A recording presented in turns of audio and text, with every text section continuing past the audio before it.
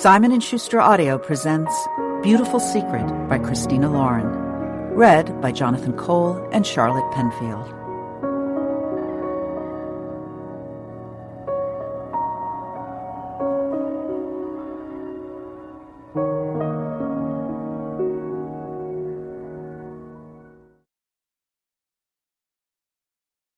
One. I'm not saying I bet his cock is massive, but I'm not saying it either. Pippa, I groaned, covering my face in horror. It was 7:30 on a Thursday morning, for God's sake. She could not possibly be drunk already. I aimed an apologetic smile at the wide-eyed man standing across from us and wondered if I could speed the elevator up with the power of my mind. When I glared at her across the elevator, Pippa mouthed, "What?" and then held her index fingers up about a foot apart. She whispered, "Hung like a bloody horse." I was saved from having to apologize again when we stopped on the third floor and the doors opened. "You realize we weren't alone in there, right?" I hissed, following her down the hall and around a corner, stopping at a set of wide doors with Richardson Corbett engraved into the frosted glass. She looked up from where she was digging through her enormous purse, the bracelets on her right forearm clinking like wind chimes while she searched for keys. Her bag was huge and bright yellow and covered in glittering metal studs. Under the brash fluorescent lights, her long red hair looked practically neon. I was dark blonde and carrying a beige crossbody. I felt like a vanilla wafer standing next to her. "We weren't?" "No. That guy from accounting was standing right across from you. I have to go up there later, and, thanks to you, we'll share accidental, awkward eye contact while we remember you saying cock. I also said, hung like a bloody horse." She looked momentarily guilty before turning her attention back to her bag. Guys in accounting need to loosen up anyway. Then, motioning dramatically to the still dark hallway in front of us, she said, "I assume we're acceptably alone for you?" I gave Pippa a cheerful curtsy. "Please, go ahead." She nodded, brows drawn in concentration. "I mean, logically, it's got to be huge." "Logically," I repeated, biting back my grin. My heart was doing that flip-tumble thing it always did when we talked about Niall Stella. Speculating on the size of his penis might be my undoing. With a victorious thrust of her arm into the air, Pippa brandished the keys to the offices before fitting the longest of the set into the lock. "Ruby, have you seen his fingers? His feet? Not to mention the fact that he's about 8 feet tall." 6'7", I corrected under my breath. But hand size doesn't necessarily mean anything. We closed the door behind us and flipped on the main office lights. Lots of guys have big hands and aren't especially gifted in the man parts department. I followed Pippa down the narrow hall to a room full of desks in a smaller, far less opulent corner of the third floor.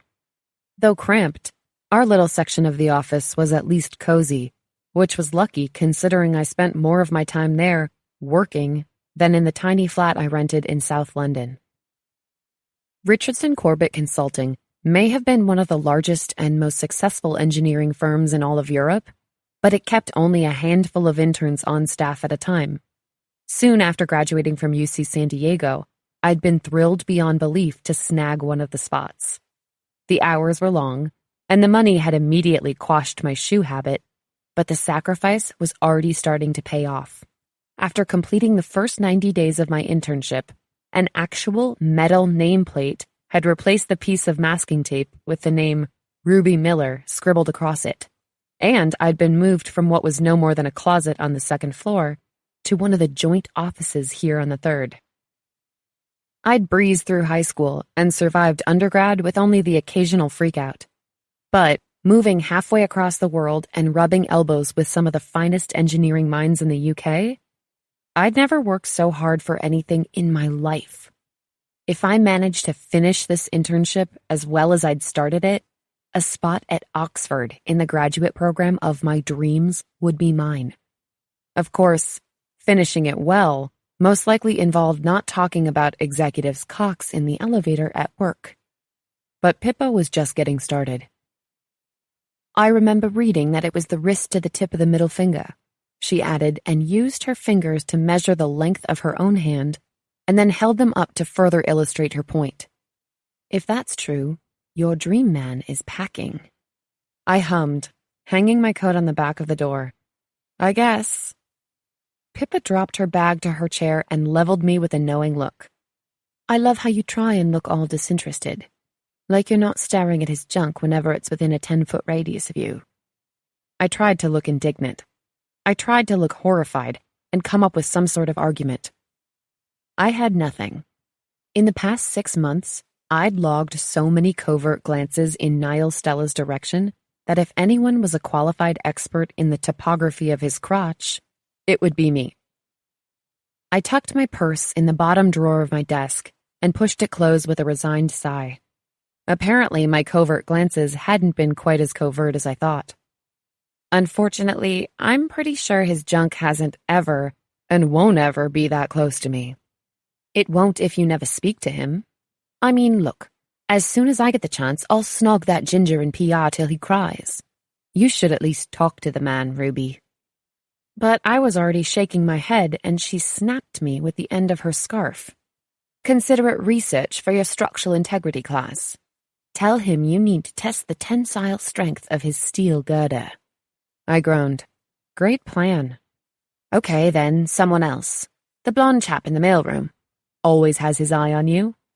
I made a face. Not interested. Ethan in contracts, then. He's short, all right, but he's fit. And have you seen him do that tongue trick at the pub? God, no. I sat down, slumping under the weight of her inspection. Are we really having this conversation now? Can't we just pretend my enormous crush is not a thing? Afraid not. You're not interested in any of the other lads, but won't make a play for Mr. Uptight either. She sighed. Don't get me wrong. Stella's fit as fuck, but he's a bit on the prim side, wouldn't you say? I ran a nail along the edge of my desk. I sort of like that about him, I said. He's steady. Stodgy, she countered. Restrained, I insisted. It's like he's stepped right out of an Austen novel. He's Mr. Darcy. I hoped that would help her understand. I don't get that. Mr. Darcy is short with Elizabeth to the point of rudeness. Why would you want someone who's so much work? How is that more work? I asked. Darcy doesn't lavish her with false praise or compliments that mean nothing. When he says he loves her, it's because he does. Pippa plopped down into a chair and turned on her computer. Maybe I like a flirt. But a flirt is that way with everyone, I argued. Darcy is awkward and hard to read, but when you have his heart, it's yours. Sounds like a lot of work to me.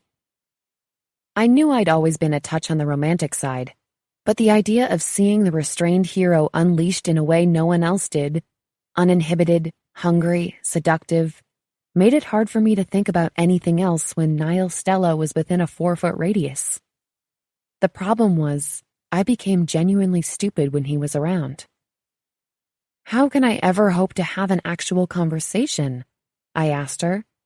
I knew I would never actually act on it, but it felt good to finally talk about this with someone who knew him, someone other than London and Lola, who were half the world away. You know, one where we both know we're having the conversation. During last week's meeting, Anthony asked me if I could present some data he'd had me organize from the Diamond Square project, and I was kicking ass until I looked up and saw him standing behind Anthony. Do you know how hard I worked on that? Weeks. Then, one look from Niall Stella, and my concentration was shot. For some reason, I was unable to call him by only his given name. Niall Stella was a 2-name honor, like Prince Harry or Jesus Christ. I stopped speaking mid-sentence, I continued. When he's near me, either I blurt out ridiculous things, or I turn into a mute. Pippa laughed before her eyes narrowed and she looked me up and down. She picked up the calendar and pretended to scrutinize it. Funny thing, I just realized it's Thursday, she sang. That explains why your hair looks particularly sexy and you're wearing that minxy little skirt. I ran my hand through my chin-length, choppy hair. It looks like it does every day. Pippa snorted. In truth, I'd spent way too long getting ready this morning, but I needed the confidence today. Because, just like she said, today was Thursday, my favorite day of the week. On Thursdays, I got to see him. In most respects, Thursdays shouldn't have been anything to get excited about. That particular Thursday's to-do list included such mundane chores as watering the sad little ficus Lola insisted I smuggle the 5,400 miles separating San Diego from London, typing up a bid proposal and sending it out in the mail, and putting the recycling out on the curb. A life of glamour. But pinned to the top of my Outlook every Thursday was also Anthony Smith's engineering group meeting, where, for 1 hour every week, I had an unobstructed view of Niall Stella, Vice President, Director of Planning, and, holy hell, the hottest man alive. If only I could add him to my to-do list too. An hour of prime Niall Stella time was both a blessing and a curse, because I was interested in what was happening in our firm and found most of the discussions that took place between the senior partners to be absolutely fascinating. I was 23, not 12. I had a degree in engineering and would be their boss one day if I had anything to say about it. That a single individual had the power to hijack my attention was beyond mortifying. I wasn't usually flighty or awkward, and I did date. In fact, I dated more since moving to London than I had back home because, well, English boys. Enough said. But this particular English boy was, unfortunately, beyond my reach. Almost literally. Niall Stella was over 6.5 feet tall and effortlessly refined, with perfectly styled brown hair, soulful brown eyes, broad muscled shoulders, and a smile so gorgeous, on the rare occasion it made an appearance at work, it brought my train of thought to a screeching halt. According to the office gossip, he had finished school practically as an infant and was some sort of legendary urban planning mastermind. I hadn't realized that that was an actual thing until I started working in the engineering group at Richardson Corbett and saw him advise on everything from building control guidelines to the chemical composition of concrete additives. He was the unofficial final word in London on all bridge, commercial, and transport structure blueprints. To my utter heartbreak, he even once left in the middle of a Thursday meeting to direct a construction team when a panicked city worker called because another firm had botched a foundation design and concrete had already been poured. Virtually nothing got built in London without Niall Stella's hand in it somewhere. He took his tea milk first, no sugar, had an enormous office on the 3rd floor, far from mine, clearly never had time for television, but was a Leeds United man through and through. And although he was raised in Leeds, he went to school at Cambridge, then Oxford, and now resided in London. Somewhere along the way, Niall Stella had developed quite the posh accent. Also, recently divorced. My heart could barely take it. Moving on. Number of times Niall Stella had glanced at me during Thursday meetings? 12. Number of conversations we'd had? 4. Number of either of these events he might actually remember? 0. I'd been wrestling with my Niall Stella crush for 6 months, and I was pretty sure he still didn't know that I was an employee at the firm rather than a regular takeout delivery girl. Surprisingly, because he was almost always one of the first to the office, the man in question wasn't here yet. I checked, a few times, craning my neck to see through the mass of bleary-eyed people filling in through the conference room door. Our meeting room was lined with a wall of windows, each looking out onto the fairly busy street below. My morning walk to work had been relatively dry, but as it did most days here, rain had begun to drizzle from a sky heavy with clouds. It was the kind of rain that looked like a harmless haze, but I'd learned not to be fooled. 3 minutes outside and I'd be soaked through. Even if I'd grown up somewhere rainier than Southern California, I could never have been prepared for the way London air, between October and April, felt almost saturated with water, heavy and damp. Like a rain cloud had wrapped itself around my body and seeped straight into my bones. Spring had begun in London, but the little courtyard across Southwark Street was still dismal and bare. I'd been told that in summer it was filled with pink chairs and small tables belonging to a restaurant near the back. Right now it was all concrete, and mostly naked tree branches, damp brown leaves blown across the stark ground. Around me, people continued to voice their displeasure with the weather as they opened up their laptops and finished their tea, and I blinked away from the window in time to see the last few stragglers rush in. Everyone wanted to be seated before Anthony Smith, my boss, and the firm's director of engineering made his way down from the 6th floor. Anthony was, he was a bit of a jackass. He ogled the interns, loved to hear himself speak, and said nothing that sounded sincere. Every Thursday morning, he relished making an example of the last person to walk in, sharply commenting with a saccharine smile on their outfit or their hair so everyone in the room would have to watch in leaden silence as they found the last empty seat and sat down in shame. The door squeaked as it opened. Emma lingered, holding the door open for someone. Ugh, Karen. Voices sounded from outside the room, growing louder as they came in. Victoria and John. And then, there he was. Showtime, Pippa muttered next to me. I saw the top of Niall Stella's head as he stepped in just behind Anthony, and it was as if the air had been sucked from the room. People and chatter blurred around the edges, and then it was just him, expression neutral, as he seemed to instinctively take in who was there and who was missing, his shoulders wrapped in a dark suit, one hand tucked casually into the pocket of his dress pants. The urgent, fiery feeling in my chest grew. There was something about Niall Stella that made you want to watch him. Not because he was boisterous or loud, but because he wasn't. There was a quiet confidence about him, a way he carried himself that demanded attention and respect, and a feeling that while he wasn't talking, he was watching everything, noticing everyone. Everyone except me. Having come from a family of therapists that discussed everything, I've never been the silent type. My brother, and even Lola probably, would start calling me a chatterbox when I really got going.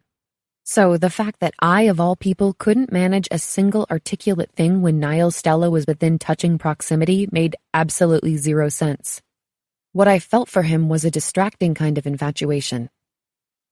He didn't even have to attend Thursday meetings. He just did, because he wanted to make sure there was cross-departmental consensus, and so his planning division could at least have a working engineering vocabulary, since it was Niall Stella's responsibility to coordinate engineering with public policy and his own planning division. Not that I'd memorized everything he'd ever said at this meeting. Today, he wore a light blue shirt beneath a dark charcoal suit. His tie was a mesmerizing swirl of yellow and blue, and my eyes moved from the double Windsor knot at his neck to the smooth skin just above, the heavy curve of his Adam's apple, the sharp jaw. His normally impassive mouth was turned down in consternation, and when I made it up to his eyes, I registered with horror that he was watching me eye fuck him like it was my job. Oh, God. I dropped my gaze to my laptop, the screen blurring out with the intensity of my stare. The flurry of telephones and printers from the outer office flowed in through the open door, seeming to reach a crescendo of chaos. And then someone closed the door, signaling the start of the meeting. And, as if the room had been vacuum sealed, all noise came to an abrupt stop. "Mr. Stella," Karen said in greeting. I clicked on my mail folder, ears ringing as I strained to hear his reply. One breath in, one breath out. Another. I typed in my password. I willed my heart to slow down. "Karen," he said finally in his perfect, quiet, deep voice, and a smile spread unconsciously across my face. Not just a smile, a grin, like I'd just been offered a giant slice of cake. Dear God, I am in so deep. Biting the inside of my cheek, I worked to straighten my expression. Judging from the way Pippa's elbow connected with my ribs, I was pretty sure I failed. She leaned toward me. "Easy, girl," she whispered. "It was only 2 syllables." The door opened and Sasha, another intern, slipped in with a wince. "Sorry I'm late," she whispered. A glance at the clock on my laptop told me she was actually perfectly punctual, but Anthony, of course, wouldn't let it slide. "All right, Sasha," he said, watching her squeeze awkwardly between the long row of chairs and the wall as she made her way to the empty seat in the far corner. The room pulsed with silence. "Lovely jumper, is it new? Blue is a great color on you." Sasha took her seat, her cheeks brilliant red.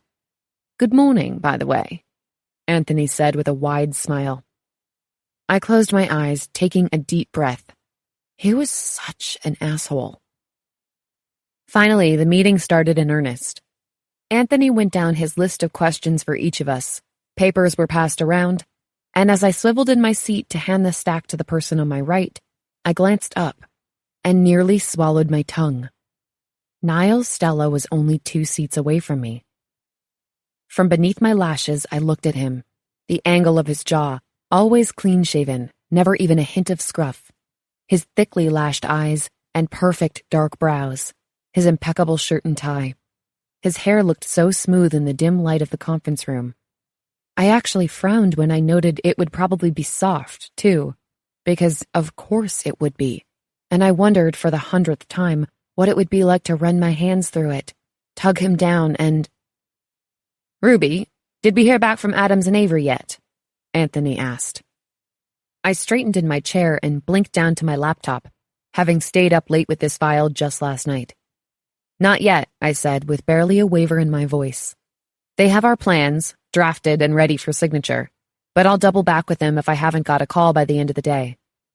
And, okay, yeah, that was startlingly articulate considering how Niall Stella had turned his full attention to my face. Pretty damn happy with myself, I typed up a quick reminder and propped my elbow on the table, tugging on a strand of hair as I scrolled through my calendar. But something felt off. I sat in this chair for 1 hour every week and was almost certain that I'd never felt what I was feeling now. It was a pressure on the side of my face, the actual physical weight of someone's attention. I twisted the hair around my finger and casually glanced at Pippa. Nope, nothing. With what assumed to be a subtle lean forward, I craned my neck farther, glancing to my right, and immediately froze. He was looking at me. Niall Stella was looking at me, really looking. Light brown eyes met mine and held what never could be called a glance, but a full-on look. His expression was curious, as if I were a new piece of furniture someone had just randomly placed in the room. My heart took off, pulse pounding in my veins. Inside my chest, everything felt liquid and wild, and if someone had yelled fire, I'd have gone down in flames, because there was absolutely no way I could control even a single thing happening to my body. "Niall," Anthony said. Niall Stella blinked before looking away from my face. "Yes?" "Do you mind giving us the status from planning on the Diamond Square proposal? I want my team to get you some specs by the end of the week, but we don't know the dimension of their shared space." I zoned out as Anthony, predictably, phrased his question in a way that made it about 7 times longer than it needed to be. When his question drew to a close, Niall Stella shook his head. "The dimensions," he said, and began shuffling through a stack of papers in front of him. "I'm not altogether sure I've got them." "The dimensions were set to be finalized this morning," I answered for him, and explained that the permits would be delivered no later than tomorrow. I asked Alexander to send a copy of the blueprints this afternoon. The room went so silent I worried for a minute I had simply lost the ability to hear. Except everyone was staring at me. Oh my God, what had I done? I'd interrupted without thinking. I'd answered a question clearly not meant for me. I'd answered a question he definitely knew the answer to. I felt my brows pull together. But then, why hadn't he answered? I leaned forward and looked at him. "Good," he said. Quiet, deep, perfect. Shifting in his chair, he met my eyes and gave me a flicker of a grateful smile. Forwarded along. My heart had completely left my body. Of course. He was still looking at me, clearly as confused as I was over what had just happened, but pleased in a mysteriously lingering way. I wasn't even sure what prompted me to speak up. One minute Niall Stella was looking at me, and the next he was fumbling as he tried to recollect data and answer a question I was sure he could have answered in his sleep. It was almost as if his mind was elsewhere. It was something I'd never seen happen before. "Now for the big news," Anthony said, glancing through a stack of papers before handing them off and getting to his feet. I looked up, jarred by the change in his tone. Anthony loved having the attention of the room, and from the sound of it, he was gearing up for something big. The New York subway system was built with the idea that 100-year storms happen only every 100 years. Unfortunately, that is not the reality. Disasters like Hurricane Sandy have proven that what was once planned for once every century has happened every few years. The U.S. is spending billions, with talk of raised entrances and floodgates, and given we've worked extensively with the London Underground, they want our input too. So I'll be gone for 1 month to attend an international summit on emergency preparedness for public transport, air travel, and urban infrastructure. 1 month? A senior engineer asked, echoing what we had all been thinking. I wondered if anyone was also echoing my mental fist pump at the idea of an Anthony-free office for so long a stretch. Anthony nodded in her direction. There are 3 separate summits taking place. Not everyone who is invited is staying for the duration, but given that our firm specializes in both public transport and urban infrastructure, Richard decided that he'd like us there for the lot of it. Us? Asked one of the executives from Niall Stella's department. Right, Anthony said, tilting his head to the left. Niall will be accompanying me. You're both going away for a month? I blurted, instantly wishing I could take my words back and shove them down my throat. I was an intern. One of Anthony's unspoken rules seemed to be that we didn't speak at this meeting unless asked a direct question. I could feel the weight of everyone's eyes on me again. Even worse, I could feel his pressing on my skin, probing. Yes, Ruby, Anthony said, clearly a bit confused. He walked around his chair to stand beside me, hands tucked into the front pockets of his pants. But no worries. I know you've got the Oxford Street project nearly wrapped up, and my being gone won't affect signing off on that in any way. If you need anything from me, you can always call. Oh, I said, feeling the heat slowly fade from my face. That's good to know. Thanks. Of course, Anthony thought my burst of word vomit was because I was worried that he was leaving. You know, my boss, and that perhaps his absence might somehow interfere with my work. Smooth, Pippa said, as her long oval nails clicked across her keyboard. Shut up, I moaned, sinking lower in my chair. I had no idea whether Niall Stella was still looking this way, and the 12-year-old part of me wanted to drag Pippa into the ladies' room and have her replay the scene, moment by moment. But I knew that would be a mistake.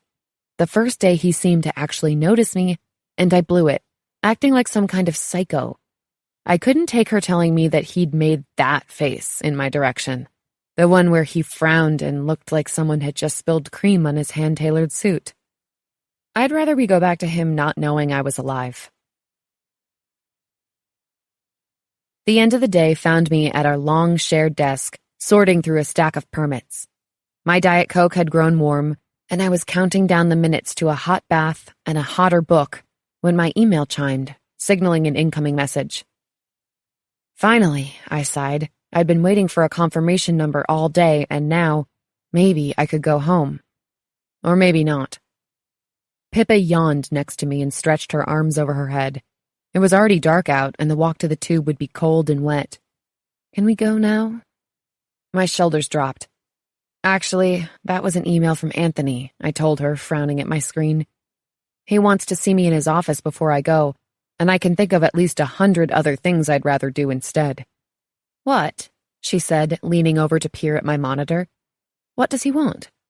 I shook my head. No idea. Doesn't he have a watch? We were supposed to be gone 20 minutes ago. I typed out a quick reply, letting him know I was on my way, and began shutting things down for the night. Wait for me? I asked Pippa. Pausing mid-drawer slam, she gave me a sad little frown. I've got to hustle, I'm sorry, Rubes. I waited as long as I could, but I've got loads to do tonight. I nodded, feeling somehow uneasy being left in the offices alone this late with Anthony. The halls were empty as I stepped into the elevator and headed to the 6th floor.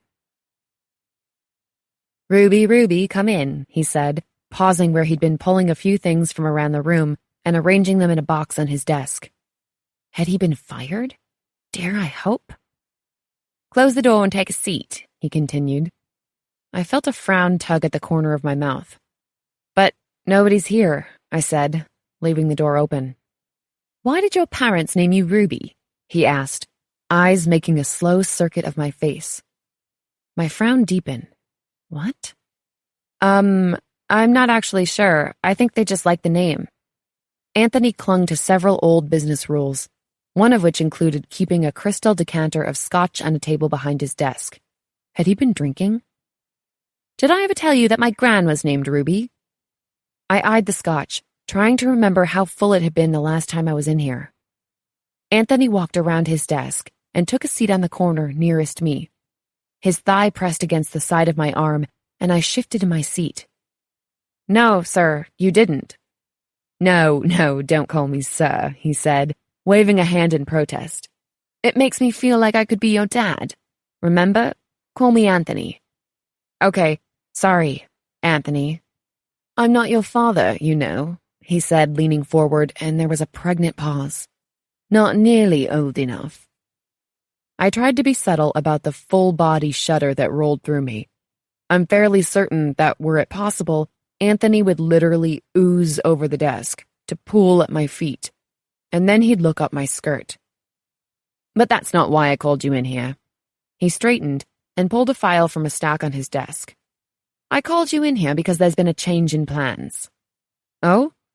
"As it happens, something's come up and I'm not able to go to New York." What did this have to do with me? Did he really think I'd been so worried about him being gone that he needed to personally update me? I swallowed, trying to look interested. "You're not?" "No," he said, smiling in a way I assumed was meant to look generous, indulgent even. "You are." 2. I adjusted the phone so I could hold it between my ear and shoulder and tapped a stack of papers together, placing it neatly in front of me. I see. Static vibrated across the quiet line. "You see," Portia repeated in a voice that had grown tight and thin. "Are you even bloody listening?" Had she always sounded so impatient with me? Sadly, I think the answer to that was yes.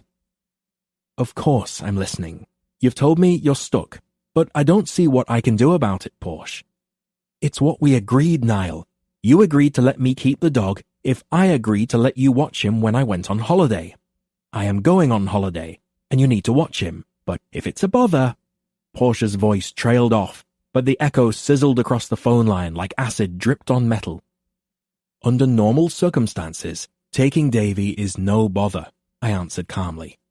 Always calm, always patient, even when we were discussing who should care for her pet while she went to Mallorca for a week to recover from the stress of our divorce being finalized. "The issue is simply that I will be out of the country, love." I swallowed back a curse, wincing. Love. After nearly 16 years together, some habits died hard. Her answering silence was weighted, dense. 2 years ago, the quiet ticking across the telephone line would have had me in a panic. A year ago, it would have made my stomach sour and tight. Now, 9 months after I'd moved out of the home we'd shared together, her angry silence simply made me weary. I looked up at the load of emails in my inbox, at the stacks of contracts on my desk, and then at the clock, which told me it was long past time to head home. Outside, the sky had gone dark. Once I returned home tonight, I would need to start packing for New York, and would barely make a dent in the work in front of me before then. "Portia, I'm sorry. I really must go. I'm sorry about the dog, but I can't make it work next week." "Right," she sighed. "Get stuffed." I stared at my desk for several seconds after she'd hung up, feeling faintly sick before setting my mobile down. I had only 2 breaths to recover before the door to my office flew open and Tony stepped in. "Bad news, mate," I looked up, lifting my brow in silent question. The wife's gone and started contractions. My siblings had enough children for me to know that Tony's wife wasn't far enough along for this. She's all right? He shrugged. Sentenced to bed till the kid is here, hence I'm staying in London. Relief spread through my blood. Tony was a decent colleague, but a business trip with him usually meant nightly visits to strip clubs, and it was honestly the last thing I wanted to do for a month in New York. So I'll go it alone then, I said, my tone already lighter than it had been only a moment ago. Tony shook his head. I'm sending Ruby. It took a couple of ticks for me to place who he meant. Richardson Corbett wasn't a large firm, but Tony hired as many pretty young interns as his budget allowed. There were a few on his team now, and I could never quite keep them sorted. She's the brunette from Essex? His expression of disappointed envy was so pronounced it was nearly audible. No, the delectable bit from California. Oh, I knew which one he meant. The one who came to my rescue today when I'd experienced an uncharacteristic stumble. Ironically, I'd been flustered over the sight of her. She was lovely. Alas, she's the one who seemed concerned you were leaving for a month. I could practically see Tony's head growing, and he smiled proudly. That's right. Is it really necessary to send someone, though? I asked. Most of the meetings will be logistics anyway. Engineering was only going to advise. Oh, you prat. I'm sure you can get her to go to the titty bars with you. I groaned inwardly. That isn't... And besides, he interrupted, she's fit as all fuck. You may not need a girly bar if you're getting a leg over on Ruby. All legs, good tits, bloody fantastic face. Tony, I said with steady calm, I'm not going to get a leg over on an intern. Maybe you should. If I wasn't tied down, I sure as fuck would pull that. He let the silence bounce around the room, and I tried to hide my disgust that he seemed more disappointed that he was unable to shag Ruby than worried that his wife had gone into labor early. How long since you've been out? I blinked away from his challenging expression, looking down at my desk. I hadn't dated since the divorce, and except for the drunken grope I'd received at the pub a few weeks back, hadn't been close to a woman in what felt like forever. Right, so you're staying here, I deflected, and Ruby is coming along to New York. Have you gone over the agenda with her? I told her the agenda is you get there, hit the bars, get pissed, get a leg over. I wiped a hand over my face, groaning. Bloody hell. He laughed, turning and walking to my door. Of course I gave her the agenda. I'm just taking the piss. She's a good one, Niall. She may even impress the likes of you. I was alone in the lift, heading out for the night, when Ruby stepped in just as the doors were closing. Our eyes met. I coughed harshly. Her breath caught, and descending in the weighted silence became immediately dreadful. The lift moved too slowly. The quiet felt enormous. We were going on a business trip together, and glancing at her now, young and energetic and, admittedly, unbelievably beautiful, I registered we would be required to chat and get on, and there were few things I was worse at than talking up women. She opened her mouth to speak, and then stopped, falling back into silence. When she looked at me and I looked over, she blinked away. Just as the doors opened in the lobby, I gestured for her to lead us out, and instead of moving, she nearly shouted, "Looks like we're going away together."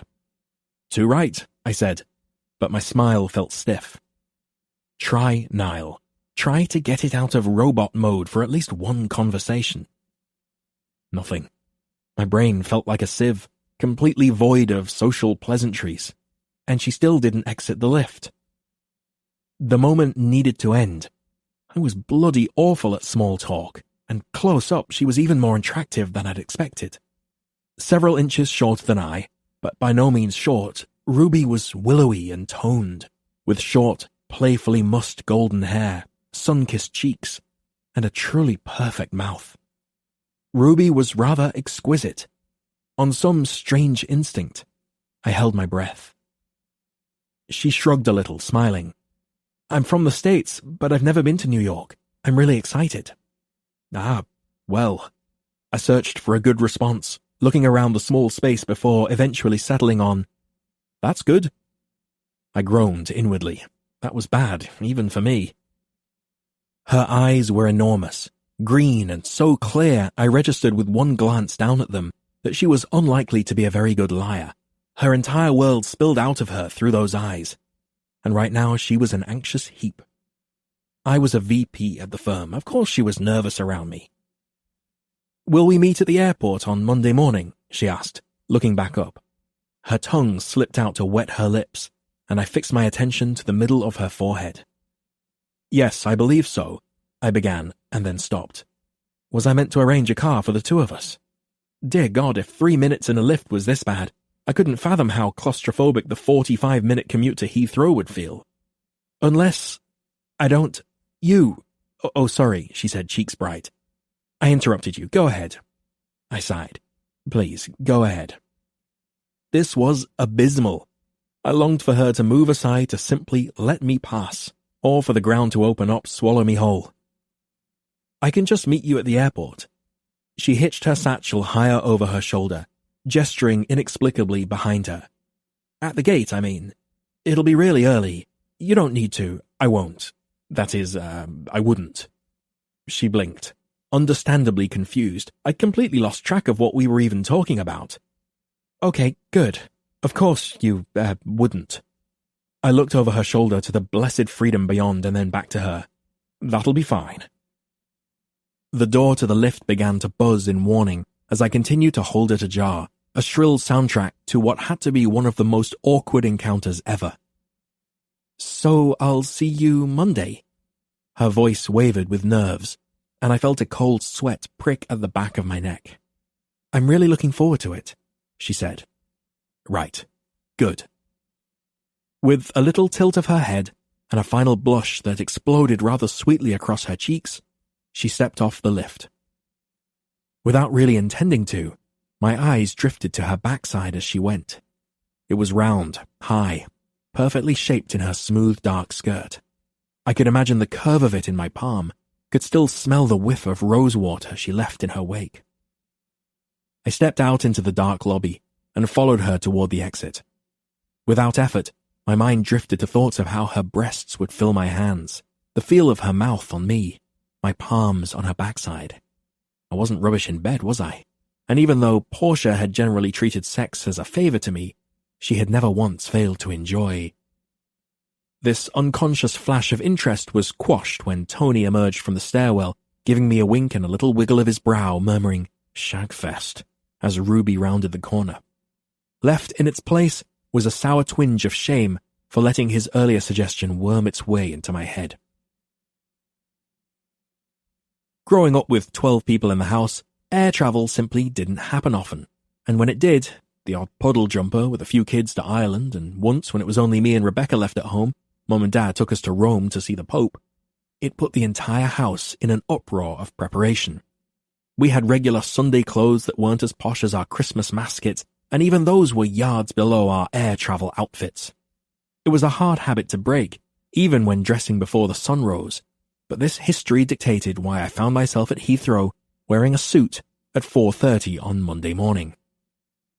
By contrast, Ruby sprinted in just at my panic point when the flight was boarding, in a zip-front pink hoodie, black workout pants, and bright blue trainers. I saw the response to her pass through the crowd in a quiet ripple. I couldn't tell if Ruby noticed or not, but nearly every set of male eyes, and many female as well, followed her as she made her way toward our gate. She looked casual but fresh, her cheeks flushed from her run, and her full pink lips parted as she caught her breath. She stopped short when she found me in the crowd, her eyes going wide as saucers. "Shit." She slapped a hand over her mouth. "I mean crap," she mumbled from behind it. "Do we have a meeting right when we land?" She began searching through her phone. "I memorized the schedule, and I could have sworn." I felt my brows pull together. No. She'd memorized our schedule. You look really dressed up for the plane. I feel like a hobo in comparison." I wasn't sure whether I was meant to feel insulted or praised. "You don't look like a hobo." She groaned, covering her face. It's a long flight. I thought we were going to sleep. I smiled politely, though the thought of sleeping next to her on a flight created an anxious, gnawing sensation in my gut. I have a few work things to do before we arrive. Feel better dressed for the occasion, that's all. I wasn't actually sure which one of us had misjudged, but looking at the attire on most of the boarding passengers around us, I was beginning to understand it was me. With one last wary glance at my suit, she turned and made her way down the jetway to board and stowed her tote in the overhead above our seats. I made every effort to not look at her backside again, and failed. Sweet Lord, it was unbelievable. Oblivious, Ruby turned, and I pulled my gaze up to her face just as she gestured to the two seats. "Do you want the aisle or window?" she asked. "Either is fine." I removed my suit coat and handed it to the flight attendant, watching as Ruby slid into the window seat and tucked away her iPad and book, keeping a small notebook with her. Seated beside her, and even with the rest of the passengers still boarding, a heavy silence descended between us. Christ. Not only did we have 6 hours on the flight today, but then nearly 4 weeks in New York together for the summit. 4 weeks. I felt mildly ill.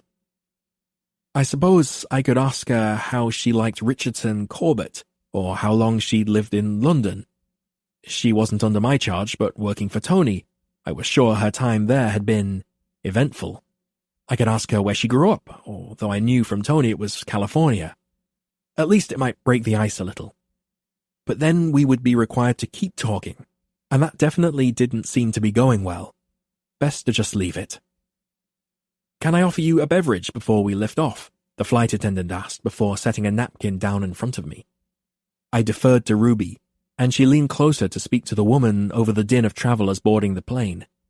Her breast pressed to the arm of my shirt, and I felt my entire body go stiff, careful to not seem to lean into it. "I'll have some champagne," Ruby said. The flight attendant smiled uncomfortably as she nodded. No doubt it wasn't something they generally poured before 5 in the morning, and turned to me. I began haltingly. Should I order champagne too, so it wasn't odd for her to do it? Or should I set the example for professional decorum and order the grapefruit juice I'd planned for? Well, I suppose if it's not too much trouble, I could also. Ruby held up a hand. "I'm totally kidding, by the way. Sorry, joke bomb. I mean, no, not a bomb. I'd never joke about that." She closed her eyes and groaned. "I'll just have some OJ." I looked up, sharing a brief confused expression with the flight attendant. "I'll take grapefruit juice, please." With our orders noted, the flight attendant left and Ruby turned to me. Something about her face, the unguarded honesty in her eyes, it triggered a tender protectiveness in me I was wholly unaccustomed to. She blinked away, moving to stare so hard at her tray, I was afraid she would crack it through sheer intensity. "All right," I asked. "Just sorry about that. And yes, She paused and then tried again. "I wasn't going to order champagne. Did you really think that?" Well, she had ordered it, if only in jest. No? I hope that was the right answer. "And that whole bomb thing," she whispered, waving a hand in front of her as if to push the thought away. "I'm such an idiot around you." "Just me." She slumped, and I realized how it had sounded. "No, I take issue with what you're saying. I've never seen you act like an idiot around me." "The elevator?" Smiling, I conceded this. Well, and right now? This twisted something inside me. Is there anything I can do? She blinked up to my face and gazed at me with a familiar sort of fondness. And then she blinked, shaking her head once, and it was gone. "I'll be fine. Just nervous about a trip with the director of planning and blah blah." Wanting to put her more at ease, I asked, "Where did you do your undergraduate work?" She took a deep breath and then turned to face me fully. "UC San Diego." "Engineering?" "Yes, with Emile Santorini." I acknowledged this with a small lift of my brow. "He's tough." She grinned. "He's amazing." A sharp curl of interest spiked through me. Only the brilliant ones come out feeling that way. "Push through or break," she said, shrugging as she accepted her orange juice from the flight attendant with a bright smile. That's what he said in the first week in the lab. He wasn't wrong. 3 of us started in there at the same time. I was the only one still there by Christmas our first year. Why are you in London? I asked, though I suspected I already knew. Hoping to make it into the civil program. I'm already in the engineering general, but haven't heard from Margaret Sheffield yet whether I'm in her group.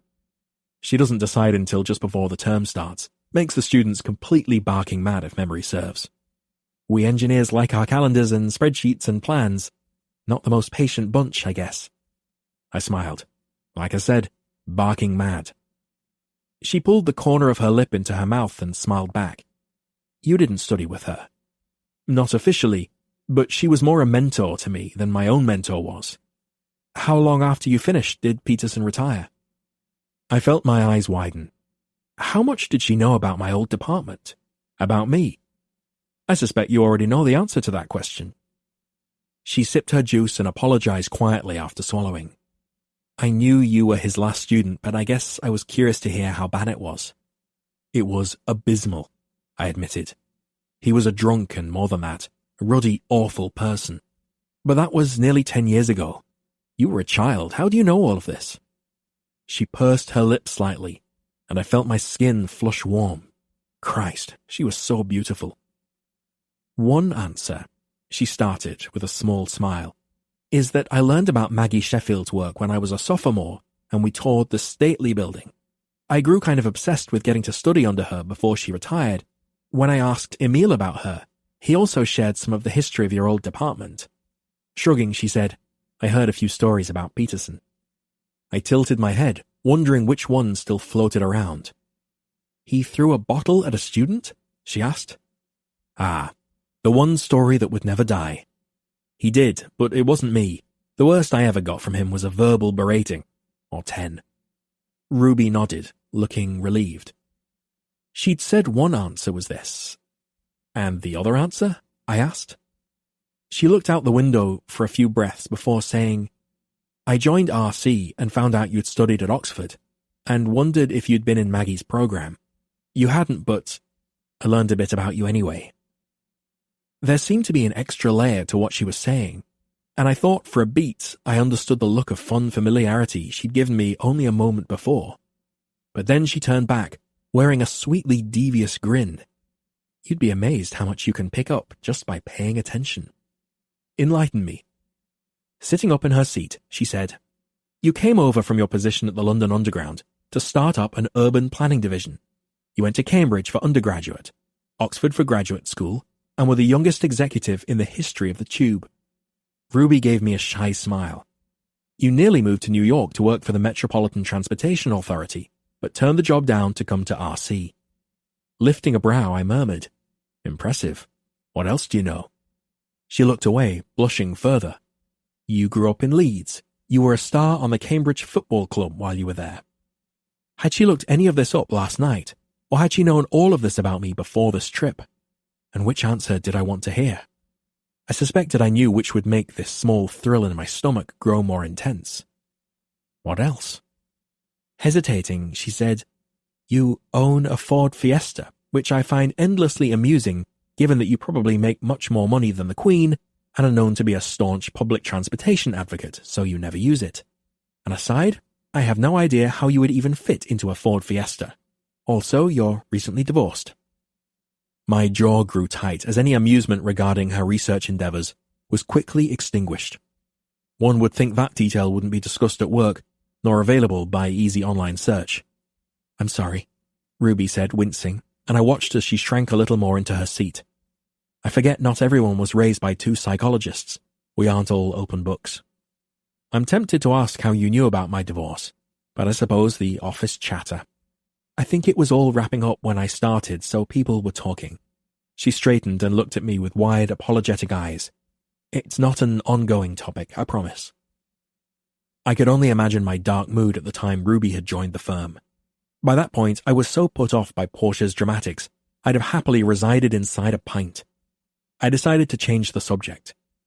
Do you have siblings, or was it you alone with the shrinks? One brother, she said, and then took a sip of her juice. What about you?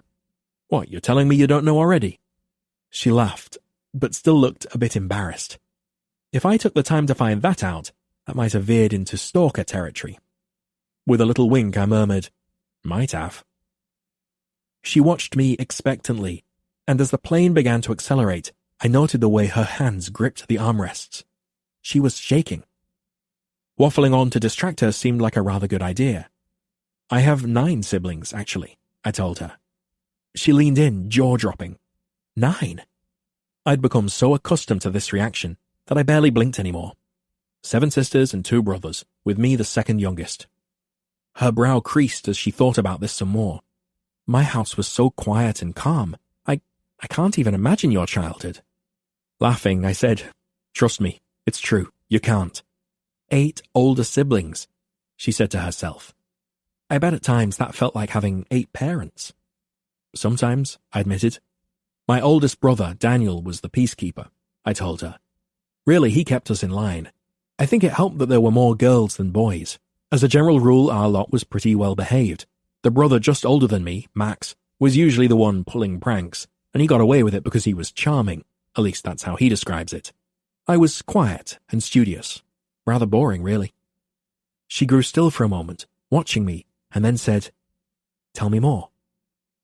I leaned my head back against the seat, inhaling deeply, calming. It had been years since I'd so casually spoken with a woman other than Portia, a sibling or the wife of a friend.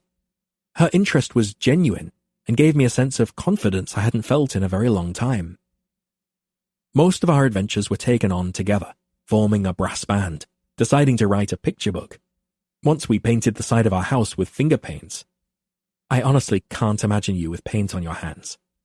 I gave a dramatic shudder and smiled at her delighted laugh.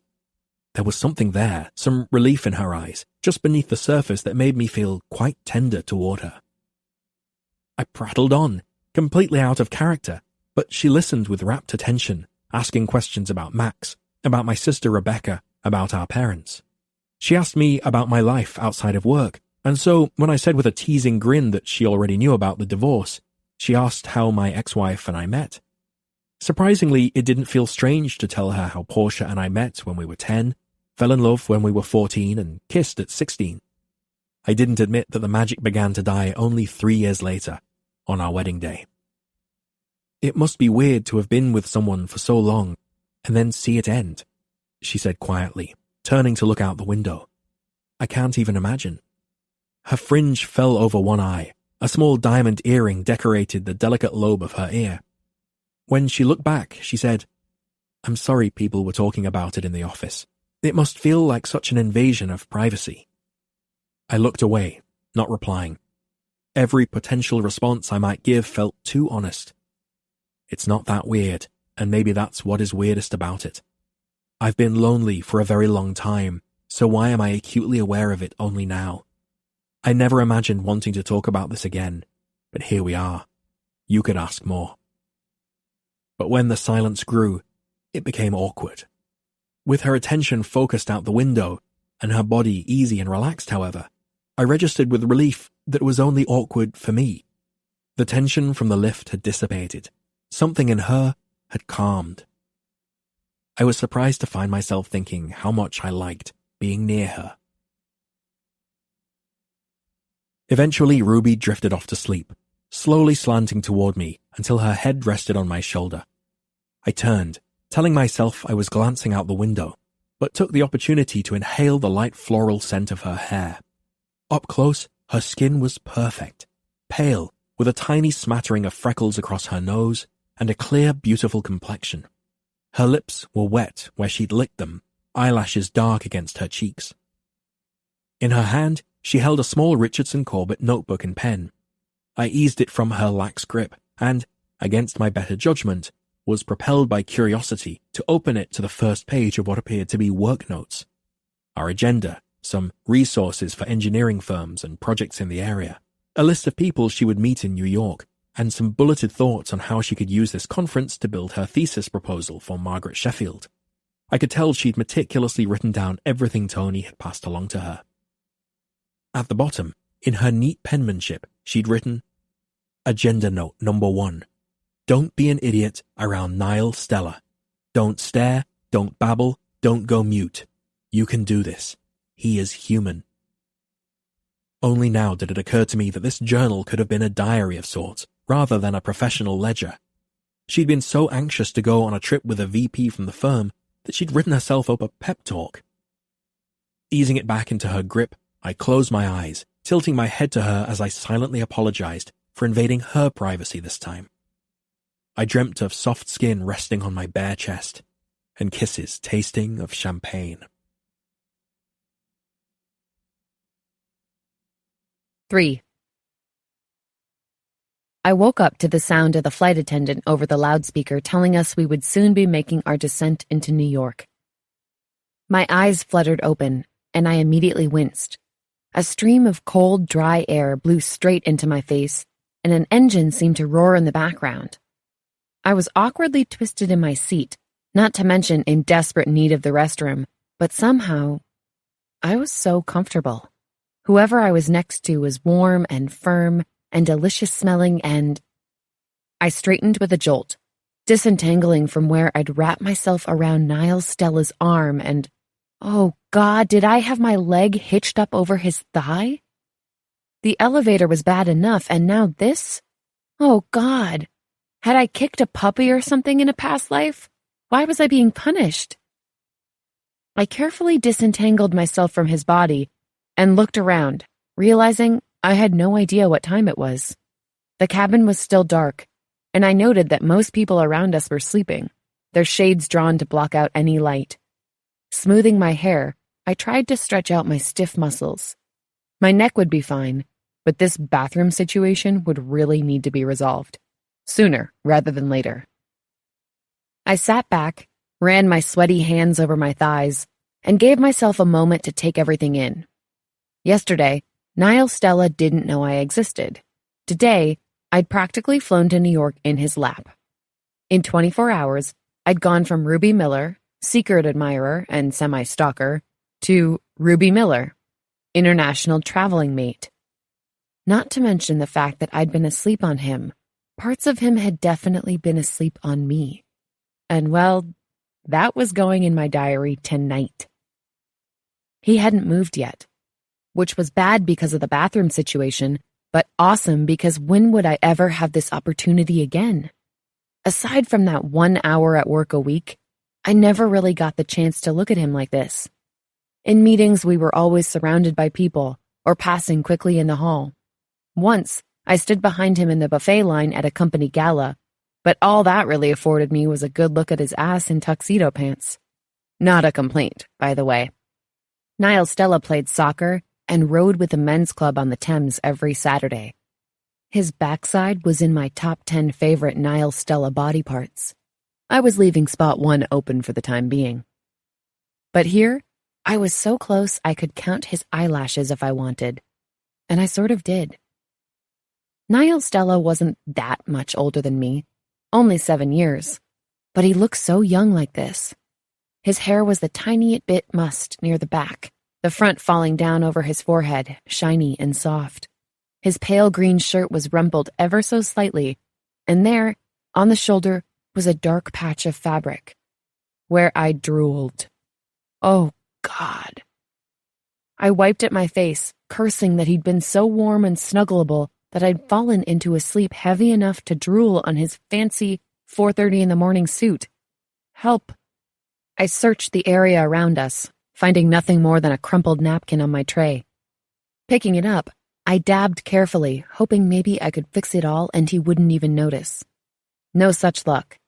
Not only didn't it work, but it jostled him enough that his eyes flashed open to find my face only inches from his.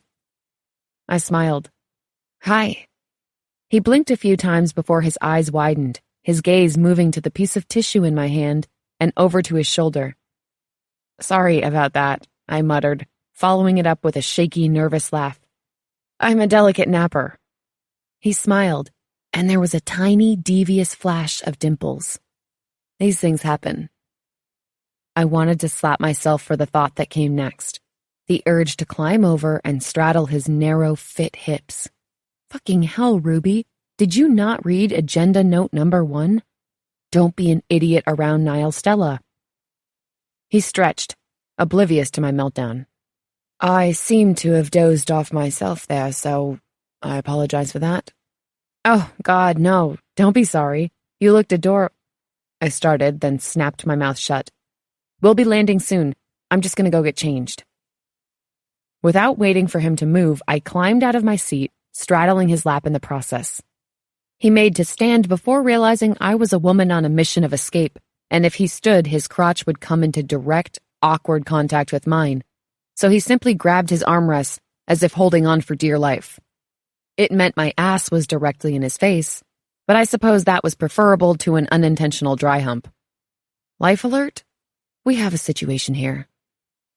I didn't look at him as I grabbed my carry-on from the overhead bin and moved as quickly as my legs would go to the nearest available bathroom. Safely locked in the tiny room, I exhaled for what felt like the first time in minutes. Why is it so impossible for me to act like a normal human being around him? Get it together, I told my reflection, and roughly opened my bag. I had everything I needed in here. Unfortunately, the idea of changing in an airplane restroom was far better than the mechanics of actually doing it. I banged my head on the counter as I bent to push my pants down my hips. We hit a pocket of turbulence as I lifted my foot to slip on my skirt, and it nearly ended up in the toilet before I was knocked back into the door with a loud bang. It took me 10 minutes to dress and fix my hair, and then there was zero question that every single person in first class, and probably beyond, had looked toward the bathroom in concern at least once, wondering what the hell was going on in there. But, with my head held high, I stepped out and took my seat. The fact that Niall Stella was noticeably still did not ease my nerves. He didn't look my way, instead keeping his eyes straight ahead, and murmured an, "All right," when I'd rebuckled my seatbelt. Perfect, I lied. Being trapped in a tiny space, I decided it was a good time to dance. A tiny smile tugged at the corner of his lips before he bent down and laughed outright. I did some of that myself while you were in there. Something inside me melted, and it was all I could do not to turn, take his face in my hands, and make out with him like there was no tomorrow. The plane landed 10 minutes ahead of schedule. Passengers began to stand and pull their things from the overhead compartments, and I stood in front of Niall as we waited to make our way down the aisle toward the exit. I looked over my shoulder at him, wanting to make sure he was all set, but he didn't look down to meet my eyes. He was staring with determination at the ceiling of the plane. Something was off. For 6 months, I'd worked in the same building as Niall Stella, and he'd never really noticed me. This was different. This wasn't the oblivious avoidance I'd seen in the past. This was deliberate.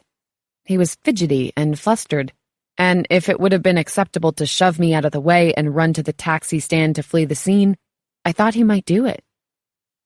First class and coach were filing out the same door, and I turned again, smiling at him as we waited for the people in front of us to move. "We're a little early, so our driver might not be here yet," I said. His eyes darted down to mine and then quickly away. "Right," he said. "Okay."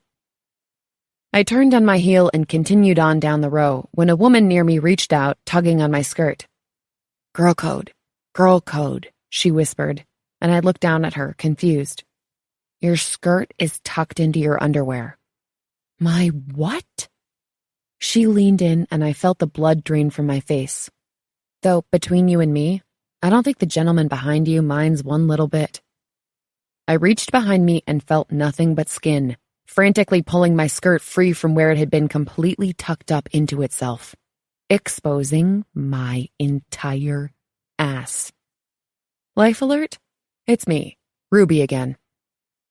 I thanked her and stepped out onto the jetway, rolling my carry-on behind me and praying that the ground would open up and swallow me whole.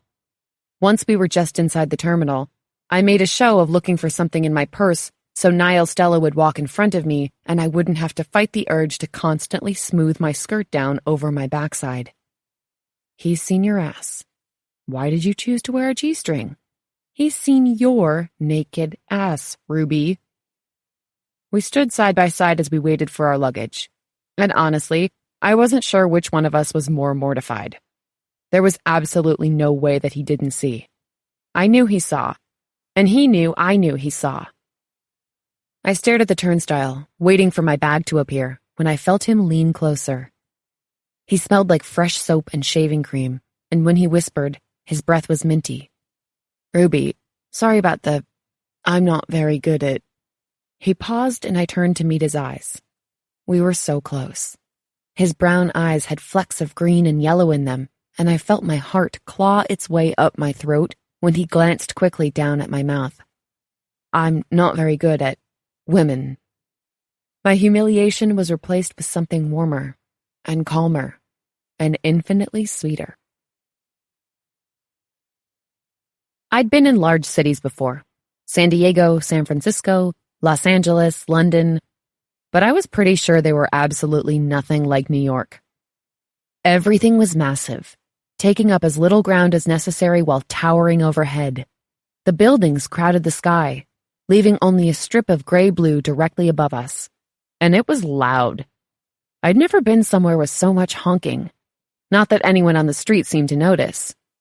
The air was a chorus of horns and shouts, and as we made our way from Terminal 4 of JFK to our car, and from our car to the revolving doors of the Parker Meridian, I didn't see a single person who seemed bothered by the cacophony. Niall followed an appropriate distance behind me as we made our way through the lobby, close enough that it was clear we were together, but not together, as we checked into our respective rooms.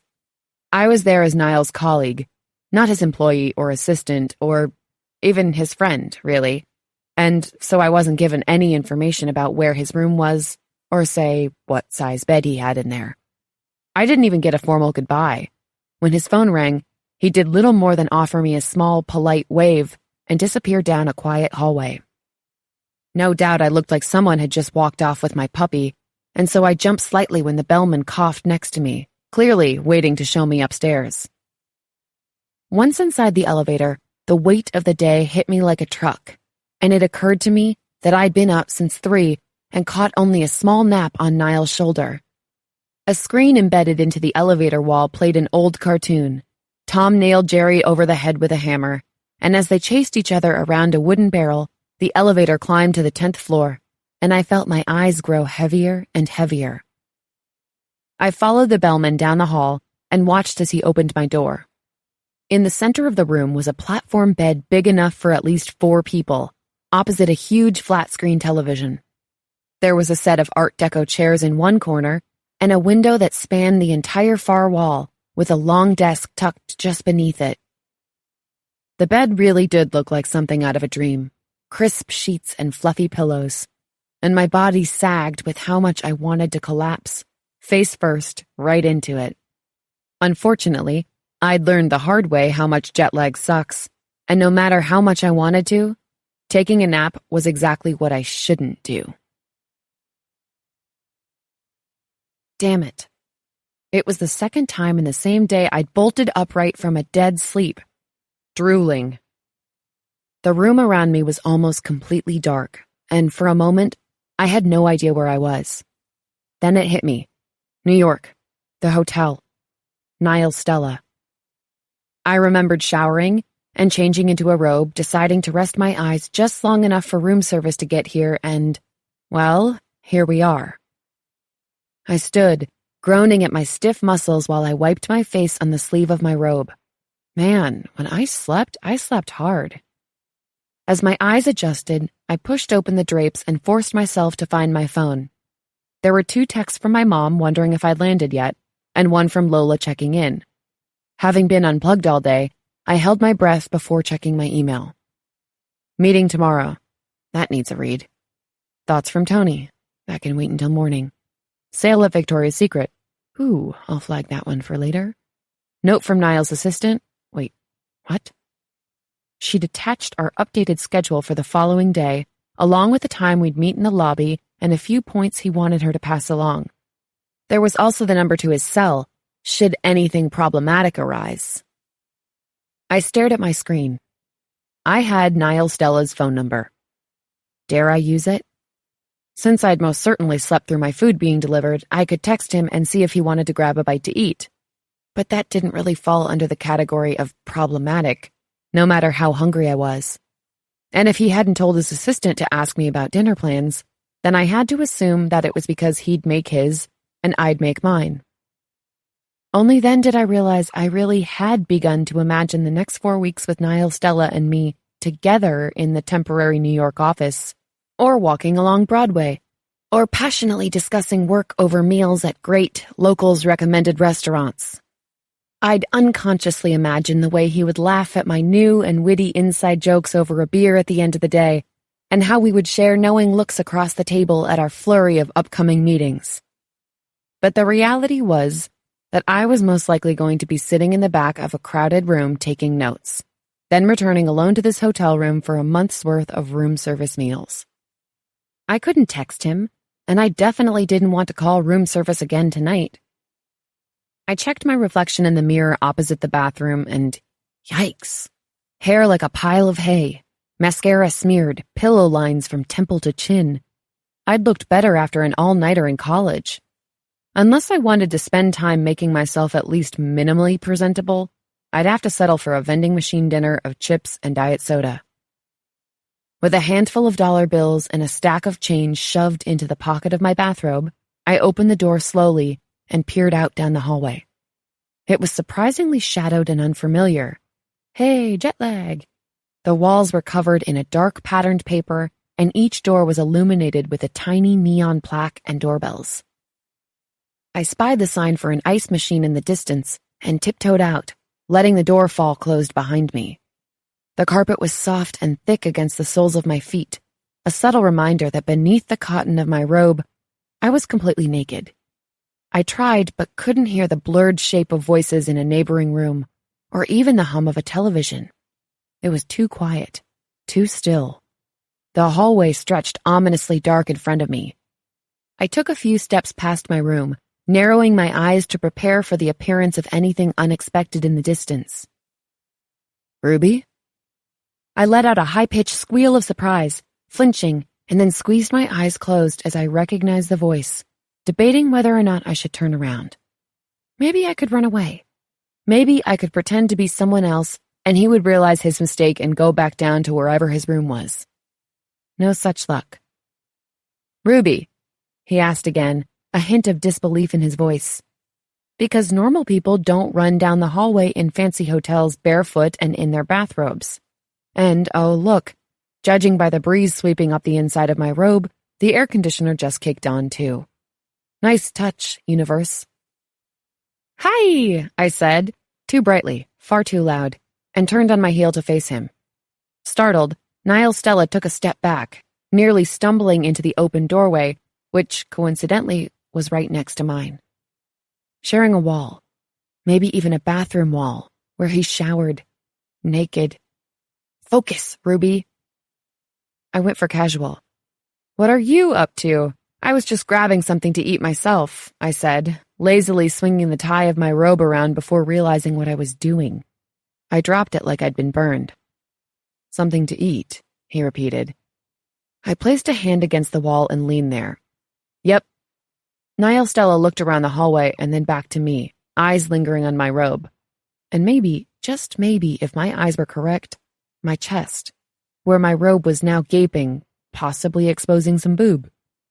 We seemed to reach this conclusion at the same time. His eyes snapped to my forehead, and I clutched the material in my hands. At this rate, Niall Stella would see me fully naked by the end of the week. From the vending machine, I explained, and reached up to tuck a strand of hair behind my ear, groaning when I remembered how I looked. I was just going to grab some chips. I mean, the American kind of chip. He made a show of looking around. Not sure a place like this will have Fritos, he said, a pop of color staining his cheeks and a hint of a smile tugging at the corner of his lips. Energy bars, perhaps. Caviar, definitely. Good thing you're dressed for it. He was teasing me. My brother was my best friend. His friends were my friends, and this is what I was good at. Banter. The give and take of joking with the guys. I could do this and not be an idiot, and not think about how I wanted to bang him. Maybe. Except he was wearing the charcoal suit, my favorite, and a dark shirt with no tie. I'd never seen him without a tie, and it required superhuman strength to keep my eyes on his face, and not on that tiny stretch of skin exposed at the top of his open collar. He had chest hair, and my fingertips tingled with the urge to touch it. Alas, he was still waiting on me to respond. "You're lucky I even put this on," I told him. "I usually eat Fritos pantsless on the couch." His eyebrow did a cute little amused twitch, while the rest of his face remained impressively stoic. "In fact, I understand those are the instructions on the package. Sadly, the same is not usually true of caviar. Or energy bars," I added, and he laughed. "Too right." Shrugging, I looked back at the door to my room. "I guess I'll have another peek at the room service menu." "I'm going to lay you down," he said, "and make you come." My eyes going wide as saucers, I whipped my head back his way. "You... what?" With a confused draw of his brow, he said very slowly, "I'm going to head on down. Would you like to come?" "Oh," I said, struggling to take a breath in and let it out again. "You're going to dinner downstairs?" "You said this is your first time," he started, and both our eyes widened before he added in a breathless rush, "In New York. Your first time in New York." Yeah," I answered and closed my robe more tightly near my neck. "Maybe you..." Niall started to say, but paused, reaching up as if to straighten a tie that wasn't there. He dropped his hands again. "I'm meeting my brother. He and his wife live in the city, and I'm having dinner with him and a few business associates downstairs. Maybe you could join us." His brother lived here? I tucked this bit of information away, along with how badly I wanted to go, certain I was going to hate myself for this later, and shook my head. There was no way I was going to intrude. "I think I'll probably just..." "You'd be doing me a favor if you joined me, actually," he cut in. "My brother Max is a bit of a handful." Niall paused again as if he'd reconsidered, before giving a small shake of his head and continuing, "You'd be a welcome distraction."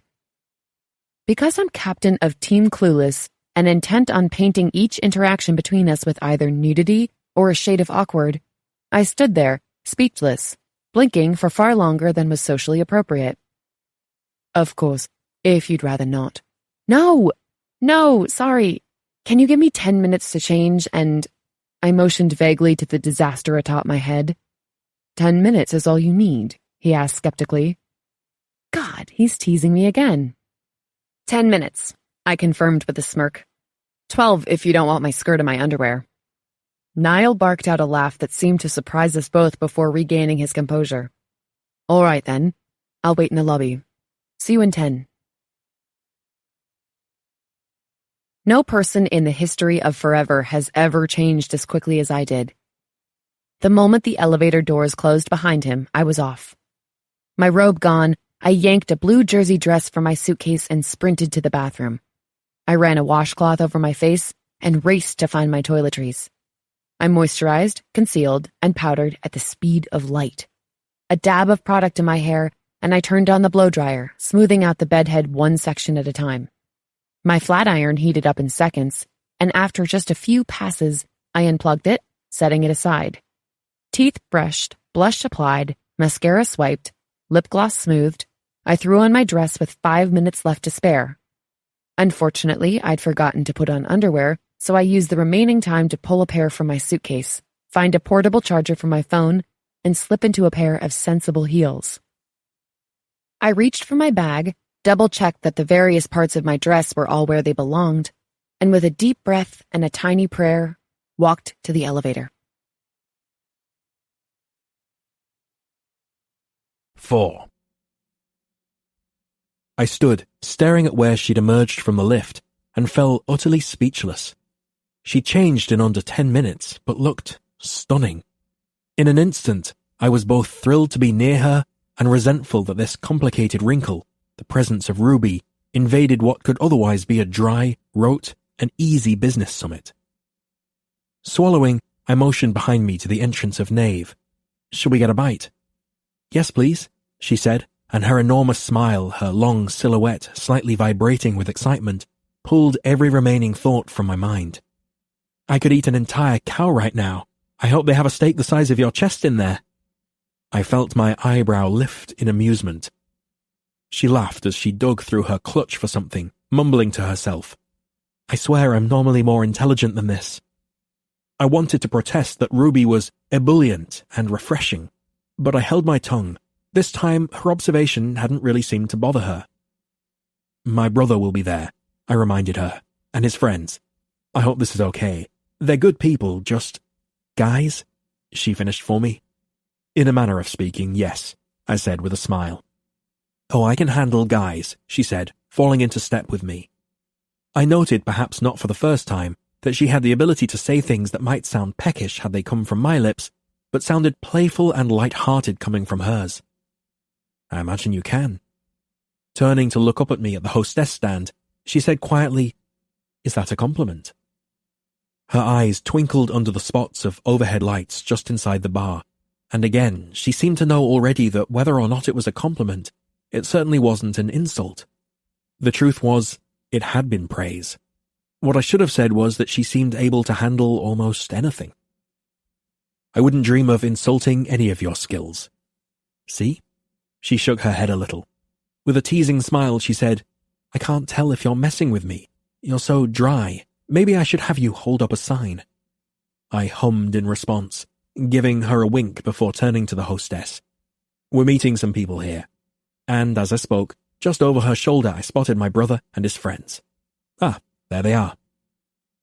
Without thinking, I took Ruby's elbow and led her to a table surrounded by low velvet couches and plush ottomans. Her arm was warm and toned, but once I realized how close to flirtation this had come, I released it. It was the way I would lead a date to a table, not a co-worker. Our approach was noted when we were still several tables away, and the men seated, Max, Will, Bennett, and George, stopped talking to watch us. Ruby was tall but slight in a sort of gangly way, but you wouldn't particularly dwell on it. Her posture was perfect, her chin always straight. She had the grace of a long-limbed woman just barely inside the door to adulthood. 4 pairs of eyes moved from Ruby's face down her svelte body to her feet and back up before turning to me with renewed brightness. Bloody hell. I knew without having to hear one word from his mouth what my wanker of a brother was thinking. I gave him a subtle shake of my head, but his grin only expanded. Everyone stood, greeting me and introducing themselves to Ruby in turn. Hands were grasped, names given, and pleasantries exchanged. A tangle of nerves clutched me. This no longer felt like a business dinner or even a social dinner with my mates. It felt somehow that Ruby was on display, that I was presenting her, that this was an introduction. I feel like I'm at a job interview, she said as she took her seat beside George on a red velvet sofa. All these suits. I swallowed, feeling my face heat in embarrassment and relief as I realized she hadn't shared my sense about the evening. We hadn't been flirting after all. I was rubbish at reading cues. The danger of Midtown, I'm afraid, Bennett said with an easy smile and waved down the waitress to come take our order. A gin and tonic, with as many limes as you can get in there, Ruby said, and then glanced briefly at the limited bar menu. And the prosciutto sandwich, please. A woman with a fondness for gin and tonics, my favorite evening cocktail. Christ almighty. Even Max caught my eye, brows raised as if to say, well, well, well. I'll have the same, I said, handing the waitress the menu, though 1 lime is fine. So how do you all know each other? Ruby asked Max. Well, he tilted his head toward me. This one's my younger brother, of course. Ruby smiled. I heard there's quite a gaggle of you. That's right, Max said with a small laugh. 10 of us.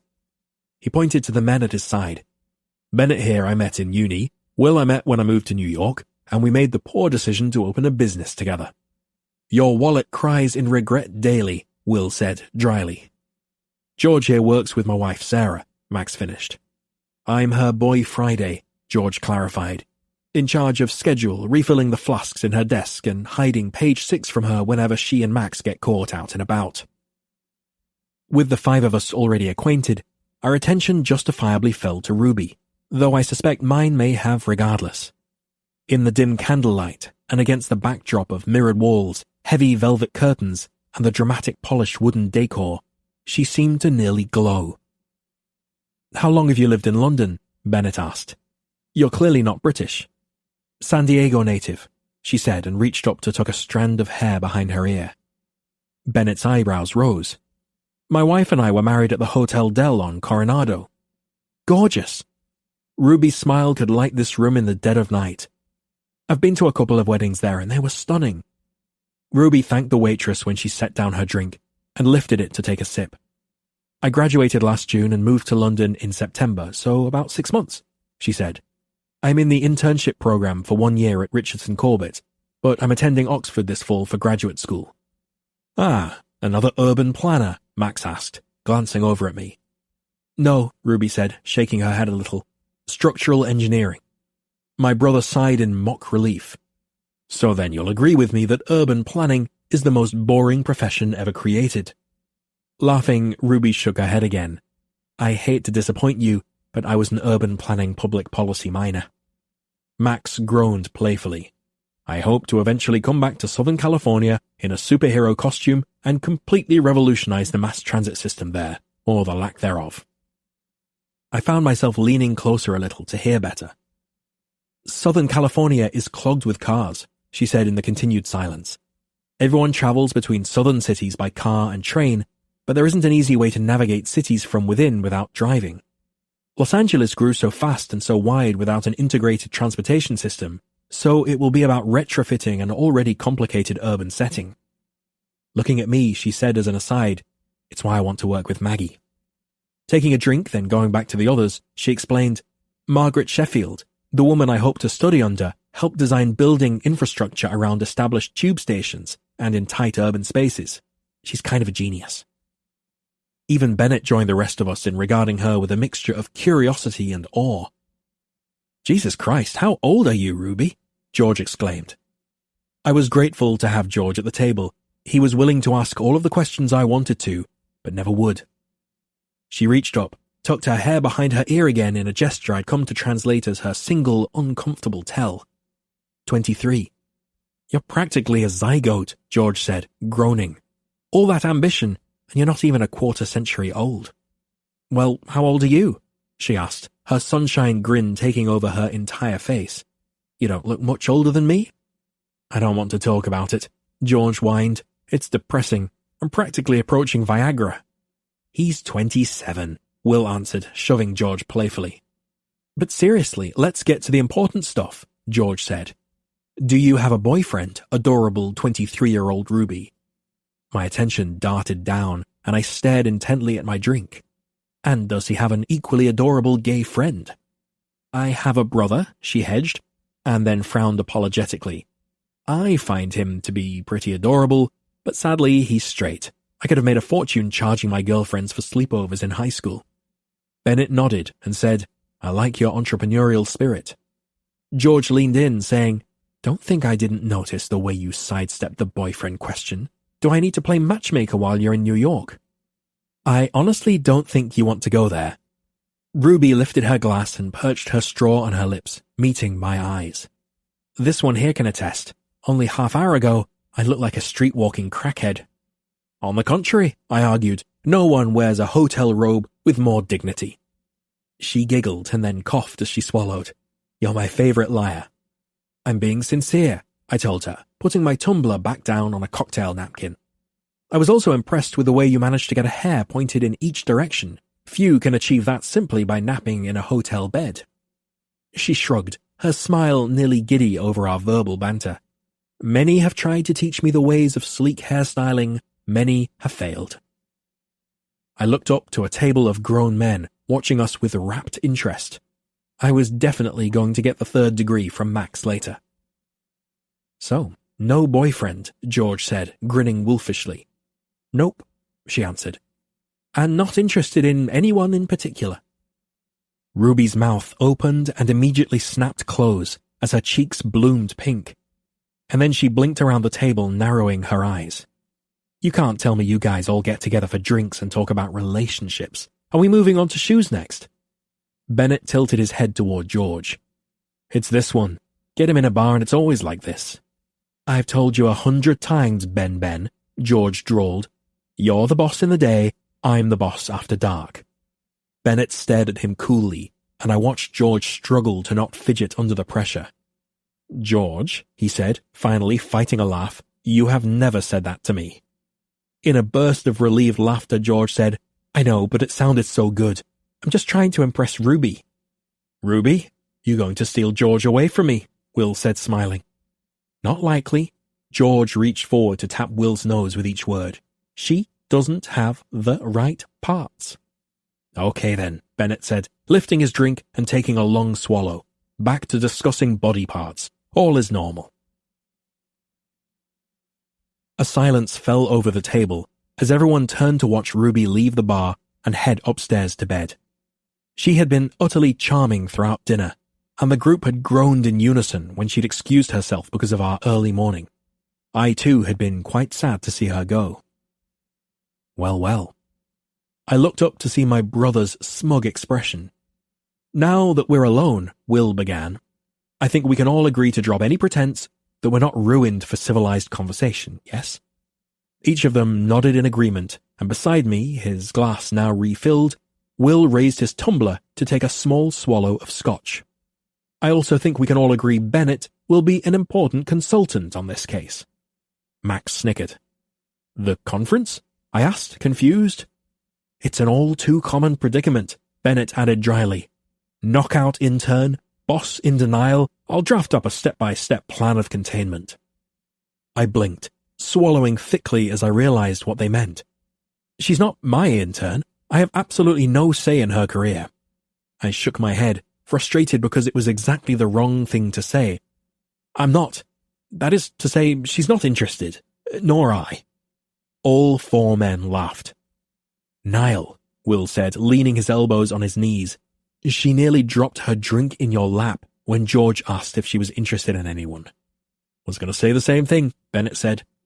And something tells me she'd be first to volunteer to clean it up, Will added. Well, maybe that's because she's interested in someone who works with us at RC. Yeah, you. Max lifted his glass and finished the last of the amber liquid.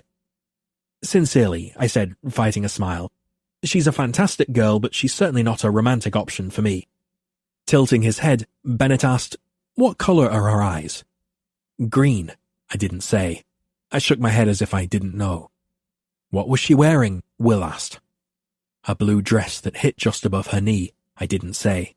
A delicate gold chain around her neck and a ring on her right ring finger that I had to resist asking her about until George bulldozed in and asked about a boyfriend. I rolled my eyes, and my brother laughed again, this time pointing his drink at me. Blokes don't notice these things unless they're interested. Or George, Will added, and George reached over to grab the back of his neck and try to pull him in for a kiss. Well, it's apparent I needn't think on this any further, I said. You've all decided for me. It's what we do, Will said, adjusting the skewed collar of his shirt as he settled back into his chair. It's a sickness, we know. I thought we'd lost that muscle, honestly, George said. It's a relief to know we still have it in us. The ladies will be so proud. Max rapped his knuckles on the table as he made to stand. Alas, I'd best be off. New routine. Sarah gets the baby to sleep. I do the midnight bottle feeding. Finally taking a bottle from you then. Guess you smell like a woman too, I said to Max, reminding him of the little dig he'd thrown my way on my last visit. Max laughed and patted me on the back, and we all stood, a silent agreement in place that we were ready to call it a night. I watched my brother gather his things and say his goodbyes, feeling the same mix of pride and longing for what he was headed home to. A wife, a daughter, a proper home. Kiss the girls for me, I requested as he made his way out of the bar. He waved a hand, retreating, and then disappeared from view. The hotel bar felt completely deserted, silent in an immediate way now that the four men had left. I wanted to put a better name to the longing I felt watching him go. It wasn't tinged with envy or bitterness over my own circumstances. It was that I'd realized when visiting Max and Sarah only weeks ago that I knew what I wanted. Stability, a wife, a family. But now I was so far behind. I'd never been great with change, and it was daunting to face the prospect of altering my expectations about life and my future post-divorce. I hadn't realized until now how I'd put off even thinking about what life looked like from here on out and how to make it what I wanted. I'd simply hit pause. For 7 months, I'd neatly ploughed ahead, diving into work, into footy and rowing on the weekend, the occasional evenings out with my mates, Archie and Ian. But to get what I wanted, I'd need to put myself out there and meet someone. And now, through the power of suggestion, from Tony, from Max and Will and Bennett, even George, or maybe simply from being in the presence of a hypnotically beautiful and sweet woman, my mind immediately wondered if Ruby could be the type of woman I'd date. But I didn't want to move toward Ruby simply because others thought I should, or because I had a space to fill in my life. Of course, I found her attractive, and, in the private spaces of my mind, could easily imagine having a go. Could I ever be in a relationship with passion and honesty, with a degree of loyalty I'd never felt from Portia? My loyalty had always been first to her, but hers had never wavered from her parents, leaving me a distant second. It hadn't struck me as off, but in hindsight, I knew it meant we would never have been able to be true partners in our marriage. In the past year or two, I'd come to realize I'd been resigned to Portia as my lot, simply because she carried so much of my history with hers. But despite my hesitation and oft-noted reserve, I was raised in a house of passion and children and the most absurd sort of adventure. Though I wasn't the one to pull the trigger on spontaneity and wildness, I needed it around me in the passive way that we also need air or warmth. Ruby's mischievous face lingered in my thoughts as I took the lift to our floor. It seemed as though she was placed in front of me at the perfect time. Not necessarily so I could approach her romantically, but so I could gain perspective on how many different types of women were out there, and that they weren't all like Portia. The process of splitting up a shared life with Portia into 2 separate ones was an excruciating, gradual process. First it was the flat. With almost no discussion, we decided it went to her. Next, it was the car, also hers. She kept the dog, the furniture, and a sizable portion of the savings. I let it all go, strikingly unburdened. Portia was my first kiss, my first love, my first everything. Married at 19, I'd believed in staying married despite misery, unfashionable as that view might have been. It was simply that, one day, our misery reached a point where I could see no point to it. I couldn't see her being passionate with me ever again, and for myself as well, our lovemaking had long since taken on a sort of mechanical, transactional flavour. There had been no mention of children in years, and to be fair, I was unable to imagine Portia ever loving her children the way my mother had loved us, with enthusiastic kisses planted to our bellies and constant physical reminders of motherly adoration. Now, months away from the divorce, I wondered how I'd ever imagined a life with her, clean, cold, everything in its place. In the end, our divorce had started over something as innocuous as a rescheduled lunch. I'd received notice of a meeting that would run into the time where we were meant to arrive at the restaurant midday. Portia often worked from home, but an hour of flexibility turned out to be too much to ask. "Did you ever consider my day?" she asked. "Do you ever consider what I put aside to spend time with you?" I thought back to the romantic holidays she'd cancelled, and the anniversary dinners she had missed because she stayed late at a friend's flat and forgot, or once extended her girl's holiday for another week simply because she was having too much fun to come home. "I endeavour to," I told her. "But you fail, Niall, and honestly I'm sick of it." Being Portia, she needed to have the last word, and in that moment, with a sharp clarity I hadn't expected, I was fine with that as the last word. I simply wanted out. "I understand, Portia. You can only do so much." She'd startled slightly at the use of her given name. I'd only ever called her Love for years. "That's just it," she said wearily. "Niall, I'm swamped. I simply can't live my life and carry the weight of all this as well." "All this," she said, meaning us. Meaning the burden of a loveless marriage. She looked up at me, eyes moving across my face, down my neck and to where my hands were comfortably resting in the pockets of my trousers. I could never escape the feeling that, when she looked at me like that, she was comparing me to someone else, to someone more posh, less tall, more American, less patient with her. After what felt like minutes of ticking silence, she spoke again. "We aren't," she began with exquisite understatement, "very natural together anymore." And that had been it.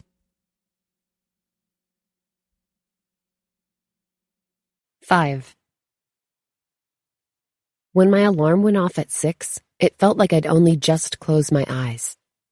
From beneath my pillow, I could tell the room was still dark. Even so, I could hear the echo of horns from the city outside, the bustle of people up and down and already braving the chilly morning, on their way to work, or school, or whatever adulting they had to do. I rolled to my side, doing the mental calculation of how many more times I could hit snooze and not be late, when I remembered exactly where I was, who I was with, how much fun I'd had last night, and whose bed was likely just on the other side of mine, separated by nothing more than an insignificant, paper-thin wall. He could be in bed right now. I closed my eyes and let myself imagine that, and suddenly, getting ready for a day spent with him felt way more important than sleep. I leapt out of the bed and raced toward the bathroom, careful to avoid any and all mirrors along the way. Today would be my first day of the summit. My first day working alongside Niall Stella, learning and being a part of what he did, not just a moving piece in the periphery. And after last night, I saw him so differently. He was still the man who preferred to remain at the perimeter, watching and taking note of what was said and how, but he'd also been this relaxed and funny guy, with a bunch of other guys just enjoying a drink in a bar. He could unwind, be social, laugh at himself and others in his gentle way. He'd teased me again, in front of his brother, his dark eyes shining with amusement and fondness. I felt my stomach swoop low, my heart trip in my chest as I remembered. Would he be like this the entire trip? And if he was, how would I manage to keep from falling at his feet, professing my love? Gah. I could name at least 100 ways in which I could screw this up on a normal workday. But today, tired and suffering the effects of jet lag, who knew what could happen? I could practically feel the heavy bags under my eyes, but even so, a jolt of adrenaline surged through my veins. My heart raced when I imagined us working so closely together today, both of us bent over a file on the table, our shoulders side by side, and his soft hair falling down over his forehead. This was going to be a train wreck for sure. Food was the last thing on my mind, but I needed to bring my A game today. I ordered room service and was thrilled to hear the little doorbell only minutes after I stepped from the shower. The scent of breakfast wafted in from the hallway, and any thought of not being hungry flew right out of the window. I raced to the door, stopping to double-check the modesty of my robe before I let the waiter in, because it was far too early to find the humor in any accidental wardrobe malfunctions. I signed the bill and was just closing my door when Niall Stella walked down from the elevators. Holy hell, he had been to the gym. Good morning, Ruby. Stay cool, Ruby, you've got this. Morning. You're up early, I said. The number of times I'd seen Niall Stella sweaty. 1. I tried to covertly look him over, but subtlety was a wasted effort. I thought Niall Stella knew how to wear a suit, but he wore t-shirts like it was his life's calling. I wanted to pray at the altar of his dark, sincerely tight blue shirt. He wore it so unselfconsciously, so unironically. Knowing him, he picked it out for some complicated aerodynamic reason. And holy Lord, did it do wonderful things to his chest. His posture was straight, stomach flat, and chest defined and bulkier than I'd expected. He wore what looked like soccer shorts, and his legs were just as muscular as I'd imagined. Seeing him like this, I was struck by his height all over again. I'm on the tall side, and I'd never been around a man who made me feel so tiny and feminine. This close to him, and with the clean scent of his sweat between us, I was starkly aware of my curves, my mouth, and how he towered over me by several inches. Without effort, everything about him was so dramatically masculine. Room service delivery of Fritos, he teased, and motioned to my robe. I looked down and laughed. I was planning on wearing this for the rest of the month. Hope that works for you. I tugged on the tie and watched as his eyes followed the movement. Sweet Lord. I wanted to reach out and drag him to me, using the neck of his shirt to pull him down on the bed. Or maybe I could wrap the sweaty hem of it around my waist, use it for leverage while he fucked me from behind. Oh, I felt my cheeks grow warm. He leaned a broad shoulder against the wall, facing me.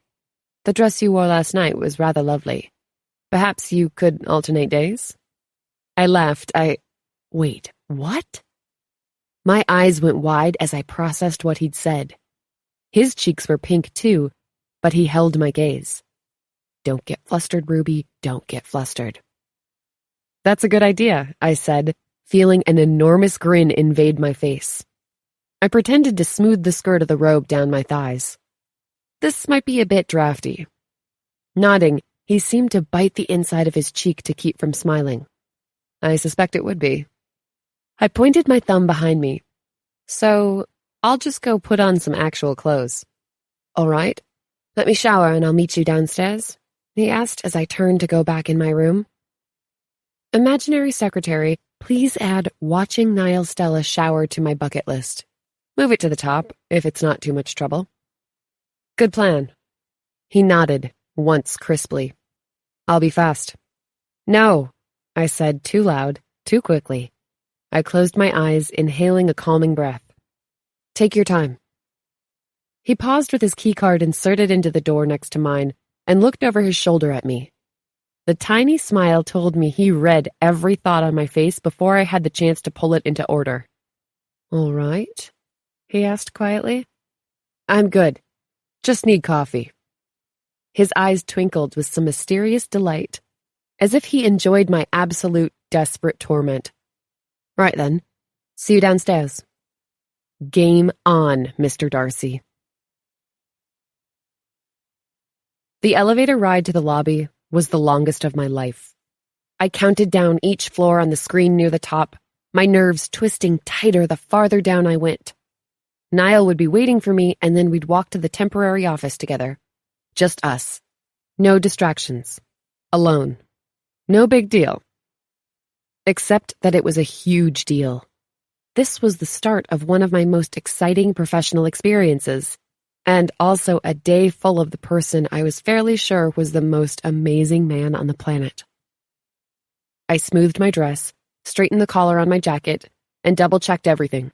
Purse, laptop, cell phone, ass, and underwear covered. Despite my nerves, I was still tired.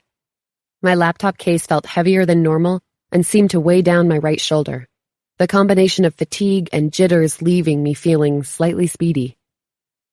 I checked my reflection again in the gleaming doors, suddenly questioning my outfit. It would be cold out, but likely too warm in the office, where the heat would be turned up to compensate for the March chill. I'd chosen knee-length boots with a reasonable heel. They would double as both comfortable to walk in and warm enough should our day find us venturing out into the city and down one of the many subway stations we'd been monitoring. I had every file and report I would need printed out. I was ready. And yet, still terrified. I reached the lobby and looked around for Niall, but I didn't have to look long. He was behind me, back near the registration desk, and help me Jesus, because paired with the overcoat he had slung over his arm, his suit was straight-up business porn. Holy shit, you wear a suit well. I'd thought those words 100 times over the last few months. Thousands. I'd said them under my breath as I'd passed him in the halls, and it was possible I'd had more than one X-rated fantasy that started out with those exact words. But never, not in any of them, did he swallow, looking down at the length of my body, and reply with, I suspect you wear everything well. And then immediately look like he wanted to shove the words back into his mouth and die. Pardon? When I was little, I had an Etch-a-Sketch. I spent hours staring at that red frame and flat gray board, pulling it out to doodle whenever my bus was late or while entertaining myself on a drive home. Most people drew pictures or played games, but I was obsessed with drawing my name and perfecting the art of getting each letter down without seeing the line where they connected. My mom would tell me to draw something else, that I would burn the image of those letters into the screen if I continued to do the same thing over and over. And she was right. Eventually, No matter how many times I shook the board, hoping to clear the image, a ghost of the letters still showed on the screen.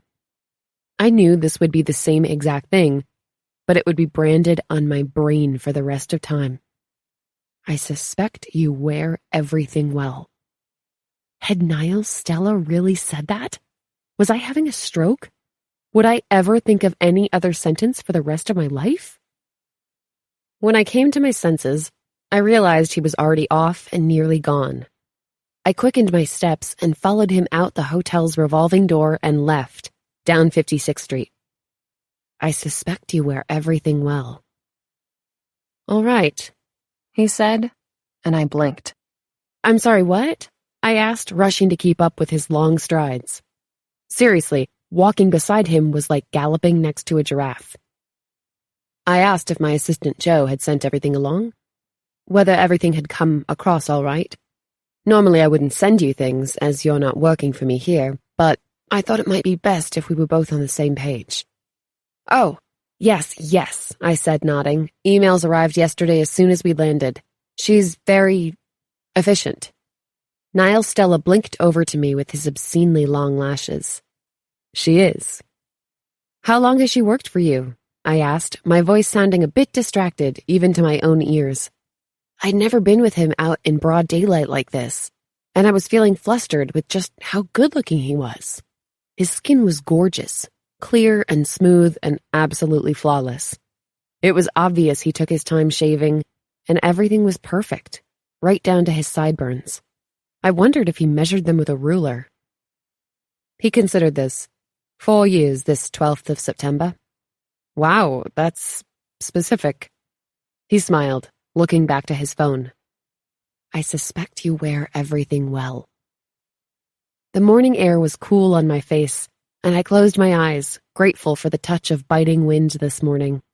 It helped clear my head as we covered the first block and turned right onto Avenue of the Americas. Only now did it occur to me that this was my first morning in New York City.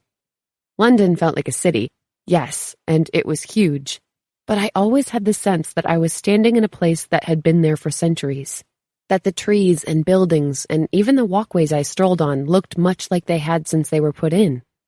New York clearly had its older buildings, but many things were modern and new, steel and glass that stretched to the sky. It seemed to be in a constant cycle of rebirth. Scaffolding lined much of the sidewalks, and we simply walked under it or followed the signs that led us around. I tried to use this time to go over what might be waiting for us today, setting up meetings with the local officials, getting the complete schedule of all the different speakers, and compiling a list of which stations were most in need of repairs. But I couldn't focus, and each time the sound of traffic dulled and my thoughts finally started to string together, Niall would walk around someone and brush my shoulder. Maybe notice a loose board in a construction walkway and touch my forearm while pointing it out in warning. We'd walked 5 minutes, and if someone had asked what I'd been thinking about, I would have stuttered out some unintelligible nonsense and laughed awkwardly. We reached the corner and waited for the signal to walk. Niall pocketed his phone and stood a respectable distance away from me, but close enough that the arm of his jacket brushed against mine when I hitched my bag higher on my shoulder. The morning was cold, and each one of his exhales sent a little puff of condensation out into the air in front of him. I had to force myself not to stare at his lips and the way his tongue peeked out to wet them. When the light changed, the crowd moved in front of us, and I felt the press of his palm on the small of my back, urging me forward. His hand on my lower back, just inches away from my ass. And if he was going to touch my ass, it was basically the same as him touching me between my legs. So, yes, my brain reacted like Niall Stella was touching my clit, and I nearly tripped and sprawled flat in the intersection. We reached the sidewalk on the other side, and he seemed to make a conscious effort to slow his steps. You don't have to slow down, I told him. I can keep up. Niall Stella shook his head. Sorry, he asked, feigning innocence. So, 1, he was trying to be polite and not point out the fact that my far shorter legs were struggling to keep up with his. And 2, he was a terrible liar. You're like 8 feet tall with legs that are twice as long as mine. Of course you'd walk faster than me. But I can keep up. I promise not to slow you down. A hint of blush warmed his cheeks and he smiled. You were nearly falling down there for a moment, he teased, motioning behind us. My heart was racing, and it had nothing to do with sprinting down the streets of New York. I was trying to be smooth and pretend that didn't happen, I said, laughing. I was glad he kept his eyes forward, because my grin was so wide it was about to crack my face in half. Forget the fancy shoes. Next time, I'll wear my Nikes. Those aren't bad, he said, nodding toward my boots. Quite nice, really. I remember Portia would wear the highest heels, even when we'd travel. He paused, glancing over to me as if just realizing I wouldn't know any of this. Sorry, won't bore you with the details of all that. Whoa, what? Even in profile, I could see the way his brows drew together in a frown. He clearly hadn't intended a stroll down memory lane, but I couldn't deny the secret, dark part of me that delighted in the slip. That he'd let himself get into that comfortable place where he'd let his walls down, just for a moment. Portia was your wife? I asked, keeping my tone conversational, light, definitely not showing that I was hanging on his every word. He'd mentioned her on the plane, but hadn't ever said her name. We walked a few more steps before he nodded, but didn't add any more. I'd only seen the ex Mrs. Stella in passing, but hadn't known it was her until she was gone, and it was too late to scrutinize every detail. I'd heard stories, little bits here and there, but never much. There seemed to be some kind of unspoken rule about gossip in the office. A little is encouraged, but too many details would just be poor taste. We passed a trio of beautiful bronze and verdigris green headless statues in front of a towering skyscraper, one set on one side of the building and 2 on the other. Those are supposed to represent Venus de Milo, I said, pointing them out. They're called Looking Toward the Avenue. He followed my gaze. But they have no heads, he noted. They aren't looking anywhere. I hadn't really thought of that, I said. Lovely breasts, though. Niall made a sound as if he was choking. What? I asked, laughing at his expression. They are. The city actually gets a lot of complaints about them. The breasts or lack of heads, he asked. Maybe both? How on earth do you know all this? You said you'd never been here before. My mother had this sort of romanticized fascination with New York. I could be your tour guide and bore you with lots of random stuff. That sounds like an amazing time, he said, but his tone was strange. Was he being sarcastic or... Oh my God. I stopped dead in my tracks, and Niall Stella had to turn. What is it? He asked, looking on ahead, as if he could make out whatever had caught my eye. Is everything all right? Radio City Music Hall, I gasped, continuing with quicker steps now. Iconic, he agreed with a hint of amused confusion in his voice, easily keeping up with me as I practically sprinted closer. They do a Christmas show here every year, and my mom is going to die that I'm this close. My gloves made it nearly impossible to grasp on anything as I fumbled in the pocket of my jacket in search of my phone. Will you take a picture of me? You'd have thought I just asked him to draw me in the nude. I can't, he said, and then shook his head, looking around us. What I mean to say is, we can't just stand here. Why not? Because it's... He didn't say undignified out loud, but his face was screaming it. I looked around where we stood, at the scores of people doing the very same thing. Nobody's paying any attention to us. We could probably make out on the sidewalk and people would just walk right by. His eyes grew wide before me, and he sighed and pulled out his phone. I'll do it on mine and send it to you. Your case is covered in hideous girly rhinestones. A tiny smile pulled at the corner of his mouth. Look at me. I'm far too masculine for such a thing. I'd had a taste of it last night, but I was still blindsided seeing it again. Niall Stella was polite, brilliant, refined, and contained, yes. But Niall Stella was capable of being a guy, and he was a total flirt. I knew I was pushing my luck, but damn, he looked so cute standing there, a sea of tourists rushing by while he opened the camera app. He might have been protesting, but the expression on his face when he snapped the first picture made him look a little charmed. "Right," he said and turned the phone to show me. "Quite lovely. Okay, now you come here." He crossed toward me and I took his phone, examining the photo. "Let's get one together," I said, holding his phone out in front of us. "What?" he started to say, but thought better of it. "Your arms aren't long enough."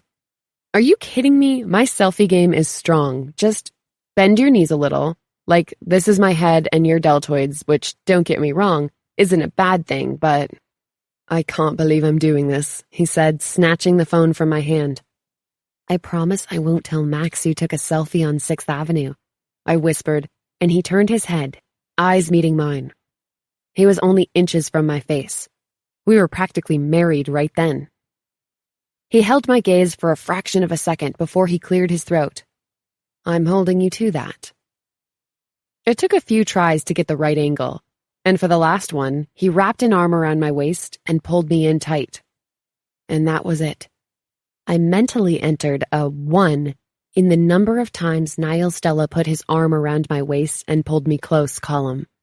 I knew right then what it would feel like to celebrate Christmas and birthdays and a job promotion and have the best orgasm of my life all at the same time. He looked at the photo and turned the screen so I could see. It was a good picture. Fucking great, actually. We were both smiling. The camera caught us mid-laugh as he tried to snap the photo with his glove still on. "What's your number?" he asked, looking down at his screen. I watched as his cheeks grew redder than they were already from the sharp, cold wind. I recited it, watching as he typed. He hit send and smiled up at me. A little shy, a little playful, a little something else I wasn't sure I was ready to believe. In that moment, he didn't look anything like a vice president, an intimidating ultra crush, or a man who finished school before he was 20. He just looked like a beautiful guy, outside in the city with me. In the pocket of my coat, my phone buzzed. I tried not to think about the fact that he now had pictures of me, and of the two of us together on his phone.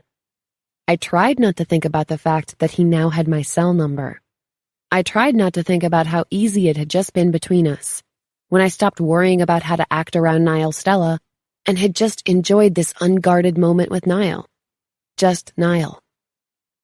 As he pocketed his phone and motioned for me to follow him to the crosswalk, I noted his enormous grin. I tried not to think about how he looked pretty thrilled with all of this, too. Our temporary office was on an empty floor of a large commercial building. The entire suite had been rented as a temporary office space for visiting consultants by the Metropolitan Transportation Authority. It's true, beggars can't be choosers, but honesty time? Our office was the size of my hotel shower, and the heater was clearly cranked up to Sinner's Inferno. The window had been permanently painted shut, and we figured that out only after Niall struggled with it for a good 5 minutes. He definitely had my attention the entire time. His broad back demanded a separate billing. Niall Stella and the deltoids. "I suspect you wear everything well." Too small an office meant Niall was mere feet from me all day, making it nearly impossible to concentrate on even the smallest task. And too hot meant that within an hour of arriving, he'd removed his suit jacket and, after much visible consternation on his part, loosened his tie and unfastened the top button of his shirt. He'd also rolled his sleeves up his forearms. If I could, I probably would have ratcheted the thermostat up another 10 degrees to get a peek at his bare chest. See also, why I should never be in charge. I'd never seen his forearms before, a giddy check in the number of times I've seen Niall Stella's bare forearms column, and, as expected, his skin was perfect. Arms toned and wrists tapering into long, slender fingers. As covertly as possible, I watched the ticking of muscles when he typed, the way they flexed in sequence as he spun a pencil around his desk when he was thinking, the way the tendons in his hands tightened as he drummed his fingertips on the arm of the chair. Niall Stella was a fidgeter. We didn't talk much as we worked at our respective desks, sifting through the boxes and setting things up. For lunch, we stepped out, stopping at a vendor selling hot dogs from a stand on the corner. This took some persuasion on my part. "You go to the one with the longest line," I explained, patiently waiting my turn. "Don't you ever watch the Food Network? See how there's a huge wait for this one and only 2 people in line for the one across the street? The short line hot dogs are probably made out of feral cat." He sighed, muttering something in his posh accent about how he'd probably be dead by the end of the day, and throwing a, "You call these chips," in there too. "How does your brother survive in a city with such meager offerings?" I teased. "No idea." "What are you doing?" I asked, stopping him as he went to put some fancy vomit-colored mustard across the bun. It had seeds, for God's sake.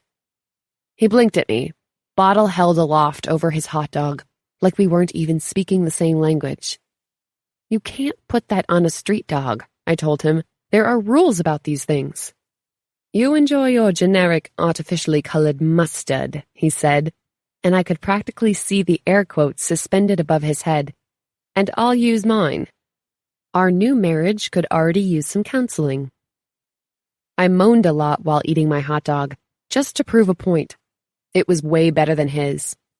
He closed his eyes in suppressed amusement, shaking his head at me. "You know," I said after swallowing a giant bite, "if I didn't occasionally catch you smiling in that little secret way you have, I might assume you were either the most disciplined emotional being on the planet, a replicant, or Botoxed." "It's Botox." He took an enormous bite of his hot dog. "I knew it," I said. "You can barely hide your vanity." He choked, laughed, and reached to steal the napkin I had in my hand. "Too right." We returned to the office, but with the phone lines not working yet and the heat, I may at one point have complained that I was melting, nothing was really getting done. Meetings started the next day. We'd unpacked a few boxes of files, but both seemed distracted, for different reasons, I'm sure, and by 2 that afternoon, he was already packing his things up to go. Niall had plans he needed to look at and phone calls to make, all of which he could take care of in the hotel. We walked back in silence, on the opposite side of the street from Radio City, but I could have sworn I saw his lips twitch the tiniest bit as we passed. The next morning, I woke before my alarm clock, anxious to start the day and, because I'm pathetic, walk to work with a certain someone. But there on my phone, next to a text from my brother and 3 from Lola, was one from that someone. "Take a car and go on without me. I've a few things to do and we'll be there later." The hope inside my chest crumbled like a dry cracker. I replied that I'd see him there and then walked the few blocks instead of taking a car, choosing a different route and taking a few photos for my mom along the way. When I reached the office, it was still sweltering, and I sent a silent prayer of thanks for the short sleeves I'd worn and that I'd been smart enough to ditch my Spanx. It wasn't like there was anyone I needed to look marginally slimmer for anyway. It was boring as hell being there by myself, but the phones were working, and I was finally able to get some work done, assure Tony that we were here and everything would be up and going soon, and meet a few of the other people sharing the offices with us. Niall showed up around noon, his arms full as he walked into the office. He unloaded everything on his desk and chair, and I watched him with curious eyes. "Morning," he said, hanging his coat on a hook near the door. "Or afternoon, rather. Still hot as Hades in here, I see. I've called someone, and they'll be here to fix it tomorrow, but you're lucky I kept my pants on." "Debatable," he mumbled. Or at least I thought he did. "Pardon?" He ignored this, putting a large shopping bag on his desk and getting distracted by whatever he had inside. He wore his glasses today. Good God. On anyone else, those particular frames, dark rims and a thin band of chrome slicing down the arms, would communicate a certain carefully crafted designer individuality. But I knew Niall Stella dressed impeccably because he bought the best, and probably had a really picky perfectionist tailor, not because he paid much attention to trends. "A woman picked out your frames?" I said, pointing to his face. He looked up from his bag, setting a folder down on his desk and looking confused. "I'm sorry?" "A saleswoman picked out those frames. You walked into the store, She descended in milliseconds because... I glanced down his body in a gesture meant to communicate. I mean, obviously. And she insisted on finding just the right pair for you. He studied me for several breaths and then lifted his gigantic, splendid Niall Stella hand to lower his glasses and asked, "What does this mean?" While repeating my gesture, his eyes on my body, his mouth suppressing a little smile. "It means a hot man in a suit walks into a store and he doesn't have a wedding ring? Like a starter pistol to a greyhound." "How do you know that when I bought these I wasn't wearing a wedding ring?" He was testing me. He was amused. Holy shit, Niall Stella was still being flirty today. "You're suggesting my sleuth skills are subpar? That I don't know your timeline? I thought we established early on that my creeper dial goes up to 11. His eyebrow twitched in a tiny, "Well? You got those new glasses in November." He waited for the last piece of information, the one that made me sound completely insane.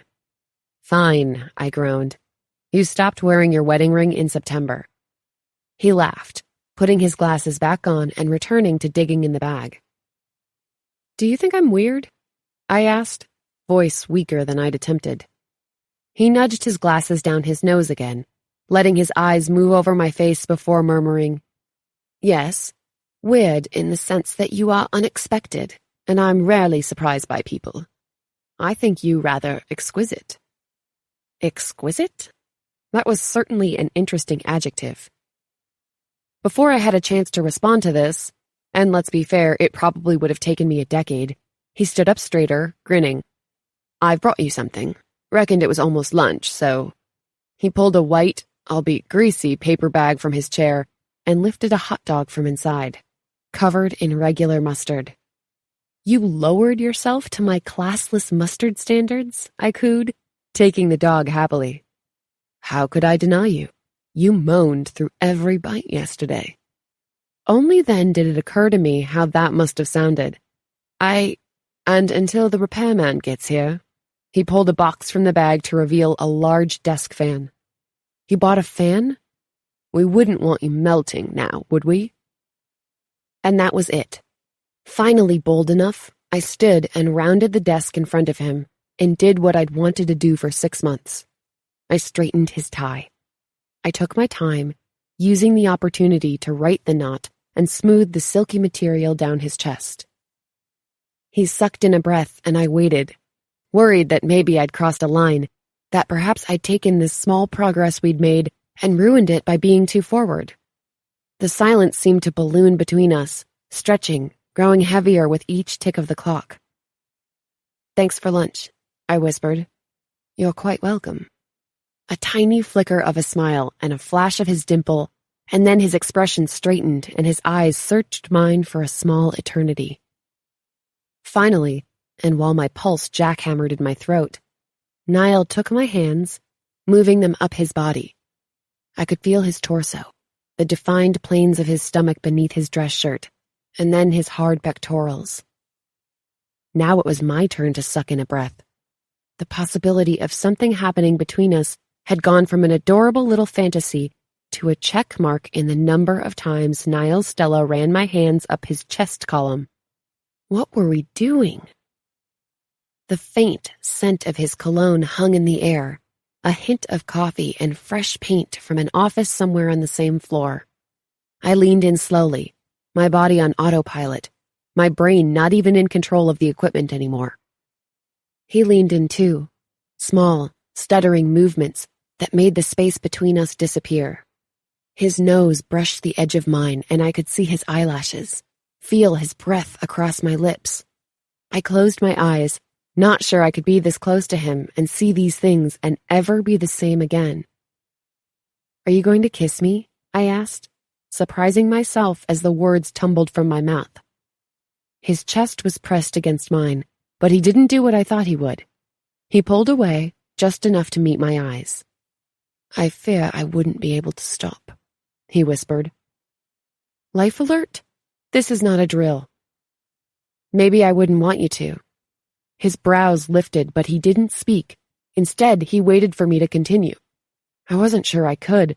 But eventually I managed, "I've thought about this exact moment and what I would do or say."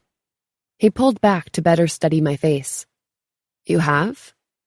Closing my eyes, I admitted, "For months now."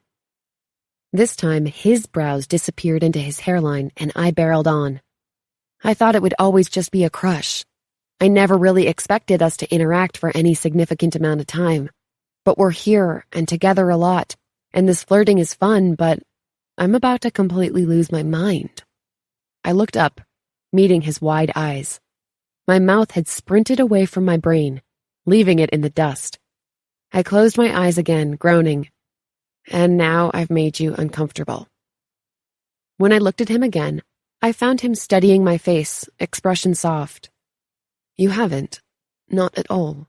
I'm just unaccustomed." "Unaccustomed to girls admitting they have crushes on you?"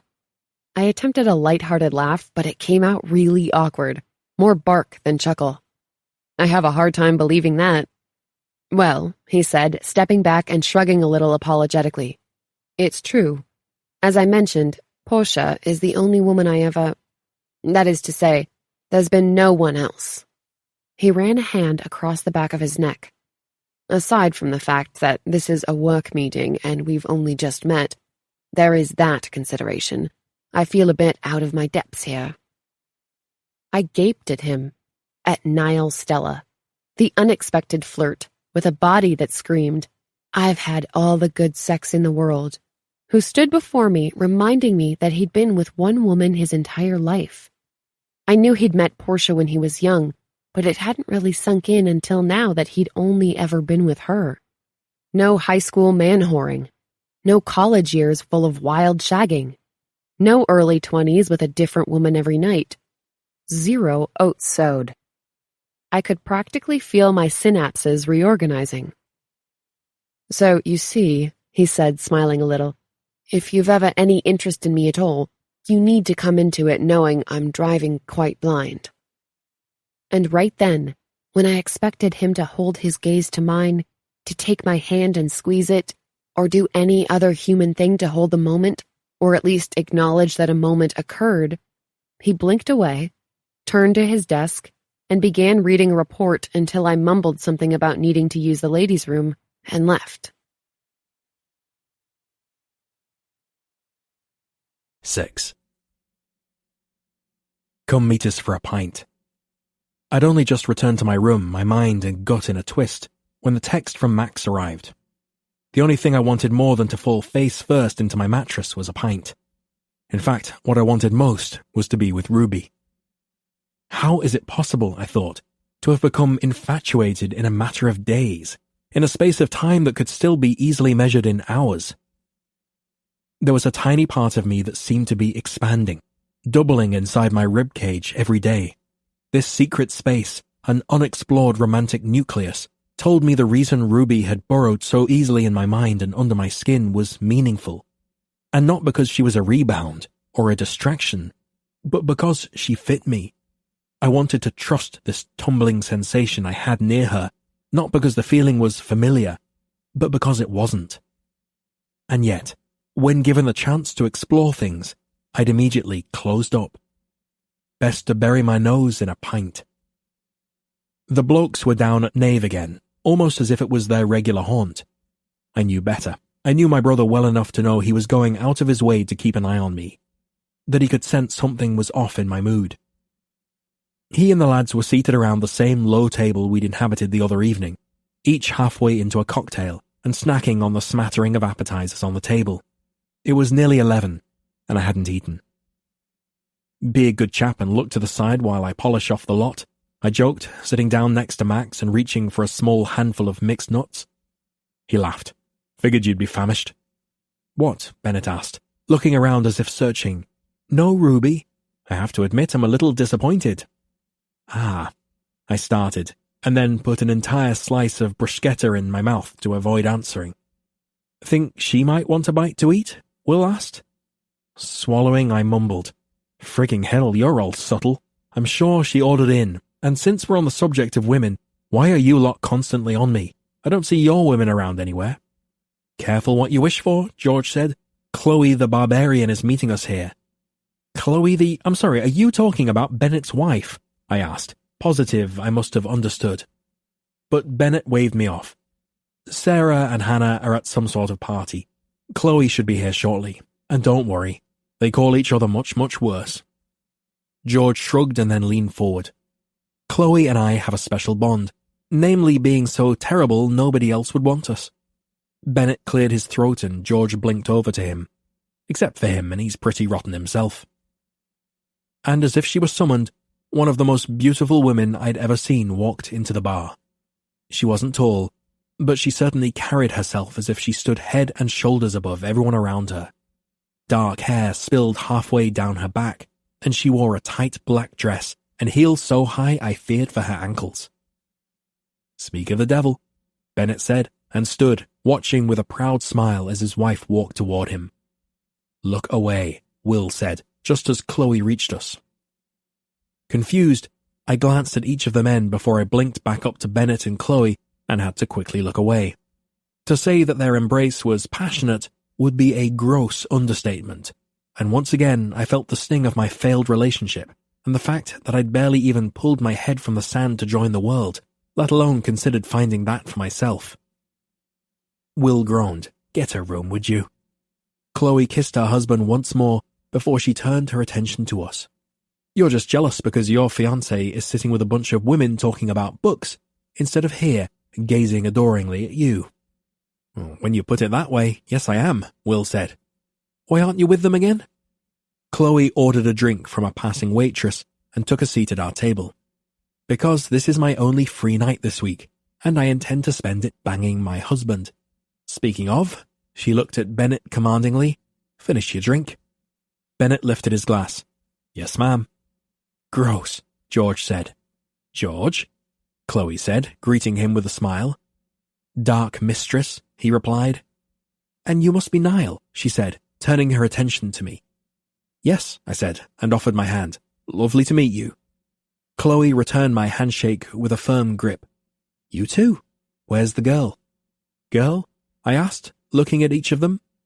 Chloe smiled, and I had to admit the effect was quite stunning, if somewhat frightening. I could only imagine the terror this woman could inflict on a poor soul when she put her mind to it. "I assume she's talking about your Ruby," Max said. "She is not my Ruby," I corrected. "Sure she isn't," Chloe said. "That's what they all say." As I was busy choking on a bite of truffle tater tot, the realization settled in. I'd nearly kissed her at work. "Right, you all settled this the other night." "Course we did," George continued. "You're the only one who was confused. You turn into a robot around her." "To be fair, he's always a bit of a robot," Max cut in. "Cheers, mate," I mumbled sarcastically. Funny how I'm the only one here who seemed to be in the dark about it.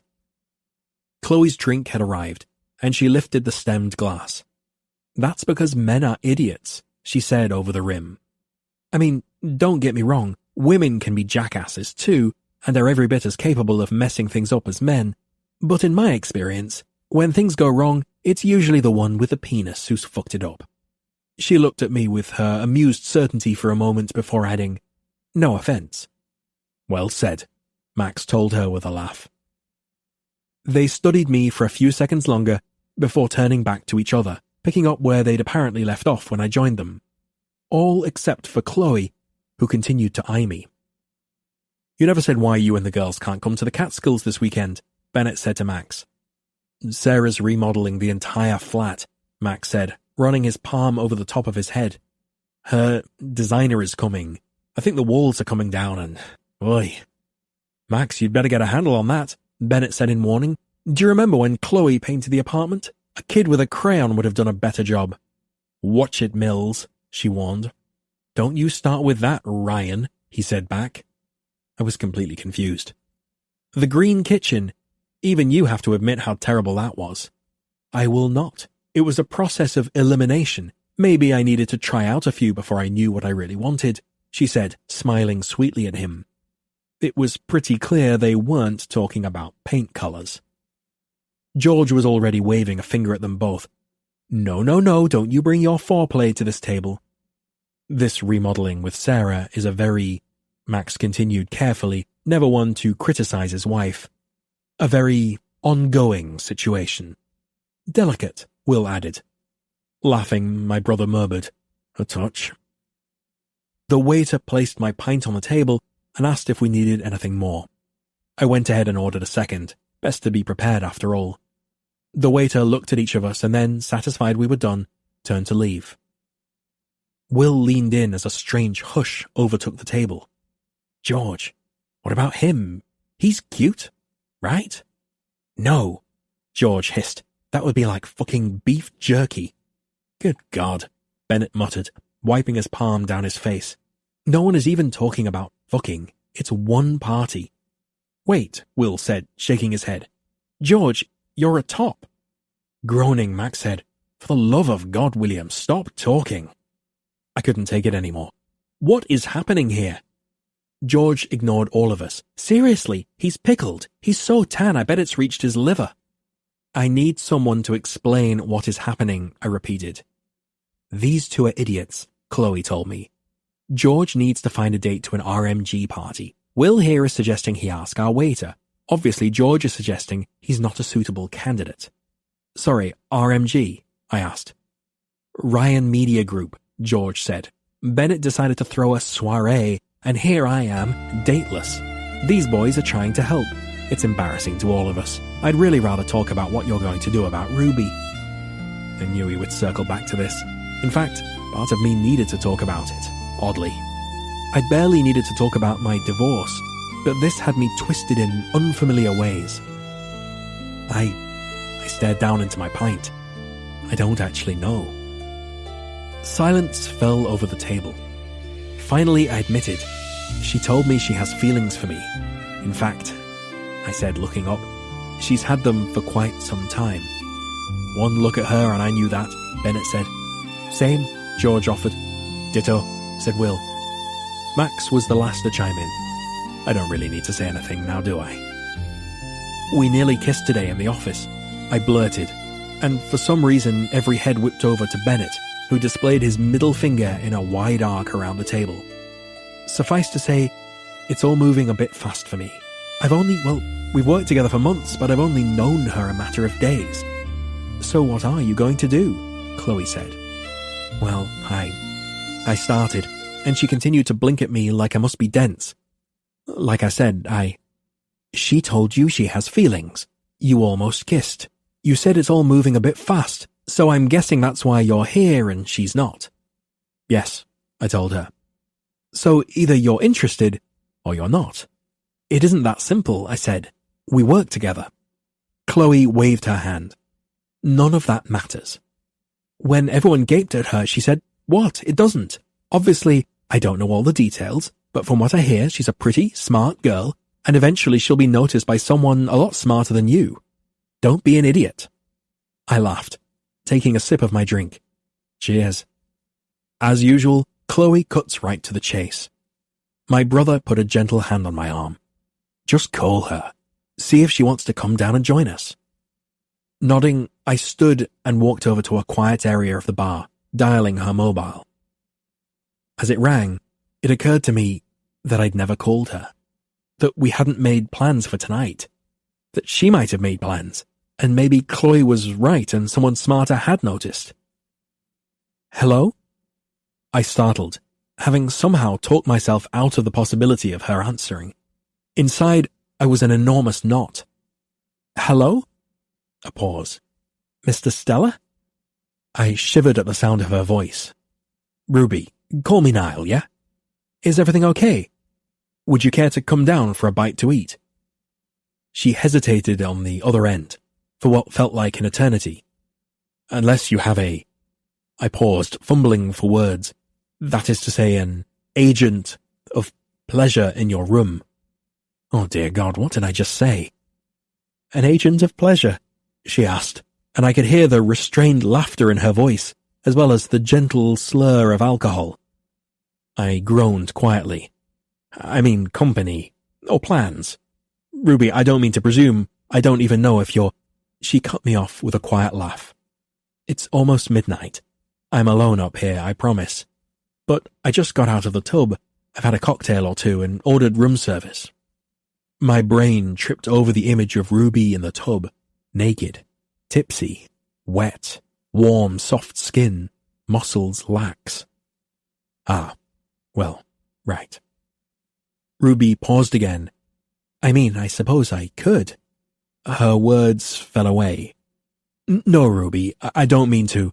I just wanted to make sure you'd eaten. It was a long day and I closed my eyes, murmuring.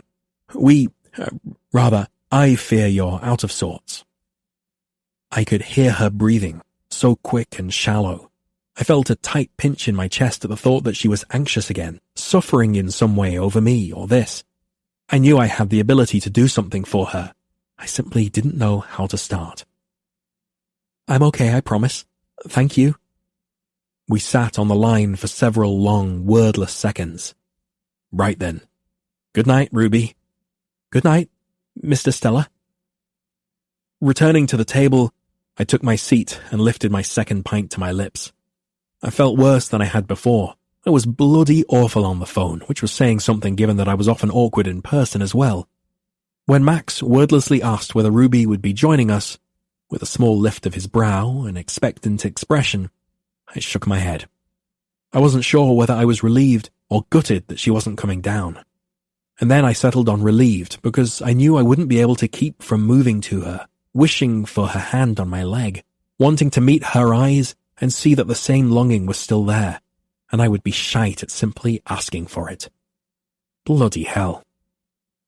Bennett and Chloe had left, chased off by George, who said he'd rather light himself on fire than watch the two of them make out. I ordered a gin and tonic, then another, contributing to the conversation before eventually becoming lost in my own jumbled thoughts. I went from tangled to calm to tipsy, finally convincing myself it was a good idea at 1 in the bloody morning to go upstairs and see her.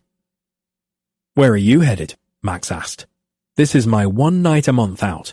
No sodding way you're cutting out early. Meetings all day tomorrow, mate. Good night. I ignored their catcalls and continued on to the elevator, to the 10th floor, to the door that led to her room. My knuckles landed heavily on the wood. Jesus, even my knock sounded drunk. After a few tense seconds, the door opened, and Ruby stood before me in a tiny pink silk tank top and matching shorts that barely covered her. Dear God. She weaved slightly against the door. Everything okay, Mr. Stella? I cleared my throat once, and then again. Bloody hell, do you always sleep in that? Yes, she said, and I could hear her smile when she added, unless there is an agent of pleasure in here with me. Finally, I could tear my eyes from the sight of her breasts, bare beneath the camisole. You love to tease me. Her tongue slipped out, wetting her lips. Yeah. I stood at the doorway, feeling like I must be looking at her the way a man would look at a woman he desired if he hadn't had dinner, or sleep, or masturbated in days. Do you want to come in?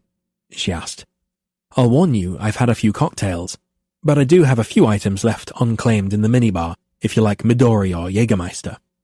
I shouldn't touch you, I blurted and immediately squeezed my eyes closed. Sorry, I've been drinking as well, and... Opening my eyes, I looked at her face. She was smiling, looking relieved. I don't know why I'm here. I couldn't stop thinking about what happened today and how much I wanted to see you, but I really shouldn't touch you, Ruby. I could see her pulse in her neck. I could tell that she was trembling.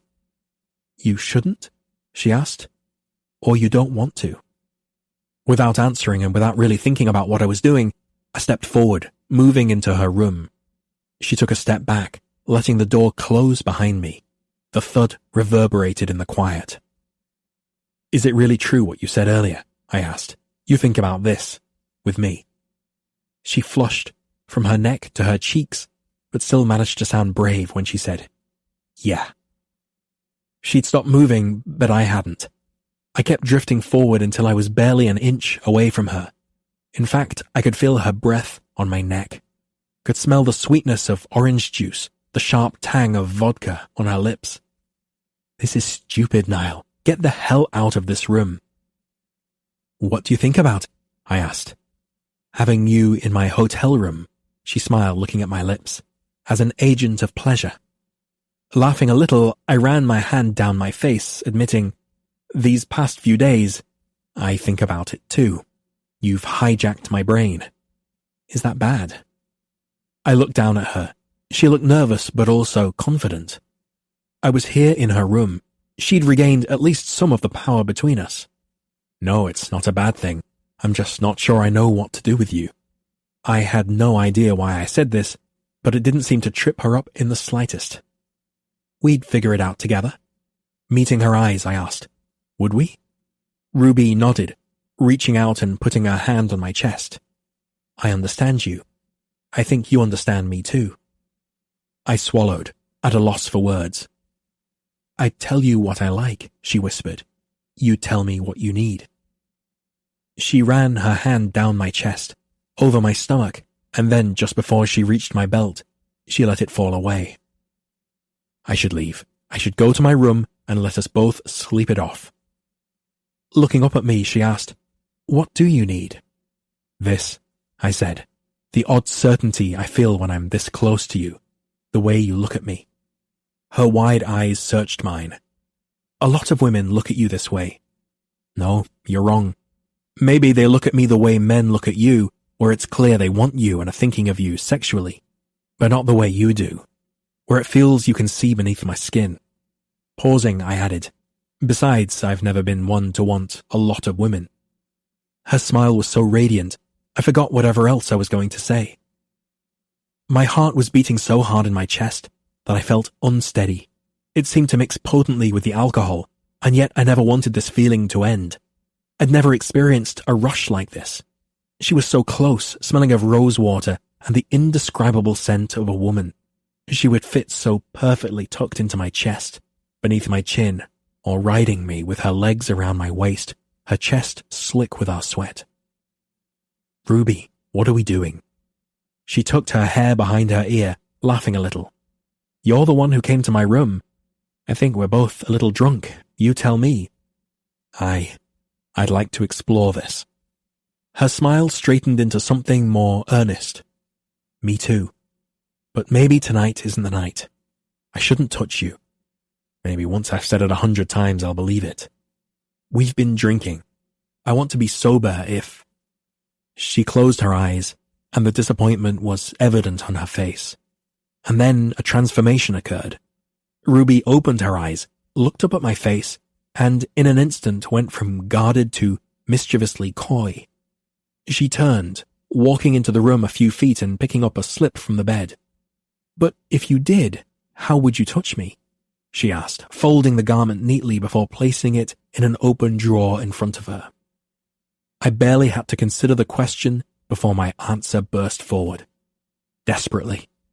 I took a step toward her. "Roughly? No," I spluttered. "I wouldn't ever." "I like thinking of you touching me roughly," she interrupted, calming me with a smile. Another piece of fabric lay on the bed, a tank top, I believe, and she reached for it, examining the hem before she set it in the drawer too. "Of your big, gentle hands, shaking, needing to touch me, and you're so impatient." "I would be," I admitted. And when she looked up at me, asking me with her eyes for more, I murmured, "I am." I could barely catch my breath. At my sides, my hands were shaking. I try to be careful, but it's a wasted effort. She pushed the dresser closed with her hip and took a step toward me. "You pull off my clothes before we can even make it to the bed," she agreed, playing along as she lifted her hand, fingering the strap of her camisole, waiting for me to stop her. I couldn't in a million years. Sliding her hands down over her breasts and lower to the hem of her garment, she began to lift it up over her head and off. My heart stopped, and when it started again, it was 10 times too large, 10 times too fast. Ruby dropped the silk to the floor without looking away from my face. Her chest was bared to me. Lush curves, small pink nipples, and perfect pale skin. I swallowed, fighting the savage tempo of my pulse. I wanted to touch her, kiss her. I wanted to lie on top of her, move inside of her. She took one step backward and then turned, walking away from me and over to the bed. "Ruby," I had no point to make. Her name was just an instinctive utterance, nearly a plea. You touch my breasts like you know them. She turned back to me, running her hands over the swells, pushing them together, roughly pinching the blush peaks. You suck them like you're greedy. Christ, I am greedy. You love my breasts. You're filthy with them sometimes. I nearly choked. Never in my life had I played such a game. I am. You are. You rub yourself all over them. I felt my skin flush, my body pulsing beneath my trousers at the intended meaning. Myself. Your cock. My mouth watered, and I stared at her lips, imagining her kissing me there. But right now, you want me naked. It was a question innocently buried in confidence. She hooked her thumbs in her shorts, daring me again to stop her. I nearly had to shove my fist into my mouth to keep from groaning aloud. The drink made me bold. I do. She slid her shorts down her hips, swaying seductively for me, easing the silk down her thighs. She wore no underwear beneath, and her naked form was smooth, soft. I'd never seen anything more beautiful in my life. You like looking at me, she said, but this one wasn't a question. No doubt my expression telegraphed my every thought to her. Like how I wanted to climb over her, be as greedy and filthy with her body as she suggested. Like how I wanted to do something as innocent as touch the slickness between her legs with my fingers. Swallowing heavily, I told her, "You're the only thing I want to look at, darling." Ruby lowered herself onto the bed, pushing her body to the middle of the mattress, and then lay back, letting her knees fall to the sides. So, look.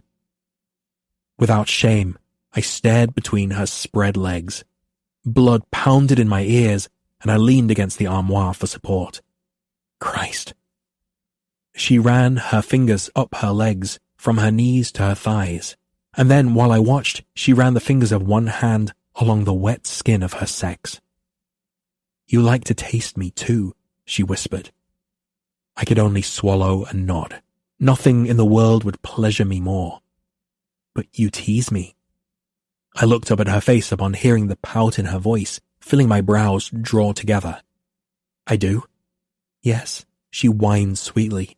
"It's awful. You make me beg for your mouth on my clit." Her clit. I wiped a palm down my face, dizzy. All of it, was spinning so quickly out of control. What?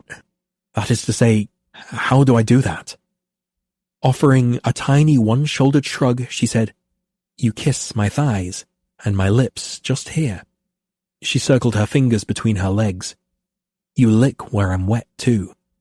Sliding her index finger lower, it soon glistened with her arousal. "See where I get wet?" I nearly pitched forward onto the bed. My voice was barely audible. And quite. "But that's how you tease me. You never lick me here."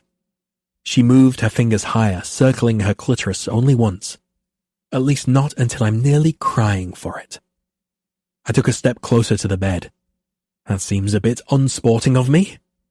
Ruby giggled, tipsy, smiling up at me. "It does, doesn't it?" With blood pounding through my veins, I began to feel the power I had over her body. Simply look at her.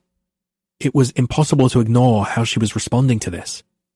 "But it's only because I love the flush of your skin when you start to need it, darling." Her lips parted, letting out a sharp exhale. "But I do need it." "No, you still only want it," I corrected her, "and I rather like the taste of your thighs instead." Her hips lifted from the bed, fingers obediently moving to her thighs. My heart hammered against my sternum. I wanted so much to join her in this game. "Your breasts are perfect." She moaned, closing her eyes. "I always keep one hand on your breast while I kiss you here." "You do," she agreed, sliding a hand up her torso, cupping her breast in her palm. "I love that, but your teasing makes me crazy. Please let me feel you." "Just a glancing kiss, my darling." With a relieved moan, Ruby grazed her fingers over her clitoris again, crying out, "Let me slide my tongue into you." Her eyes flew open as she watched my face as she eased her finger inside. I watched it disappear in and out of her before looking up at her face. She seemed almost on the verge of tears. I was lost in the game, drugged by the sight of her. I wasn't myself. I wasn't anyone I knew. She made me this way. Do I love your taste? With apparent effort, she said, You know you do. It makes me wild, doesn't it? Makes me hard, she finished for me.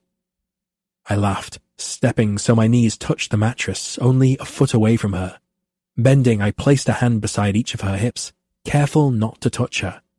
I'm already painfully hard, darling. I was going to say it makes me possessive. Makes me want to fight any other man who's ever tasted you. She let out a soft, ragged breath. You're hard. Well, look for yourself. Her eyes dropped to the zipper of my trousers, seeing the ridge pressing there. Let me see, she said, licking her lips. I shook my head, but ran my hand over the front of my zipper, letting her see the shape of me. Christ, what is happening? What am I doing? Not tonight, I whispered. She started to sit up, mortification slowly cooling her expression. Because I wouldn't be able to stop, I assured her quickly. I'm barely hanging on, Ruby. Please don't stop what you're doing. Is this okay? She asked. Her cheeks pinked, sobering. I nodded, not wanting her to break this moment. It's more than okay. It's a bloody dream. I want to touch you, she said, barely audibly. You can't. Her eyes moved to my face. Ever? Shh, I murmured, leaning back over her. I'm kissing you between your legs. How can you think of anything else right now? With her eyes glued to mine, she began to stroke herself again, slowly, as if waiting for me to tell her exactly what to do. That's it. Let me suck on you, yes. Just there. I want to hear you come. Ruby arched off the bed, her fingers sliding in tiny, tight circles. So soon, I whispered, fighting every urge I had to bend and suck at the skin at the hollow of her throat that was only beginning to glisten with sweat. I'm insane for you, she choked. You feel so good on my tongue, I murmured. My senses are full of you. The sight of her was unreal, easily the most erotic vision of my life. Her thighs were soft and toned, spread before me. I would only need to bend down and put my mouth on her to make this game a reality. I pressed my palm against my trousers and moaned. Her eyes flew open as she came, lips parted, voice tight and desperate. I knew in that heartbeat I would never get the sound of her orgasm out of my head, the little gasping noises, the sharp cry. Her entire chest flushed, nipples tight as she lazily touched herself, smiling up at me. I was envious of her fingers, sliding around such luxuriant slickness. Let me touch you, she whispered. Please? You are touching me, I told her, leaning back over her again. Your hand is stroking me. A teasing smile played at her lips. My hand? That seems a pretty sad gesture of reciprocation. Well, I shrugged. It so happens your mouth is greedy for mine at the moment. Understanding bloomed in her eyes. Oh, you love to taste yourself on my tongue. Her eyes flamed, lips parting at a sharp burst of air. I do. I love to indulge you, I told her, and she nodded. Besides, you love the weight of me in your hands. Ruby's throat moved with the frenzy of her pulse. I do, she said, breathless and wild. And I could kiss your demanding mouth for days. You do sometimes. God, why aren't you inside me? I smiled at the sound of her sweet, gentle whine. Because we haven't made love yet. Her eyes went wide at this sudden reveal in our strange, surreal little game. We haven't. I shook my head. We're waiting. She laughed, and the sound was so sweet I nearly bent to taste the echo of it on her lips. We do everything else. I nodded. Nearly. Her eyes were still so wide, so genuinely hungry when she asked, What are we waiting for?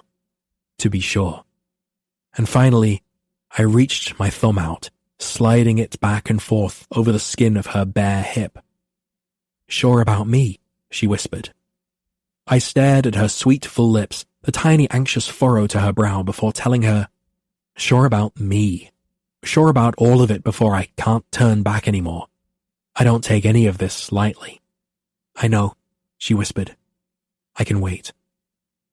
Truth had settled in, and how odd too that it happened after the most erotic vision of my life. I felt unsteady, as if the past 20 minutes had been a dream.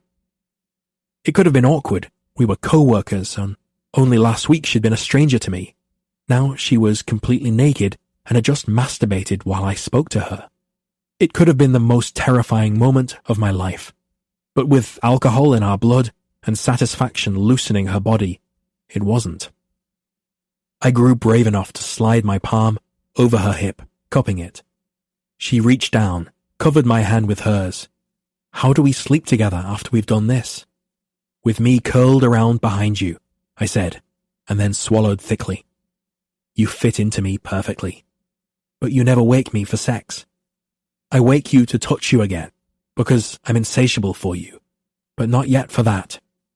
Did she understand, or did it make me odd that in this day and age, the idea of sex changed things, meant something?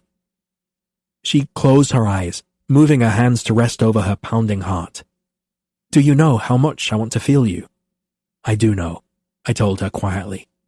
I hope you kiss me someday. I swallowed, reality pressing back in. So do I. Do you always kiss me goodnight when you leave? She asked, returning to our game. Her eyes, so wide and vulnerable, warned me to be careful. They told me, maybe, that even Ruby herself didn't know how careful I needed to be with her heart. Always. But I wouldn't tonight. I couldn't. At least not on her mouth. Instead, I bent and pressed a single kiss to the skin just beside my hand, over the soft skin of her navel. Her hands ran briefly through my hair, sending a renewed pulse of heat through me. As I stood, Ruby sat up. Watching as I grabbed my coat, she didn't bother to reach for her clothes. Is it going to be weird tomorrow? She asked quietly, eyes sobering. Have I ruined this already? It was all I could do to not go to her, kiss her senseless in reassurance. I didn't know what I needed in order to be able to take this final step. To the contrary. She smiled a little, but I suspected she wanted what I wanted, which was for me to stay the night with her. Even not touching, it was better to be near her than anywhere else. Good night, Ruby, darling. Good night, Mr. Stella. Her name was a constant looping mantra in my thoughts, but not once had I heard her call me Niall. 7. I opened my eyes to the sun beaming in the window, the phone ringing with my wake-up call, and an immediate dousing of cold, hard, holy hell, what have I done? You know, just an average morning after I drunkenly masturbated in front of Niall Stella. I rolled face first into my pillow and groaned. As the details returned, and oh, did they, I wasn't embarrassed exactly. I remembered the he said, she said. I remembered how hard he'd been, how breathless. I remembered how he stared so intently at my hand between my legs, completely unashamed to simply look. Seeing him there, hungry in that way, completely open in his desire, I'd been a woman possessed. My fear was that, after a few hours alone to contemplate what we'd done, he would be mortified. If the suggestion of a kiss in the office yesterday turned him stiff and silent, what happened last night might make him crawl back into his shell and never emerge again. How often had I fantasized about something happening between us? Countless times. And in every fantasy, I was brave enough to tell him what I wanted, and it unleashed something in him to know that I could be a safe place for him.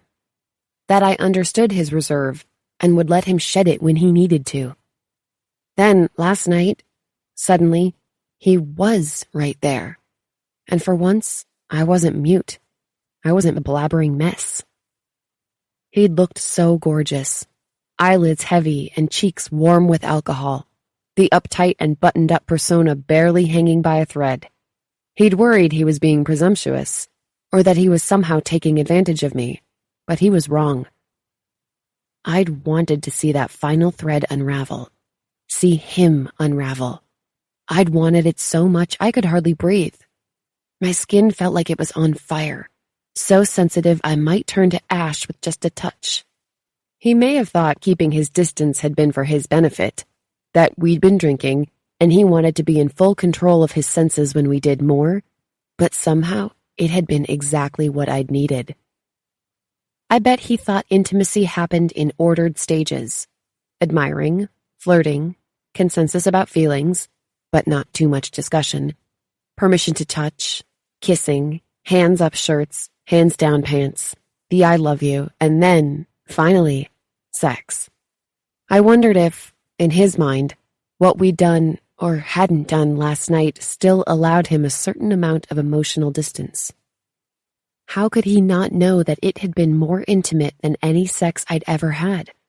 How could I show him? I knew I needed to get up and get going, but I wasn't ready yet. My stomach was in knots, and my muscles hummed with a tangle of nervous energy too big for my skin. I missed my friends and having someone to talk to. I missed shuffling out into the living room on Sunday morning and having coffee with the girls, huddled over steaming cups while we talked about our lives and work and school and men. Tucking the blankets around me, I rolled over and reached for my phone. I was 3 hours ahead of California, but I reasoned that this was still far preferable to the UK time difference, where I was getting up just as everyone else was going to bed. I'd stayed up late countless nights so I could listen to London or Lola unload. It was their turn to do it for me. I needed to talk to someone. Without another thought, I sent a group text. Most of Lola's late nights were spent working, so there was little chance of her answering. She was the sensible one, the driven to succeed since she was tiny one, and probably would have her phone set on Do Not Disturb hours ago. Mia and Ansel rarely answered the phone after the sun went down, and Harlow, more often than not, was up on Vancouver Island, newlywed it up with Finn. London, my best friend, was my best bet. Anyone awake? I need help. Sad face. My phone buzzed almost immediately. You have a phone, so you must know what time it is, came London's reply. I know, and I'm so sorry, but something happened.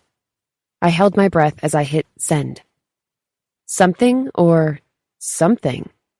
I'm not sure which something I'm supposed to use. The phone vibrated with a call just a few seconds later, and I answered before the first ring had even finished. I assume this is somehow referring to Niall Stella? I groaned. Of course. So when I say something, London began, sounding tired and groggy. She worked as a bartender, and I wondered what time she'd actually got off this morning. She cleared her throat, and if I hadn't been so thankful to hear her voice right then, I might have felt the tiniest bit guilty for waking her up. What I mean is, something like you had coffee together, or something like he's seen your vagina. I rolled onto my back, blinking up at the ceiling. I started. That was disturbingly close to the mark. Could she hear it in my voice? Was there something in the way I sounded that screamed, I bared my entire body to him last night, but yeah, he mostly stared at my vagina. Oh my God, you little shit! You had sex with him? I brought my hand to my forehead. Not exactly, I answered truthfully. Not exactly? Ruby, honey, you know that I love you, but I've been up late every night this week with work. I need some sleep, not a brain teaser. Okay, I started, trying to work out exactly how to explain what had happened. Imagine having phone sex, but in person. I could hear rustling in the background, the sound of London getting comfortable or smothering herself with her own pillow. Honestly, it could be either. You went from, he doesn't know I'm alive, to masturbating in front of each other in less than a week? Well, if we're going to get technical, it was just me doing the masturbating, I told her, imagining the face she must be making. Also, I don't ever want you to say masturbating again, starting now. The rustling stopped. Wait. Ruby Miller, are you telling me you put on a little show for your dream boy? I guess. I mean, obviously. You've been talking about him for the last, 5 months? I assume you're thrilled with all of this masturbation.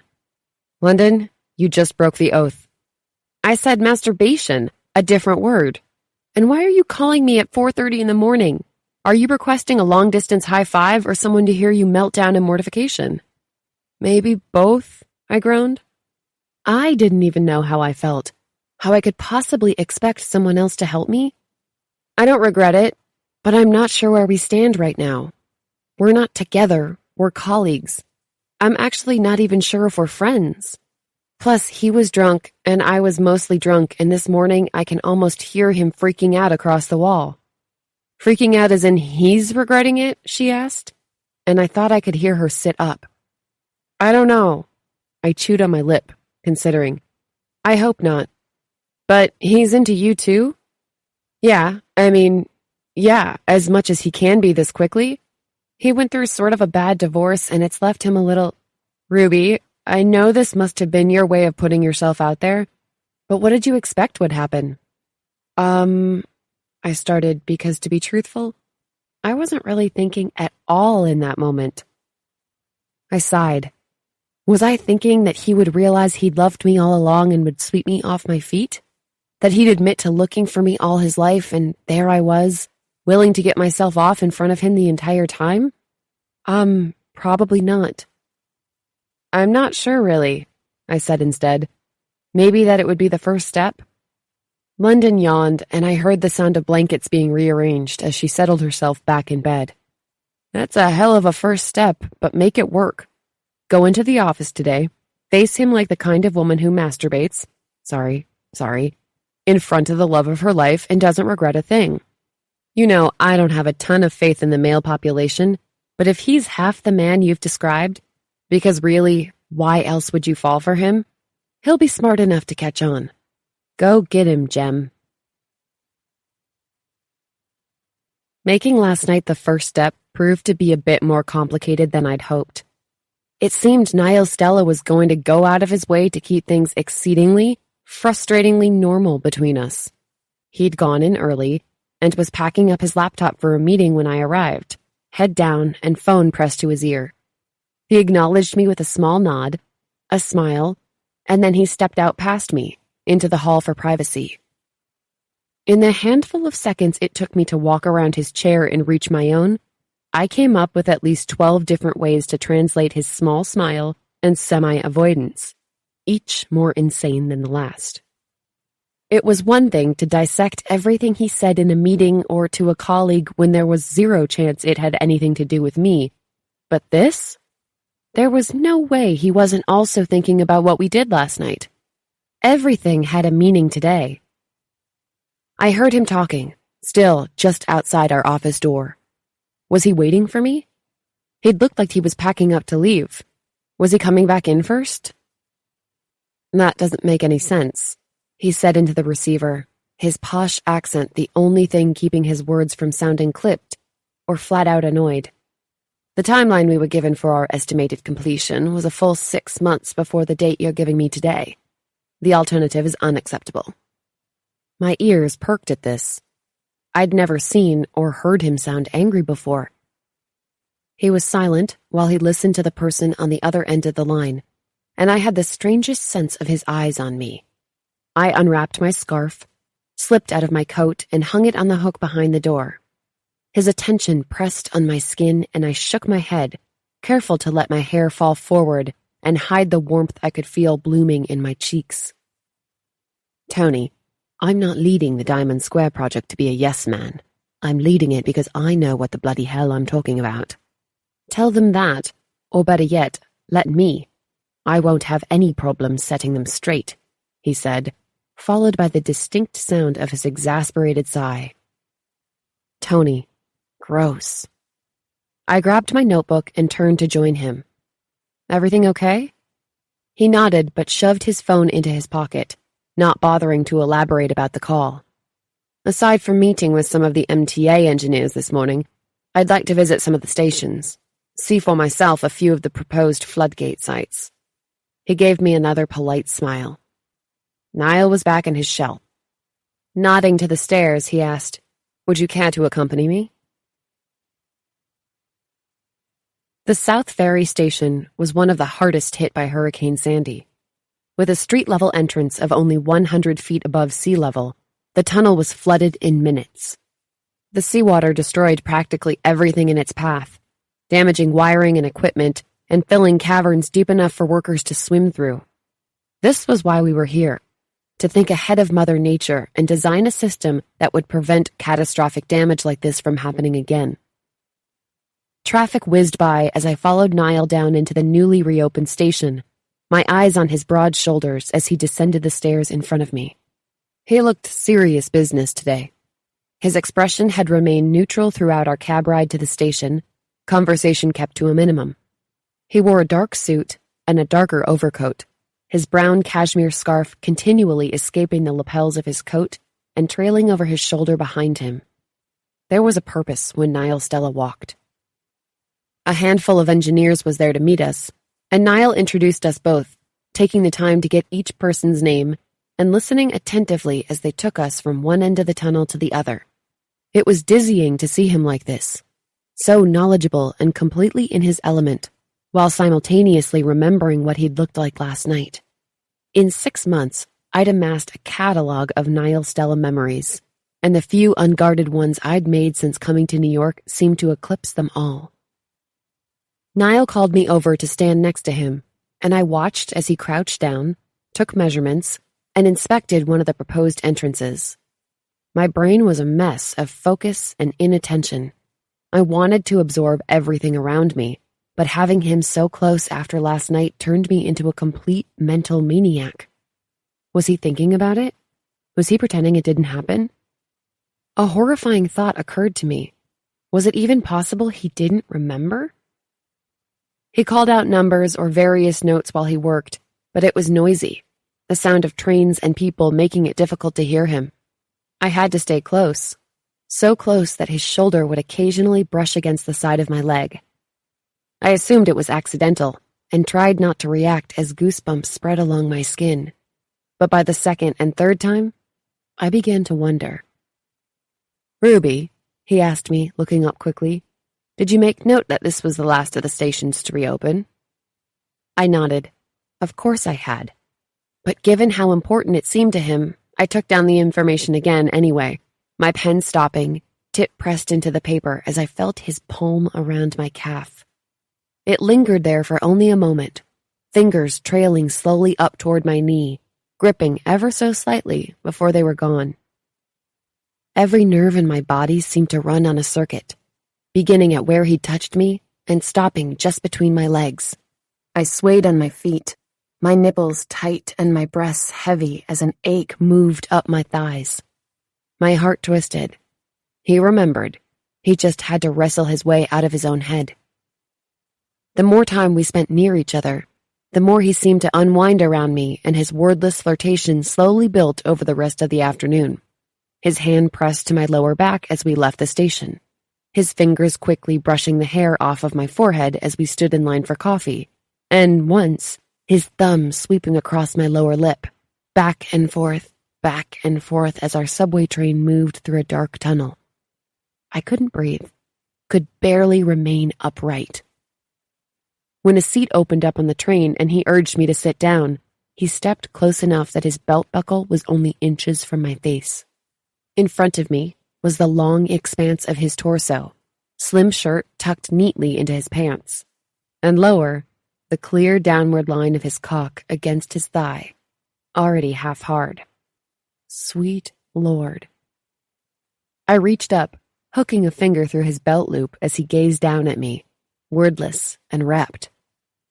When we rose from the station, he came up behind me as I stopped to get my bearings. His large hands curled around my hips and he pressed into me. I felt him. I felt him. I lost my breath when his mouth came against my ear and he said simply, "We're headed to the left." By the time we got back to the temporary offices, I was ready to explode. I felt tight and swollen between my legs, the skin of my thighs slick and wet. My senses seemed to be dialed up to a 10, and even the most basic things, the lace of my bra brushing against my breasts, felt wanton. But what I had thought to be leading up to something didn't. Instead of closing the door to our empty office and touching me, I didn't care for 1 second that we were at work. He moved to his small desk and sorted through a few files while I stood there, hot and confused and speechless. It was torture to feel this way, to be infatuated, to feel his interest grow, but see him continually close back up after each tiny step of progress. I wanted to simply ask him, but worried that would close him up for good. Beyond that, I ached. It was an entire afternoon of quiet, gentle foreplay, and my body felt like a pitchfork struck against an iron beam. I was practically vibrating. Our bathroom was private, thank God, and going into it I flipped the lock, taking what had to be my first real breath all day. I could still smell the faint scent of his cologne, as if it had somehow been burned into my senses. As I crossed the room to the small leather bench that sat just under the window, I let myself imagine how he would smell up close, with my nose pressed directly against his skin. With that image in mind, I took a seat and slipped my panties down my legs as I imagined the warmth of that skin under my touch. My fingertips became his, and they skirted up my thigh and between my legs. If I listened closely, I could hear his voice as he spoke to someone on the phone. I pretended he was speaking only for me. I was so sensitive, so wet, that the slightest touch, the graze of a fingertip over my clit, had my hips rocking forward, wanting more. With my eyes closed, I listened to him talk, his accent curving the words into something that sent a current of awareness from my nipples to my pussy. I imagined him pushing those words into my neck. The rise and fall of his voice became the rhythm of him moving in and out of me. I imagined him just on the other side of the door, knowing that I was touching myself, and begging that he be the one to do it next time. The very idea was enough to send me over the edge, and I came against my own hand, my body arching into the touch. Only then did I notice how quiet the outside office had grown, and that I might possibly have been too loud. I could hear the even tick of the watch on my wrist, the faint hum of traffic on the street below, but no more voices, no footsteps pacing through the lobby. Once my legs were steady, I stood and righted my clothes, moving to the sink to freshen up. Stepping out of the bathroom, I crept into the hall, nearly crashing into him on the way out. "Sorry," I gasped, attempting to catch a stack of files as they scattered across the floor. "Let me get those," I exclaimed, definitely emphasizing my growing undercurrent of embarrassment. Niall ignored me and bent to gather the papers himself. I tried to avoid meeting his gaze, certain what I'd just done had to be written in flashing neon ink across my forehead. I smoothed my skirt and tucked my bangs to the side before I looked up at him. He was studying me, head tilted. "What?" I said, feigning innocence. "Are you all right?" "Of course I am." "You're flushed. Are you quite sure you're not feeling poorly? I can certainly manage by myself today if—" "I'm fine," I said, shrugging out of his reach, feeling a small flash of irritation. He followed me to my desk, watchful gaze nearly burning a hole through the back of my head. "You haven't been running upstairs?" he asked, haltingly, as if he knew it wasn't quite right. "No, I considered lying, but knew he'd never buy that." "Jesus, you're like a dog with a bone. Can we change the subject, please?" His eyes softened as they scanned my face, and then he inhaled sharply, glancing over my shoulder as if remembering where we were. "Come on, then. Out with it." I started, wondering who I'd have to kill to get the ground to just open up and swallow me whole. Seriously, this playing field was starting to feel a little uneven. His brows drew together and his gaze flickered to my hand at my throat as he seemed to understand. "In the ladies' room? Just now?" "Yes." "At work?" "Ugh. I'm sorry.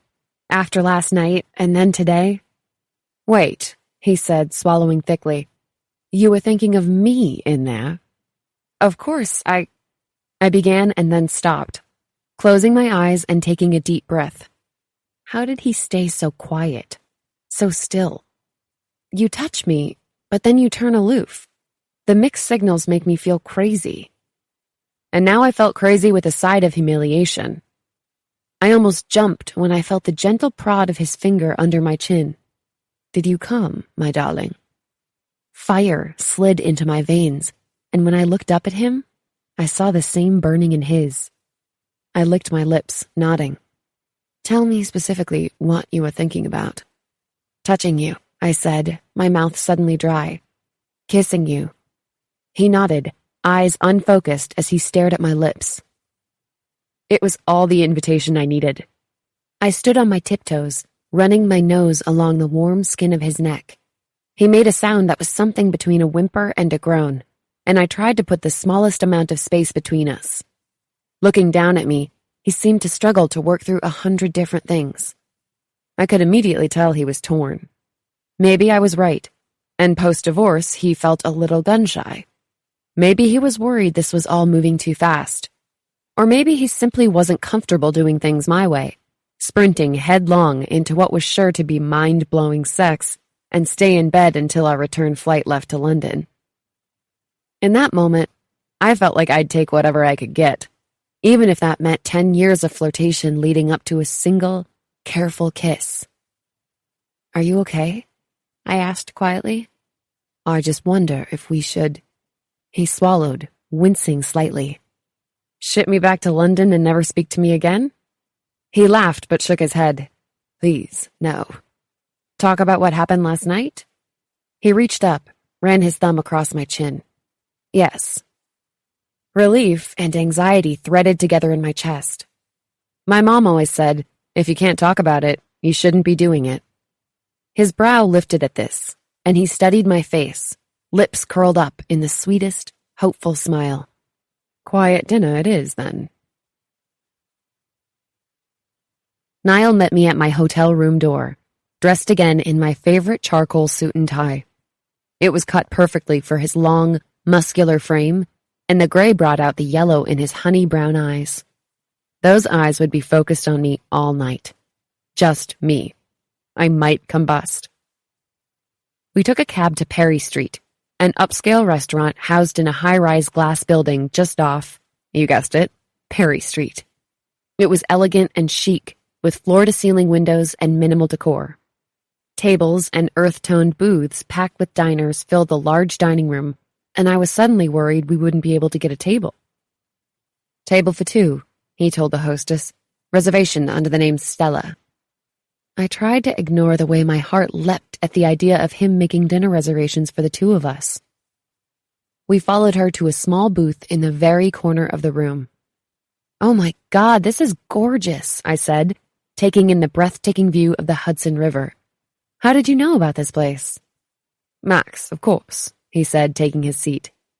"Right, Max," I said, praying that didn't sound as breathless to his ears as it did to mine.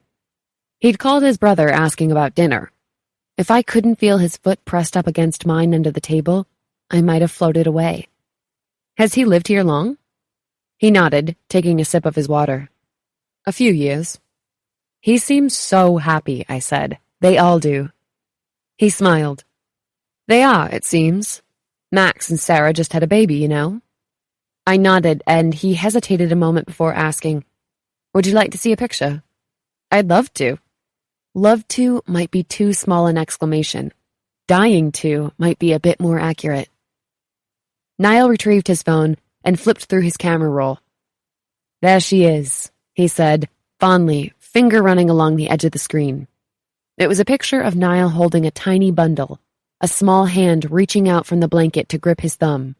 But it wasn't the beautiful baby that had my heart dropping into the depths of my stomach, though she was gorgeous. It was the look of adoration he wore as he looked down at her. The Niall in this photo was happy, practically blissed out. He was relaxed and smiling and absolutely in awe of the little girl. "What's her name?" I asked, looking up to find him wearing the exact same expression now. Dear God. Ovulation in 3, 2, 1. Annabelle Dillon Stella. Beautiful little thing, isn't she? My eyes widened at the softening of his accent. Gorgeous. She looks a little like you, I think. Look at that nose. If possible, his expression grew even happier. Yeah? I nodded. The Stella knows. Look at that. The server came by asking if we'd like to order cocktails before dinner. We both laughed, then our eyes met across the table. With the mention of drinks, the memory of last night was laid bare between us. I held my breath. Maybe a bottle of wine? Niall suggested quietly, glancing to me for agreement before he quickly studied the wine list. He ordered a bottle of Pinot Noir and handed her the menu. A few minutes before we order then, yeah? After the server disappeared, he seemed engrossed with the condensation on his water glass for several breaths. I know last night was probably really wild for both of us, I said, addressing the elephant sitting on the table, but I hope you don't regret it. I would feel terrible. His head shot up, brow tight. Not at all, he said, and I exhaled in relief. I was the one who came to your room, if you recall. I did recall. The seconds ticked by as he looked back down at his hands and failed to say anything else. With each passing moment of silence, I couldn't help thinking, that's it? I gnawed at my lip, steadying him. He took a calming breath, laughing a little self-deprecating laugh. This is all very new to me, Ruby. Forgive me if it takes a while to find the words. I wanted to be patient, but the quiet was torture. In professional situations, Niall was entirely self-possessed and capable. The few times he'd relaxed enough to touch me, he was all confidence and command. But when it was like this, personal and relying on expressing things verbally, he seemed unable to communicate a single private thought. Maybe Pippa was right, and this sort of emotional reserve was only sexy in a book or movie. Here it was torture to my hammering pulse. It must have been weird, I said, unable to take the silence anymore. To do that. To watch me do that. Oh, God. He gazed at me, waiting to see where I was going with this. Hell, I was waiting to see where I was going with this. With someone totally different after the divorce, I babbled, or just to be back in the swing of things. Like that. With me. Ugh, if this were a football game, it would be the kind where I fumbled the ball, it exploded, and the entire stadium burst into flames. But he ran a finger over his eyebrow and gave me a tiny smile. Back in the swing of things, he repeated. Not sure what I've done since the divorce could be classified as such. The server stopped by our table to take our order, and we both opened the menus, scanning quickly. I ordered the first combination of words I could coherently string together. I'll have the salmon. Niall stared blankly at the choices before he snapped his menu closed and handed it to her, saying only a distracted, steak. She opened her mouth to begin listing the choices, and he cut her off with a gentle, whichever you recommend. Medium rare, please. We waited patiently for her to leave, and then our eyes met again. Where were we? He asked. We were breaking down the meaning of back in the swing of things. He laughed. Right. You don't date much? Niall considered this, straightening his cutlery and wiping a bead of condensation from his water glass. I haven't, no. Why? You're gorgeous and successful. I stopped, wishing someone would tape my mouth shut. Let's just summarize. You're a catch. He let out a small laugh. I've never really... I know I'm not... But I'd never described myself as such. Was he kidding? You must be joking. Have you looked in a mirror? Listened to yourself speak? Maybe I could get the server to come back and you could read her the menu. I'm sure she'd propose before you got through the salads. When he smiled at this, one dimple flirted shamelessly with me. You enjoyed last night, then? He asked. Ah, there it is. I'm pretty sure we both know I enjoyed last night. Fighting the heat of my blush, I continued on to the more pressing matter. But then today, when you were touching me and... I took a sip of my wine, mouth suddenly dry. I wasn't sure all day where your head was. I'm not sure where my head was either, he admitted. My body kept pushing me forward, but I'm still hesitant. Not because I'm not attracted to you. I am, hopefully that much is obvious. But I'm not sure I trust my navigational skills in relationships. There's only one way to learn, I told him, honestly. I'm not sure I have it any more figured out than you do. Besides, your marriage lasted over a decade. You had to have done some things right. I'm afraid that even when Portia and I were together, it wasn't always... He trailed off, clearing his throat before starting over. With Portia, one has the sense that one does most things wrong. What had she done to him? I imagined straight blonde hair pulled tight, pinched features, and a constantly sour expression. A husband who felt he could never do anything right. Well, her name is Portia, for starters. He gave me a small smile to acknowledge this. We found a rhythm in day-to-day life, I suppose. It was quiet, but it was predictable. He took another sip of wine. But with you, when everything feels so intense and overwhelming, when I'm alone afterward, I find myself overthinking it all and floundering. God, he was so adorably stuffy I could hardly stand it. I'd seen glimpses of how much fun he could be when he'd caught me in the hallway, taking a selfie in front of Radio City, talking about his niece. He just needed to loosen up a bit. I think it's best between us when we both don't overthink it. When it's just us hanging out. It's been really good. Agreed. Yet, with matters of intimacy, I'm less well-versed, so... You mean sex, I said, trying to put it plainly. He shook his head at me, a patiently amused smile curling his mouth. Not just sex. Intimacy, including and beyond that. We didn't have sex last night, but it was one of the most bare, intimate experiences I've had. I'm still digesting that a bit. I held my breath, nodding slowly. So he did understand how different last night was, how much deeper it went than a quick tumble on a hotel bed. He scratched his jaw, contemplating his wineglass. You'll find, he began carefully, that much of this may seem like a retread for you, if you're used to discussing up front what a relationship will be, or how it will proceed. But for me, this is all unfamiliar. Portia decided we would be together, and then we were.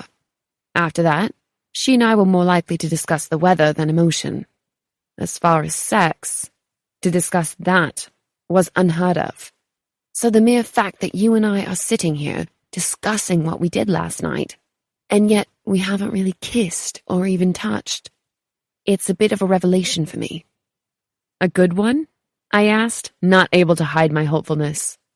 A good one, he agreed, nodding slowly. I enjoy your company. I just want to explore this in the right way. He paused, meeting my eyes. We've been quite intimate already, without really knowing each other. I nodded, swallowing a heavy lump in my throat.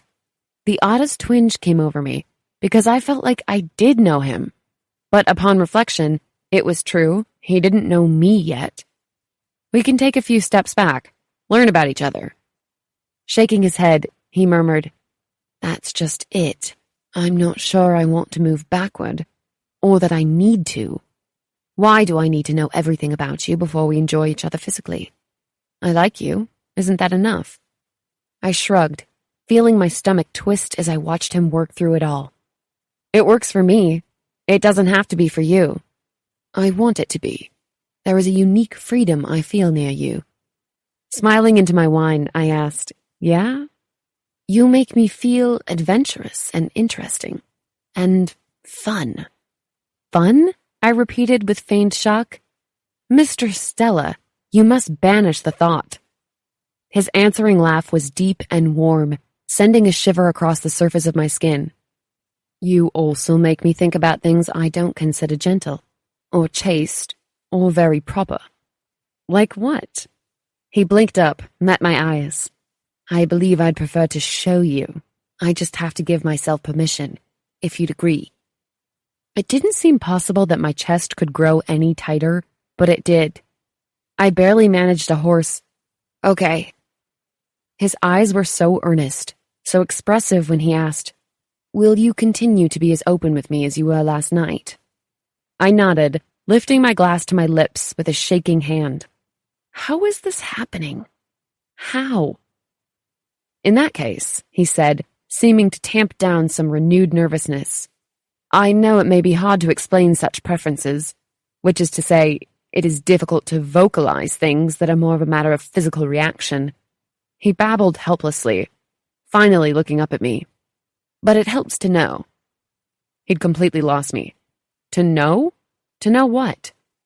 Niall swallowed, blinking to his left to confirm the couple beside us weren't listening in.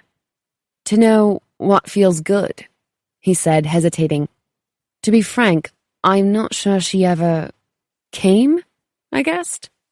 Ah, no, she always came, he said, rubbing his jaw with his index finger. But I'm not sure she ever wanted sex. Wanted me.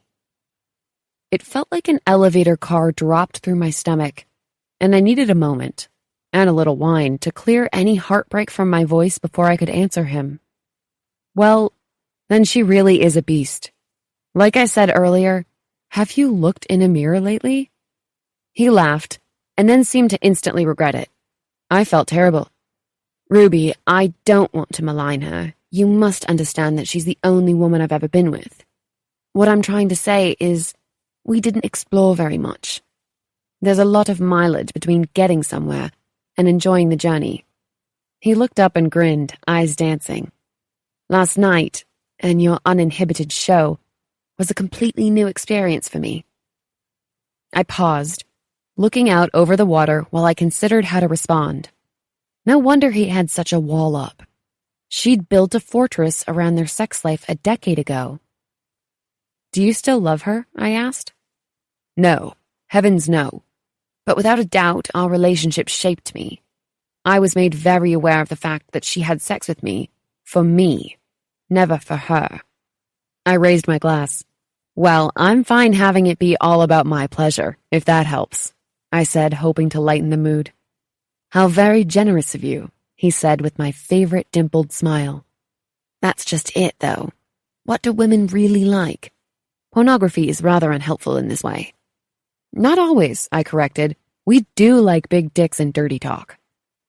It was a testament to his newfound comfort with me that he barely flinched. But oral sex, for example. He began and then left the rest unsaid, simply raising his eyebrows. Most women, you'll find, tend to be a fan of the oral sex. He was straightening his silverware and he looked up at me from across the table. Receiving? Is that a serious question?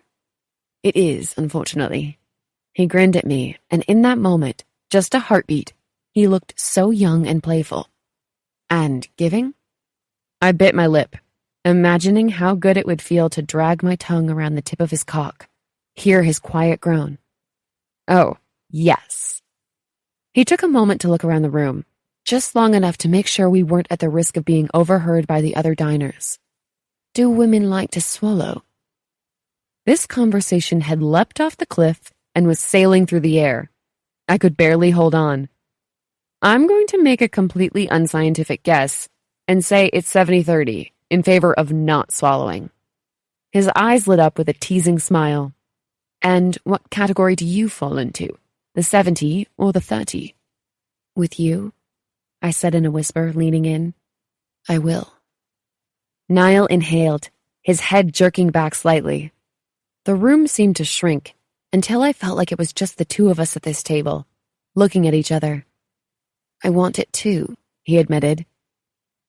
The image, the idea seemed to take up the tiny remainder of space between us until it was this alive, pulsing thing. Say something filthy, I whispered, feeling brave, feeling wild. Tell me the craziest, dirtiest thing you can think of. Render me speechless. He nodded, as if I'd given him a normal request, and glanced at his clasped hands on the table for several breaths before blinking up to me. His brown eyes were so thickly lined with lashes, and once again he looked just like a man, and less like the intimidating conquest I'd idolized for months. I wanted him even more. He leaned closer, saying, I very much enjoy dirtier. I cut in, breath catching. Stop thinking so much. His eyes seemed to darken as he looked down at my mouth. I want it. Want what? Don't filter. For you to suck my cock and suck it so hungrily that you beg me with your eyes to let you swallow. Oh, Niall Stella was a fast learner. The waitress came by with our food, setting it down before asking us if there was anything else we needed. I wanted to ask her for a bucket of ice, for my lap. I bit back a laugh, but Niall replied with a smile. "We're good, cheers." "Wow, well played," I mumbled when we were alone again, still dazed. "I'm not sure how I'll eat now." The noise around us seemed to return in a roar, reminding me that we weren't alone in a hotel room. We were leaning toward each other, nearly kissing across the table. "What are we doing to each other?" he whispered. I shrugged. "We're trying?" He lifted his knife and fork, cutting into his steak. "I'm actually famished now." "Postcoital?" I joked. "Not hardly," he growled, taking a bite. He looked up at me as he chewed. I watched his sharp jaw flex with emotion, his lips pressed together. How did he make eating sexy? Not even a little fair. Swallowing, he asked, "What?" "Nothing. You're just a sexy eater. It's distracting after what you just said about oral sex." He pushed his lips together in an adorably dubious reaction before asking, "Normal topic, then?" "Good idea." Finally, I took a bite of my salmon. "Favorite word?" he asked. "Cunt," I said without hesitation. He gasped in mock horror. "You stole mine." I nearly choked. I can't even imagine you thinking that word, let alone saying it. Laughing, he shook his head as he cut another bite, chewed and swallowed. "I imagine there are a great many things I think but never say. I love that word. It's true I rarely say it aloud." "What's your favorite context for it?" Humming in thought, he finally said, "I like it as an insult in a game of footy, you know? Like, 'Stop grabbing me shirt, you cunt.'" He bent, taking a bite of green bean, and oblivious to my wide-eyed swoon at his thick northern accent when he said it. He swallowed, wiped his mouth with a napkin, and then said, "What's your favorite context for it?" I gulped down about half of my wine. "Probably something a bit cruder than that." "Yeah?" he asked, grinning in understanding. "I thought Americans hated that word." "I don't." Niall lifted his wineglass to his lips and took a long swallow. "I'll remember that." 8. The playful banter slipped into something a bit quieter after we'd finished our meals. Conversation flowed as easily as did the wine. Ruby had youthful attitudes about sex, but surprisingly traditional attitudes about relationships themselves. She admitted between dinner and dessert that despite all the flirting, she didn't like the idea of sex without some sort of understanding. I studied Ruby. Soft mouth, wide eyes, hands gesturing sweetly in front of her to punctuate every thought she shared, and marveled over how effortless it seemed for her. She was patient with my inexperience and hesitations. Indeed, they didn't even seem to surprise her. Our dinners finished, our drinks consumed, Ruby picked up her clutch and stood from the table. I watched her hands wrapped around the leather, watched her neck stretch as she reached up and untangled her necklace from where it caught on the neckline of her dress. I watched her tuck her hair behind her ear and then turn to look up at me. She caught me staring. I was mesmerized with every movement she made. "That was delicious," she said, giving me a cheeky grin. "Dear God in heaven." "Every bite," I agreed, helping her with her coat. "Do you bite?" she asked, making her way through the restaurant and out onto the street. The air was bracing between blasts of steam from vents, and a cacophony of noises rose from the street.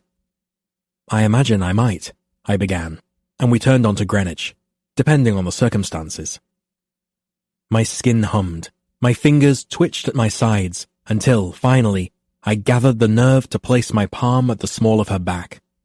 Beneath my touch, she straightened and then shivered, before reaching behind her and taking my hand. Her long, thin fingers weaved between mine, and she pulled me into step with her. "Are you worried about work?"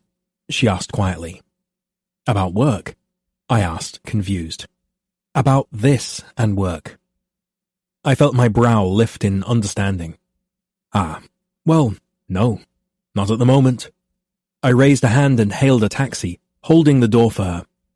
I think we'll need to be clear on what we're doing, and then make sure it doesn't interfere with our ability to do our jobs, but I followed her into the car, noticing her amused smile as I babbled. I don't think what we're doing is forbidden according to company policy. It isn't, she checked, leaning into my side and looking up at me. I checked forever ago. Forever ago. She pulled her lip between her teeth and bit down as she smiled. Maybe 4 months ago? We drove in silence for a few blocks. 4 months ago, I didn't know I existed. She finished for me. I know. I think I was hoping to talk myself out of liking you, she said, laughing. Maybe I'd see it was forbidden, and well, that would be that. Or maybe you'd want it more, I said, and ran my thumb along the side of her jaw. Maybe, she asked, turning into my palm. When did you notice me? The day Tony told me you'd be accompanying me in his place was the first day I really noticed you. She touched her finger to my chin, drawing my eyes back to her face. You're getting nervous needlessly here. I know you were oblivious to me before. It doesn't hurt my feelings. I swallowed, studying her sweet pink mouth, her calm green eyes. I wasn't oblivious to you, but... I struggled to hold her gaze. You see, and this stays strictly between us, Tony may have suggested I use this trip to get a leg over. Get a leg over, she repeated, shaking her head. I stared at her and smiled wanly as realization struck and she burst out laughing. He is such a pig. Her reaction calmed me immediately, until a thought occurred to me. He's never touched you, I hope. Tilting her head, she said, No, he's just a creep. The way he looks at me and Pippa sometimes. She shook her head, shivering.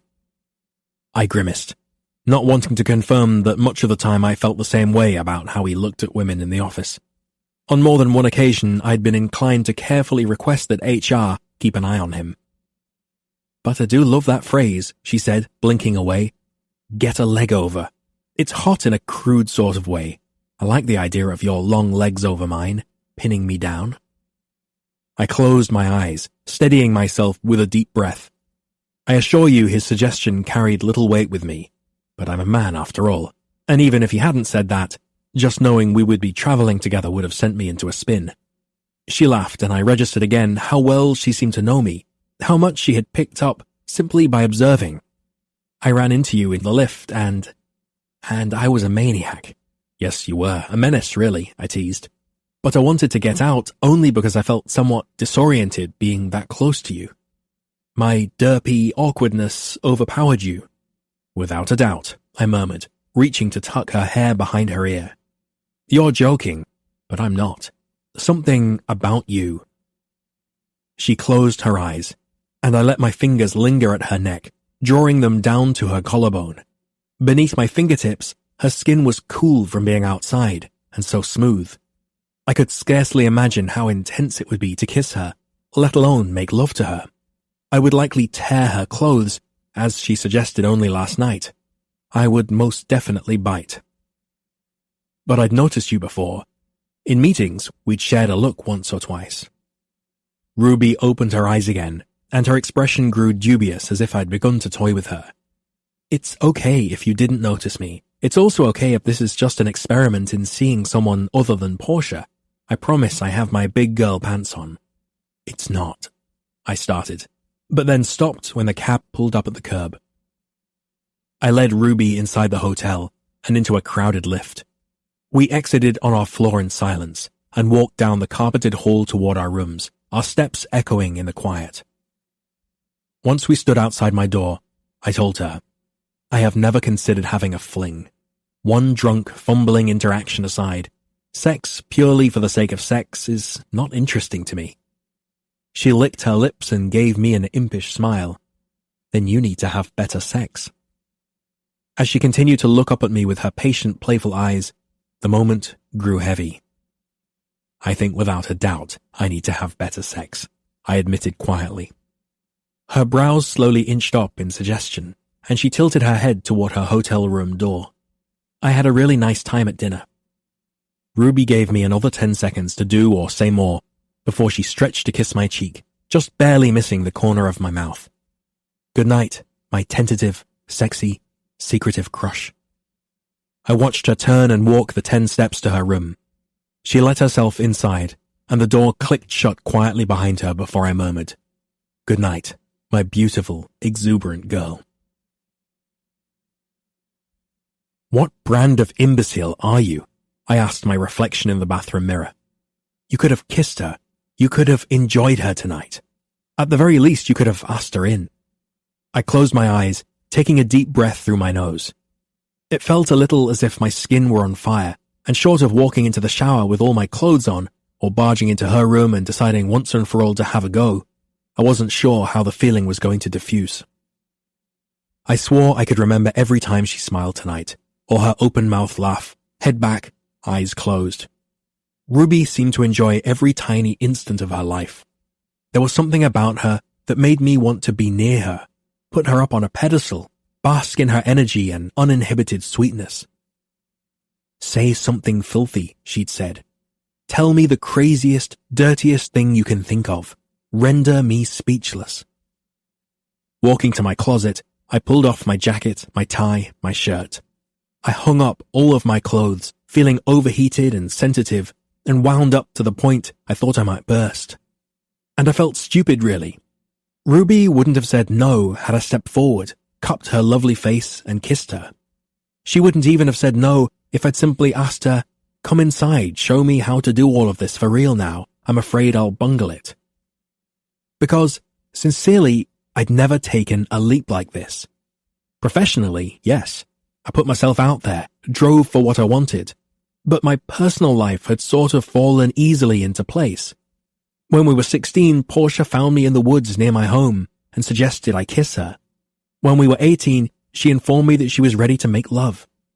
Being Portia, she was unable to resist telling her mum what we'd done, and being Windsor Lockharts, her parents had immediately suggested we marry.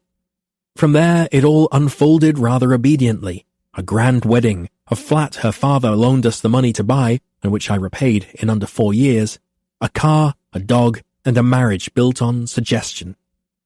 Things I never wanted again. A new plan then.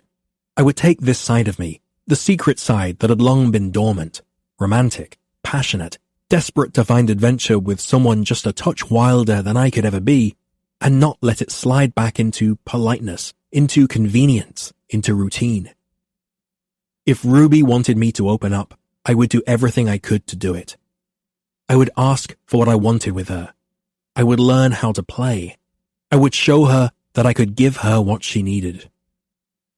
With this sorted, an unwinding sense of relief passed through me, and I sat down in my boxers at the desk, intent on going through the piles of voicemails from the London office. Pulling out my small voice recorder, I set to making notes after each call, which required immediate follow-up, which I could have my assistant attend to, and which only provided information of note. But after only 15 messages, my mind wandered back to dinner. Ruby's habit of smiling with her tongue trapped between her teeth, combined with the sweetness of the pineapple sorbet she had, made me nearly dizzy with curiosity. Was her tongue cold, cold and sweet? Did she like to have her tongue sucked and licked? What would it feel like if she tasted her sorbet and then licked me, her tongue chilled, sliding around? I let myself imagine Ruby at my door, in her tiny silken sleep shorts and tank, her breasts hard at the tips, the curve of her hips narrow and smooth. She steps inside, holding a glass of ice water in one hand and using the other to press on my chest and walk me backward to the bed. "Don't sit," she warns me. Wordlessly, I nod. I'm wearing only my boxers, and she doesn't say anything else. She doesn't even kiss me. But she traps that pink bubblegum tongue between her teeth, smiling up at me, and slides to her knees, pulling my pants down as she goes. I slid my boxers down my hips, letting the fantasy build. I'm hard, jutting thick toward her, and watching transfixed as she takes an ice cube in her mouth, sucking it, sliding it down my stomach, over my hips. Ah, I gasp as she slides her free hand up the inside of my thigh, cupping all of me, testicles and cock together in her grip, holding me crudely. I'm finally brave enough to put my hand on top of her head and then slide my fingers into her hair. It's soft, just like I imagined, and she gasps a little when I fist it, when I tug it. She didn't expect that. She lets the ice cube fall from her mouth. I wrapped my hand around my cock, pulling down and tight, groaning.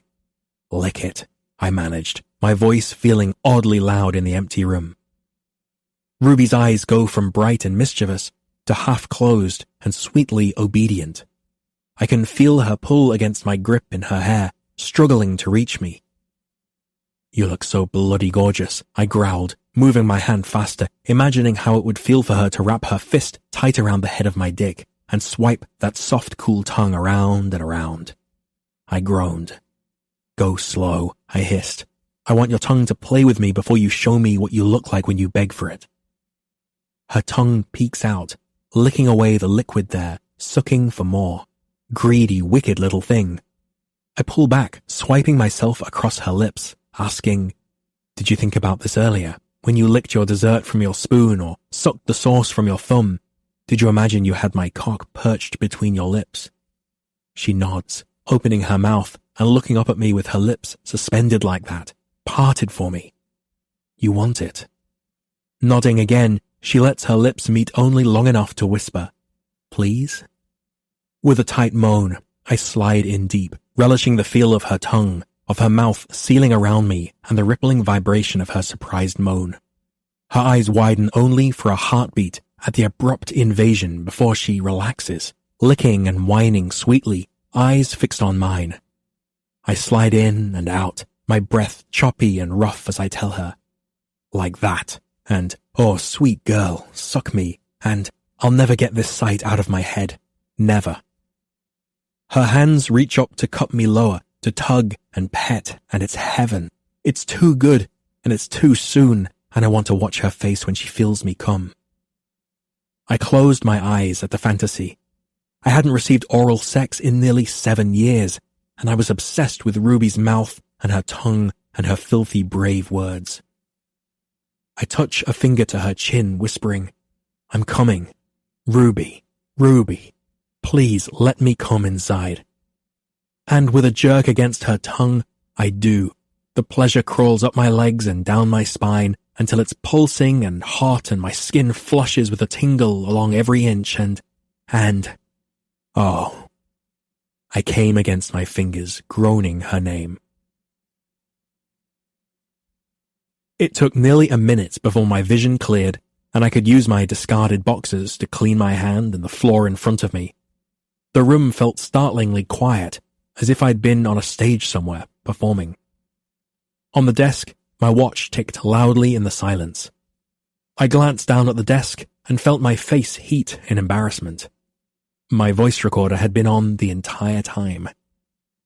My finger hovered over the rewind button. Nothing in the world could be more mortifying than listening to myself masturbate. I could rewind it all, erase everything. But something in me dared to hesitate, and I put the device back down on the desk, staring silently at the wall separating our rooms. The opportunity to move forward with Ruby got away from me tonight, but I wasn't going to let it happen again. Ruby was my safe space. Oddly, after only a handful of days, I felt we knew each other better than I knew Portia after nearly 11 years of marriage. I could give Ruby what she needed. I hit record again. Picking up my phone, I dialed her mobile and waited as it rang once. My heart is beating so hard.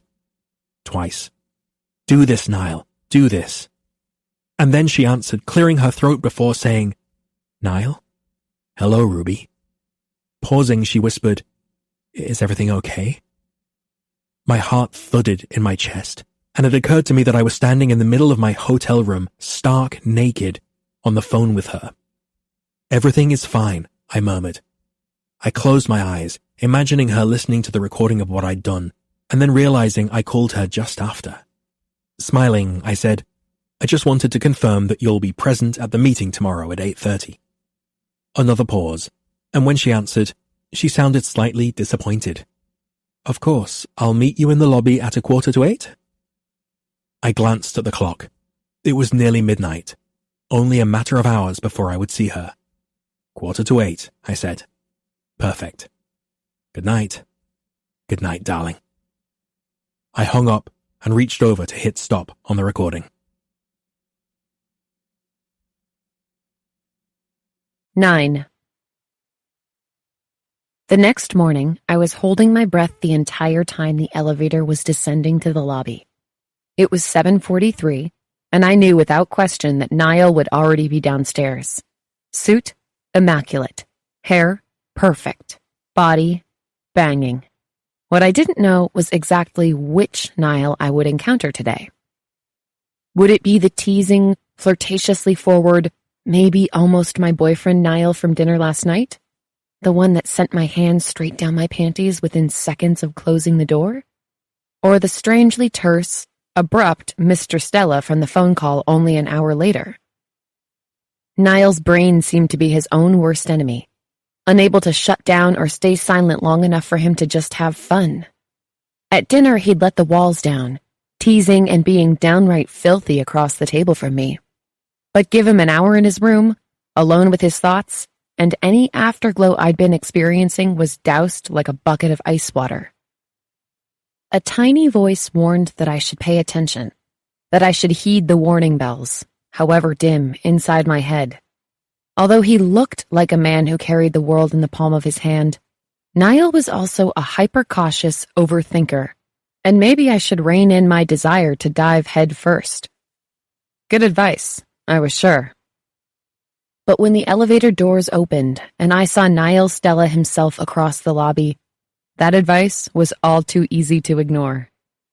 Like always, my pulse sped up at the sight of him, my skin prickly and almost hot to the touch. He looked over and met my eye. People filed out in front of me, and the seconds seemed to tick by while I waited for a reaction from him. Any reaction. My shoes clicked on the marble floors as I walked, and I had to look away, adjust the belt on my trench coat, and force myself to keep my shoulders straight. Niall was just a man, after all, and from what he'd told me last night, I had more experience in this sort of situation than he had. I had the upper hand.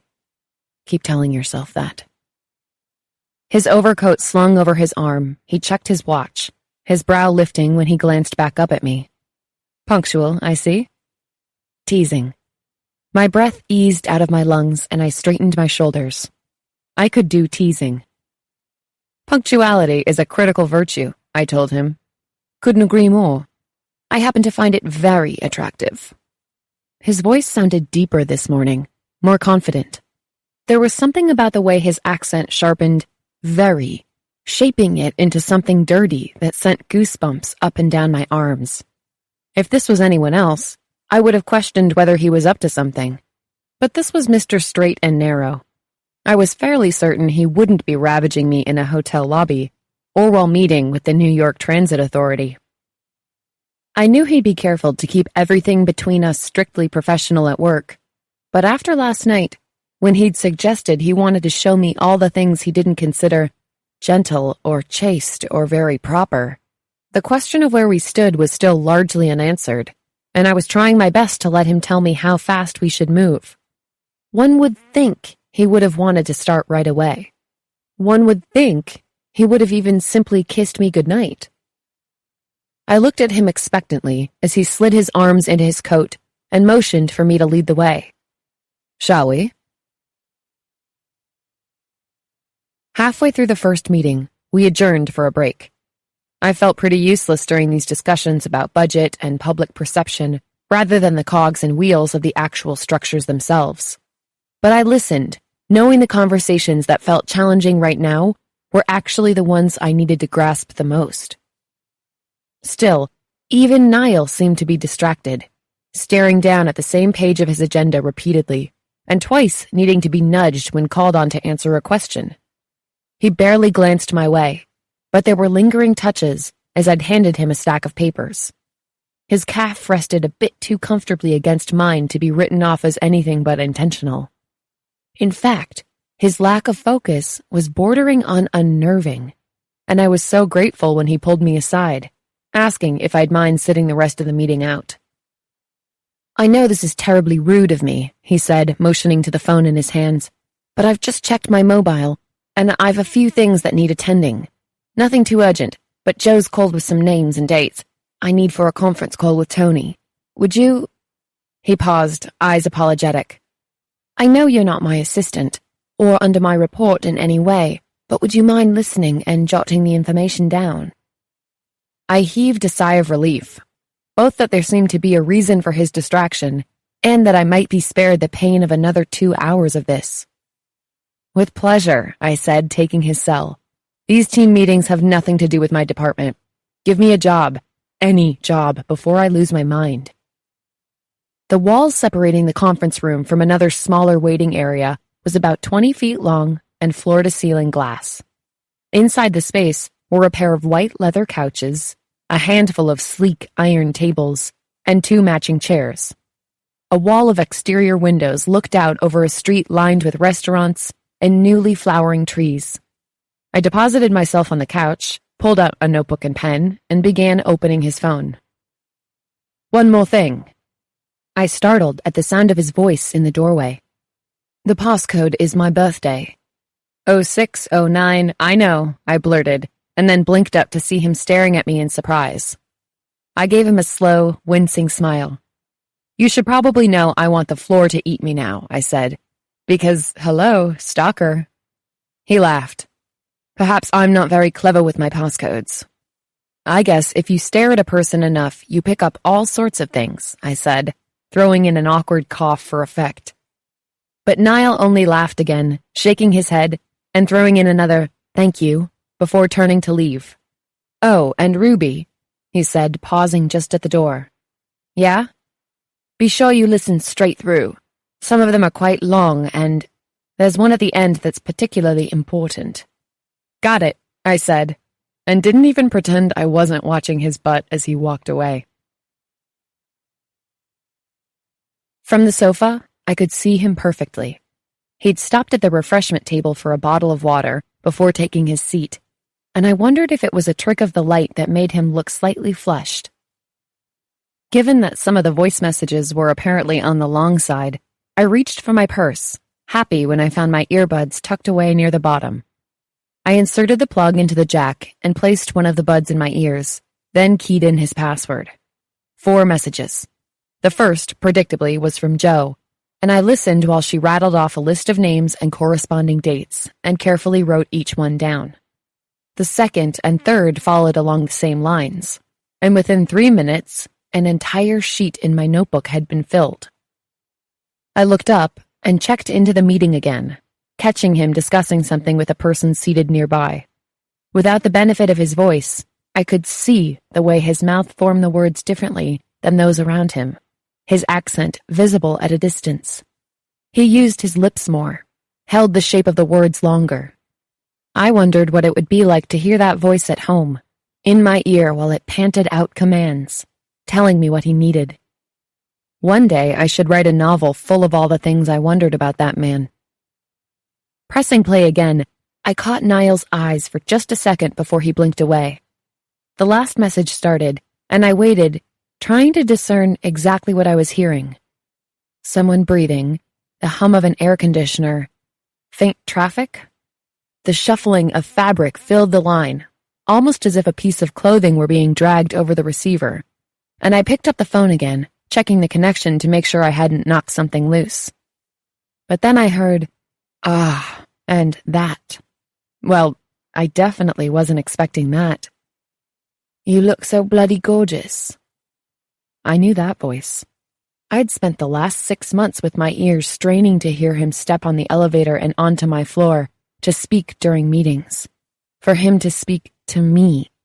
This was Niall, and he was, I think...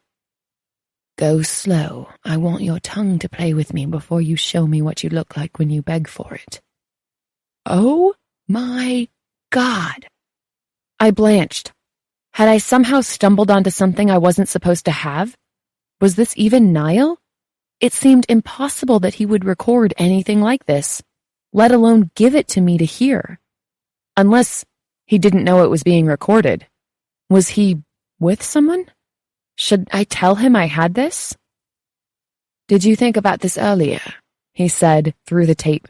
When you licked your dessert from your spoon, or sucked the sauce from your thumb, did you imagine you had my cock between your lips? Dessert? Was he talking about...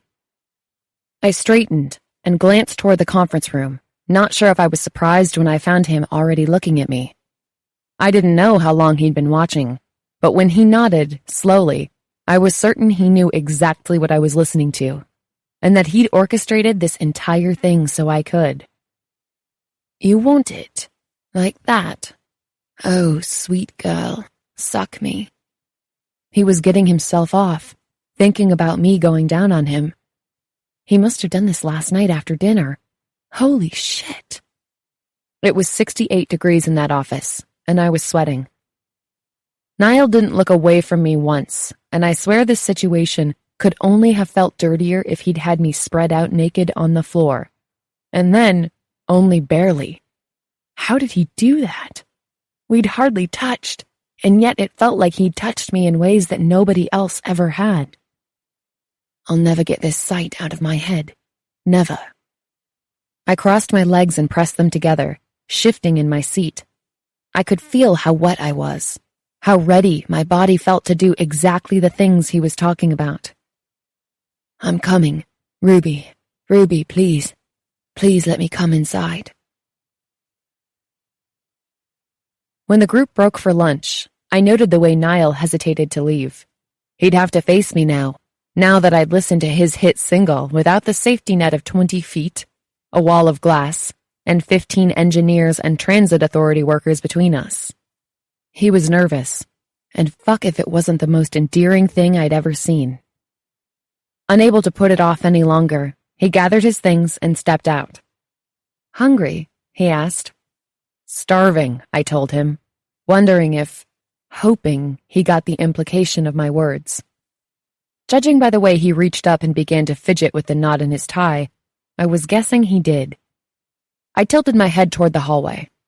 Walk with me? I led us out of the office and down a slowly emptying hall. A man from the meeting stopped us on our way. There's lunch on the floor above us. It's National Taco Day or something if you're hungry. Should be interesting. Well, the most interesting thing this guy was going to have happen all day anyway. We need to touch base with the London office, Niall said smoothly, but we'll be up as soon as possible. And I had to admit, I was impressed. With a nod, the intruder was off and we continued on, down one hall and then another, until the sounds of voices were just a hum in the opposite direction. We're calling London, are we? I asked. Not exactly. He glanced over at me, smiling. I assume you're taking me somewhere quiet to talk. Talk? I said with a little smile. He pursed his amazing lips. Perhaps. Speaking of talking, here are your notes, I said, handing him the notebook. Ah, thank you. A dark room stood at the end of the hall, and I led him inside, closing the door behind us. Then, leaning back against the cool wood, I said, Your messages were very engrossing. Engrossing, you say? He took a step closer. They affected me, I said through a giggle, deeply. Tilting his head and wearing a smile that tilted half of his mouth deliciously, he murmured, How so?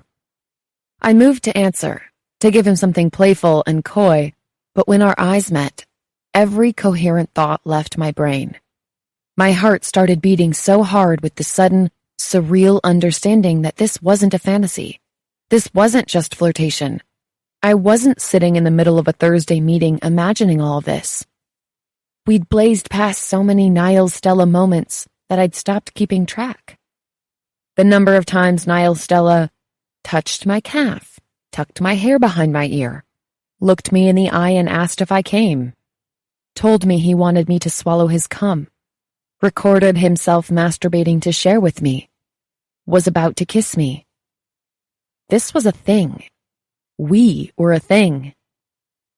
Answer me. I lost the ability to play for a moment, ducking my head. I ache. Tell me.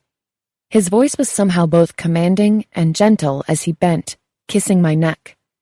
When you ache, what does that mean? He knew. He had to know. He wanted me to say the words. It means I'm wet. He inhaled sharply through his nose, running it up my neck and along my jaw. Bloody hell, Ruby, will you look up and kiss me? I tilted my head, completely out of breath and heart crashing around the cage of my lungs. The smell of his cologne permeated the darkness, and I felt almost drunk on him, on his nearness, and the realization that I was actually going to touch him, kiss him, and he would kiss me back. He bent to meet me, lips parted with a shaking exhale. He'd been expecting a small kiss, a quiet slide of his lips over mine. I could tell, because I knew him better than maybe I should at that point, but also because of the careful way he bent to me and the gentle brace of his hands on my waist. But I couldn't do small and quiet. I'd wanted this for too long. The relief, the awareness of him, his scent and the warm Stella skin, clawed up my spine, jolting through my arms, and I pulled him down into me. I gave him anything but small and quiet. My lips slid over his, pulling his bottom lip in between, and he huffed a little breath against me, groaning. I wanted to swallow it up, wanted to consume his sounds and keep them inside me so I could save them for later and listen to them on a loop, again and again. His mouth was unreal, firm lips, and that perfect man combination of soft and hard, giving and commanding. My world was spinning. I dug my hands into his hair, pressed my breast into that solid wall of his chest, and let loose the most ridiculous sound of relief and need I'd ever made. He groaned louder now, surprise and thrill making his hands grip me reflexively before sliding around my back and clutching me close. Close enough, I was bent backward as he curled over me, his lips parting only enough to let loose another deep sound as his tongue slid into my mouth, tasting me. Close enough that I was positive he felt my heart hammering through my chest. Close enough for me to feel him growing hard, longer, pressing into my stomach. I was so wildly, deliriously hungry for him, for this, that I let out tiny gasps, a tight moan at the feel of his tongue sliding over mine. I barely had time to process what I was saying before, "Niall, please," escaped. "Please what?" He slid his lips to my ear, kissing, exhaling in a shaking gust of air. "Anything. Just kiss me." I felt his small laugh. "I believe I was kissing you." "Then touch me. Something. I feel—" "Show me," he whispered against my mouth. "Show me where you ache." I couldn't stop the small whimper that escaped my throat, and pulled back, just enough to meet his eyes. Turning my hand so that our palms touched, I twisted my fingers with his, bringing them up to place a single kiss on the back of his hand. His gaze flickered from my eyes to my mouth and back again before he nodded, slowly. Hands still entwined, I brought them between us and down until they slipped beneath the hem of my skirt. "Yes," he groaned, feeling bare skin as we moved up together, finally brushing the damp fabric of my panties. I took a step back, and then another, bringing him with me until my back was pressed against the door. He followed my lead, fingertips slipping beneath the lace to skim across my skin, slick from wanting him. "Already," he gasped, moving back and forth so easily. I nodded, but couldn't form even a single word in response. I wanted him so much it hurt, and now he was touching me, finally, his long index finger smoothing along my bare flesh to slip over and between, finally to where I wanted him most of all. Right there. Oh God, there. Oh, it's so good. I gave him every thought before I was even conscious of it. He traced the same path again, along my entrance and back up to my clit, with a surprisingly competent touch for someone who wasn't even sure whether the woman he'd spent over a decade with had enjoyed the nights they shared together. His lips moved from the corner of my mouth to my jaw and then up, finally tracking the shell of my ear. "This is what I've wanted," he whispered. "What I think about. What I thought about last night. I thought about your soft tongue, how you would feel just here. What it would feel like to slip into your body, your mouth. I think about it nearly to the point of obsession. I pushed back into the door, wanting to escape the increasing urgency of his touch, or needing the support it offered me. I wasn't sure. I only knew that I was lost, only a breath away from falling apart so completely he might never be able to put me back together. "Inside," I whispered, voice breaking. "Want to come with you inside me." "When you speak this way," he said, but did as I asked. He pushed one finger into me and then two, pumping deeply. Bloody hell. Sensation built, making my legs weak and my kisses distracted and wet all over his lips, his chin. My desperate sounds carried only so far as his mouth before he consumed them.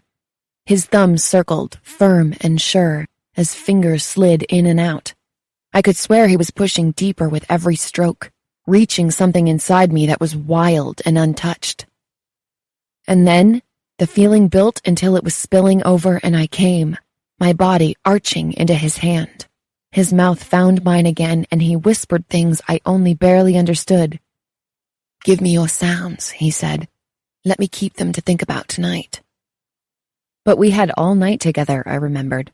No meetings and no dinners planned with anyone for the conference. Nobody that would interrupt us. I wondered if he knew that too. Maybe doing this here was easier, with the distant sounds of office life coming from the other rooms around us, reminding us both that we couldn't take it too far. Maybe. "I can't believe I'm the one saying this," he said, rubbing his nose along mine. "But stop thinking." "Just, wow," I said, wanting to slip like warm honey down to the floor. Regretfully, he pulled his hand from my skirt and wrapped his arms around me, keeping me upright. "Wow is good. I'll take wow." "We should do that again," I said, feeling my stupid grin.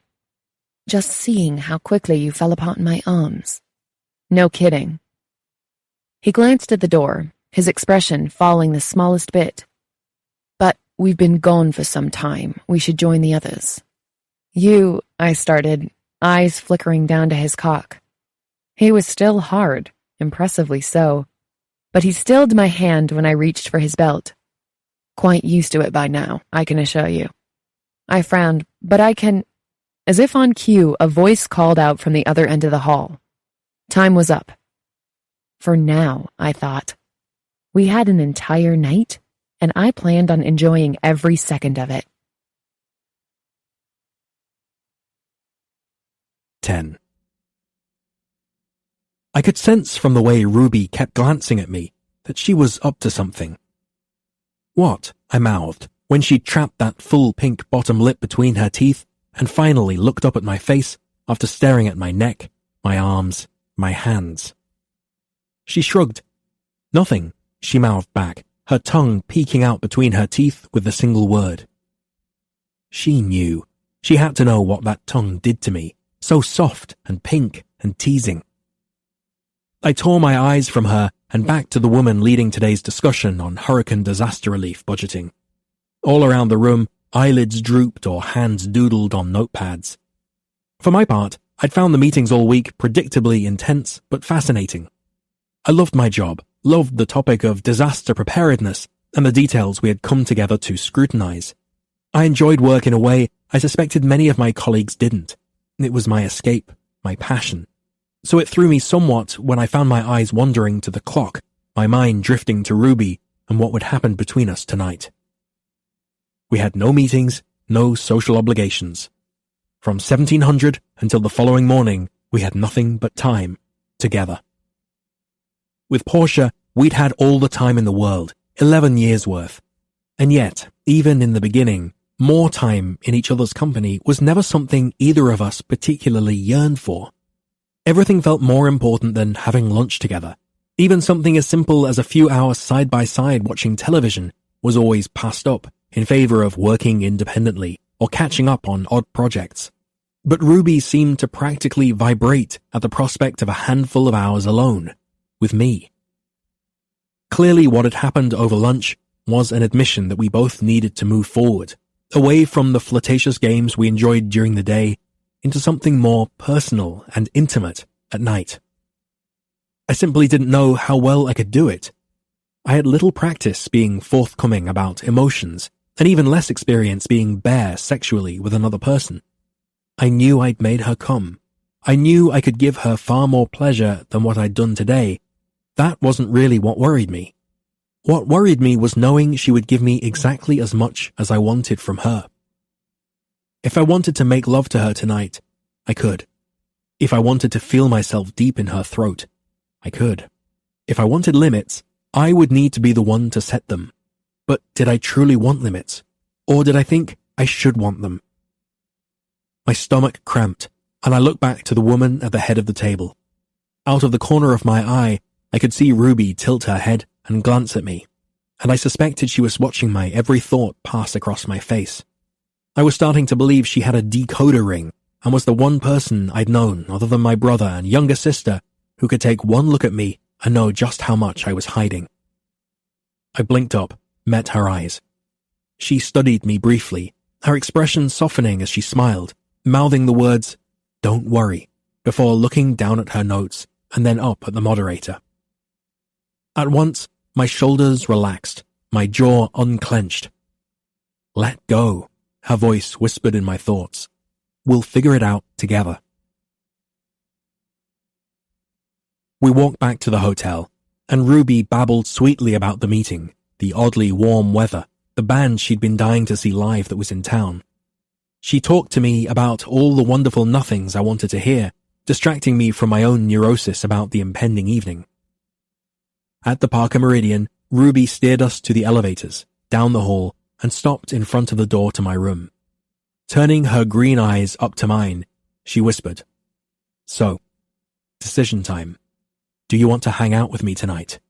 She placed her palms flat to my chest.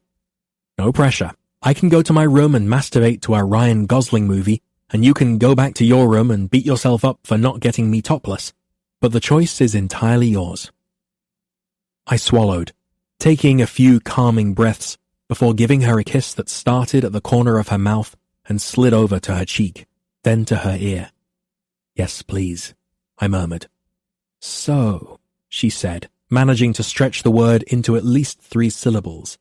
"Dinner out or in?" It took no more than 3 seconds for me to answer, "In," and with a bright smile, she took my keycard from my hand and let us in, bounding across the room. She kicked off her shoes, jumping on the bed and rolling until her face was in my pillow. "Damn it, they changed the sheets. This pillow doesn't smell like you."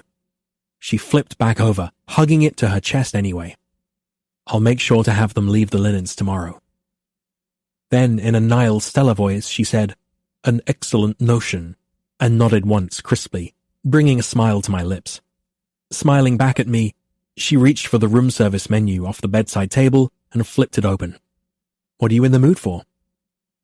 I leaned against the desk, watching her, loving seeing her in my room, on this bed, so easy and comfortable in this role as girlfriend. Sitting down to unlace my shoes, I murmured, maybe a burger." "Are you asking me?" She looked back down at the menu. "They have a few choices. Cheeseburger and fries?" "Perfect, and whatever dark beer they offer." She chucked the menu to the floor and grabbed the room phone. I heard the quiet echo of a voice on the other end of the line, and Ruby laughed, cupping her hand over the receiver. In a playfully scandalized voice, she said, "They called me Mrs. Stella." I smiled, slipping off my shoes. Mrs. Stella was my mother, or once upon a time, Portia.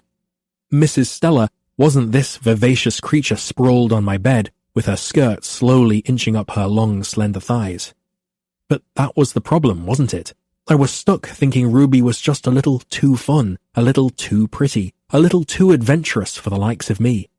I had a picture of what I thought I deserved, who might like me, and it wasn't ever someone like Ruby.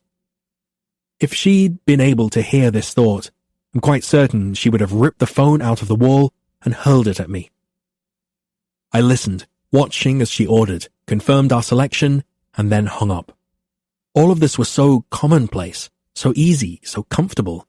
My shoulders unknotted, stomach settled. She patted the bed, lifting her eyebrows and giving me a seductive little smile. "We have approximately 40 minutes for mischief." "Ruby," I began. Her smile slipped a little before she picked it up again. "Why are you so afraid of being on a bed with me?" she said, and I could hear the embarrassment just beneath her laugh. "I'm not going to steal your virtue, I promise." "It's nothing about being afraid. I stopped, pulling my tie from the collar of my shirt and draping it over the desk chair. Whenever I wanted to explain myself, say something important, something personal, the words in my mind scattered into disarray. It's why, with Portia, I'd long since given up. I knew I needed to stop comparing everything to my marriage. Ruby was trying to help me find who I was again, and I needed to let her. New relationship, new pattern. "Tell me." I closed my eyes, putting together the sentence before I said anything more. "I feel like I've barely processed the idea of being with you and what that entails, and yet here we are, in a room with a bed. Although there is no normally to be found in my dating experience, I like to think that normally I would take you out to dinner a few times, kiss you at your doorstep, be far more measured in my interactions. At least that's what 18-year-old me would have done all those years ago," I said with a quiet, sheepish laugh. "Yet, here we are in a hotel room. I put my fingers inside you earlier, and all I want to do now is join you and relieve the ache I felt all day long. I suppose it surprises me that my body and my heart are so far ahead of my brain here." Ruby rose up on her knees so she could crawl to the foot of the bed. Reaching out, she slid her finger through my belt loop and pulled me closer. Why do people act like the heart and body aren't part of the brain? She worked the top button of my shirt free and moved to the next, and the next. Her fingertips tickled as they brushed over my breastbone. "When do you want me?" she began. "That's your brain. When you like being around me. Hey, guess what?" She looked up at me, sweet tongue-trapped smile in place. "Also because of your brain." "Do you know what I mean, though?" I asked in a whisper.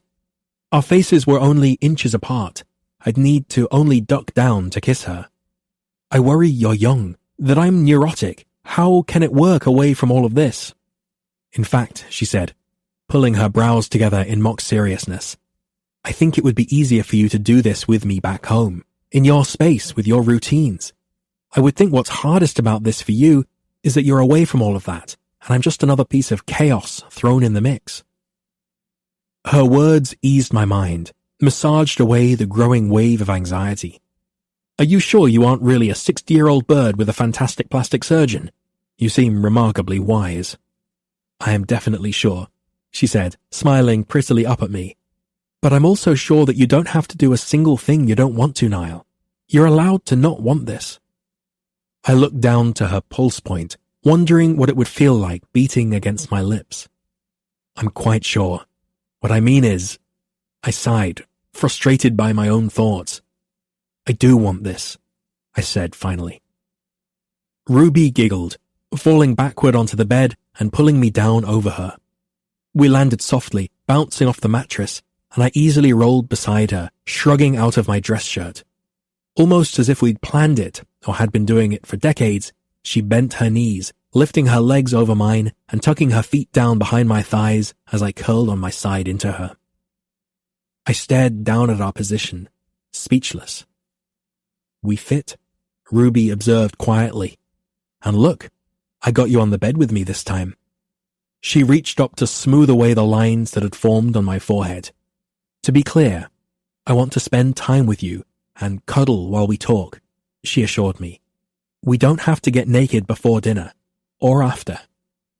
I smiled, reaching forward and running a palm over her stomach to her opposite hip. "Tell me about your family." "Let's see." Her hand reached up to run along my neck and into my hair. "I have one brother, my twin." "You have a twin brother?" I asked. How could I have kissed her, watched her bring herself to orgasm, given her another one with my hand earlier, and spent the last 5 days with her without knowing such basic information? "Yeah, he's in med school at UCLA. His name is Crane." "Crane? That's not a name you hear every day." "Well, everyone calls him by our last name, Miller, but yeah." She ran her fingers over my scalp, lost in thought. "He's good people." "And your parents?" "Are married," she said, meeting my eyes. "They live in Carlsbad, which is just north of San Diego." I think I mentioned they're both psychologists. I pulled back to study her. How is it possible both of your parents are psychologists and you seem so normal? Laughing, she pretended to shove my chest. That is such a stupid stereotype. One would think if the parents were both very good shrinks, their children would be better adjusted, not worse. And one would think. I felt my lips pressed together in an amused smile. She was unbelievable. So you grew up in Carlsbad before attending UCSD? Mm-hmm, she said, focusing on where she drew her finger back and forth across my collarbones. Happy childhood, cool parents, twin brother who only occasionally dated my friends. She seemed distracted and confirmed it when she stretched up, kissing my throat. I'm a lucky girl. No demons then, I murmured. Ruby pulled back slowly, her eyes clouding for a heartbeat. No demons. I studied her face, sliding my hand up to her ribs before telling her very quietly. That wasn't very convincing. I had no idea why I'd asked that, but now I needed to know.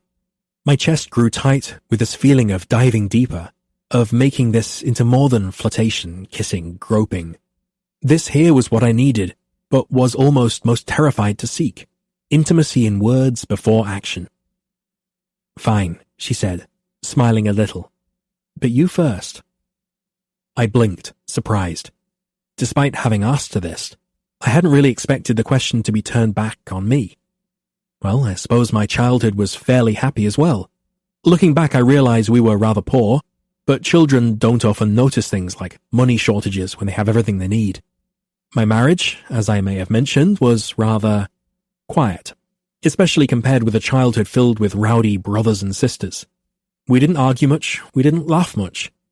There wasn't much left holding us together at the end. She brought her hand to my jaw, following the shape of it with her fingertip as she listened.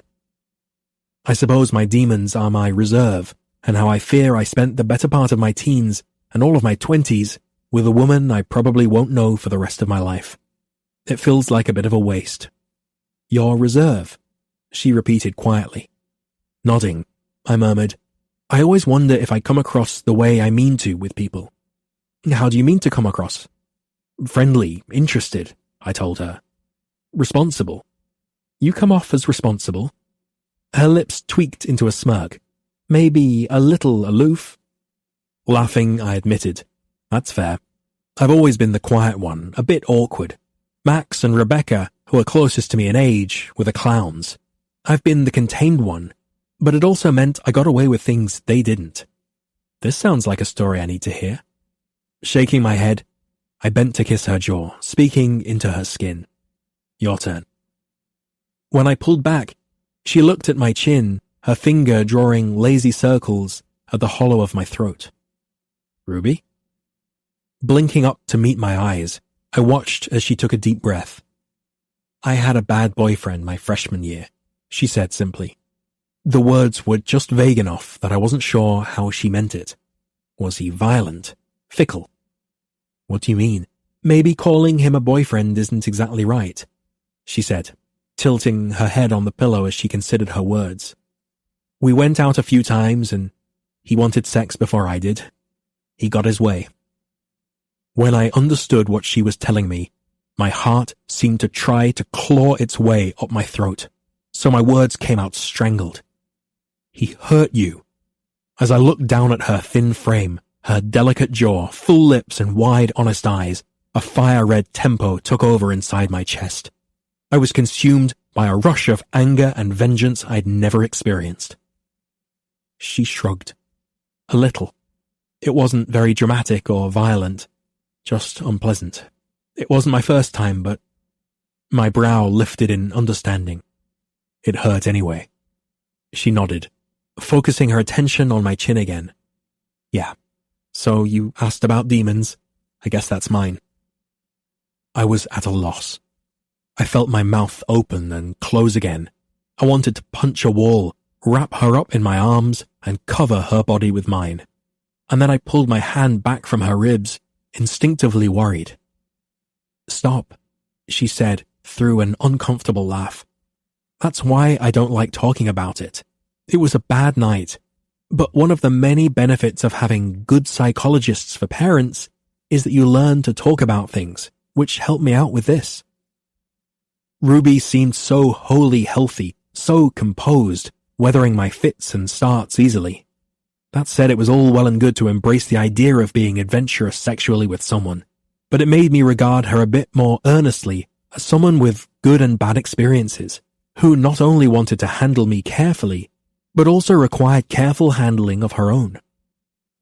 "Just ask me," she said, correctly reading my expression. "If we're going to do this," she gestured between us, "then you need to know these things about me." "You're not," I began, feeling awkward like I was trying on a child's glove. I swallowed, and then swallowed again, coughing. "Niall," she said, stretching to kiss me, letting her lips linger at the corner of my mouth. "Ask. Sex isn't an issue for you." It wasn't a question, and I wanted to close my eyes and vanish when I felt the hot flush of embarrassment rise over my skin. She was just so open, so comfortable being sexual. She didn't seem to notice, and didn't even seem bothered by my blunt words. "It was at first," she began. "I mean, maybe it still is sometimes. For the first year or so after, I was a little freaked out.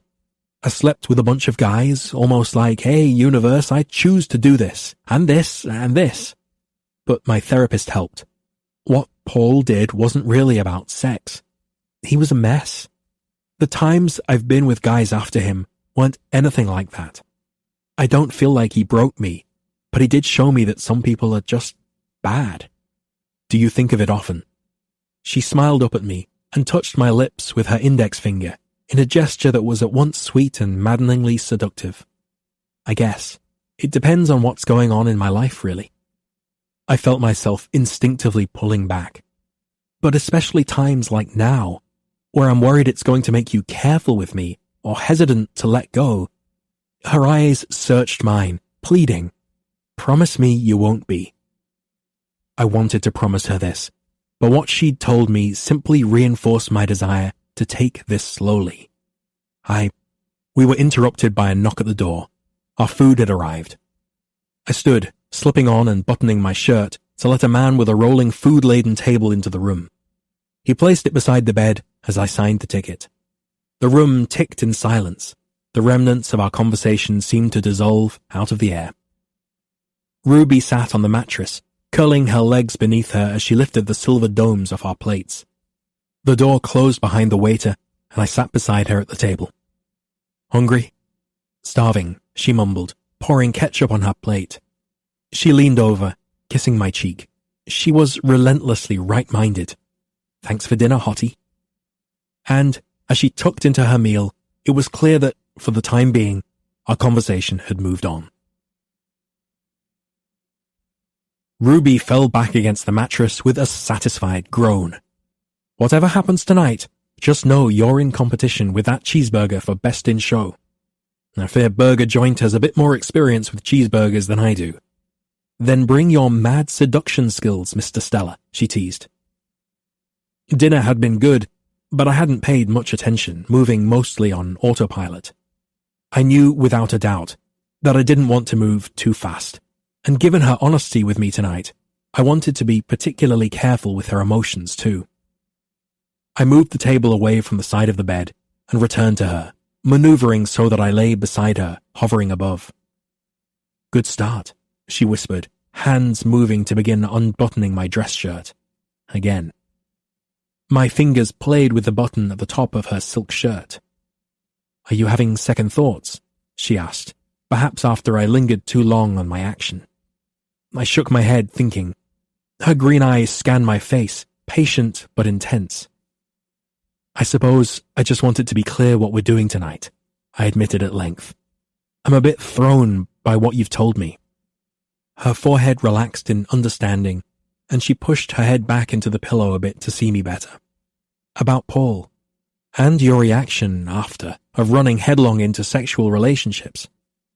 A flash of hurt crossed her face, but she hid it away quickly. "I haven't done that in a long time." I smiled at this. She was 23. A long time was such a relative thing. I'm not trying to judge you, Ruby. Perhaps it's a good reminder for me as well to take this slow. No sex, you mean? Looking into her eyes, I nodded. I'm old-fashioned, I realize, but that's something I do want to do only when I'm in love.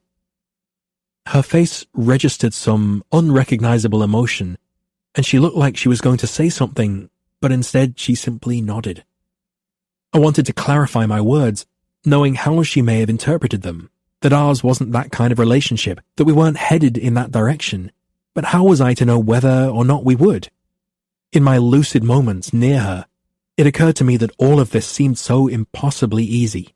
I wanted to enjoy her for whatever this was, and not expect too much. My default always seemed to be so bloody sincere about it all. Maybe this was just meant to be something lovely and easy, but ultimately, primarily sexual. And temporary. Most people had several relationships in their lives. I liked the idea that Ruby could be something more permanent, but I'd known her just 2 weeks. I can practically hear you thinking, she whispered, pulling my head down so she could kiss me once, sweetly. Why does being alone with me in this hotel trip your panic button? No one is labeling this. It was as if she read my thoughts. I like you. I want to be close to you. Whatever that means right now. Whatever that means right now. The words liberated me, and I leaned into her touch, relishing the feel of her hands sliding up my neck and into my hair. I loved the tugging, the nails scratching. I loved the signs of passion that had always been absent from my romantic life. Ruby's lips were full and warm, tasting of Sprite and the little chocolate mint that had been placed beside our dinner plates. Her mouth opened, tongue sliding out across her lips to mine, dipping into my mouth and letting me feel the small, sweet vibrations of her moan. I was thinking too much. I was always thinking too bloody much. I slid my hands up her ribs, over her breasts, and back to the button that had made my entire brain hit pause. I slipped the first one free, and then the next, until Ruby was shrugging out of her shirt and lying beneath me in a pale yellow bra. Sweet Lord, I could lay my face on that skin and never need for anything more. You have the most perfect breasts I've ever laid eyes on. She stilled beneath me and then brought her hands to her face, hiding. I stared down at her. What had I said? That she had perfect breasts? Were we meant to do this without comment? Ruby? I'm having a moment, just give me a second, she said, her voice muffled by her palms. Was I too forward? No, she said, dropping her hands and looking up at me with these crazy, beautiful eyes. I just had an out-of-body experience. Niall Stella just took off my shirt and admired my chest. Do you need to text someone? I said, stifling a laugh. I just need to remember to add it to my spreadsheet of Niall Stella moments, she joked, and reached for my head again, pulling me down. I traced the straight line of her collarbone, across to the middle and over to the other shoulder. She arched beneath me. Niall. I made a faint tisking sound before saying, patience. Her bra strap was silky and thin, a wisp of fabric holding up such plump, perfect breasts. I almost didn't want to reveal them. The anticipation was too sublime. You've seen me completely naked, she reminded me. But I haven't touched you when you were completely naked. Looking up at her face, I smiled. I have never been directly responsible for making you completely naked. She gave me a playfully exasperated look, but behind her eyes, I could see her urgency, and it set a fire inside me. Can you make me completely naked now? You aren't something to rush through. I bent, smelling her neck. Your skin is meant to be savored. Your pleasure is meant to be drawn out, stretched thin, seduced from within you. Looking up at her, I told her, I'm not making love to you tonight, with anything but my hands. But I want you to come so violently on my fingers that you'll wake in the middle of the night, desperate to recreate it. I kissed her shoulder, murmuring, only to fail. Her mouth fell open. You won't have the right angle, you see.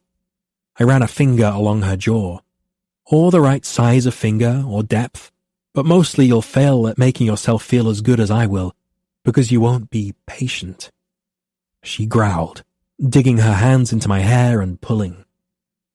I drew my finger down from the hollow of her throat to her breastbone. "You won't want to linger at these perfect spots, the warm skin here, the sole freckle on your torso just there. You won't be able to kiss your own rib." I bent, kissing her just beneath her bra, before sliding my hand beneath her, releasing the clasp and leaving it there to loosen as she arched for me, as she wiggled and whined on the bed. The left strap fell from her shoulder, looping down over her bicep, and I kissed the tiny new spot it revealed. "Take it off?" she whispered, back lifted from the mattress. "Not yet." She paused, breathing heavily while I sucked at the skin just beneath her breast, my hand working to unbutton her skirt to slide it down her hips. "Niall?" "I ache." My laugh came out as a small breath on her skin. "Do you? You can linger all you want, just put your hand on me. I'll put my hands all over you when I'm ready, trust me." I'd never been able to take my time like this, to enjoy and relish and taste. Compared to my time with Ruby, my sexual experience to date felt like digital code entered bleakly into a program. I bent, sucking at the top swell of her breast, so full and firm. I pressed my teeth into the skin, groaning. I wanted to bite and suck and consume.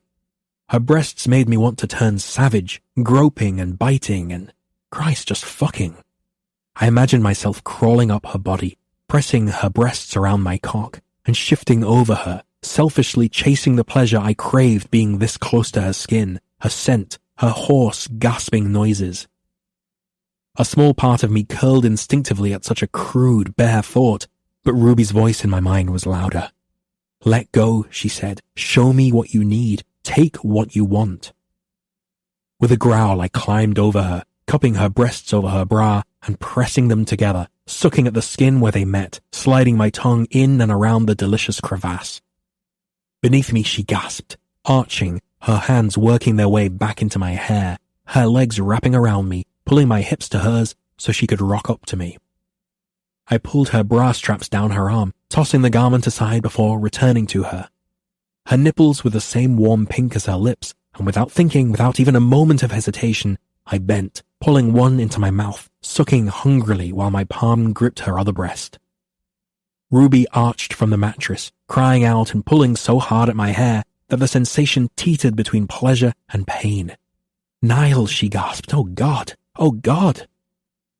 The intensity of her response threw me. I was causing this simply by licking her breast and covering her body with mine. I wanted to own this reaction, wrapping it carefully and hiding it away. My thoughts shifted away from relieving my own ache to giving her more of this pleasure. I needed to feed on her reactions until she was sweaty and screaming beneath me.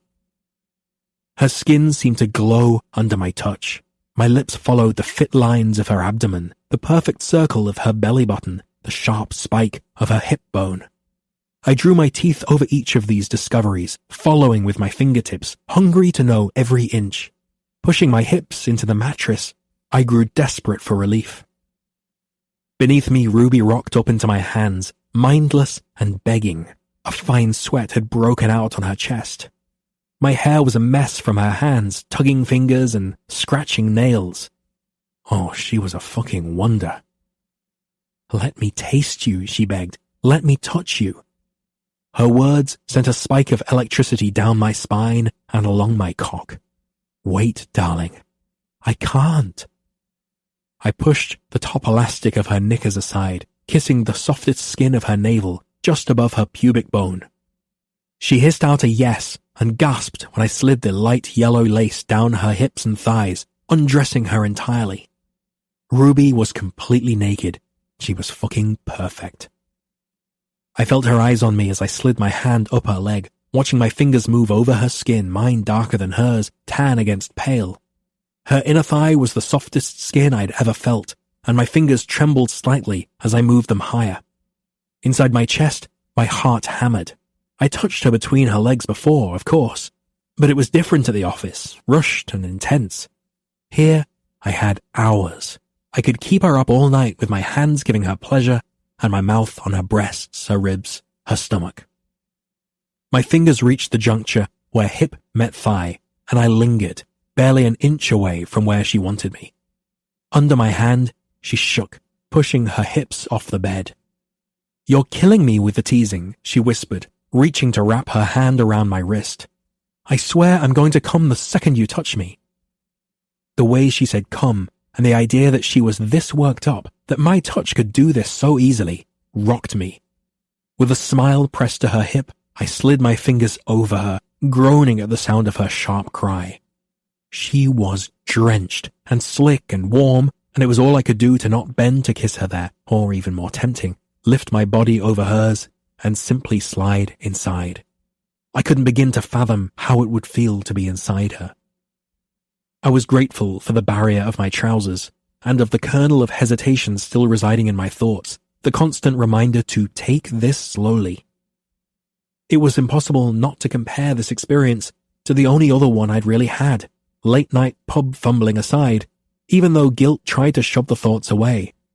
I knew I shouldn't think of Portia right now, not even in relief of my independence from her, but with Ruby naked against me, and my brain fried to bits at the thought of giving this sublime creature pleasure, I didn't have the discipline of thought to which I was accustomed. Ruby unraveled me, opened something inside me, and made me want to be more transparent with myself, with her. And as I touched her and gave her pleasure with first 2 fingers and then 3, I let my thoughts flap wildly in my mind. This is what it should feel like to be intimate, giving pleasure to someone who wants it hungrily, both partners wholly giving into it. She'd opened up to me tonight. It was the entire purpose of her admission, I realized, and in turn, it had given me some freedom to relax with her, with this. With each circle of my hand and each moan that pushed past her lips, my confidence multiplied until I was convinced no man had ever wanted a woman more than I wanted the one beside me just now. I wanted to kiss her and lick her and fuck her, but a baser part of me, a dark piece I'd never acknowledged, wanted a greater ownership over her lips, her glowing skin, aching sounds, soft thighs, and, I let myself admit it, the most beautiful soaking wet pussy I'd ever dreamed of. I wanted to look at her and have a deeper sense that she was mine. She started to clench under my movements, and my insides began to simmer, thrilled. How odd it is, I thought, that my whole body should ache for the curve of her shoulder, the straight downward slope of her navel, the pounding pulse at the side of her neck. Watching her unravel under my touch seemed to literally bring my heart into my throat. I lifted my gaze from where I touched her to move up and suck savagely at her breast as she first seemed to calm. Her breaths came out slow and deep, and then she pushed her head back into the pillow and nearly screamed as her orgasm tore through her and pressed down against my fingers inside. She stilled for only a breath before pulling me by my hair so we were face to face, and I could lick away the quick, relieved exhales falling from her lips. Holy shit. She closed her eyes, going limp beneath me. You're exquisite when you come, I whispered, sucking at her jaw, her neck, her mouth. That, she began, looking up at me. Right now, you seem like something I made up when I was lying awake at night. I ran my wet fingers up over her stomach to her ribs, quietly giving voice to the crude thought that slipped into my mind, sharing my most exposed self. I love the way you smell. I fear I'll lose my mind when I finally feel you on my tongue. After the words left my mouth, Ruby pulled me back to her with her eager hands and renewed desire. I was wild and she was nearly out of her mind, sweaty, mouth wet and messy over mine. Teeth scraped chins, kisses turned sloppy, and she whipped my belt across my stomach in her haste to get my trousers off. Oddly, the sharp sting only made me more unhinged. With my pants pushed to my knees, Ruby reached for me, her hand strong and warm as she gripped my shaft. Holy shit, she said. I pulled back, looking down at her with what I sure were savage eyes. She was only the 3rd woman in my life to have touched my cock, and I honestly didn't care what she was going to say to finish the sentence. I pulsed in her palm, practically begging her to give me relief. "Big," she said, looking down at me. "Jesus." And then she slid her hand over the head with such perfect pressure that I nearly missed her words through my loud, relieved groan.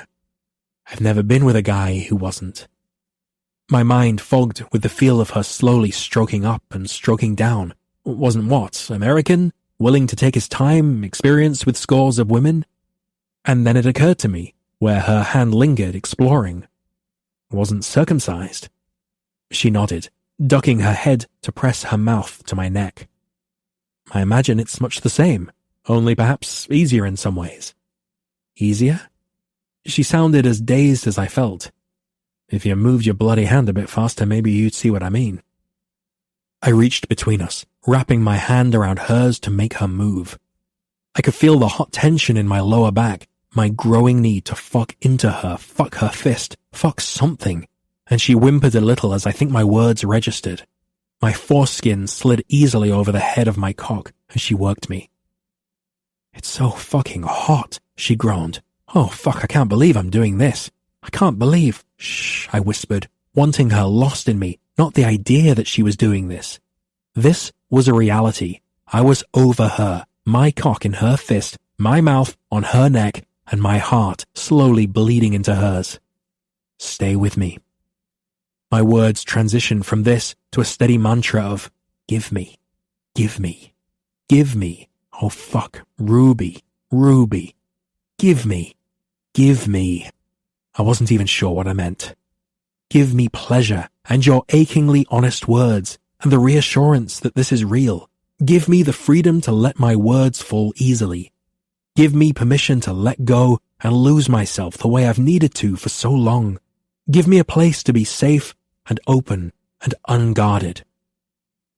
Her hand slowed, thumb sliding over the taut, slick head, eyes wide as she watched herself. And I watched too. The sight of her hand wrapped around me caused me to groan, jump in her palm. "I love that I made you hard," she barely whispered. "You do," I admitted, hard enough to feel nearly mad all the time. I sounded desperate. Hell, I felt desperate.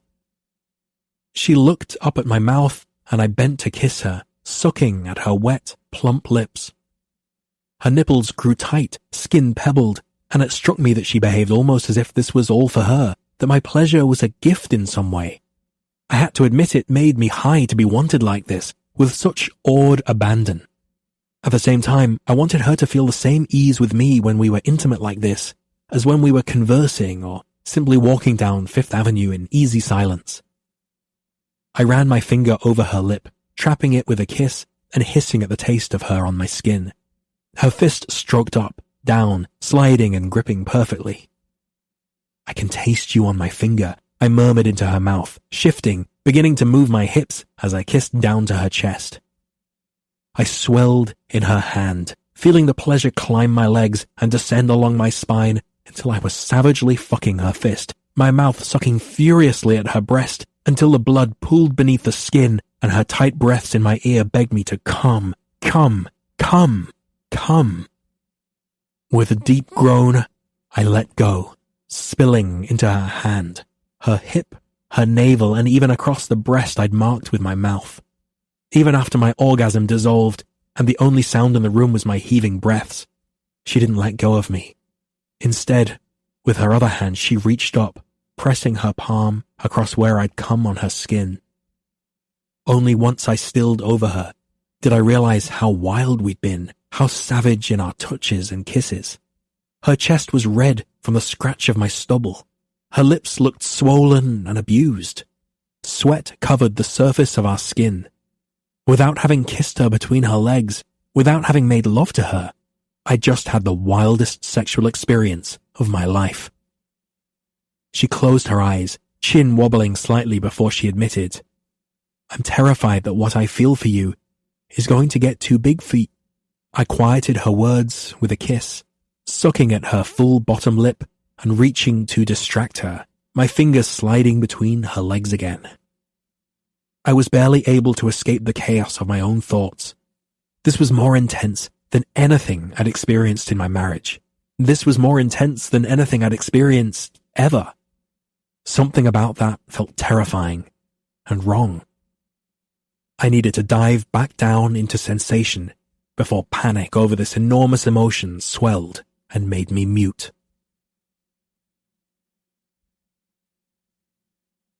"11.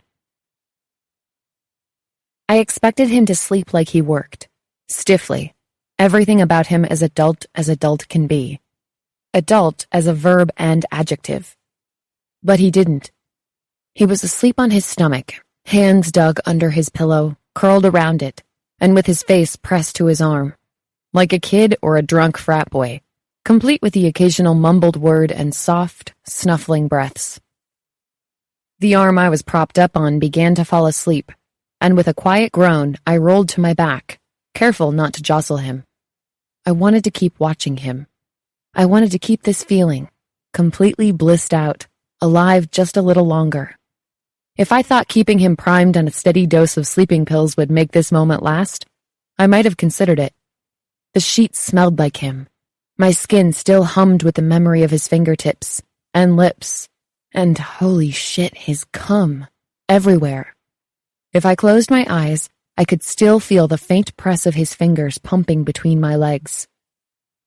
But with the quiet, soft sounds of Niall sleeping came the familiar doubt. It was still faint enough to ignore, like hearing someone shout from the other side of a wall, but I wondered how long it would stay that way. If there was one thing my parents encouraged us to do, it was listen to our gut, to take note when something felt worrisome or scary. And this definitely felt scary. It was fucking terrifying. Niall seemed to approach our relationship with fits and starts. I knew he was hesitant about his ability to be a good partner, but was that all it was? The room was still dark, and I rolled over again, tucking myself back into the warm space at his side. His skin smelled faintly of soap, and his breaths were soft and even. I closed my eyes, rationalizing that it was too early to worry about things I couldn't control. There would be plenty of time for that later. When I opened them again, I was alone, blinking up at the ceiling overhead. The blue curtains glowed, backlit from the morning on the other side, and the bathroom light flooded the carpet near the hotel room door. I could hear water running and the faint tap, tap, tap of something knocking against the sink. "Niall?" I called out, pushing up onto an elbow. The water shut off, and a head of dark hair peeked out of the doorway. "Good morning," he said, one side of his face still covered in an even layer of shaving cream. "I hope I didn't wake you." I frowned when I realized that he was shirtless. Yay! But he was wearing dress pants. Boo. "Where are you going?" I asked through a yawn. He stepped back into the bathroom, and I heard his voice over the running water. "I woke to a message from Tony," he said, and I felt the involuntary eye roll that somehow always accompanied that name. "He's set up an early meeting across town I need to get to." I glanced at the clock, 7 in the morning? Sadly, yes. I was hoping we'd have breakfast together. Actually, I'd hoped we'd have room service and maybe feed each other bite-sized pieces of fruit followed by rigorous shower sex. "Okay," I said instead. The bed suddenly seemed less empty as my doubts from last night resurfaced and slipped back between the sheets. Niall walked out of the bathroom and slid his arms into the sleeves of a dress shirt. I stared as his torso disappeared with each button slipped through its hole. "You'll meet me at the office later?" he asked. Of course. I propped myself up on 2 pillows, and a thought occurred to me. Last night? But what had I meant to say? Last night was amazing? Confusing? Terrifying? Pretty much all of those. "Was it enough for you?" he asked, and I knew he wasn't looking for false praise or ego boosting. He was simply wondering. "More than enough. I don't think people appreciate the awesomeness of a good finger bang." He laughed, shaking his head as he focused on his hands knotting his tie. "The things you say." I'm serious. When we're young, each step is a milestone. First kiss, first base, second, I said, ignoring the way he watched me. I brought my knees to my chest and wrapped my arms around them. If I could go back and tell teenage Ruby anything, Well, first I would say to wear more sunscreen, but the second most important thing would be to slow down and enjoy all those firsts. Enjoy the anticipation. Once you have sex, all the good stuff becomes a means to an end. Nobody wants to just make out anymore. Niall looked up and smiled at me from across the room. Thank you. For what? For being patient with me, with all of this. I know I come across as uptight at times, but I assure you, I've grown quite fond of you, Ruby. I bit my lip through a smile. I'm quite fond of you as well, Niall Stella. He walked over to the bed and bent, kissing my forehead. See you in a bit, darling. I took my time getting ready back in my room. Slim black dress, smooth straight hair, and my favorite special occasion lipstick, and grabbed a quick breakfast at Norma's before heading to the office. I needed an extra layer of confidence today, and this outfit always did the trick. Manhattan was chilly, and I tugged at my coat, red, to match the lipstick, bundling it a bit higher against my throat. I'd decided to walk this morning, opting for a different route than I'd used before, having Googled a landmark I knew my mom would love to see in a photo. I remembered an old copy of Love Story on her bedside table while growing up, and that the cover was inspired by a version of the sculpture located on 6th Avenue. It was easy to find. Groups of tourists crowded around it, recreating iconic poses while they took each other's photo. It was simple. Red capital letters with blue accents, the L and O on top of the V and E, and I pulled out my phone, hoping to snap a quick photo to send to her. Well, hello there, Miss Miller, I heard in an accent so familiar it sent goosebumps up and down my arms. Max, I said, and dear God, the men in this family were gorgeous. It was obvious Max and Niall were brothers, even if Max's hair was a bit lighter and he had more green than brown in his eyes. They had the same straight nose, the same sharp jaw, and the same dimpled grin. Max's just made far more appearances. And wow, were they both tall. I hoped he'd assume the blush that warmed my cheeks was because he'd just caught me taking a photo of myself on the streets of New York, and not because I'd just realized how insanely gifted his family's gene pool was. Then I noticed Will. Sweet Jesus, Will looked like Sin in a suit, standing just behind him on the phone where he offered me a small wave. Where's baby brother this morning? Max asked. Something last minute came up. I'm meeting him at the office later. Max winked and tugged a leather glove on over his left hand. A thick wedding band gleamed in the morning light. Don't suppose I could talk you into joining us for a coffee, then? He asked. Will finished his call and stepped up beside him, smiling and nodding in agreement. I had no idea how the women in their lives got anything done. I'd already had a cup, but how could I pass this up? Sure, let's do it. Excellent. William? Ready? As I'll ever be, he said, offering his arm to me. I took it in sort of a daze, even more so when Max took my other arm. What in the world had I just agreed to? At a small cafe just up the block, I followed both of them to a table near the back of the room, crowded with tourists and business people grabbing breakfast before work. Our drinks were brought out almost immediately, and I couldn't help wonder what Niall would think of my having coffee with his brother. I saw a picture of Annabelle, I said. She's absolutely stunning. Congratulations. Max, who had been unwielding a scarf from his neck, beamed at me. Niall showed you my little miss. I nodded. She looks so much like you. Will frowned as he tore open a sugar packet. No way, not this guy, he said. Sarah's a knockout, and that little girl is the most beautiful thing I've ever seen. She's going to have her Uncle Will standing at the door with a shotgun, ready to blow the balls off any boy who even looks at her wrong. Ta, William. Couldn't have said it better myself. Her mother Sarah is stunning. If my little beloved is even half as vivacious and charming, I am well and royally fucked. Oh, you are, Will said, holding up his drink. Do you have any children? I asked Will. Max snorted into his water glass.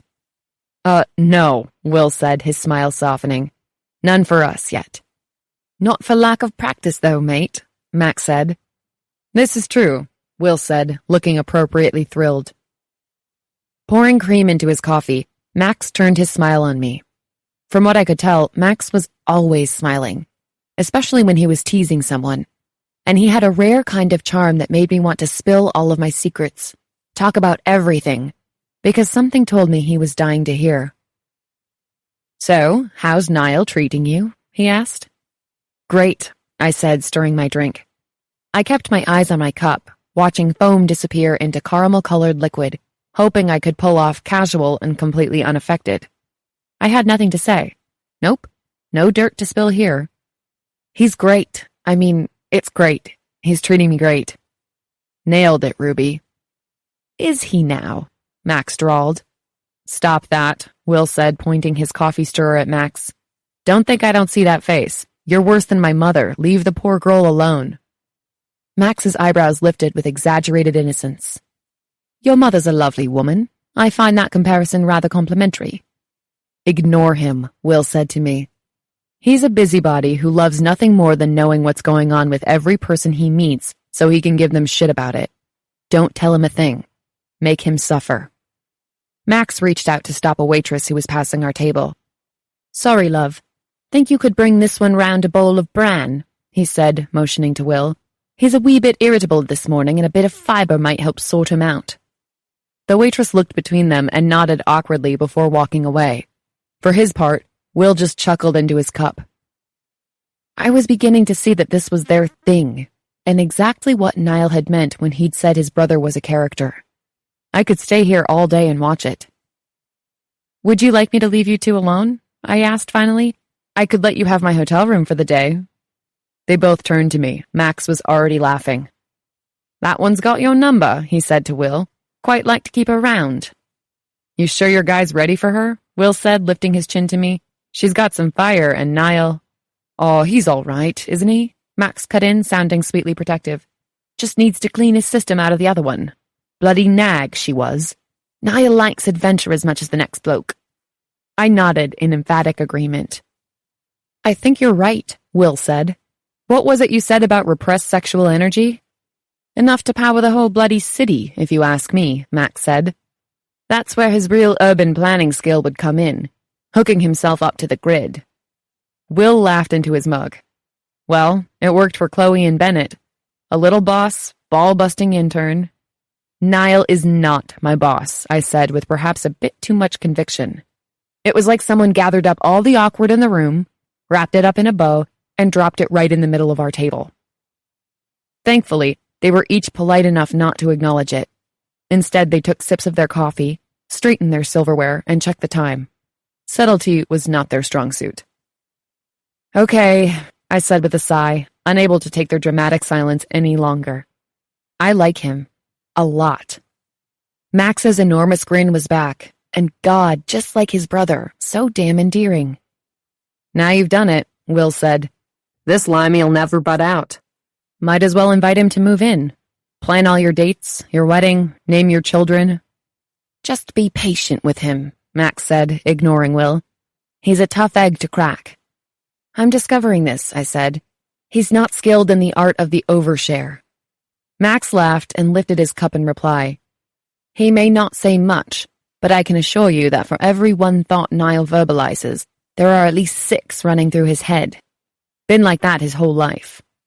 "Great." I dipped my head, staring at what was left of the foam floating at the surface of my latte. Across from me, Max set down his coffee. "Allow me to be protective big brother for a moment, though, yeah?" I looked up, and his expression softened when I murmured, "Of course." Even Will, who seemed to realize the serious turn the conversation was taking, leaned forward to listen. "My brother is loyal to a fault. Always has been. Whether to us, or his job, or a woman. I'm not sure how much you know about his divorce," he said, letting the implied question, "What has he told you?" hang in the air. "We've talked about it," I answered, wanting to be honest, but not wanting to betray Niall's fragile trust. "A little. I get the sense she was—" How to finish that sentence? "Maybe a little difficult?"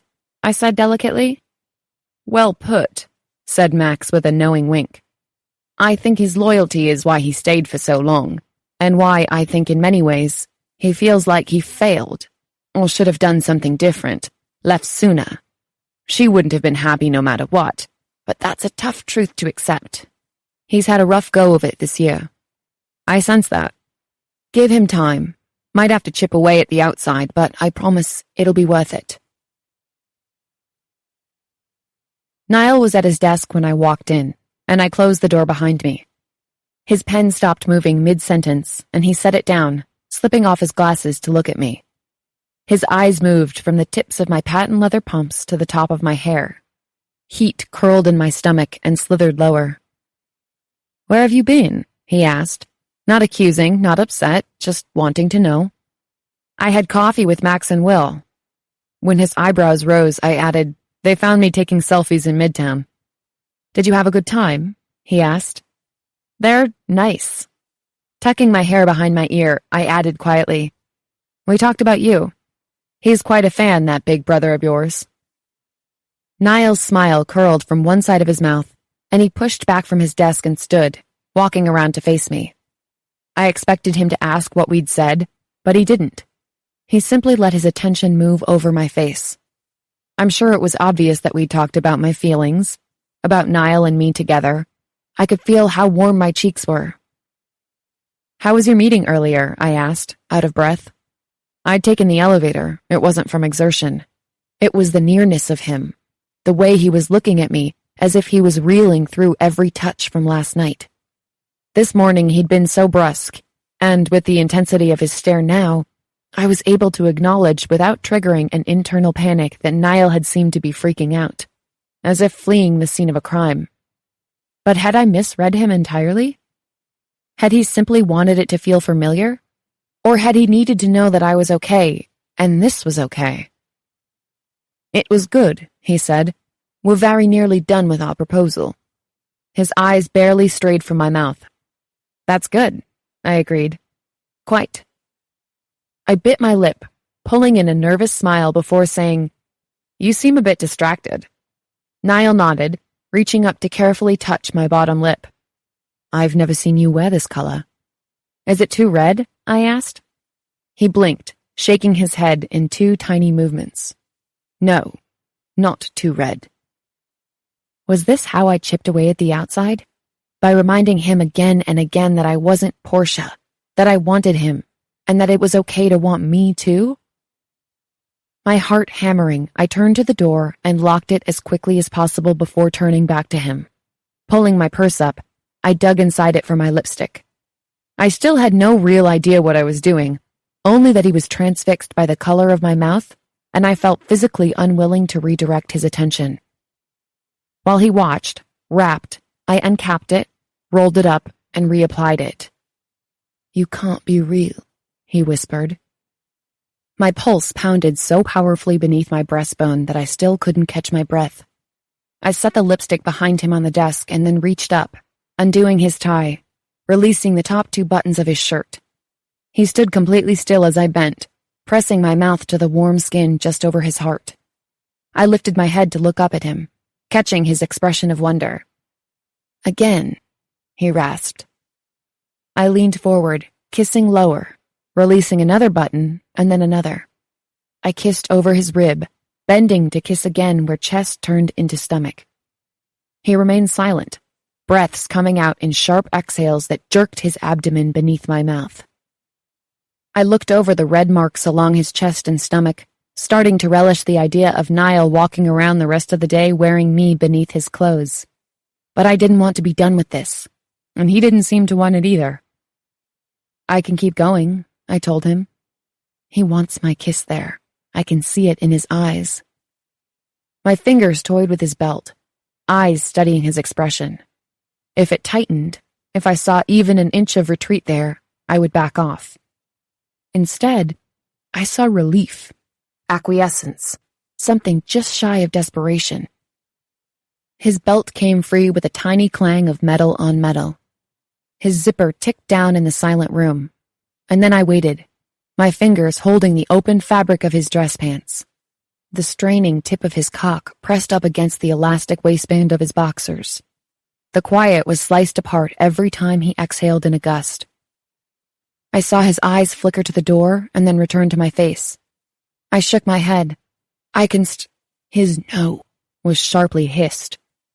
With a little nod, I kissed the soft trail of hair on his abdomen, licked it. "Dear God," he gasped. I slid my hand into his boxers, nearly undone by the dip of his Adam's apple as he swallowed, let his head fall back. I was struck all over again by the weight of him, the heavy length I pulled free as I kneeled in front of him. "I probably need more lipstick," I whispered. With effort, he raised his head, looking down at me, and then blinked into awareness. "Of course." His fingers fumbled behind him on the desk, knocking pens and papers to the floor before finding the silver tube.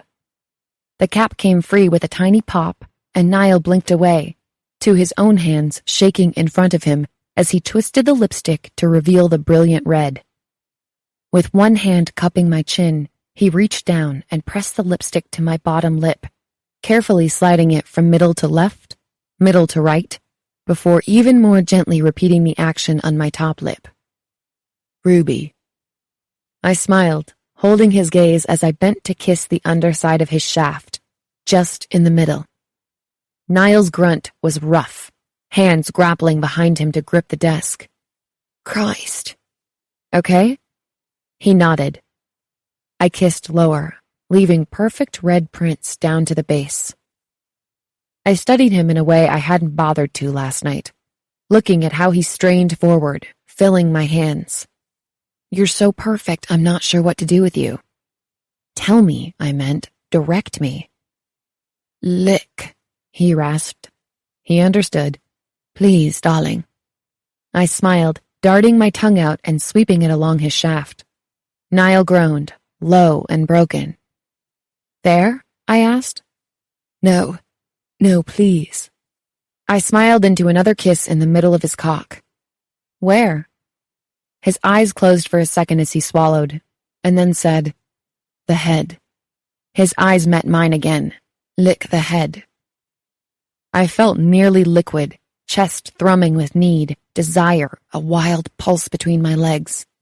When I slid my tongue over the wide crown of him, I tasted sweet and salt, earth and man, and felt more than heard his relieved moan vibrate through him.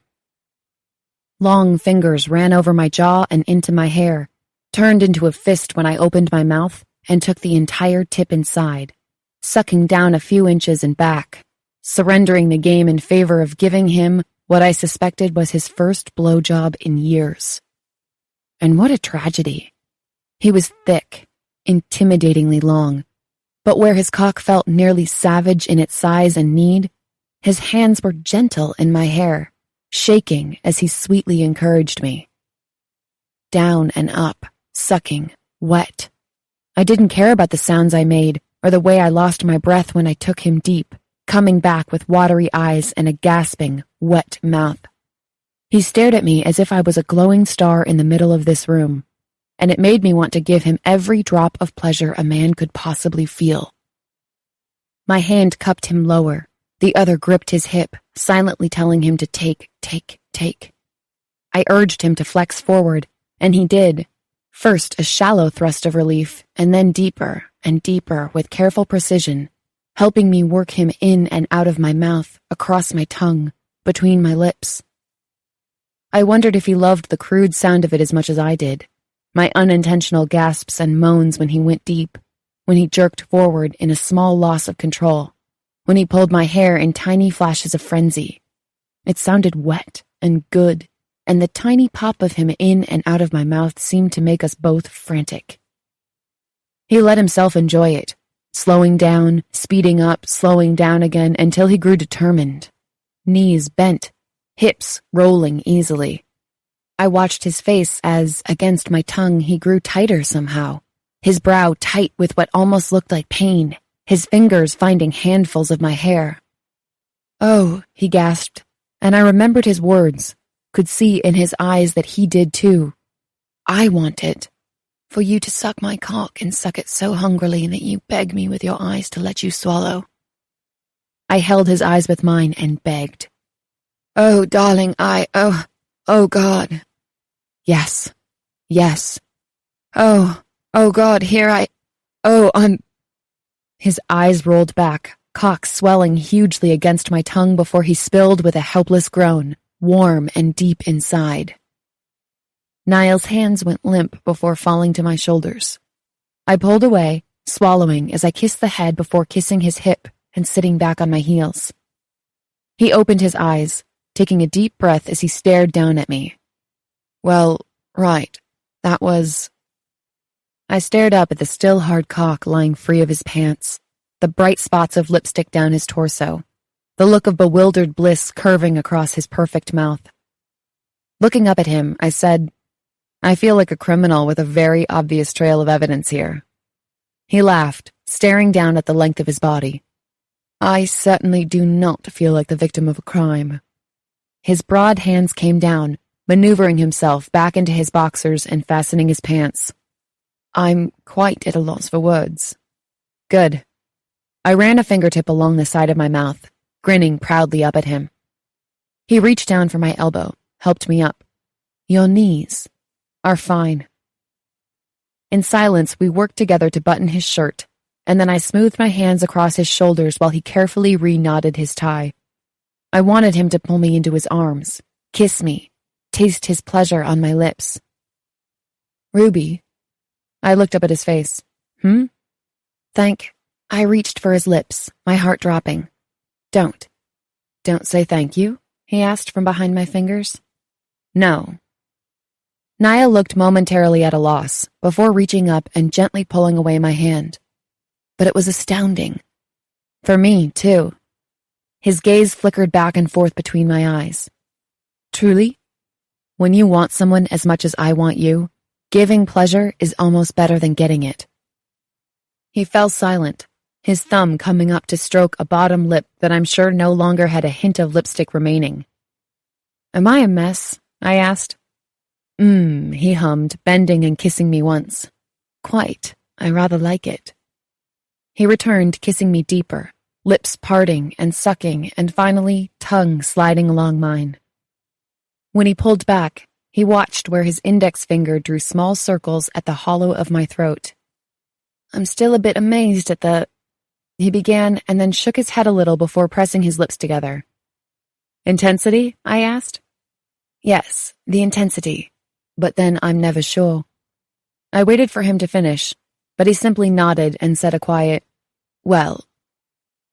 I suddenly knew what Max meant about chipping away at the outside. It wasn't about seducing Niall in the first place.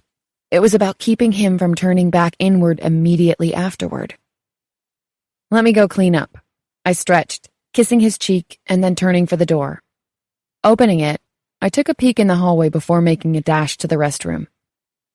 Inside, I stared at my reflection, at the swollen pink mouth, the hint of red in a halo all around it, the mascara blurred from my watery eyes while I sucked him. I didn't really need Niall to finish that thought. I knew what he would say, even if he didn't know it himself. I'm a bit amazed at the intensity, but then I'm never sure what to do with you afterward. If Niall was as distracted as I was that afternoon, he didn't show it. His attention barely wandered from the speaker as she unveiled one plan after another. He took meticulous notes, and barely spared a glance in my direction. I could still remember the shape of him against my lips, could hear the choppy, gasping breath he took just before he came. But I could not believe I'd done that in our office. My recklessness was escalating. I'd be damned if I ever apologized for wanting something sexual, but I didn't want to let it make me irresponsible. Still, after this morning, then the blowjob, then his retreat back into his own thoughts, I felt insecure, and I hated feeling insecure. Beneath the table, I slid my foot closer until it touched his. Startling, he looked over at me, and I could see in his expression when he understood that I need to know that what I did was okay with you. And in the same way my kisses were hidden under his expensive clothes, his ankle wrapped around mine beneath the table. A secret only the two of us shared. I'd never considered how many nerves might exist in the human foot before, but for the next 2 hours, I grew aware of every single one. I noticed every shift of his leg and every brush of fabric. I could feel the heat of his body so close, and yet I couldn't do anything. It was maddening. When he stood to take the floor himself, my eyes bore into places I knew were marked with red. I kept my face impassive, but inside, I burned. Being back in the States didn't mean my responsibilities back in England had lessened. In the time I wasn't with Niall, I had to put in extra hours. My coursework was finished, but if I hoped to get into Professor Sheffield's program in the fall, I had some catching up to do. Nothing could suffer at this stage, which was exactly why, at the end of the day, I decided to opt out of a group dinner that night, even if it would have meant time with Niall. As the global lead on the team, Niall couldn't back out. So with a small, apologetic glance in my direction, he told everyone he would meet them in a half hour at the restaurant. I moved to the elevator and shivered a little when he came in behind me. We've been able to spend nearly every second together the past couple of weeks, but would be apart tonight. I felt a little petulant in my unwillingness to share. "All right," he asked quickly as a few other people came in after us. "I'm good." I smiled at him over my shoulder. Just need to be an adult for a few hours and feeling bratty about it. He couldn't exactly kiss me or do anything even mildly physically reassuring. It was just that everything still felt so precarious. Our relationship was starting to feel like a towering house of cards, and in a way I understood why he was inclined to take the physical side of things slowly. There was no established us yet. No moments where I felt like, wow, this guy is totally my boyfriend. There was also a tiny part of me that suspected I'd complicated his thoughts by further telling him about Paul. I was being truthful when I said I still thought about what happened from time to time, but what I gathered most from those moments was a sense of pride that I'd worked through it, and that I hadn't let it dictate how I felt about myself or who I would be. I needed to make sure he knew that. "You'll be at the hotel working?" he asked. I nodded, and he followed me out of the building. "I'll walk you there." Smiling up at him, I whispered, "Thanks." Cabs jerked past us, honking. The cold March wind seemed to lash us with sharp fingertips. Niall put an arm around me, awkwardly maneuvering us through the crowd, bending to speak close to my ear.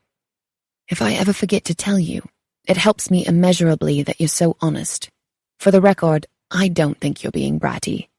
I'm pouting on the inside." And like that, butterflies. Lots of them.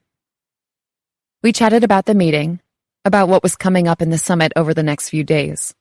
He held my hand, and I realized with some pride that I'd grown accustomed to his long strides. We walked easily in tandem. But there was still the thing between us. "You wanted honesty?" I whispered during the elevator ride in the hotel, using the excuse to lean into him. "Yes." I tilted my head to look up at his face. Was today too fast? He swallowed, immediately understanding. "Maybe a bit, but I'm not sure I wanted to stop you, or whether I could have." I closed my eyes, feeling faintly sick. "Or whether I should have," he added, quietly, placing his finger under my chin to turn my face back up to his.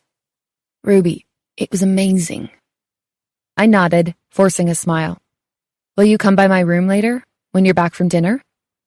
He looked at me for a long moment, eyes meeting mine and holding there, and then he nodded in agreement, bending to kiss me once, sweetly. "Let yourself in, if you want to," I said, placing my extra keycard in his hand. "I have a ton to do, so I may be up all night, or, who knows, maybe I'll fall asleep at the desk in a puddle of my own drool." He laughed, and I adored him so much in that moment, it was like a punch to my stomach. With one more kiss to my lips, he slipped the key into his pocket. I got out of the elevator at our floor and waved, watching him disappear between the closing doors. I woke to the electronic sound of a lock turning, to a slice of light that cut across the room and was swallowed behind the closing door. Just like I'd told him, I worked until I couldn't keep my eyes open, dragging myself away from the desk just long enough to undress and throw on a t-shirt before climbing into bed. The door closed, and I watched Niall's silhouette move in front of the window, quietly slipping out of its jacket and shirt before taking a seat near my feet. I felt the mattress dip with his weight, and waited for him to say something. The silence ticked on right along with his watch again before he spoke. "You awake?" he whispered into the darkness. The stillness in the room knotted my stomach. What had happened after I'd left him in the elevator? Had he spent the night thinking and overthinking and second-guessing what was happening between us? I felt frozen in place, my words locked in my chest, and wondered briefly what would happen if I didn't answer. Would he crawl into bed and wrap himself around me? Or would he stand, redressing before heading back to his room? I was afraid to find out. "Ruby, what time is it?" I asked finally. "Around 1. I sat up, pulling my knees to my chest. "Are you just getting back?" "No," he said, and though I couldn't see his face or the expression that accompanied it, I saw him run a hand through his hair. "I've been sitting downstairs for the last 2 hours. My heart pounded, and I wasn't sure if the darkness was a blessing or a curse. He'd been downstairs for 2 hours? Why? He laughed a little dryly. "I've been thinking about what we did earlier." "Oh, you're not surprised?" I pushed the hair from my face and wondered how honest I should be. "I think I'd be more surprised if you weren't." "Am I that predictable?" "I'd say consistent," I told him. Silence stretched between us until I couldn't take it anymore. "Do you want to talk about it?" He stayed quiet for a moment before I sensed him nodding. "I think so, yeah." I smiled into the darkness, realizing what a leap this was for him. "I was thinking about how confusing this must be for you, and how I've probably got you turned upside down with mixed messages about our physical relationship." He paused and took my hand in his, brushing a fingertip over my palm to stop at my wrist. "I told you I wanted to take things slowly, and then—" He turned, pulling his knee up onto the mattress to fully face me. "And then I reacted how I did, put the lipstick on you." "I didn't mind that," I admitted. "I know we can't always script these things. Sometimes you might do something in the heat of the moment and then find yourself questioning it later. As long as we're honest with each other, I don't think there's any right or wrong way for this to go." He considered me for a moment before offering a simple, "Thank you." "And you're not the only one who has a tendency to overthink things," I told him. "I might just be better at blurting things out or running ahead. That actually makes me feel better." There was a beat of silence. "As long as we're being honest, can I ask you a question?" He squeezed my hand. "Of course, darling." "Does part of you wanting to go slow have to do with what I told you last night?" He was silent for another moment, and I felt him shift on the mattress. "After what he did to you," he said, "I feel like I should be—" "I need you to stop right there," I said. I was right. It wasn't just about his hesitation to dive in. He didn't want to rush me either. "I told you what happened with Paul because I trust you, and because you asked. I want you to have an idea of the pieces that make me who I am, just like I want to know about you. What happened to me will never go away, because it's a part of my past, but I don't want you to handle me differently because of it. I'm not delicate, and I don't need you to be careful with me. Not like that. You need to trust me to tell you where my limits are, just like I need you to tell me yours." He leaned forward, rubbing his hands over his face. "That's just it, though. I feel so out of my depth," he said. "That we can so readily communicate these things is still a bit of a revelation. My marriage was a lonely place, for both of us, I'm sure," he added quickly. "And I'm terrified that that wasn't just a Niall and Portia thing, that it's me. I know I don't say enough, and what if someone tires of having to pull every little thing from me? Niall, and what if after the rush of conquest wears off, you'll realize I'm not what you've built me up to be? I'm not quite sure how I deal with that." "I know how different we can be in that way," I told him. "You feel like you don't share enough, and I'm the opposite." He laughed, reaching out to brush the backs of his fingers along my cheek. "And if we're being honest here, it is frustrating when I have to try and decipher what you're thinking. Like this morning, I'm not saying I'd need to be privy to every thought in a man's head, but I do need someone who can talk to me, who can step outside their comfort level and meet me halfway. I want that for myself." The room filled with a silence so heavy it was like a third person towering above us. Those moments where I'm trying to decipher his thoughts, this was one of them. Then it hit me, and I wondered if I needed to take his insecurity into account and clarify that when I said someone, what I meant was him. But Niall seemed to be ready to take a leap. Leaning forward, he pulled me by the back of my neck so that our foreheads pressed together. "I'll try," he said. "For you, I'll try." 12. I'd truly never known a woman like Ruby. Instead of needing giant leaps to prove my commitment, over the next week she seemed to revel more in the small things. The pressure of my palm on her lower back while we waited on the subway platform, a lingering glance while queuing for lunch at a street vendor, doing nothing more than kissing for hours at sunrise. But while our physical relationship seemed to have taken a few calming steps backward, she never pressed, and she never asked me to explain myself beyond what I told her that night in her hotel room. I did want to try. Knowing that, she seemed content to simply be near me. Ruby surprised me in other ways as well. She was smart, far smarter than I'd initially given her credit for, and absorbed details like it was some sort of superpower. I was a note-taker myself, and could usually gather any piece of information needed quickly enough when called upon, but over the following week, I was blown away on more than one occasion when a question was posed during a meeting and Ruby would pull the answer seemingly out of thin air. It was truly remarkable.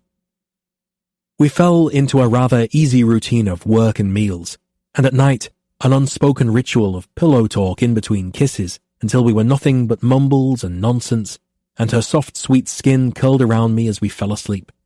It was a flash of a fantasy life. I suspected we both knew it, where we lived in a gorgeous hotel, ate wherever we wanted, and could spend the entire workday as a couple out in the open, managing quite functionally together. So it was odd to find myself deep in a Tuesday without having seen Ruby once since she left my room early that morning. I'd been in an endless loop of discussions and conference calls to wrap up the first phase of the summit.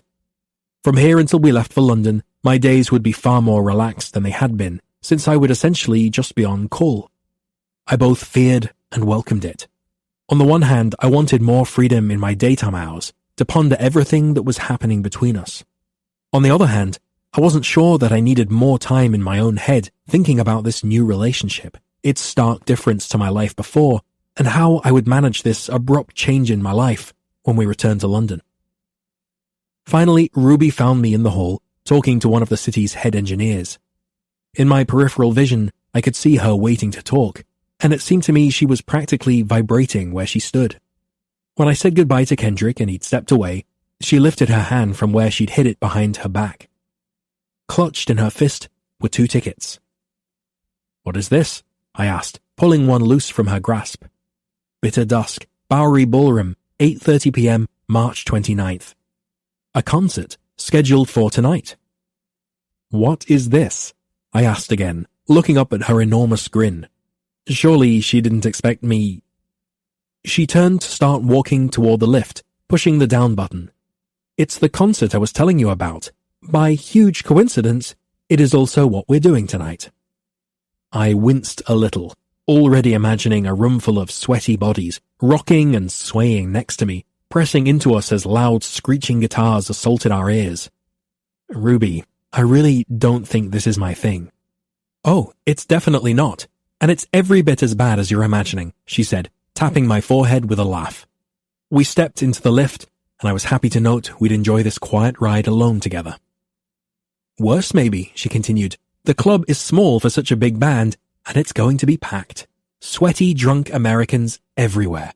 But I still want you to go. I confess I find your sales pitch to be somewhat lacking. I'm going to get you liquored up, because you don't have to work tomorrow, and," she stretched up to kiss my chin, "I bet you $100 you have an amazing time and want to reward me with orgasms afterward." "I want to reward you with orgasms now." "Consider the concert motivation then." She gave me a look, one that I knew said, "This is exactly what we talked about. Do this with me." I sighed in mock annoyance, stepping out after her into the lobby. As much as my skin burned to feel her sliding under the sheets beside me sooner rather than later, and as odd as it was to admit it, it was nice to think about going out. Will I know a single one of their songs? You'd better, she said, turning to glare playfully at me over her shoulder. And if you don't, you will soon. This is my favorite band in the world. As I moved into step with her, she looked up at me, singing a few lines from a song I did actually recognize from the general popular music osmosis one gets in public settings. Ruby's voice was thin and off-key, bloody awful really, but she didn't care at all. Lord, would there be a single thing about this girl I didn't find endlessly endearing? You're thinking right now that I'm a terrible singer, she said, poking me in the side. Yes, I admitted, but I have heard that song. I'll tolerate the evening's activity. She threw me a mock exasperated look. How noble of you. The exterior of the Bowery Ballroom reminded me of an old firehouse, simple sandstone, wide central arch, with a green neon sign illuminating the entrance to the side. As we emerged from the subway station just outside the venue, Ruby bounced beside me, pulling me toward the entrance. Inside, the space expanded into a much smaller floor than I'd been expecting, positioned less than a meter below a narrow stage lined on the sides with heavy velvet drapes. I could see in an instant why Ruby was so excited for the tickets. In a venue such as this, she would be closer to her favorite band than she'd likely ever been. Upstairs, a balcony lined the sides and back of the room, looking down on the action, and had begun to fill with a few people holding cocktails. Already the floor had started to fill, and the humid air created by over 100 bodies tripped my claustrophobic wire. As if sensing my impending panic, Ruby tugged my sleeve, pulling me to the bar. 2 gin gimlets, tons of limes, she yelled to the bartender. With a nod, he grabbed 2 glasses, filling them with ice. I mean, a lot of limes, she added with a charming smile. The oily hipster bartender smiled back at her, eyes stalling at her mouth before glancing at her chest and lingering. Without thinking, I reached an arm around her shoulders, jerking her back against my front. The move surprised her. I could tell in the way she caught herself by wrapping both hands around my forearm, by the way she broke into a delighted laugh. Arching into me, Ruby slipped her hands behind her and around my lower back to hold me closer. She turned her head, leaning against my chest, and I bent so that her mouth was closer to my ear. I've been crazy for you for months, she reminded me with a small bite to my jaw. Seeing you jealous like that just completely made my life. I don't share, I warned quietly. I don't either, and I don't flirt. She paused, as she seemed to understand the depth of my reaction. I wasn't even sure I understood the depth of my reaction. I'd never been jealous with Portia, even when she tried, by dancing at parties or getting drunk and flirtatious with friends. But with Ruby, there was an instinctive pull, some desire to claim her that made me at once uneasy and thrilled. I know I'm flirty, she admitted, her eyes searching my face, but I'd never betray anyone like that. And somehow, I knew that. In the dim light of the bar and in the midst of such a bustling crowd, our conversation felt even more intimate. I'm having more fun with you than I can remember having, I told her. I trust you, even though sometimes it feels like I know so much about you, and other times I remember that we're barely acquainted. I had to remind myself that Ruby was only 23, that she had broader sexual experience than I did, and far more experience with flirting, but no long-term relationships. Nothing showing her how to enter into something to be treated initially as fragile. I wanted to balance her tendency to run headlong into things against my tendency to hide my head in the sand.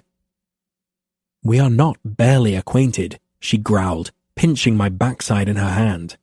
Just because this is a new relationship doesn't mean I don't know you in ways no one else does. How else are we supposed to start? You can't know everything at the get-go. The bartender returned with our drinks, and I released Ruby from my hold and paid before she could get her wallet out of her small bag.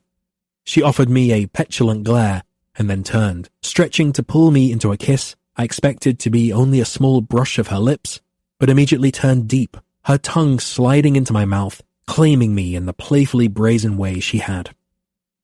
and for a moment, I forgot that we were away from the privacy of our hotel or the safety of London.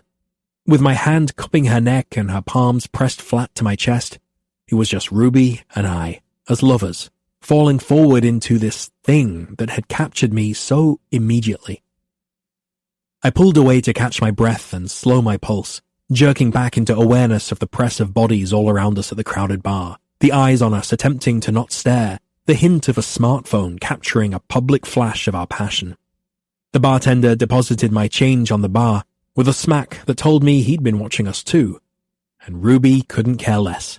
She lifted her drink, raised her eyebrows cheekily at me, and took a long swallow. "You kiss like it's your goddamn job," she said. With a little smile, I pulled out a few of the multitude of limes in my drink to drop onto a bar napkin. I like limes as much as the next bloke, but my Ruby seemed to want her gimlets as limes with a side of gin. My Ruby. I swallowed, staring at her as I licked the juice from my fingers. My Ruby. She watched my tongue slide over my fingers with wide, fascinated eyes. "Right now," I began with a grin, "are you imagining how far I could work my tongue inside you, or how many of my fingers would fit?" Her breath caught, and her eyes went wild for a flash before her confident smile took center stage. "I'm actually wondering if you would like to watch me lick your fingers as much as I like watching you do it." I swallowed thickly, staring down at her slightly parted lips. They were shiny from her drink and from her habit of licking them often, and I was immediately reminded of the way they looked around my cock the only time she'd done that, swollen and slick. "I'd rather like to watch you suck something else entirely," I admitted, feeling a heated flush run down my chest, adrenaline pumping to the tips of my fingers, adding, "again." While she stared at me, I heard a woman's voice mutter just behind her. "Right, I bet they have sex every fucking day." Ruby's eyes widened, a smile spreading over her face as she tilted her head slightly to listen. "I bet she lives with his dick inside her." Her brows shot up and I blinked away for just a moment to keep from laughing. Ruby was still grinning when I looked back. "Are they talking about us?" she mouthed. I nodded. They were definitely talking about us. She looked down the length of her body and then up to me, whispering, "Nope, not inside me right now." I slid her hand down my stomach and over the shape of my cock. "Not right now, no." But Lord, there were few things I wanted more just then. The opening band filed out onto the stage, and a portion of the crowd immediately began migrating away from the bar. Ruby grabbed my hand, downing half of her drink in a few swallows and motioning for me to do the same. As she watched, I finished it, set the glass down, and raised an eyebrow at her. With a tiny shake of her head, she tilted her drink back and downed it, wincing as she slammed the glass down on the bar. When Ruby tugged my hand, I held her back from moving to the front, enjoying our time together too much to end it yet. "My condition on this evening is that you spend this opening set talking to me, back here." She tilted her head, smiling mysteriously up at me. "It's funny that you don't think you're a flirt," she said, wiping the back of her hand across her mouth. Signaling to the bartender that we would each like another drink, I asked her, "What do you mean?" "Are you imagining how far I could work my tongue inside you?" she quoted in a British accent, "or how many of my fingers would fit?" Resting her chin on my chest and gazing up at me, she said, "That, my darling, is perhaps the flirtiest and filthiest thing anyone has ever said to me." I held her gaze as I slid another 20 onto the bar to cover the drink, saying, "Oh, Dove, you can't have a go at me for asking a simple question." She laughed, pulling away and playfully thumping my chest. "Don't play innocent with me. I'm onto your act. The calm, stoic man in public, and behind closed doors, you're wicked." I stilled, looking down at her. Was this how she saw me? I reflected back on the past week with her in this new, easy relationship, and had to admit my behavior was so far out of character for me, I could hardly recognize myself. And at the same time, falling into the role with her had felt nothing but natural. "When you let yourself enjoy it," she started, her voice quieter now as the crowd hushed to watch the band assemble up front, "you're almost too much for me to take. I didn't think men like you really existed." Reaching down to wrap her fingers through my free hand, she said, "Tell me what you're thinking right this second." I blinked away, swallowing my reflex to inwardly recoil at this type of question, and reminding myself how important it was to her that we were open with each other. "I'm glad you made me come here tonight." She waited, clearly hoping for more. "Honesty, yeah?" Nodding, she said, "Of course. The last week, since we've settled into each other, has been lovely. Part of me worried initially that you viewed this relationship as only sexual. I want a lot of sexual things from you," she admitted. "But I want that because I want you, and this, not because sex is the most important thing or I'm working through something." She looked away, out over the crowd and to the stage. It took me a moment to realize I tested her patience, that what I'd said had actually hurt her feelings. "I don't question that you genuinely care for me," I told her. "I hope you feel the same keen fondness from me." She laughed, stretching to kiss my jaw. "You are so adorably proper, I can't handle it." We drank our second round only a touch slower than the first, and by the time I ordered our third drink, I could feel the warm flush of alcohol in my blood. Ruby's cheeks were pink, her laugh bursting readily from her lips as I told her stories of my childhood in Leeds. Max running home trouserless at 15 after getting caught shagging the daughter of the chief executive of Leeds City Council in the middle of Pudsey Park. My oldest sister Lizzie's wedding, where her chief bridesmaid spilled a full glass of red wine on her wedding dress, and Uncle Philip got so pissed he fell into the wedding cake. My other sister Karen's famous temper and our high school reputation as the best unofficial boxer in Leeds. As the opening band, an absurd group of screeching men calling themselves Sheriff Goodnature, wrapped up, people started to gather at the bar again, refreshing their drinks before the main act appeared. Ruby swayed a little in front of me, putting her half-finished drink down on the bar and excusing herself to the restroom. I followed her into one of what appeared to be a number of small corridors and met her back in the hall when she emerged, taking in the sight of her excited grin as I bent to kiss her. "Couldn't wait for me to come back?" she asked with a giddy flush. "Guilty," I murmured into her mouth. "You're absolutely lovely." With a little squeak, she pulled me back to the main room and deep into the throng of sweaty, pulsing bodies, all anxious for Bitter Dusk to appear on stage.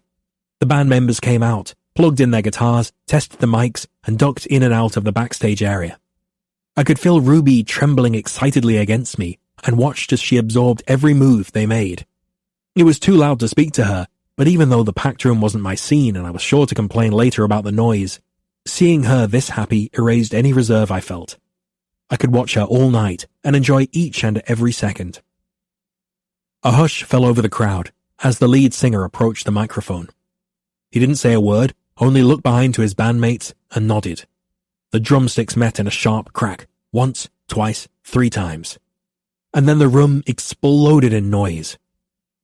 It was drums and bass and raw guitar layered together in a way that could only be described as pure beauty. In an instant it fed into my blood, made the hairs on my skin stand up.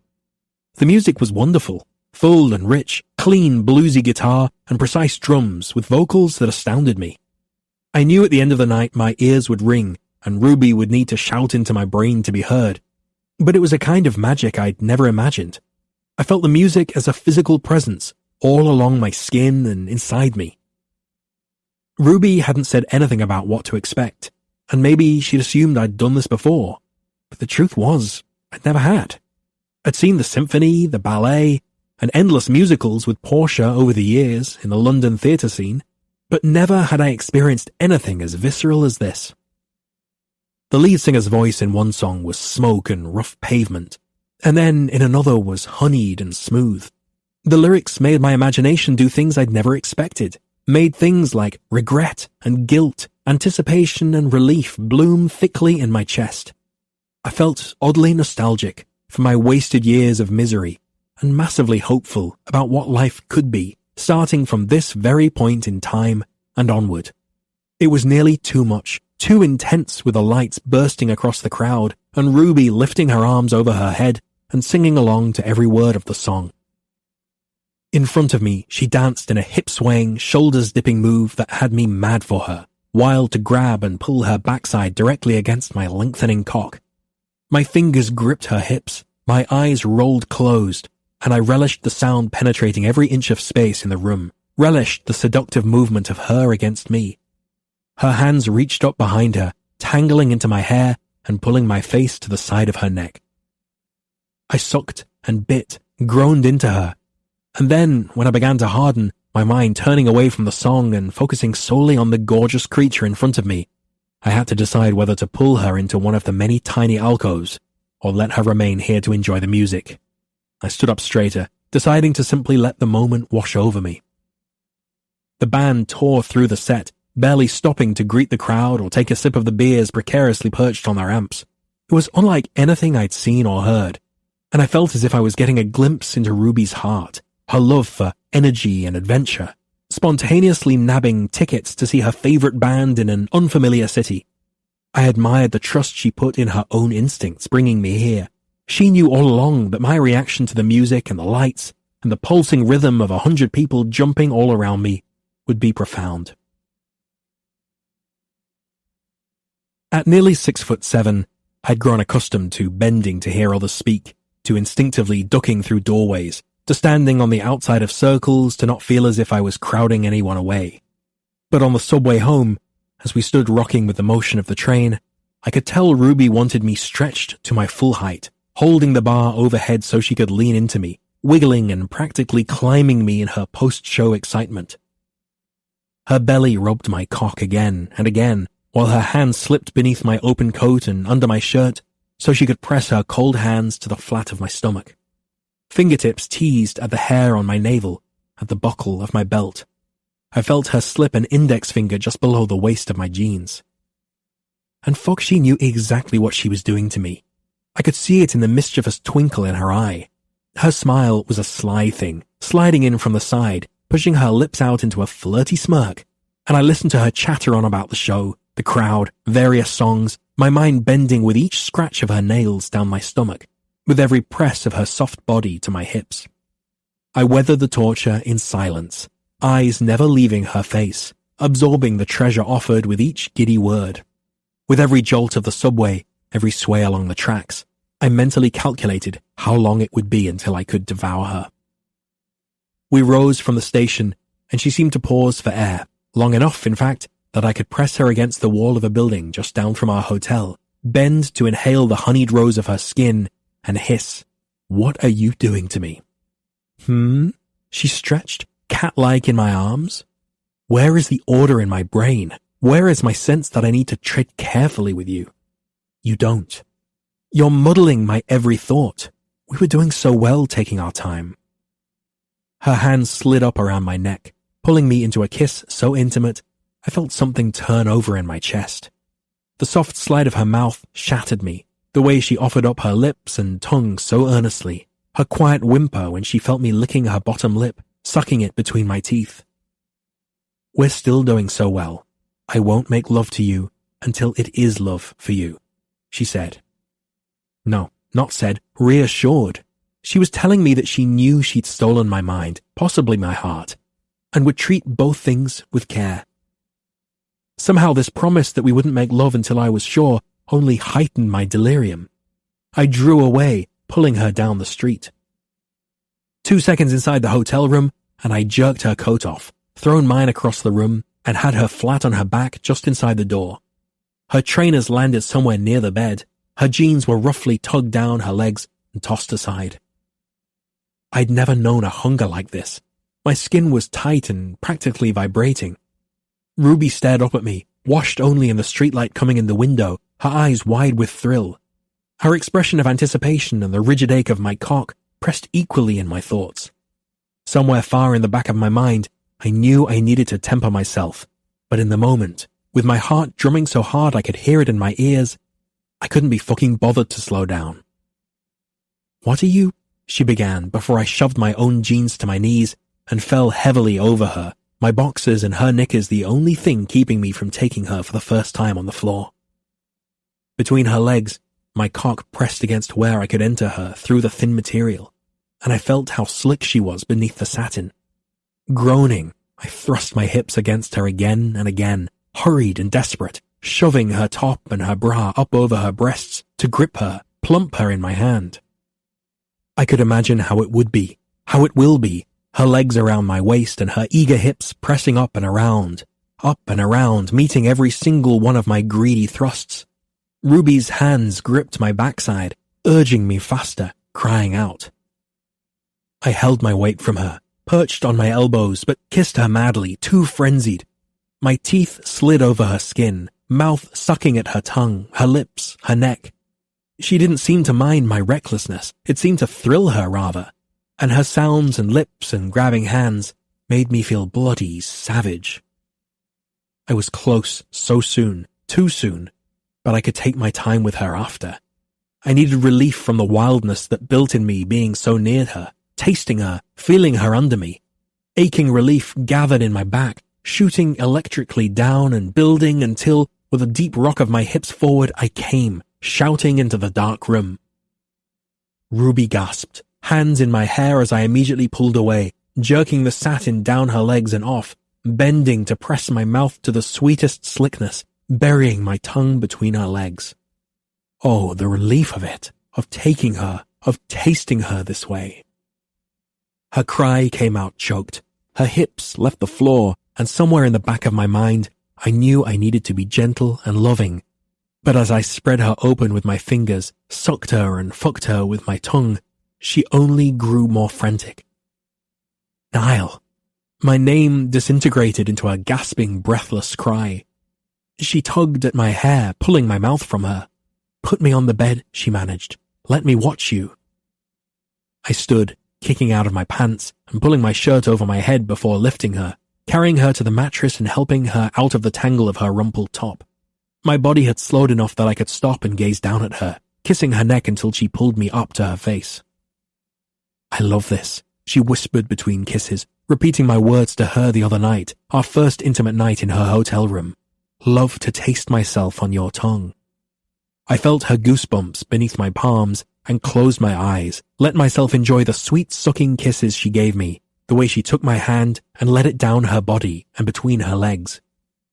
Pulling my lips away, I moved to her neck, her chest, giving attention to her breasts and stomach before settling between her legs, kissing her hip. She ran her fingers into my hair, studying my face as I let my eyes move up and down her naked body. You're so quiet all of a sudden, she whispered. I spread her with my fingers and relished the feel of the pad of my thumb, wet from her, tripping back and forth over her clit. I'm concentrating. And why would I want to speak over the sweet rasping sound of her breath catching, of the sheets pulled tight in her fists? I made pressing, steady circles, and her hips rose slightly up from the mattress, rocking. She started, words falling away in a strangled gasp. Shh, I bent, pressing my mouth over my thumb, licking and stroking her in tandem. I'd stopped letting myself fantasize about oral sex, giving or receiving, as it was never something Portia wanted to do after our first years together. She wanted missionary sex, music in the background so our noises weren't so obvious, eyes closed, lights off. But I loved the taste of a woman, loved the way this act felt at once sweet and devious. Kissing a woman here always seemed like the pinnacle of fevered sensuality, a man wanting to taste the source of his pleasure. And here, on the bed, Ruby pushed herself onto her elbows to watch me with wide eyes, her lashes so thick and dark and seeming to draw her lids down under her weight. As I swirled my thumb and circled my tongue, her chest rose and fell under sharp breaths, her mouth opened slightly, her tongue sliding back and forth over her bottom lip. Do you like doing this to me? She asked, voice barely audible. I don't think like is the word I would use, I told her, kissing her, teasing. I don't think anything in the world would give me more pleasure right now. Her breathing slowed, hips pressed and froze when I pulled my mouth away. So close. Niall, please. Please what, darling? I nibbled her lip, the delicate skin beside my hand, slowing the movements of my thumb. Put your mouth back, there. I fought my smile. Where exactly? Her eyes met mine, softening. You know where.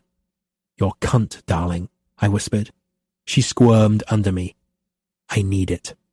You still only want it, I told her, relishing this return to our game when I could actually touch her, taste her, and make good on my promise to let her come against my kiss.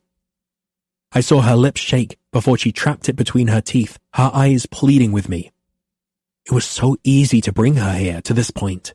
Nothing made it sink in more fully that she'd fantasized about this hundreds of times than the way her body fell so easily into pleasure under my touch. "Tell me," I whispered, bending to exhale over her clit. She squeezed her eyes shut, reached out to wrap her fingers around my wrist, urging and needful. She was so wet. She shook against my hand, her body clenched so tight, breath trapped in her throat. I was delirious for her pleasure, lost in the sight of her mouth parted, her pulse tickling wildly in her throat, the taste of her still on my lips. "Tell me, Dove." Bending, I slid my tongue over her, again and again and again. Her thighs shook beside my head. "I'm so close." "No, tell me," I repeated into her skin, pulling away again. She seemed to have to force her eyes to open, and they looked down at me, confused. "Please, I have all of these idle fingers," I observed, giving her a tiny smile. "That seems incredibly wasteful. Tell me, is there something I should do with them?" She groaned when I bent and licked her in earnest, her entire body shaking, and I could feel the way my question sent her tumbling over the edge. I'd simply wanted her to know what was coming, and without hesitation, I pressed my fingers together and into her deep, hard, as I sucked her into my mouth and nearly lost my mind when she screamed, back arching sharply from the bed, and she came violently, legs closing against my shoulders, thighs trembling beside me. I carried her into the bathroom, her legs wrapped around my waist and lips on my neck, kissing, scratchy voice quietly confessing she'd never felt anything like what I'd given her just now. I hadn't either. Ruby shook in my arms, weak and overwhelmed, and I carefully lowered her into the shower, shielding her body from the pounding spray as I followed after her and lathered every inch of her skin. She braced her hands on my waist, watching me silently, with eyes full of an emotion I was suddenly terrified she would name aloud. Ruby's eyes hid nothing. I knew, without a doubt, that she was in love with me, and that it wasn't just the pleasure of my mouth just now, or the idea of my stoic reserve melting under her charm, but honestly in love with me. And if it were that simple, I would be making love to her right now, for I knew my feelings had quickly crossed over from initial attraction to a far deeper emotion, love maybe. But having stayed with Portia for so long, under the pretense of what I sincerely believed was love, how could I trust my own definition? I was dedicated to her, yes, loyal to a fault, but love, I wasn't so sure anymore. A memory burst through me from the evening of my wedding, while we danced in front of every guest, and when I felt oddly effervescent, brightly hopeful. Why is it so alluring you're wearing white? It's like a secret. I'd bent, kissed Portia's neck. Our secret. What do you mean? She'd asked. And if I were a smarter man then, I might have caught the edge in her voice, the look I would come to know so well that suggested I tread carefully. But I was not a smarter man. I've already had you, love, I said. I'll have you again and again tonight. Portia fell still in my arms, letting me sweep her round the floor. The song ended and guests broke out into applause. I looked down at her face, steely and cold in the warm glow cast from the overhead tent lighting. What is it? She smiled stiffly at me, stretched to kiss my cheek, and said, You just called me a trollop at our wedding. The beginning. Though it hadn't always been like that, just mostly. I had proposed to Portia with a ring I'd bought in a sweet shop, and she'd laughed so hard she'd cried, and then kissed me properly in front of whoever may have walked by at that moment in Piccadilly Circus. Our engagement was a memory that often got lost in the shuffle of all the flat, emotionless ones that followed. I struggled to remember the brighter times whenever I spoke with Portia lately, held on to them with an admittedly strange fever for a man who had no desire to reconcile with his ex-wife. I replayed them because I needed to remember there had been a time when marrying her wasn't only a clear expectation, but a rather lovely idea. It was jarring to feel things for Ruby, crippling lust, admiration, worship, and a willing defenselessness that I'd never before felt, even with the woman I'd married. Guilt lingered in my chest, guilt that I'd wasted time, that I'd more to give Portia than I'd bothered to, guilt that I was thinking about all of this while I washed the body of the woman I was falling for. Ruby left me feeling exhilarated, but I was terrified of the speed at which it was happening, terrified that it wasn't in fact fleeting. I smoothed my hands over her breasts, her hips, her backside, and down each leg, washing her feet. My body stirred for her again, insatiable, and more than anything, I was terrified that I'd already grown addicted to the way she looked at me, that I'd come to rely on her affection and devotion in a way I never had with Portia, that I knew I never would have, no matter how many years we suffered through. I stood, turning Ruby in the water to let her rinse, and unable to keep my hands from roaming over her curves, and, when she'd finished, guiding her hand to stroke where I'd stiffened painfully between us, bending and practically begging without words for her mouth on mine. She stretched to kiss me, pulling me with one arm, down until our mouths met beneath the water, her other hand moving sensuously along my length. With her eyes squeezed closed, and tiny whimpers escaping from her mouth into mine, her lips shook when she kissed me. I wouldn't be able to distinguish tears from the water running down her face, but I knew I loved her when it registered how desperately I cherished seeing her so overcome. And the twin realization followed, with a single stabbing heartbeat, that if Ruby's affection for me ever cooled, it would break me. 13. That I was in love with Niall Stella was only a secret in theory. He knew it, I knew it. The fact that the actual words had yet to be said was nothing more than a mere formality. I saw the realization as it flickered across his face, expression adoring if not slightly wary, behaving as if I were a glass he might drop, then to be left to pick up the pieces. The sentiment hung in the space around us, and it was hard not to feel even the smallest flash of irritation. My wild adoration, his almost constant wariness. I wasn't sure which was worse. My silent admission was as good as graffiti across my chest, and yet he didn't say anything. So neither did I.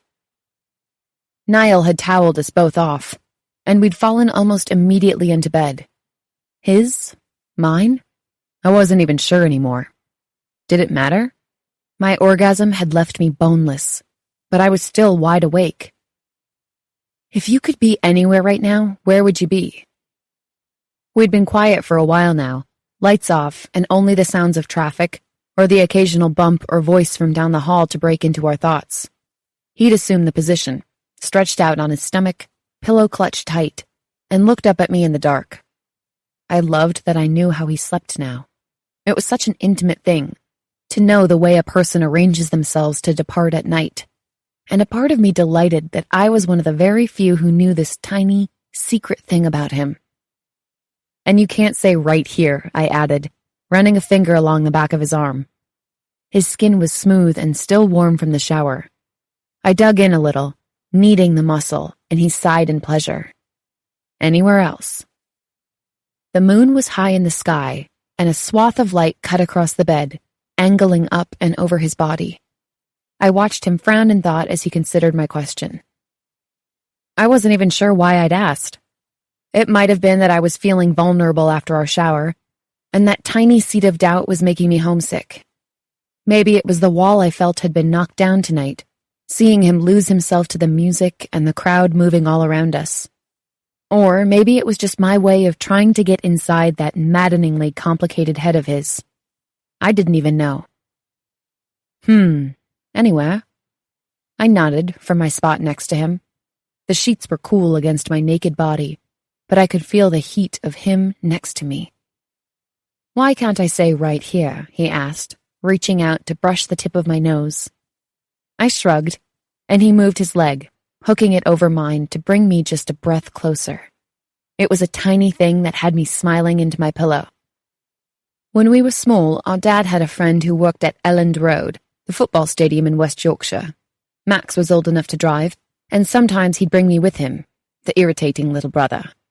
Drive us both down there to kick balls round on the pitch. Leeds United played at Elland Road, he said with reverence. The club I've watched my entire life on telly at home. I'd been up in those stands, cheering them on, and here I was, standing on the same green as the men I'd worshipped. I'd like to go back there someday with my brother. See if it still felt as big. I'd like to see that, I said, grinning now. You and Max as teenagers, running up and down the field. You'd both be shirtless in this scenario, yes? Niall pinned me with a glare that had me erupting in giggles. And what about you? Where would you be, Miss Ruby? I miss San Diego. Do you not enjoy London? I love London. Getting to live there has been sort of a dream, but it's expensive, it rains a lot, and I miss everyone. Everyone? My roommates, Lola and London, and especially my brother. It must have been hard being away from them. The time difference sucks, I said, groaning. It's like we get 4 hours to be awake in the same day, and those are early in the morning or late at night. Niall nodded, continuing to run his fingers through the front of my hair. I began to feel my eyes droop. But you'll stay in London, he asked, and I wondered if I'd imagined the hint of anxiousness there. Through school, at the very least. So a few years. The words burned on the tip of my tongue. Hopefully, I said at last. And tell me about San Diego. What was it like growing up there? Have you ever been to California? I asked. I've been to Los Angeles, he said. Perfect weather and palm trees. Lots of blonde people. LA is not San Diego, I said, shaking my head, but feeling my chest warm just thinking about home. LA is cement and cars and people. San Diego is green palms and blue sky and ocean everywhere. When I was younger, Crane and I would head over to a friend's house just a few blocks from the beach. We'd load everything up in the baskets on the front of our bikes and just stay there, all day. What would you do? He asked. Nothing, I said blissfully. We'd just lie around in the sand all day, play volleyball or read or talk, listen to music. When we got hot, we'd jump into the water, maybe take turns on someone's paddleboard. When we got hungry, we'd eat the lunch we packed. My mom would see us in the morning, and then not until the sun went down. Sounds brilliant. I quite like the image of teenage Ruby, he said, wrapping a finger around a piece of hair and tugging. Hair bleached from the sun and freckles across your nose. Tan skin and tiny bikini. He seemed to consider how this sounded for a moment before clearing his throat and adding, We're going to imagine I'm teenage Niall in this scenario as well. I laughed, pulling the sheet up around my body. Carlsbad was an amazing place to grow up, you know. Before I left the States, I was sharing this great apartment with two of my best friends.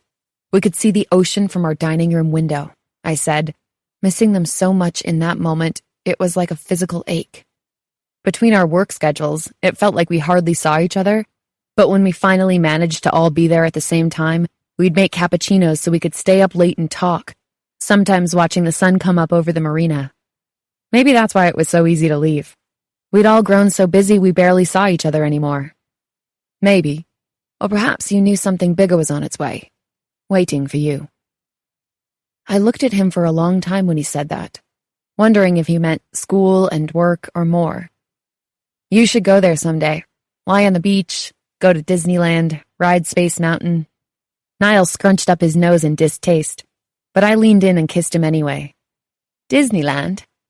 You didn't think you'd like the concert either, remember? Sometimes it's just fun to be silly. He was quiet for a moment before nodding once and tilting his chin toward me for another kiss. You're right, I suppose, he said against my mouth. And what do you think of New York? Do you enjoy yourself? It's big and loud, but sort of exhilarating. I'll never forget it, I said, eyes still on the comforter. Maybe you'll come back. I lifted a shoulder in a small shrug. Maybe. Might not be the same without the company, though. Who would buy you hot dogs and tease you about mustard? Or grope me on the subway? Exactly. So, school first, and then you'll what? Go back to San Diego? We'd been so honest tonight, and I didn't want to give that up. I'm not sure, I said. It depends on a lot of things, such as school, finding a job, finding a flat, you, me. School, I said. A job that pays enough to live there. I'm fairly certain neither of those things will be a problem. I still have to actually get into Maggie's program, you know. You will. Margaret Sheffield would be nutters to let someone like you go. You're quite brilliant, Ruby. I'm distracted, I corrected him. He smoothed a hand down my back and over the curve of my ass to rest at my hip. Ah, but we go home soon, yeah? I think we both know that New York isn't the distraction, I said honestly. I think that may be true for the both of us, he said, pressing his thumb into my skin. What will happen when we get home? I asked, voicing the question we'd both been avoiding. We were due to leave in 2 days. The tickets were bought. The email telling me to check into my flight would be arriving in less than 24 hours. Everything had happened so fast, but would it continue? We wouldn't take the physical side of our relationship any further until he knew he loved me, but what did that mean for the rest? We were an actual couple? Would we tell anyone? He blinked up to my face, and I could tell he hadn't been expecting that, for me to just come right out and ask. We'll plug along, he said. Things will of course be different at work, but outside of that, things can stay as they are. His expression tightened into one I'm sure mirrored my own. I wasn't sure which of those sentences I hated more. We'll plug along made it sound like we were barely surviving this, that we were something to be endured. Things will be different at work. Of course they would. How could they not? And things can stay the way they are. I was greedy. I didn't want things to stay the way they were. I wanted more. I wanted all of him. Nearly 3 days later, we stepped onto the curb at Heathrow, bags rolling to a stop behind us. The sky was a dingy gray, the air cool and smelling of damp stone and exhaust, but it felt like home. Niall had held my hand throughout most of the flight, growing more confident in how he allowed himself to touch me, and even now stood close enough that the side of his body was in constant contact with mine. He'd suggested we head to his flat, but we were both exhausted, and realistically, we wouldn't get any sleep if we were together. We'd each been gone for weeks, would have people to catch up with, a stack of mail to sort through, and after 9 hours of traveling, there was nothing I wanted more than a shower and my own bed, especially given that Tony had requested I come into the office the next day to debrief him, and because he hasn't seen my lovely face in a month. Niall and I definitely should have talked more, at least discussed some kind of game plan for work, but instead, we leaned heavily into one another, both of us trying to enjoy just a few more minutes. He kept my hand tucked between both of his as the view outside the window shifted from the M4 to surface streets, and by the time the taxi stopped in front of my building, it was all I could do to kiss him goodbye, albeit a bit enthusiastically, considering we were in the back of a cab, and stumble with my bags through my front door. Rain pounded on the street outside my apartment that night, tracking over the windows like leaded glass. It felt right somehow that it would rain our first night back in London, a welcome return to normalcy of sorts. I was in bed, fresh from the shower and wrapped in my favorite pajamas, when my phone buzzed from the bedside table. "Miss seeing your face on the pillow next to me," it said, and something sparked, hot in my chest. He was doing it. He was trying, just like he'd said. "Miss hearing those cute little sounds you make while you sleep," I typed back, already smiling at what I knew his response would be. "I am far too masculine to ever be considered cute, Ms. Miller." I laughed out loud at that, and my heart took off. "I may need to see you fully undressed again soon, just to be sure." There was nothing for a full minute, and then the little bubble appeared, indicating he was typing a message. "I can't wait to see you. This bed is far too big for one person." My fingers shook on the keyboard as I entered a reply, my cheeks beginning to hurt from smiling. He really was doing this. We were doing this. "I can't wait to see you too. Tomorrow then. Sleep well, darling." If a heart could burst from happiness, mine was well on its way. I finally fell asleep to the sound of the rain, with a smile on my face and my phone tucked under my pillow. The voice in my head was silent.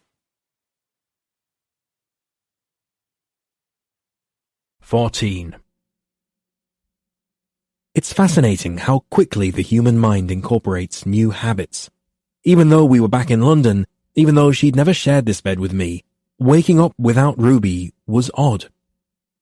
I pulled my phone from my laptop bag and texted her, "Did you sleep?" Her reply, "Barely.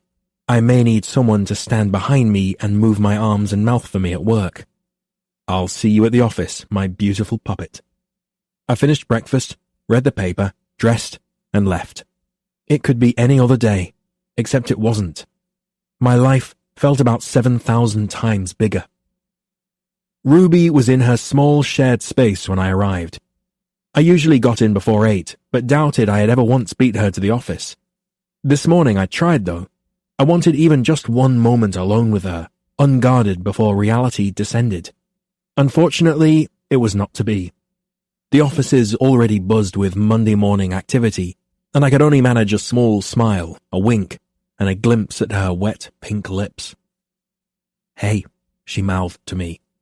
I stared at her for a beat longer, wanting nothing more than to walk in and give her a simple kiss on the mouth, but instead I nodded, walking to my office down the hall. Anthony's familiar, sharp, two-knock combination rapped at my office door, and as usual, he stepped in without waiting for an answer. "All right?" he asked me in greeting, walking over to take a seat across my desk from me. I leaned back in my chair, giving him what I hoped was a relaxed smile. "Good." He crossed an ankle over his knee and grinned at me. "I trust you had a nice trip?" Never before had I felt so much as though I were playing a game of chess. I did. Anthony watched me with scrutinizing eyes, fingers steepled beneath his chin. I blinked over to my computer monitor under the guise of checking my email. I hadn't decided what I would tell my questionable colleague. On the one hand, I didn't want to hide what was happening between me and Ruby, and if I knew her at all, which I sincerely felt I did, I knew she wouldn't do a very good job playing aloof. On the other hand, I wanted what was private to remain private, and Tony had a way of making everything his new favorite joke. "Something is different," he mused, pointing a finger at me. "You have a grin in your eyes, just here." He motioned to his own brow.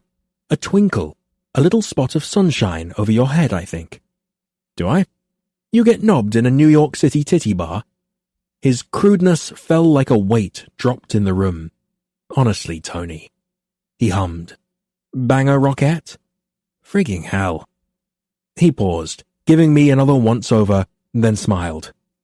"Finally get a leg over on Ruby, then?" I swallowed, caught off guard, pretending to focus on something on my desk. No. That is to say, I didn't. No. It was the truth, if we were being technical. I hadn't technically had sex with her yet. Tony's hands slapped down on my desk. "You old dog." I felt the blood drain from my face. This was exactly the reaction I wanted to avoid. "No, Tony, it's not. You banged the fringe off her, didn't you? You had a go at my Ruby." I pushed back slightly from my desk, feeling a thunderstorm build in my chest. "Your Ruby." "So you did then," he said, clapping his hands once, a violent crack that sliced through the room. I glanced at the door, hissing at him. "Keep your voice down, you git." He pretended to wipe a tear from his eye. Tony enjoyed ribbing as much as the next bloke, but there was an edge to his tone here. "Oh, watching you bumble around the office over this is going to make the wait for the next season of Game of Thrones much easier to take. Cut the shit." His dark eyes went wide. "And look at the mouth on Niall. I dare say she's loosened you up, she has. Think I might step out and thank her." I took a deep breath, closing my eyes. "Tony, don't." "Oh, come on then, tell me," he said, settling back in the chair, his voice returning to slightly more sincere territory. "What happened?" I looked at him, feeling the glare slowly drain from my eyes. "I'm done taking the piss, Niall," he assured me, smiling with genuine apology. "I'm sorry, I've just never in my life imagined. It's not what you're thinking. I cut him off, leaning forward and resting my elbows on my desk. I needed to get back some semblance of control. I had to admit it would be helpful for Tony to be generally aware of what was going on between Ruby and me, but surely he didn't need more information than that. Turns out she had feelings for me before and, well, I couldn't find a way to articulate where my head was concerning Ruby, settling only on, I enjoy her company. Tony could clearly see the understatement in my words. Ah, sure. I'd be grateful if you'd not mention it round. He nodded, making a little X mark over his heart and giving me a conspiratorial wink. Ruby was sitting in the small break room with her friend Pippa when I went in to grab my lunch from the refrigerator. Her eyes met mine, and she quickly blinked away, but a bright flush crept up her neck and into her cheeks. "Ruby, Pippa," I said in greeting. "Hi, Mr. Stella," Pippa replied brightly. Too brightly. Had Ruby been similarly interrogated? "Mr. Stella?" Ruby said, looking back up with a secret little smile. Her teeth bit down on the tip of her tongue, and I sucked in a sharp breath, remembering the last kiss she gave me before we parted ways last night. Her mouth had tasted like the lemon candy she'd sucked on the drive from the airport. I cleared my throat and reached for the refrigerator door handle. "Adjusting to the time change?" I asked, looking over my shoulder to her. She smiled wider, shrugging. "Trying." Pippa stared studiously at her plate of leftovers as Ruby's gaze held mine. I felt the air draw from my lungs and struggled to inhale evenly. Back here, in everyday life, the reality of us, that there was an us, made every part of me seem to ache with longing. With her so close all day long, would I be able to focus on any of the work in front of me? Would I be able to focus on anything? If I considered her features one at a time, maybe she would overwhelm me less. Her eyes were too intense. They communicated to me that she was just as desperate to be alone as I was. Her tongue slipped out, dampened her lips. Her neck was long, smooth, and I imagined taking her to my place, kissing down the slope of that throat as I unbuttoned each of the tiny pearls lining the front of her. Mr. Stella?" she asked, eyes widening meaningfully as she tilted her head toward my hand, which was still wrapped around the handle to the refrigerator door I'd pulled open. Cold air filtered into the room against my warm chest. "Ah," I said, jerking into motion and bending to retrieve my salad. I reached for a fork from the drawer and hurried back to my office. As I suspected, I could barely focus and knew I needed to find a way to calm my frayed thoughts. This uncertainty wasn't like me. It was disorienting. I needed to know what our schedule would be. Would she stay over at night? How would we be able to take things slowly, physically? Or was it already too late for that? Did I even want to anymore? At this point, sex felt like a formality. Everything we'd done felt more intimate than that.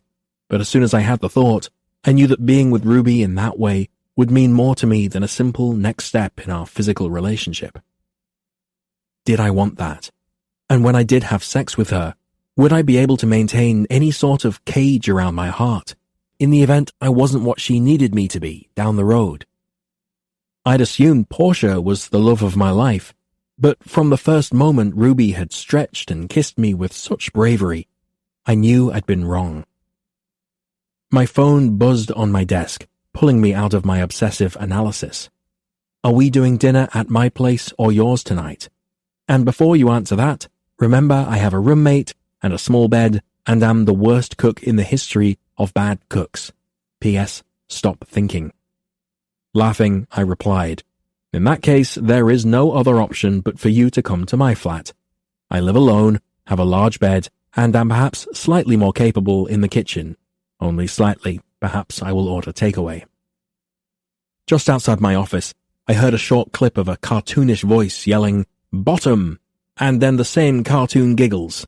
A knock landed on my door immediately after. "Come in," I called. Ruby stepped inside, smiling down at her phone. "Okay." My heart swelled at the sight of her again. "Okay?" She closed the door behind her. Okay, I'll come over for dinner since you insisted so vigorously. Just then, I registered that the sound I'd heard outside my office was her text alert. Was that? I stopped, leaning back in my chair and smiling at her. Did your text alert say bottom? She shrugged, all trace of her blush gone now that we were alone in my office. Specifically, it's your text alert. It's the Minions, from Despicable Me, the movie. She shook her head as she stepped inside. We have got to get you out more. Anyway, it fits. You have the best ass this side of the Atlantic. This side of the Atlantic? Does that mean when we were in New York, you found an ass superior to mine? She pursed her lips, pretending to think on it. I didn't have a chance to do a very extensive survey, but Max's friend Will is pretty fit, and I leaned forward, growling. Finish that sentence, Ruby Miller, and so help me I'll take you over my knee and spank your bottom. She threw her head back, laughing my favorite Ruby laugh. I love that you think a spanking would be... 2 sharp knocks landed at my door, and Tony burst in, smiling. The smile froze and turned sour, and then slowly straightened as he took in the sight of Ruby leaning casually against my desk. She bolted upright, pretended to find something to pick at on the front of her skirt. Hi, Anthony, she said quietly. Ruby, Tony said, brows pulling together. He looked over at me and then back to her. How are the Barclay Industrial Friction calcs coming? Her blush was back, and her eyes fixated on the carpet. They're done. I just need to compose the email. Sorry, I was just catching up with Niall. She caught herself. Mr. Stella, after the trip. Ruby, I'm sure it's a relief that he is now aware of your crush, Tony replied coolly. But Niall is a vice president at this firm, and I'm sure he has a lot on his plate after the trip. I felt Ruby's wide eyes turn to me, and my jaw clenched in suppressed anger. What in the bloody hell was he doing? Tony continued, oblivious. Perhaps you should leave his office door open when you enter, and leave the catching up for your non-work hours. With a tight nod and mumbled apology, she slid past him and out of my office. Tony, I ground out, leveling him with an irate look. My blood ran hot through my veins, heart pounded in my chest. Was that entirely necessary? It's her lunch hour, and her crush. She wasn't in here harassing me. I'm just as involved as she is, and there is nothing improper happening between us. She does not report to me. No, he agreed. She reports to me. Tony stared, his jaw tight, to where Ruby had left the room and closed the door behind her. I guess I didn't realize it would be so difficult for her to maintain professional boundaries. My eyes widened as it struck me. Tony was jealous. Please tell me you're joking, I said, as nonchalantly as I could manage. Something had ignited inside my chest at his words. Tony wasn't my superior. To the contrary. Technically speaking, I was being actively groomed for the position that would someday make me his boss.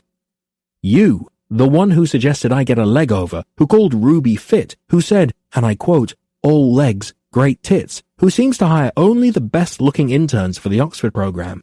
You're in here lecturing us on professional boundaries. He blinked, his eyes clearing when he looked back at me. I'm simply saying I hope I don't find her in here again. With a little nod, he turned and left my office. It seemed to take 10 minutes for my pulse to return to normal. I was livid, pacing my office, contemplating taking this to Richard to ensure that everyone was aware that nothing improper was happening and to let Richard know that the way Tony had just spoken to Ruby was unacceptable. But I was too angry. As a rule, I didn't have conversations when I was this worked up. The idea that I would speak out of indignation rather than maintaining a certain professionalism was unacceptable. The issue here was Tony's behavior, and my case would be weakened if I appeared to be speaking from an emotional place. For this reason, too, I waited another 15 minutes before texting Ruby again. I didn't want her to think Tony's opinion mattered enough to anger me. Tony was out of line, I told her simply. I know, she replied, but it was still mortifying. I'm sorry, darling. It took several minutes for her to reply, but when the text arrived, I could hear the words in Ruby's ever-patient voice. Don't be. Let's just enjoy your roommateless apartment your big bed, and the takeout you're going to order tonight. I smiled at my phone, typing, looking forward to it. And I was. I could barely wait to pull her into my arms and remind her that this, between us, extended far beyond the walls of any office. Ruby went to her apartment to gather what she needed for work the following day, and I used the time to pick up dinner from my favorite curry place on the corner. When she arrived, she looked around the entryway and then stepped past me into the living room. My flat was, perhaps predictably, tidy and simply decorated, with a smooth black leather sofa and broad matching chairs, a low marble coffee table, and a large, plush area rug. If I had been asked to draw a picture of your place, it would look just like this. Laughing, I took a step closer to her. I'm happy to never surprise you. She turned, stepping into my arms. The fact that you never surprise me is one of the reasons I love you. We both froze. Did I just say that out loud? She asked, closing her eyes in a tight, mortified wince. Please tell me those words were only in my head. I bent, kissing her forehead. You're lovely. Something inside me slammed into my lungs, a self-inflicted punch to the chest for being unable to come up with something better. I love you. You're lovely. It's not that I was particularly surprised by her words, so why hadn't I thought ahead and prepared some sort of response? It was official. I was the world's biggest idiot. Ruby tensed and began to lean away, but I pulled her back against me, kissing her neck as I madly searched for the right thing to say. Ruby. It's okay, she said on a quiet exhale, hugging me and pressing her face into my neck. She didn't sound entirely okay. I wanted to look into her eyes and see what I would find there, but I couldn't seem to move. She took a breath and, after a moment, visibly relaxed. I know I'm farther along in the feelings department. I'm sorry I just dropped a bomb of awkward. Please, it isn't that. Only I couldn't finish the sentence, couldn't pinpoint what this feeling for her was, if not love. Did I love her? I had no bloody clue what romantic love even looked like anymore. It felt like a foreign language. I cursed Portia for her coldness, for making me question every gesture, for undoing a childhood full of exuberant declarations of adoration, of wicked tiffs with my siblings, and constant affection from our mother. I cursed myself for managing to become such an emotional midget. I didn't know what to call my feelings, but I knew they were expanding and profound and frightening. After all, losing Portia had felt like being unchained, but the idea of losing Ruby felt so hideous it turned something over inside me. And what it took for her to express her feelings so starkly, and then to stay here in the middle of my silence and wait for me to find words. I wanted to give her everything I had, wanted to let her know how absolutely mad I was for her. I trailed my lips from her jaw to her neck, sucking, nibbling. Feel this, I thought. Let me show you the things I can't say. I pulled her coat down her arms, tossing it aside and lifting my fingers to the buttons of her shirt, silently begging her to meet my eyes. She looked up with hesitation marking her features, and then she read something in my face, pleading anguish, some needful hope, and she seemed to exhale a world of tension, reaching to pull my face to hers. Are you suggesting we postpone dinner? She asked against my lips. I nodded, wrapping my arms around her waist and walking us over to one of the wide, armless chairs in the living room. My hands were impatient, hastily unzipping her skirt, pushing her underwear down her hips, hungrily sliding my palms over every inch of her naked skin. Ruby's curves were smooth, pale, utterly flawless, and I bent, sucking at her shoulder, grasping her breast in my palm. Far more carefully, she unbuttoned my shirt, eyes gauging my reaction. We don't have to, she started, but I cut her off with a kiss. Let go. She slid my shirt from my shoulders, unfastened my belt, and slowly worked my trousers down my hips until I could kick them away. Taking me in her hand, she began to lower herself to her knees before me. I shook my head, in one motion pulling her up and bending to slide my lips over hers, parting them, tasting her. Her tongue was sweet and small in my mouth, pushing against mine with a sudden aware desperation. Her slim, firm hands pressed against my chest, backing me into the chair, and she followed, climbing over and digging her hands into my hair as she kissed me, messy, biting, moans and tiny pleas escaping as my hands slid down her sides, between her legs, feeling her softest, most vulnerable skin. "Do you want to move?" she asked, lips wet, eyes heavy. Did she mean move into her? Yes. I arched beneath her, seeking contact. She leaned in to kiss me again before whispering, "I mean, do you want to move to your bed?" I closed my eyes, struggling against the way my brain wanted to pick up that question and consider it too carefully. Getting up and walking to my bedroom would ricochet us out of this place of lust and relief that felt so bloody good. I didn't want to move an inch. I would think too much about what this meant, what I felt, that I'd never had sex in that bed, and that I'd only put a name to Ruby's face just under 4 weeks ago. My brain wanted to be sure about all of this. Stop. No. I bent, kissing her neck as my hands on her backside urged her closer, pressing her, slick and warm against my shaft. I don't want to move. Her hips circled, and she shifted up until I knew a simple arch of my hips would push me inside her. Christ, I groaned. I'd forgotten, or maybe I'd never truly known, how desire could be clutching and mindless and wild. I wasn't myself. I was a man who wanted pleasure, wanted to fuck, and was free to do it for the first time in my life. Shit. Protection, I managed. "I'm clean," she said on a tight gasp. "I'm covered." Her eyes met mine, the question lingering there. "Come over me, darling," I whispered. With a groan, I lifted up as she lowered herself, and she choked out a small noise that sounded so much like pain and pleasure, I nearly stabbed upward with how savage it made me. "Wait," she whispered, her voice coming out so small and tight, I pulled back to assess her face. She stared at my mouth, her own lips wet and parted, and she looked fucking sublime. "Let me just get used to." Her eyes rolled closed, and she let loose these delicious, hoarse cries every inch she lowered herself onto me.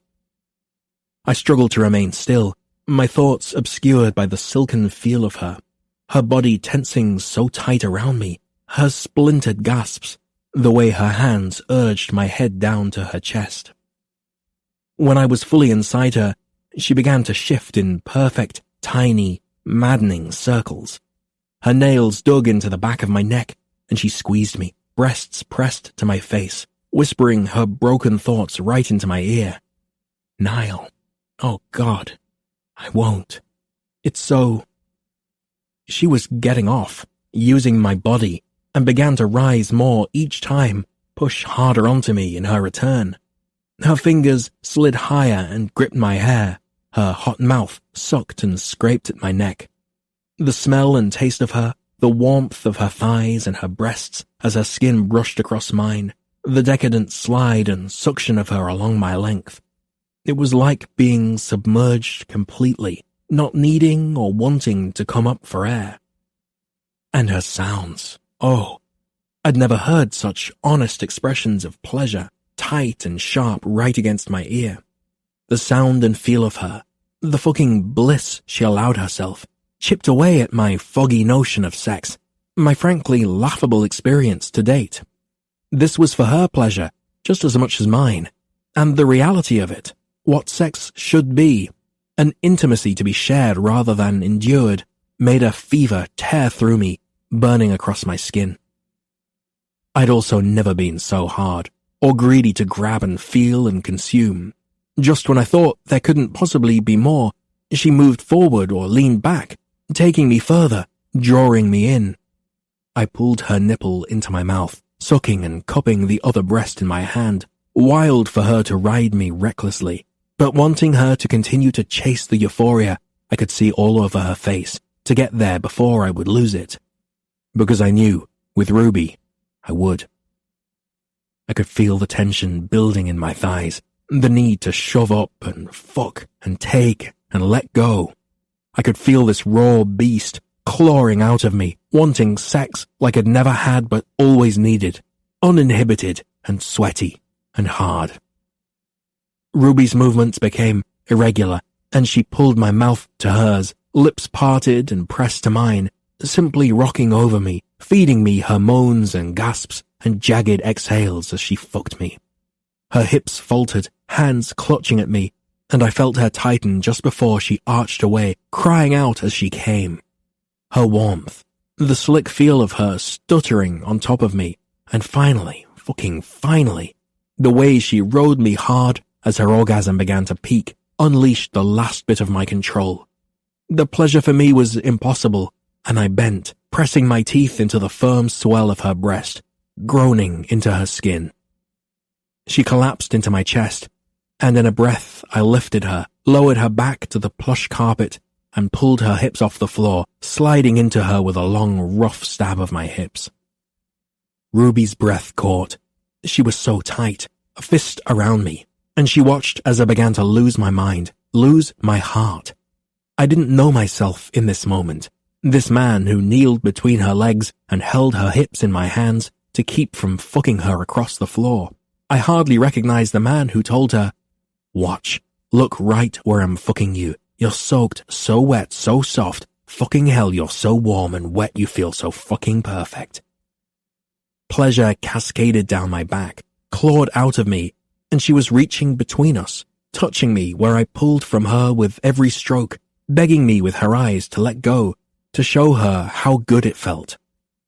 I couldn't close my eyes. Not in a million years could I close my eyes the first time she watched me come, over her, inside her.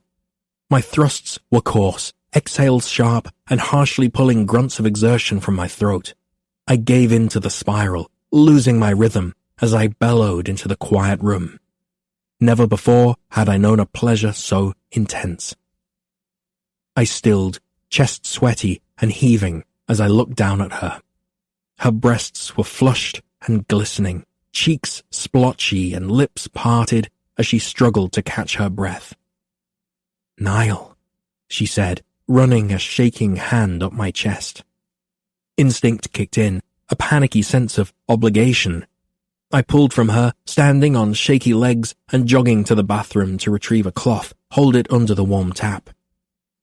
Returning to her, I bent, pressing the warm cloth between her legs, soothing and wiping away my...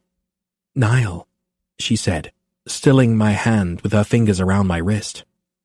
I sat back on my heels, looking up at her face. "Do you hurt?" Her brow pulled together in confusion. "No."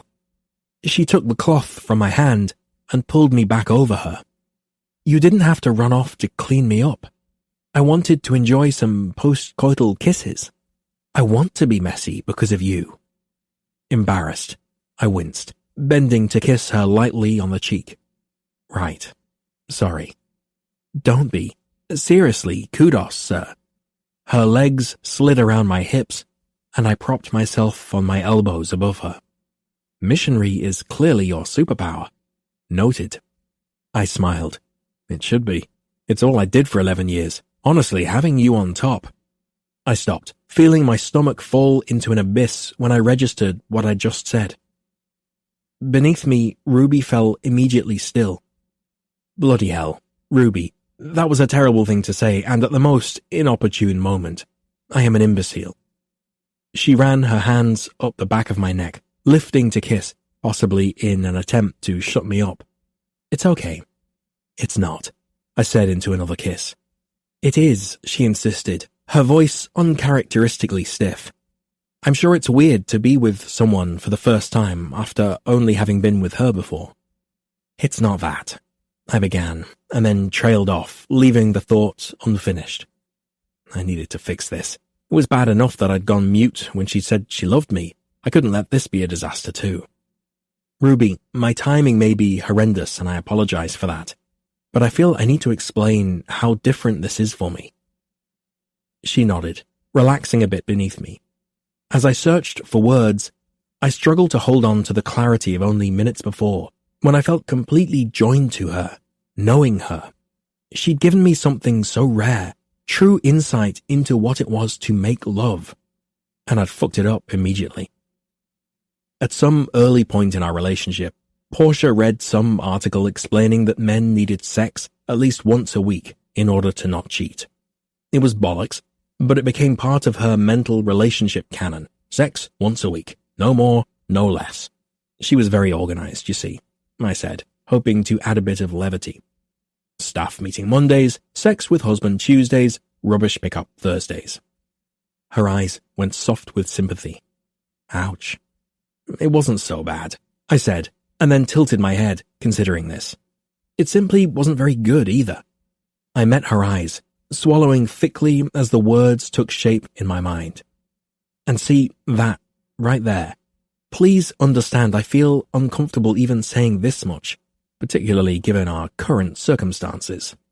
I made a show of looking down the length of our bodies, as if to emphasize the point, to which she smiled. As a general rule, I don't discuss my personal life, but now you are my personal life. I want you to know every facet of me and how different I am with you. And unfortunately, that often means knowing things about my relationship with Portia. Somehow, her view on it made sex both a special occasion and a chore. Ruby drew one fingertip across my bottom lip, tracing the shape of my mouth as she said, "Did you ever tell her any of these things?" When it ended, I felt myself frown. There wasn't really a chance. Or maybe, more accurately, we'd both grown so weary by that point that it was easier to just walk away. Ruby's question picked at some thought I'd long since buried. Why hadn't we ever spoken of these things? Surely, if I was unhappy, Portia had been as well. I could only imagine how self-aware Ruby, with her psychologist parents and need to always express herself, would view the way I'd reacted after the divorce. There was no attempt at reconciliation, no attempts to fix what was wrong, no search for closure. I'd packed up my things and gone. The decision to end our marriage had been filled with as much passion as we'd had during it. Always able to read my expressions, Ruby tipped my chin back in her direction. "Hey, I'm not saying you should have. Everyone deals with things differently. I saw your face before the divorce, and after. I know you're happy with me. I didn't ask that because I'm jealous. I hate to think you didn't get the sort of adoration you deserve, but, and as horrible as it sounds to say it out loud, it turns me on to think about how much I can give you." Her hand ran down my stomach and wrapped around where my body seemed to return to life. "You were so different just now. Like," she closed her eyes, thinking as she absently stroked me, "kind of dominating and rough." Just as I opened my mouth to apologize on instinct, she stilled me with a look, then said, "I liked it." Without any words, I returned to her, pressing my chest to hers as we kissed.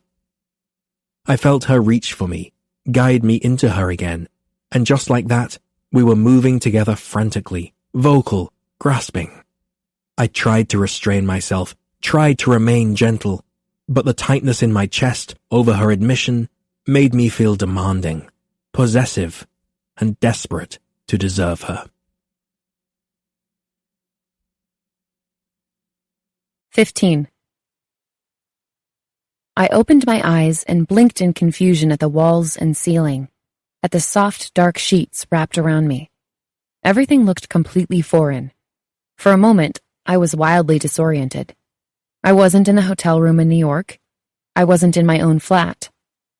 Oh, I was with Niall, in his bed, naked, with his heavy arms slung over my hip. A glance at the clock told me it was 1 minute before 7, and in the time it took for the numbers to turn over, I remembered. Niall Stella fucked my brains out last night. I nearly rolled into my pillow to scream. I closed my eyes and relished every memory. Niall beneath me, thick and rigid inside me, his hips arching and desperate to get deeper. And after I came, Niall flipping me over, laying me down on the rug, Niall growing so rough and wild with his hands holding my hips off the floor as he drove and drove and drove. My eyes opened wide as I punched with the memory of the rest of it. What had happened before the perfect, obliterating sex. More specifically, the way I'd managed to blurt that I loved him, and the way he'd blinked 1,000 times, long lashes fluttering, lips awkwardly forming 100 different evasions before he kissed my forehead and declared, "You're lovely. You're lovely." That was easily the most mortifying event of my life, followed closely by him bringing up Portia mere seconds after being inside me. Number of times I told Niall Stella I loved him and he had sex with me to distract me from the fact that he hadn't said it back? 1. Number of times Niall Stella ruined post-coital bliss by bringing up sex with his ex-wife? Also 1. Well, technically, he had sex with me twice. Carefully, I slipped out from under the weight of his arm. My body was worn out, limbs and joints stretched, breasts tender in the most amazing way. With each step toward the bathroom, the ache in my muscles and between my legs reminded me exactly how good all that pent-up lust and frustration felt when he unleashed it. Max was right. New York should definitely consider hooking Niall up to the grid. But the feelings after? Not so good. In fact, when he'd initially brought her up, my first instinct had been to knee him in the balls. Niall's marriage had seriously skewed his idea of what relationships could be, and it seemed he was only beginning to realize it. What worked for one couple didn't always work for another, and thankfully, he appeared to be letting those ideas go. My body was exhausted and still humming from what was easily the most mind-blowing, intense sex I'd ever had. My body knew it had been good for both of us. But my heart had its own hesitations. I hated the gnawing sense that if I hadn't declared my feelings last night, we would have kissed, cuddled, gotten each other off, then happily fallen asleep. Niall was my cautious, courteous giant, and I knew that his desire to treat sex with reverence was eclipsed only by his new desire to show me who could try to be what I needed. It took me only a few minutes to use the bathroom and wash my hands and face.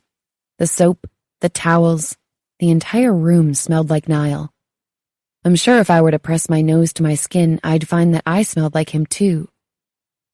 I tiptoed out of the bathroom and down the hall, where our clothes were scattered all over the floor. The chair sat empty in the middle, a reminder that he hadn't taken me to his bed, but he had me right there in the living room. Twice. I tried not to read too much into that. Maybe he simply needed me right then. Or maybe sex in his bed felt like a new, scary frontier. My bra hung off one arm, my skirt was a few feet away on the rug. I gathered everything up, a flash of memory replaying with each item I found. His eyes as he'd slipped off my shirt. The sight of him sucking my breasts. The shape of his mouth when I'd pulled off his belt. The way it felt when he finally pushed inside me. The flash of fear on his face when I told him I loved him. I could hear Niall beginning to stir as I pulled on my clothes, and I'd wished I'd managed to slip out before he'd woken. I was embarrassed, but I knew he would never bring up the fact that we had sex last night way before either of us expected to, so of course I would have to. But not even I, compulsive discusser of all things, wanted to have the conversation we needed to have. So, about last night, did I unintentionally manipulate you into having sex with me? Or are you just so unwilling to trust your own instincts that you gave in to what you thought I wanted? Ruby, he called out, voice gravelly with sleep. I walked down the hall in bare feet, my steps muted on the wood floors. He sat up when I entered, the sheet falling to his waist as he took in my clothes, the shoes in my hands. Hey, he said, but it was more like a question. His expression still carried the weight of drowsiness, but in his eyes was a clear note of confusion. Guilt and irritation wrestled in my stomach, and I pressed my hand there, telling them both to knock it off. I forgot something, I said. It was a lie, and I could tell by the way his face fell slightly that we both knew it. I need to run home before work. Now? He sat up at the side of the bed, his hair an adorable mess and miles of bare legs stretching to the floor. Wow. I can drive you. No, it's okay, Ruby, stop, he said, voice deep and firm. Let me just get some clothes on. He stood completely naked, and out of some spontaneous polite instinct, I looked away, very obviously, instead staring at the far corner of his room. He noticed, and of course he did. I was acting like a twitchy lunatic. Are you all right? He asked, stepping into a pair of track pants. It's not like you to avert your gaze when I'm nude. In fact, you're usually quite the leering pervert. He was teasing me. He was trying. I shrugged, looking back at him, but only able to really look at his face. Just mildly panicking. Just realizing that I told you I loved you after only a few weeks together, and the craziest part is it wasn't a lie. Just realizing I think you had pity sex with me last night. Just realizing I'm probably freaking out for no reason and really should just leave right now and get some coffee and food before I do something like overshare all of this. Do you want to sit on my bed and tell me what has you mildly panicking after I shagged you roundly only a couple of hours ago? I would think you'd be too worn out for conscious thought before 7:30 in the morning. I certainly am. I looked up at him, at his teasing tone, and smiled weakly. Maybe over dinner tonight? He nodded, eyes narrowed as he studied me. And like that, I'd flipped the switch in him. The overthinking switch. The holy shit, what happened last night switch. Okay. Fuck. I slipped into my flats and ran my fingers through my hair, attempting to tame it just as his phone rang on the bedside table. He bent, looking at the screen and then at the clock. Hesitating, he murmured, I'd better take this, if you'd just... He held up one finger, asking me to wait, and then stepped into the bathroom off his bedroom, closing the door. Well, that's awkward. If it was a work call, he'd have taken it in front of me. All I needed to hear was his gentle voice saying, Portia, it's 7 a.m. What is it, love? Before I grabbed my bag and headed out of the flat. One of the amazing things about London is that you don't have to drive anywhere. Want coffee? There are a dozen shops lining the street. Need to pop into Selfridges at lunch? Oxford Street Tube is across the street. Iconic red buses stop at virtually every corner, and there's even the river bus to take you down to the Thames. Need to avoid an awkward taxi ride with someone you may or may not have manipulated into sleeping with you? Thankfully, a short trip on the tube and the Southwark stop is just a few doors down from my office. It was still raining when I stepped out onto the street, because of course it was. My little flats were immediately drenched by the puddles and the constant downpour, and made soppy squishing noises with every step. Cars splashed water up onto the narrow sidewalk, and even my umbrella was no match for the storm. Luckily, I moved close enough to the storefronts. The various awnings offered me some small measure of cover. By the time I stepped into Richardson Corbett, I was drenched. I squeezed the excess water from my skirt and jacket, reminding myself that my hair would dry the same as it probably did every day. And besides, the shower at home, the walk to work, it had given me time to talk myself down. The I love you, you're lovely tick was nothing. It was us. This is what we did. I dove straight in, he dipped a toe in, and then pulled it out to give himself time to consider whether the water was too cold. It's why we worked, and there was no point questioning it. I also needed to calm down about the way he'd brought up Portia, and then slinked off into the other room to take her call. To be honest, my brain actually stuttered more on that last one, and I searched wildly in my thoughts to explain it away. He'd only been with one person, and married to her for over a decade. Of course it would be weird, right? Pippa met me in the hall with wide eyes that scanned me from head to toe before saying, "Here," and handed me her cup of coffee. That bad? I asked. Have you seen yourself? Well, that answers that, I said, continuing on to our shared desk and setting down the coffee. Thanks for this. Pippa nodded and took the chair opposite me. Everything going okay? I nodded as I slipped out of my coat. Yeah, everything's fine. I looked up to see the message indicator light blinking on my phone. Picking it up, I punched in my PIN and then covered the speaker, telling her, "It's not even 9 and today has done a lot." I just had a mental meltdown so epic it was like something out of a bad sitcom. I paused, listening to the message, and then swearing as I hung up the phone. Anthony wants to see me as soon as I get in. Shit. Why is he here so early? It can't be that bad. I saw the email congratulating the New York team. And that bridge redesign you worked up went off without a hitch. He probably just realized it's still raining and hasn't seen you in that top before. She grinned and rolled her eyes, hoping for a little wet t-shirt action, if you know what I mean. Gross, I said, dropping down into my chair. I reached into my bottom drawer for my cosmetics bag and emergency cardigan. Okay, I'm going to clean up a little and then get this over with. Go get him, she said. You wanted to see me? I asked, peering in through Anthony's door. He'd been arranging something near the bookcase and turned to me. Miss Miller, yes, come in. Miss Miller? I stepped inside the office and he added, Close the door, please. My stomach dropped. I did as he said and crossed the room to stand in front of his desk, stopping just on the other side of the extra chair. Yes, sir? I asked, the sentiment setting off a shudder down my spine. I need to talk to you about something very serious, I'm afraid. He pushed a heavy, leather-bound volume back onto the shelf and crossed to the desk. You have a bit of a choice to make here.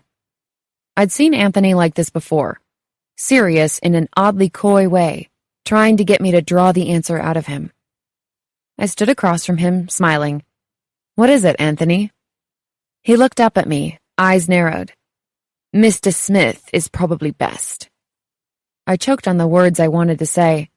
On my first day here, you stared at my tits and told me to call you Anthony, but instead said, Sorry, Mr. Smith. Anthony unfastened the buttons of his suit jacket and took his seat, pulling a stack of papers toward him, contracts that had been flagged with red and yellow tabs where he should sign. Given your rather unprofessional behavior in New York, and since... He began, and my stomach evaporated. Rather, given your long-term fascination with the vice president of the firm and your recent pursuit of him. My pursuit? He flipped through some files, not even bothering to look up at me as he spoke. I'm required to ask you to either keep your relationship with Mr. Stella purely professional, or leave your internship with Richardson Corbett. What? I gasped, lowering my shaking body into the chair across from him. Why? It is clear to several of us in management that you've behaved unprofessionally, he said, reaching for a pen. You've been distracted, and your efforts have been mediocre at best. Beyond that, I needn't elaborate. But that's not fair. I almost said it, but snapped my mouth shut tight. I wouldn't add behaving like an adolescent to my growing list of transgressions. Trying again, I said, Would you please explain why on earth this has been a topic of discussion beyond just between myself and Mr. Stella? We haven't broken any rules. Miss Miller, please do not presume you have the right to question any decision I make regarding this firm and who I choose to employ. He scribbled a signature across a page, and the sound was enough to put my nerves on edge. As an intern, you qualify as a temporary worker in the UK, and therefore I am not obligated to explain anything to you. But seeing as you're young, and there was that thing he did, where he packaged a gut punch worth of insult into a single word. I hope this might be an opportunity for growth. Your conduct of late, though not necessarily qualifying as gross misconduct, has been lacking. Having had this latest distraction with the vice president of the firm brought to my attention, I haven't done anything wrong, I repeated. Not smart, I'll admit, but not outright against the rules. I do not report to Niall. Niall, he repeated, smiling down at his papers. Yes. Well, regardless, this is the type of situation that has a tendency to run away from all of us. And we in management think it best if you end your relationship, or forfeit your internship. I could feel my face heat with angry tears. Young girls cry. I didn't want him to feel justified in his insult. I blinked several times, determined that no matter what happened, I wouldn't give him the satisfaction of seeing what this was doing to me. Can I speak to Mr. Corbett?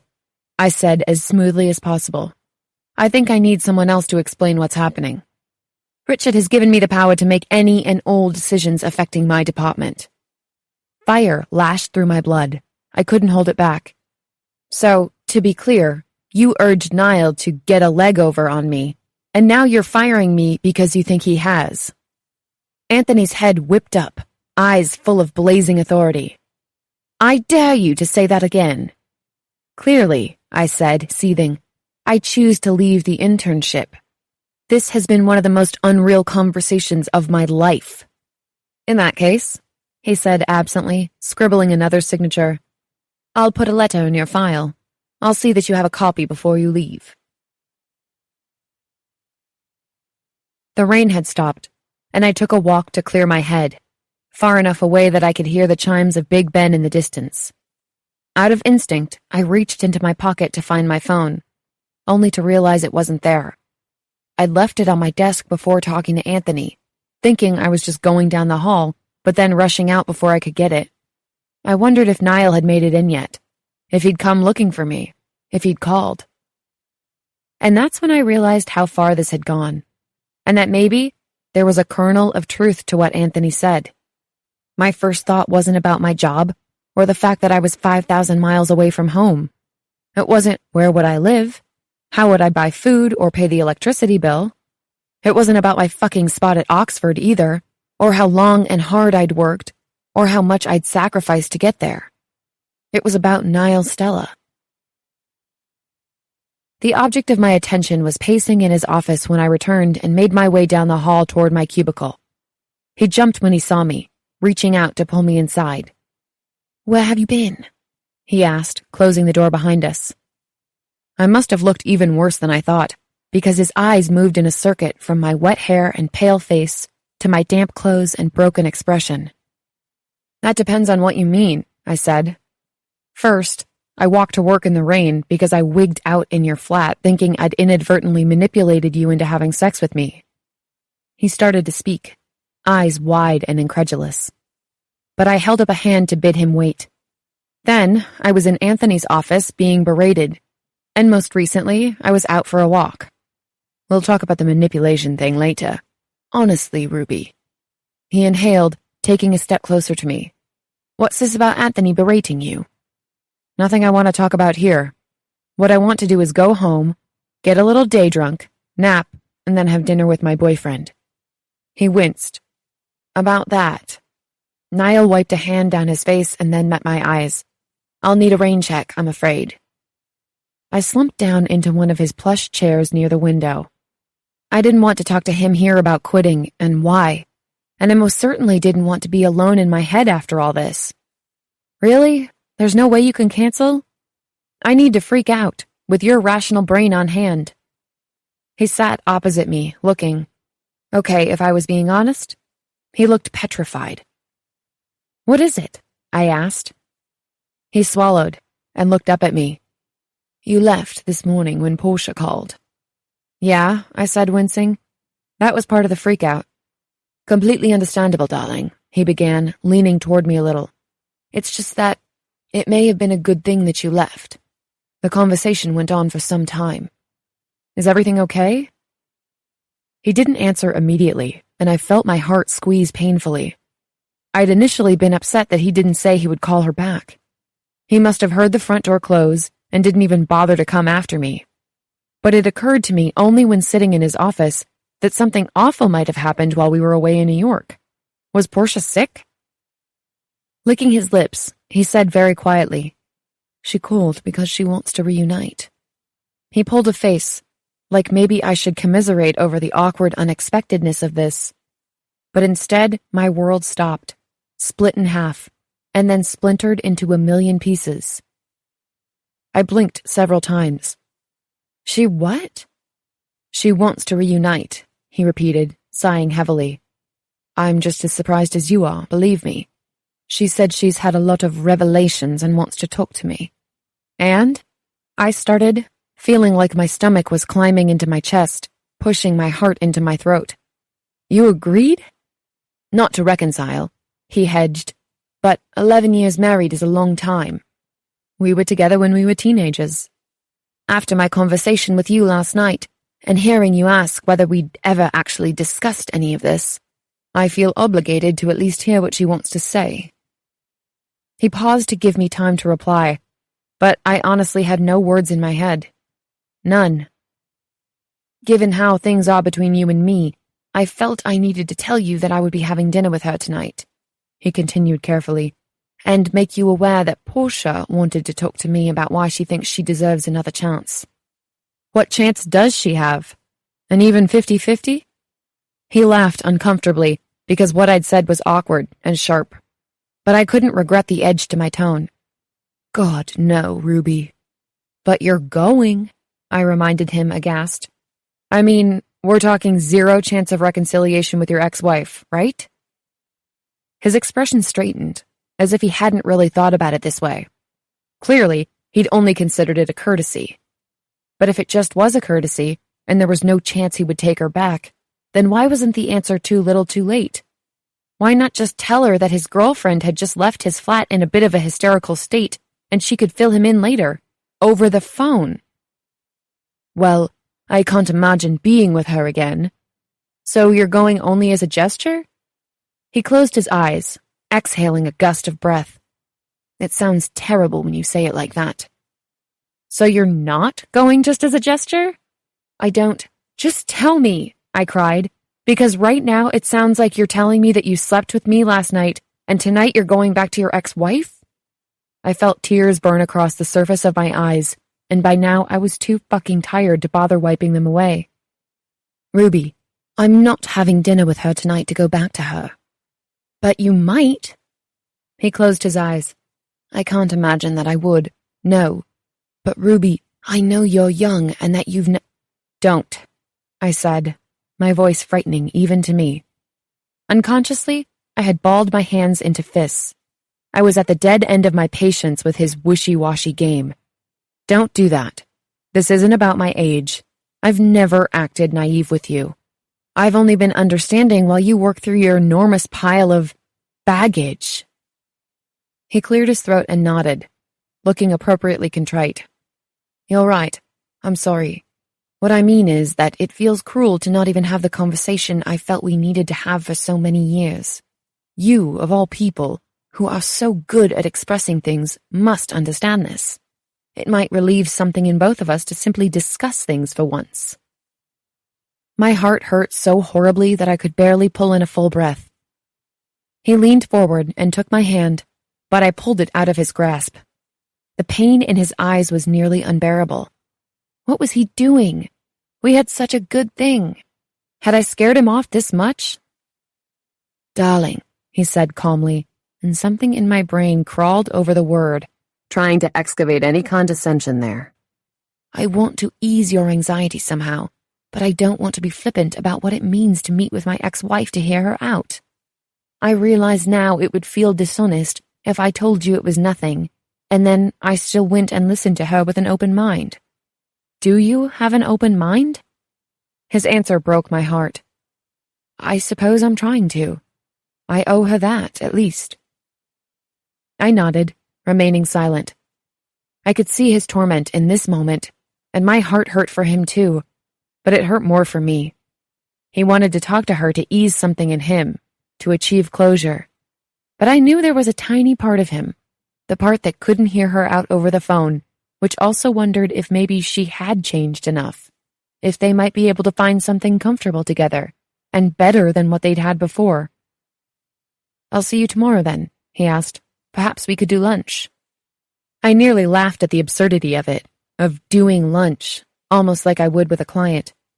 I'd essentially forfeited my job so I could stay with him, and he was going to have dinner with his ex-wife to discuss reconciliation. Was this really happening? I nodded, jaw tight, unable to even look at him. "Sure." Tilting his head, he asked, "Could you tell me what happened with Tony? We exchanged words earlier." He urged Richard to put a rather strongly worded letter in my file. "Hopefully I've borne the brunt of what happened between us in New York." Between us in New York. Not last night. Not the night I pushed you so far you're considering going back to a woman who made you miserable, but left you alone in your shell. "Oh yeah," I said absently, sinking into an odd numbness. I stood, walking toward the door. He basically just gave me a letter, too. 16. Despite my suggestion that we meet somewhere neutral, Portia insisted I come to her flat, our old flat, for dinner. I'd had an odd weight in my gut since talking to Ruby, some residue of regret about the conversation. I texted her as I left the office, saying I would call later or come round if she liked, but she hadn't answered. I knew she was a bit offended that I wanted to talk to Portia at all, and I couldn't exactly blame her. But I hoped, too, that she understood the intent behind it. After all, I wasn't here hoping to reconcile with Portia. I was with Ruby now. We were an us. But Ruby made a good point. Then why was I meeting my ex-wife for dinner? Could I honestly say the only reason I agreed was to let Portia speak her piece so we could both truly move on? Was there a part of me, no matter how small, that wondered if we could find a better place together with more communication?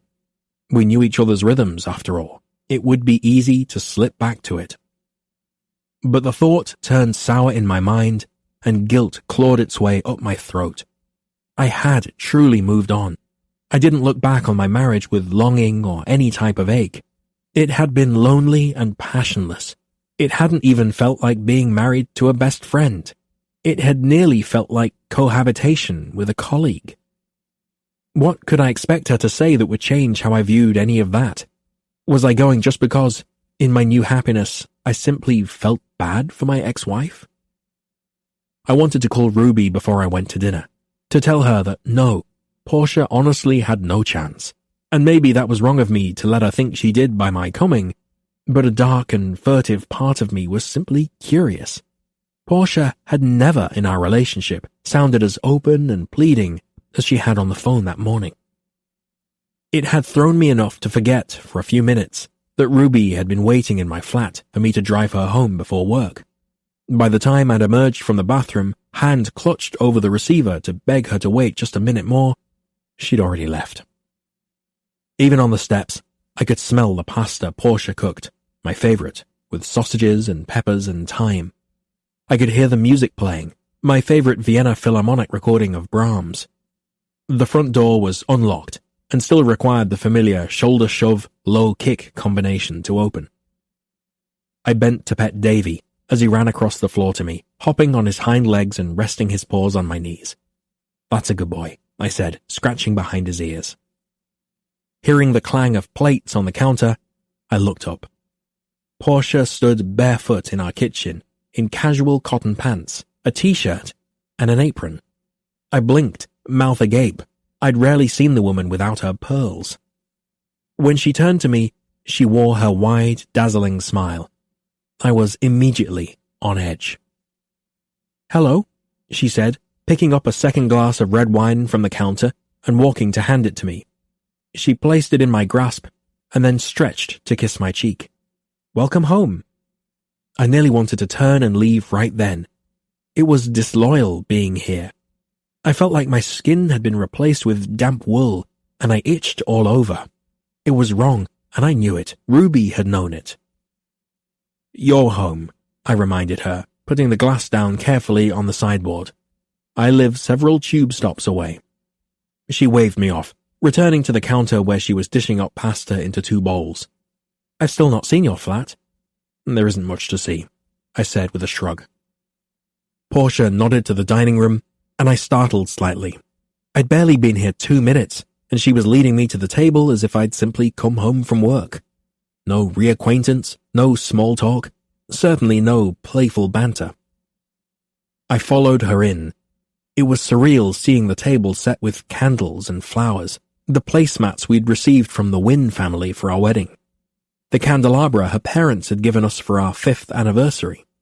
When we lived here together, Portia would cook on occasion, but it was always clearly communicated to be a production and used as a form of currency in the "look how much I do each day" ledger of our marriage.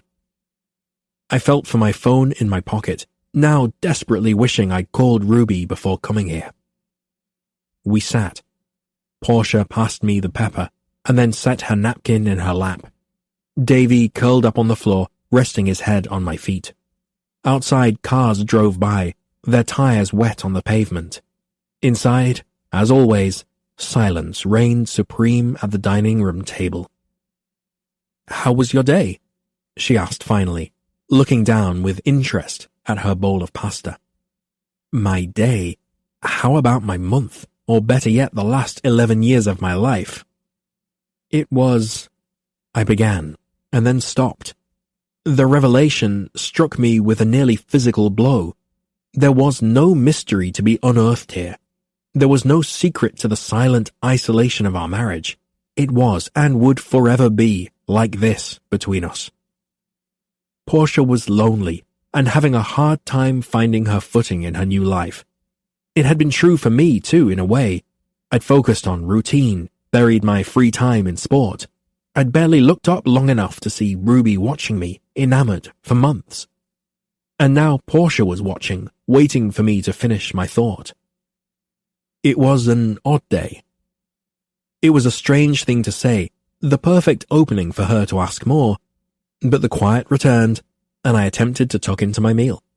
The sound of her chewing was as familiar to me as the smell of the wood from the dining room hutch, or the cold stone scent of our kitchen floor. "How was your day?" I asked in return, attempting some stab at a normal conversation. But it wouldn't work. The bite of food I'd eaten sat like a lead weight in my stomach, and my head was full of nothing but Ruby. "Portia, I can't," I started, but she was already speaking. She didn't say at all what I expected. We were terrible together, weren't we? Finally, a laugh broke through the unease in my thoughts. "The worst. I thought we could—" She paused, and for the first time since I arrived, I saw a weariness, a vulnerability there. She rubbed a hand over her face. "Honestly, I don't know what I was thinking, Niall, wanting to have dinner to talk. I wanted to see you. I've missed you, you know. Not sure I ever really appreciated you enough to miss you before." I lifted my glass of wine to my lips and said nothing. I tried with my eyes to tell her that I understood, that a part of me was glad to see her as well. Clearly, I'd never been good at false sentiment. I closed my eyes, remembering last night. And in this dining room that used to be mine, with a wife who also used to be mine, I knew the reason I felt so sick to be here was that I loved Ruby. I loved her. "It's just that," Portia continued, poking at her dinner, "now you're here, I'm not sure what to say, where to start. There's too much, isn't there?"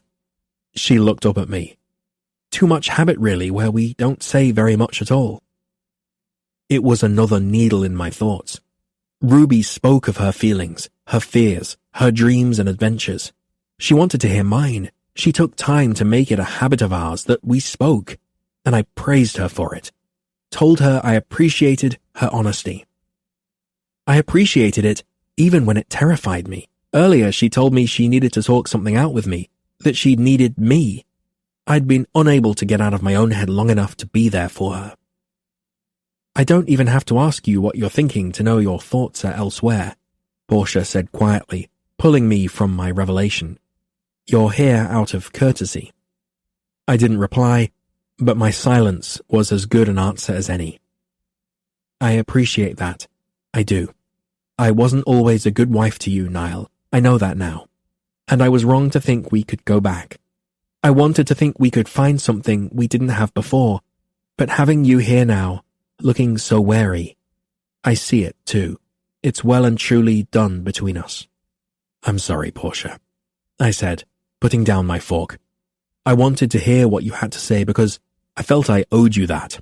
And I owed it to myself too, to understand what you'd been thinking the whole time we were married. But it's true, I've other things on my mind tonight." "I can tell," she said.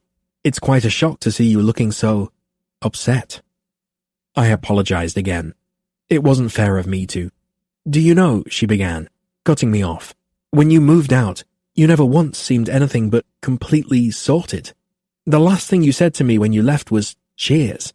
I'd handed you the folder with your passport and vital documents, and you'd smiled kindly and said, "Cheers." Isn't that amazing? I bent, putting my head in my hand.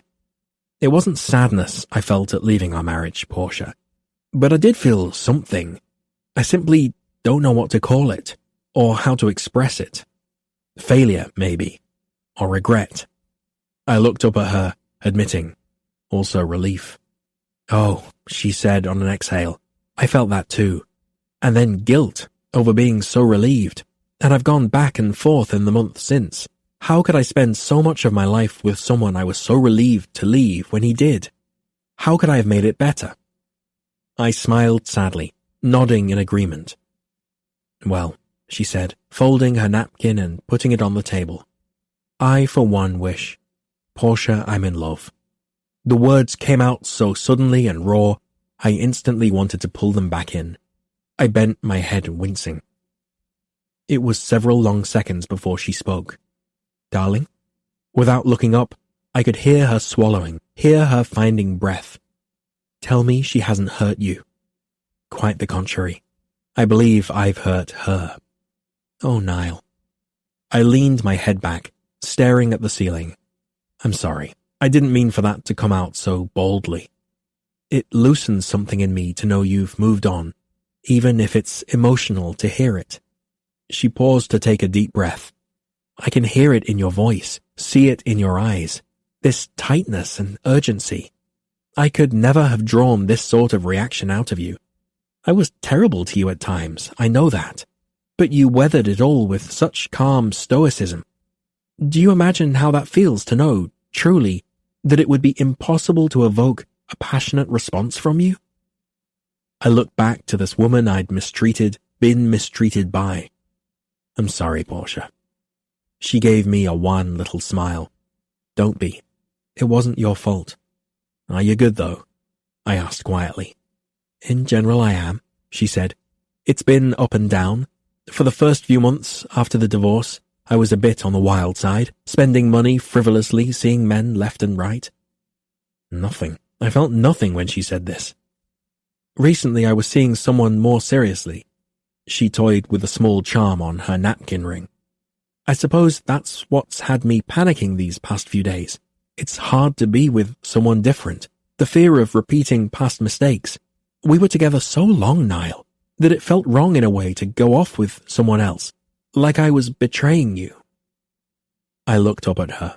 I'd personally never felt the sense of betrayal, but I understood what she'd said about it being hard to be with someone new, to be afraid, to figure out their rhythms and needs, to worry constantly about failure. "He's someone I knew from before." She hesitated. "From work." Something clicked in my thoughts. "Stephen?" I guessed. Portia sounded guilty when she admitted, "That's him, Stephen." I caught the way he would watch her. It struck me only then how apathetic I'd been at the work functions, business dinners, and in the office when I'd stopped by to drop off lunch or something she'd forgotten at home. Stephen couldn't help but glance at Portia every few seconds, at least when I was near. If someone regarded Ruby the way Stephen had looked at Portia, I would turn homicidal. My thoughts tripped, blood running hot. Tony looked at her that way. "Nothing happened before," she said. "I promise, Niall." "I believe you. And I'm not surprised, Portia. I saw the way he looked at you." She laughed. "Yes, like that one girl at your office, when I dropped off the papers to sign. She had hearts in her eyes watching you." I felt something inside me squeeze tightly. Christ, even Portia had seen it. "Ruby?" I asked, and saying her name sent a heated spike through my chest. "She's tall, beautiful, American?" I needed a drink. Nodding, I lifted my wineglass to my lips and said, "That's her." Portia's eyes widened in comprehension. "She's the one you've been with?" She paused. "The one you love?" Again, I nodded, not even a hint of doubt lingering. "She's wanted you for ages and you were finally together?" Portia sounded like a schoolgirl, and it was a testament to our distance that she'd invited me here to discuss taking her back and had so easily let the idea fall away. "Niall, it's so romantic." Like you and Stephen. Well, I'm not sure if we're a thing anymore, but it is what it is. She leaned forward, tilting her head as she asked, "Tell me what happened?" And like this, with my head in my hands and pulse thudding anxiously in my throat, I confessed the entire affair to Portia. I told her about New York, Tony's not being able to come and Ruby coming in his place. I told her about Ruby's feelings for months before I was aware, her beauty, her humor, and how she put me at ease so immediately. I told her about my fears, my longing, my hesitation, and although I likely didn't need to, I told her how I knew she needed more from me, more communication, more intimacy, and I sincerely tried to do it right. And then I came here for dinner, I admitted. I couldn't tell her it was nothing without feeling like I was lying, because I did intend to hear you out, Portia. But I didn't want her to think that I was coming back to you either. She looked shattered. I groaned, remembering her vacant expression, the way she'd absently wandered from the room and out of the building entirely. I've made a terrible mess of this. Niall, she said, voice soothing, you know you've got to fix it. I nodded, feeling sick. I didn't know if it was that easy. I'd messed up enormously. She paused. I love you, you know. Her voice held a rare poignancy. She'd said this only a handful of times during our marriage, and here the words spilled out so much more readily. Smiling up at her, I said, Love you too, Portia.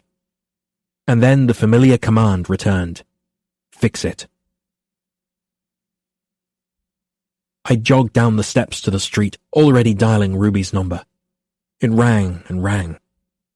I'd never heard her voicemail recording before, and hearing her voice while my heart was clutched with an uneasy panic only made me feel more urgent. Hi, this is Ruby. Leave a message and I'll probably just text you back, because I'm terrible about calling. But if you're calling this number, you probably already know that about me, and I'm already forgiven. Beep. Ruby, I began. It's me, Niall. I trailed off, pulling at my hair. I've just left Portia's. Ruby, I don't know why I went there. I shouldn't have gone. Please, just call me. I want to see you tonight. This was all absurd. I need to see you. But hour after hour, she didn't call, and she didn't text. Admittedly, I arrived at work early the next morning, but I was still surprised that Ruby wasn't yet at her desk. Her friend Pippa was there, though, and when I approached, knowing full well Pippa was aware of our relationship, she blinked away from me in a scowl. Pippa? She looked up at me again, eyes level and assessing. Yeah? Have you heard from Ruby or know when she's expected in? Her expression shifted from annoyed to baffled. Expected in? Into work, I clarified, a bit unnecessarily, I felt. Are you daft? I stuttered out a few syllables, finally settling on, I don't believe so. She looked at me silently for a couple of beats. You really don't know, do you? She asked, standing up to face me. Ruby was sacked, you dolt. I blinked. I'm sorry. Sacked. Sacked. She was sacked. Pippa laughed humorlessly and shook her head. She was made to choose between her internship and a relationship with you. She meant to tell you yesterday afternoon that she was done here, but I think you had other plans? Oh. Bloody fucking hell. Panic tore through me, causing my heart to squeeze tightly before it exploded into a rapid swing. She, I gasped, looking around as if she might actually be there, as if this might be some sort of game.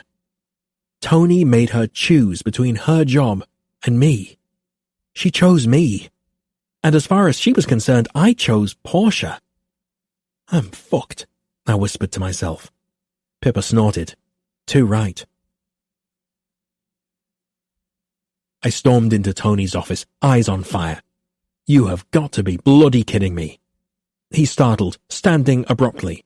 Niall?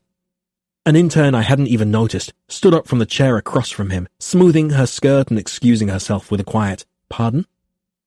We both watched her leave. Her beauty and youth triggered another explosion in my chest.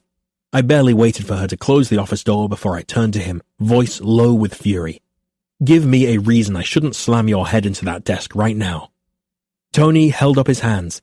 "It's my group policy, Niall. Per the rules I set forth verbally when Ruby started in my group, I can't allow fraternization." "Since when?" I nodded to the door. "Was this rule set forth before or after you hired that one there?" I took a step closer. "Was this before or after you suggested I pull Ruby? Was this before or after you admired her tits, her legs?" He blinked, swallowing nervously. "I'm not sure what conversation you're referring to, but if you've been able to find it in writing, I'm happy to discuss it with you." I laughed dryly. "So you've been to HR then?" Tony closed his eyes, repeating, "Per the rules I set forth verbally when Ruby started in my group, I can't allow fraternization." Seething, I told him, "You are a bloody joke. I hope Ruby sues your pockets inside out." If someone had told me only a month ago that I would meet a woman from the office, fall in love, and lose her all before spring truly arrived in London, I would consider the prospect ludicrous. Ruby didn't return to the office that morning, not even to clean out her desk. Her absence was a blaring void, no hint of her silly laugh, no flash of her playful green eyes. Even the intern's office seemed subdued when I walked past. So as late as 9:30, after my blow-up with Tony, and as my blood pressure seemed unwilling to return to normal, I could barely focus on a single task in front of me. "Will you not call me back?" I asked her via text message. "I've made a mess of this. I'm desperate to speak to you." Productivity at work remained impossible after I hit send. I glanced to my mobile nearly every 10 seconds, turning the volume up on the ringer as high as it would go. Normally one to leave the device in my desk drawer when I went to meetings, I carried it with me, leaving it just at my elbow on the table. Short of showing up unannounced at her doorstep, it was my only connection to her. Just after lunch, I heard my text alert and startled like a madman, toppling a cup of pens on my desk.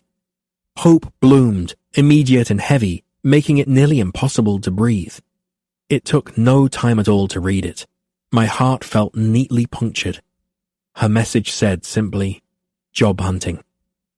Typing furiously, I asked her, "Darling, please call. Why didn't you tell me what happened with Tony?" An hour passed, 2, 3, 5. She didn't reply. I interpreted it as the dismissal I knew she'd intended, and turned off my phone to avoid the temptation to plead with her in an unending string of messages. Unable to work, I paced the hall like a lunatic, ignoring Tony's furtive, guilty glances in my direction, and Richard's lingering, uncertain ones. Almost as soon as I set foot in the door of my flat, I moved to the office, dialing her number. It rang once. My heart was lodged in my windpipe, and again, and finally a third time before she answered. "Hi," she said, her voice small and thin. Nearly choking on my breath, I managed, "Ruby Dove." I could immediately picture her wince when she replied, "Please, don't call me that." I sucked in a breath, pain radiating through my chest. "Of course, I'm sorry." She didn't say anything in response. "I wish you'd told me about your conversation with Tony," I told her, absently folding a small piece of paper on my desk. "Darling, I had no idea it had gone that way. I was going to tell you away from the office. I didn't want to cry there." She sniffed, cleared her throat, and then fell silent again. Her chatty disposition was notably absent, and the loss of it ached as if a branch of my lungs had been dissected away, leaving me slightly breathless. Indeed, other than the occasional sharp intake of breath on the other end of the line, she was oddly silent. A part of me wondered if she was crying. "All right, Ruby?" I asked quietly. "I'm fine," she murmured, "just going through some application forms." So my options were to talk to her while she was distracted, or lose this one connection I had to the woman I loved. I told her about the fruitless dinner with Portia, and how in the end there wasn't anything to discuss. I knew it as soon as I walked into the old flat. "I'm sure it felt awful for you." I pressed my palm to my forehead, murmuring, "I can't talk through all of this on the phone. I have so much to say." I love you. I've been a fool. Ruby, please just come to dinner. I can't, she said simply. So, to keep her on the line, I spoke to her until I ran out of subjects, feeling bumbling and lost for the first time with her. I described my day of distraction, the walk home, the bland dinner I planned to prepare.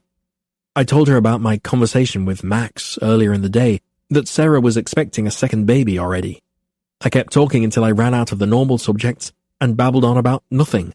Stocks, the new construction down on Euston Road, my relief at the lessening rain. I wanted her to blame me, to rail. I wanted her to tell me all the ways in which I disappointed her. Her silence was terrifying because it was so unlike her. I would rather have a million angry words than a single moment of her reserve.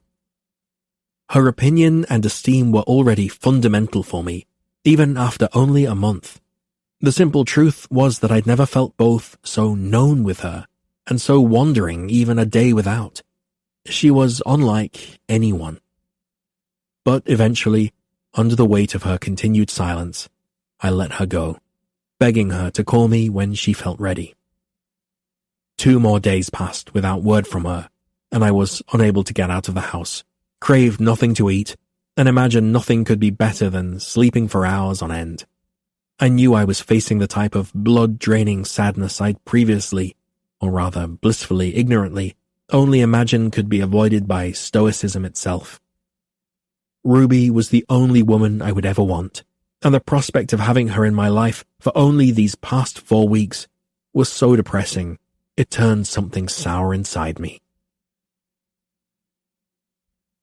The first weekend after I took a hammer to her trust and forced Ruby to silently end our relationship, I managed to make it to the office to gather some reports and designs. I wanted to at least present a semblance of getting work done at home. I was long unshaven, wearing the same worn jeans and t-shirt I'd had on for the previous 36 hours, and I'm not sure I'd even looked at myself in the mirror before leaving the flat. It was still dark out, so early in the morning that the streets were wonderfully still, providing a sort of external calm I was desperate to steal and pull inside me. Cars remained parked at the curb. Shops wouldn't open for hours yet. The lobby of the building was silent as a vault. I pulled my keys from my pocket outside the glass doors, curiously peering in at the single light turned on inside the firm. It was in the far right corner, near Ruby's old office. I found my hand moving forward, and the door opened under my robotic push. In the back corner I could make out the sound of papers being tapped into order on a surface, of picture frames being set down, of books being dropped into a box. "Hello?"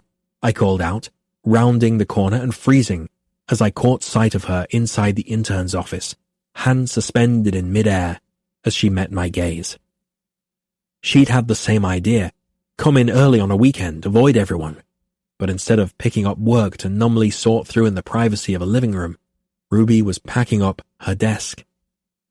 My stomach crawled up into my chest, clogging my windpipe with emotion. "Ruby, you're here."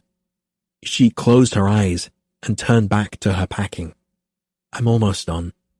I wish you wouldn't rush off. I've wanted to speak to you, to really speak to you, not like that rambling on the phone the other night." She nodded but didn't say anything. I stood lamely staring at her and completely at a loss over what to do. Her cheeks were pink, bottom lip wet and thin beneath the pressure of her teeth biting down upon it. "Ruby," I started. "Please," she croaked, holding up her hand. "Don't, okay?" She'd phrased it as a question, almost as if she wasn't sure continuing this horrible silence was even the right decision. I'd never been heartbroken before, ever. A stark realization for someone who'd spent the majority of his adult life in a single relationship, and the weight of it pressed down on every vital part of my body. I wanted to walk to her, pull her to face me, and bend to kiss her. Simply kiss her, tell her she was the only woman I think I'd ever want again. If she'd let me, maybe I'd be able to offer up some begging. In fact, I might be able to put a name to these things I felt. Devotion and apology, adoration, desperation, and fear. Above it all, love. Instinct, however, told me to give her space. I turned, walking to my office. Behind me, her packing sound seemed to pick up speed and force, and I winced, wishing it was easier than all this. Was I wrong? Was my instinct a constant red herring? I clutched my forehead in both hands, wishing I knew what the hell to do. Absently, I grabbed a file off my desk, collecting a few more from my cabinet. I was barely focusing on the task in front of me, knowing Ruby was only a few feet away. Stepping out of my office, I exhaled a long-held breath at the sight of her still in the building, taping up her small box of belongings. Her hair was messier than usual, as if she'd scarcely paid it any attention. Her clothes were loose and drab, a beige skirt, a mud-colored sweater. She looked as if she'd been dragged through a rain cloud. I missed her. I missed her with a kind of clawing ache that seemed to dig deep scars inside my chest, in a place I couldn't reach, pushing aside things I required for breathing, heart beating, for moving about the world in a way that had once been reflexive. I'd never had the tendency toward melodrama, but in this case my self-pity was crippling. I'd never had to win over anyone before in my life, at least not consciously, and felt utterly unprepared for what was required of me in this instance. I know you want to be left alone, I started, trying to shake off the way she seemed to wince at the sound of my voice. And I realize that I've hurt you in a way that will be impossible to undo. But, darling, I'm so sorry. And if it means anything, I think I'm going to lose my spot at Oxford, she said in the world's quietest voice. I felt my entire body go still. You what? I was fired, but Tony also put a letter in my file. He sent me a copy of it, though after reading it I have no idea why he thought I would want to see it. And in essence, it says that I was a tolerably mediocre employee because my affections for you had me preoccupied, and he thinks affected the quality of my work. I took a step forward, blood pumping so fast in my veins my chest ached. For one, that is utterly preposterous. I'd heard him rave about you on more than one occasion, and two, he had no knowledge of your affections prior to our trip. I know. Thanks for passing that along, she said dryly, reaching to put the tape back on the now empty desk. Ruby, I spluttered. I mentioned it spontaneously, like a bleeding idiot, simply because I was still awed that you... Niall, she interrupted, and I could see tears shining in her eyes. Don't, okay? I get it. You didn't mean to tell him that, or at the very least you didn't mean for it to come off the way it did. I don't actually care that you told Tony I had feelings for you before our trip. I don't think it matters. Tony is an enormous prick for what he did. My problem with this, she said, motioning between us, is that he's not entirely wrong. I was distracted. I was preoccupied. I made it clear I would do anything to be with you. And you went back to her. I didn't. I knew before I went into her flat that I had no intention of... The way you left it last week, she said, her voice thick with restrained tears, felt like you were giving her another chance. Ruby, I threw myself at you. I was so in love with you, had been for so long, that I ignored all your signs telling me you weren't ready. I told you I loved you after only a few weeks, and you clearly weren't ready to have sex with me, but you did. Ruby, please stop. I felt nauseous. I couldn't keep up, but her words grew brittle and toxic in my ears. And the very next day, you went to hear Portia out about reconciliation, assuming that I was so desperate for your attention, I would still be here if you decided against it. When she looked up at me, the tears in her eyes finally fell. I think you assumed that because I always wanted to talk about everything, that I would understand how much you wanted to hear what she had to say, and that would somehow override my need to feel important to you. I opened my mouth and closed it again. I think you assumed I would think it was a great idea because, hooray, it turns out Portia isn't a robot and actually does have feelings, and she finally wants to share them. She swiped at her cheek. But I didn't. I wanted you to tell her she had 11 years as your wife to tell you those things, and that you had a girlfriend now who had the privilege of talking about what was going on in your mind and your heart. She sucked in a lungful of breath before she continued. Jesus Christ, I was so eager to hear everything you had to say, even if it meant talking about your sex life with Portia right after we made love for the first time. For fuck's sake." She laughed sharply, without humor. I'd never seen emotion so raw. Ruby wasn't filtering for my benefit. She was just laying it all out in a rush before she could talk herself out of it. "You could have told her she was welcome to come meet you for lunch if she had things to get off her chest, or to feel free to put it in a fucking email. But to go see her the first night after we'd made love? To be unwilling to make it clear that you were with me now?" She shook her head, wiping away more tears. "Even if what we had was raw and weird and sometimes had these awkward fits and starts, it was way better. We had something good. We had something real. And you know it." "We did," I told her. "We do." I stepped closer, put my hands on her hips. To my profound relief, she didn't pull away, and I bent, kissing her neck. "Ruby, I'm so sorry." She nodded, her arms limp at her sides. "You hurt me. I was an idiot." Pulling away, she closed her eyes to collect herself, and then, to my absolute horror, she picked up her box and walked down the opposite way from me, down a row of cubicles and out of the office before I could gather the right words to make her stop. Bringing home the folders was an exercise in going through the motions. I remained just as useless for the remainder of the weekend. Sleep, eat, drink myself into a stupor, stare. My phone was disturbingly silent. I was grateful to receive no calls from Tony, no calls from family, nothing more from Portia. But it devastated me every time I looked down at my phone and had heard nothing from Ruby.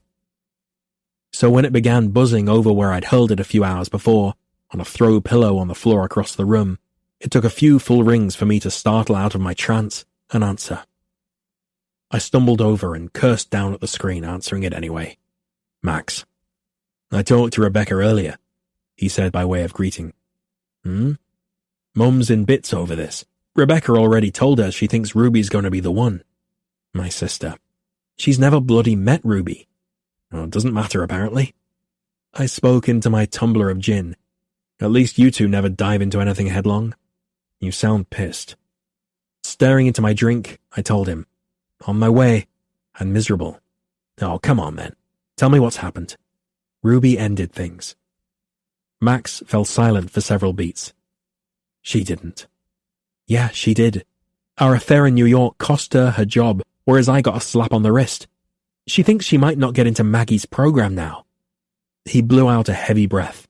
"Fucking hell." "And I went to have dinner with Portia the night after Ruby and I finally shagged, not knowing Tony had given Ruby an ultimatum, me or her job. And she chose you," my brother guessed. I laughed into the tumbler. "Righto. You idiot." "Exactly." I finished what was in my glass and dropped it onto the floor. "So, needless to say, she's ended things with me quite soundly." "So you're going to drink yourself into a stupor of self-pity on your couch then?" "You know what my life with Portia was like," I started.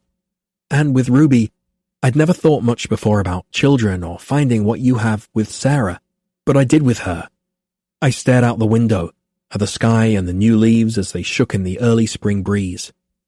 "But I will never be okay after this. She changed me, and I don't want to go back." The line was quiet for a moment, and I reached for my glass again, refilling it. "So drinking myself into an amnesia of what I've lost, that sounds about right." "Or," he suggested with a laugh that said, "You twat, you could get off that stupid arse and go talk to Maggie. For fuck's sakes, Niall, you act as if you've got no resources. Figure out what you can bloody well fix, and fix it. This is what you do, mate." I had a bit of time to reflect, finally sober, on what I wanted to say while I took the train from London to Oxford. Margaret Sheffield was a bit of a hero of mine, having served on my thesis committee and been more of a mentor to me than my own alcoholic advisor had ever been. Although Maggie's specialty was civil engineering, she had a hand in designing and overseeing the construction of many of the cornerstone commercial buildings in crowded London neighbourhoods, and I idolized the way her career easily straddled engineering, architecture, and broader urban planning. One of the proudest moments in my professional life to date had been when a colleague had introduced me at a keynote conference as our generation's Margaret Sheffield. But I'd never been to see her on such a personal matter. In fact, aside from the heated moment I'd stormed into Tony's office last week, I'd never really been to see anyone from my professional life with a personal matter. So even though the cold wind whipped around me as I trudged down Parks Road toward the Tom building, I was flushed with nerves. Maggie had been around long enough to deserve an emeritus office in one of the grander buildings, but preferred being closer to the action, she'd said. Her building was an odd, hexagonal structure, but from it she had a beautiful view of the University Park just to the east. Just being here again, close to engineering and the material sciences buildings, brought on a heavy sense of nostalgia. I'd been young when I lived here, young and married, and for that reason always a bit different from my peers who spent their days working hard and evenings partying harder. I knocked on her open door, relieved when she looked up at me and smiled widely. "Niall!" She stood, making her way around her desk to give me a firm hug. Maggie had never been a handshaker, but with determination had trained me over the years to give in to her affections. When she pulled back, I asked, "I was hoping you'd have a few moments." "Of course," she smiled. "Your email did make me curious with its complete lack of detail." "And," I began, "if it wouldn't be too much trouble, we could grab a coffee?" Her eyebrows rose, eyes twinkled with interest. "It sounds like this is not a strictly professional call." "It's not, but it is too." Sighing, I explained, "I'd just prefer the flexibility." She laughed, retrieving her jumper. "Well, this is a shock of a lifetime, a personal discussion with Niall Stella. I can certainly make time for that." We walked to a small cafe on Pembroke Street, using the trip to catch up a bit on the past 2 years. The topic of Ruby's future hung heavily around me, and despite Maggie's best efforts at small talk, my answers to her benign questions were tight and brief. I was relieved when we reached the cafe and ordered tea and croissant, before sitting at a small corner table. "So," she started, smiling across the table at me, steam curled up from her cup. "Enough small talk, I gather. What's this visit about?" "It's about a student who has applied to your program, who was an intern at Richardson Corbett." She nodded.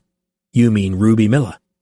"Yes," I said, surprised that she knew immediately whom I meant, but then realizing I'd said, "who was an intern." Clearly Maggie had read Tony's letter. I didn't work directly with her. As you know, she reported to Tony. "I got his letter," she confirmed with a frown. "He didn't think all that highly of her." My blood ran hot, and I leaned closer, realizing as soon as she glanced at them that my hands had formed tight fists. "Well, that's just it," I said. "I think he may have thought rather too highly of her." Bloody Tony. Maggie's expression cleared in comprehension. "And you were the distraction Tony mentioned." "Please understand," I said with urgency. "I wouldn't ever speak to you about this matter if I didn't feel that it impacted a professional decision on your end.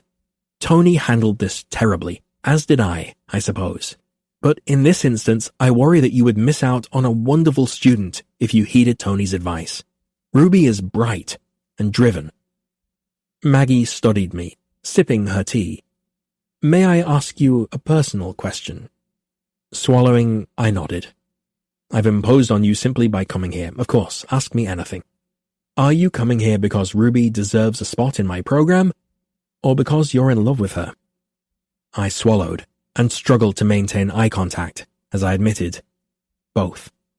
So the affection wasn't only one-sided. It was, and then it wasn't. I didn't know she had feelings, and she admitted them only after I had some of my own. She nodded, looking past me at a line of students marching past the cafe. "I'd never expected you to ever speak on behalf of a girlfriend. I'm not sure if I'm more surprised or thrilled for you." "She's not," I managed. Maggie turned her face up to me, confused. "She isn't my girlfriend anymore," I clarified. "The loss of her job, the loss of her spot in your program, my inability to handle emotions all that well, I suspect in the end it made her reprioritize." "Reprioritize?" the loss of her spot in my program. Tony thought it wise to send Ruby a copy of the letter he wrote for the application. Given that Tony is your former student and completing an engineering internship is generally a critical requirement for your consideration, she said she suspected she wouldn't get in. Niall, Maggie began, setting down her tea. Excuse me for being blunt, but please do not insult me by suggesting I would cast away a good student for having a crush at work. Not at all, Maggie, or for being young and unable to always put aside personal for professional. I appreciate you coming here, but the net effect of that was my satisfaction over seeing you actually in love with a woman, not help for Ruby. Ruby's application is brilliant. Her other letters of recommendation are positively glowing. Her grades are perfect, test scores put her at the top of her incoming class.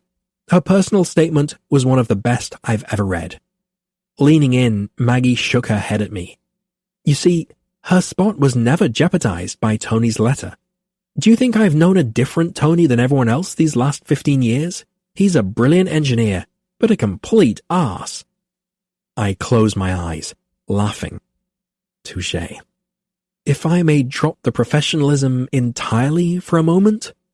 Of course, I said, feeling oddly hungry for her wisdom in a way I hadn't expected. Please. You have known me as an instructor, and then quasi-mentor, and now as a trusted colleague. But I am a woman first, Niall.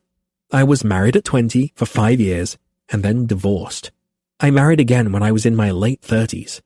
With the distance of age and wisdom, I am able to tell you as gently as possible that your reason for this visit is wildly presumptuous. Ruby doesn't need you speaking on her behalf.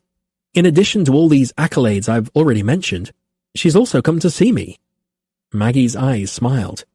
Quite amazing, that one. I felt my brows rise to my hairline. Truly. Ruby doesn't need a knight in shining armor. She needs a partner, I suspect. She needs to know that she is seen and loved, and occasionally the inner mechanics of how she is loved. She is an engineer. Show her how you are put together. Show her the bolts and wires and map of your thoughts when you can. I didn't bother going home or to the office after my conversation with Maggie.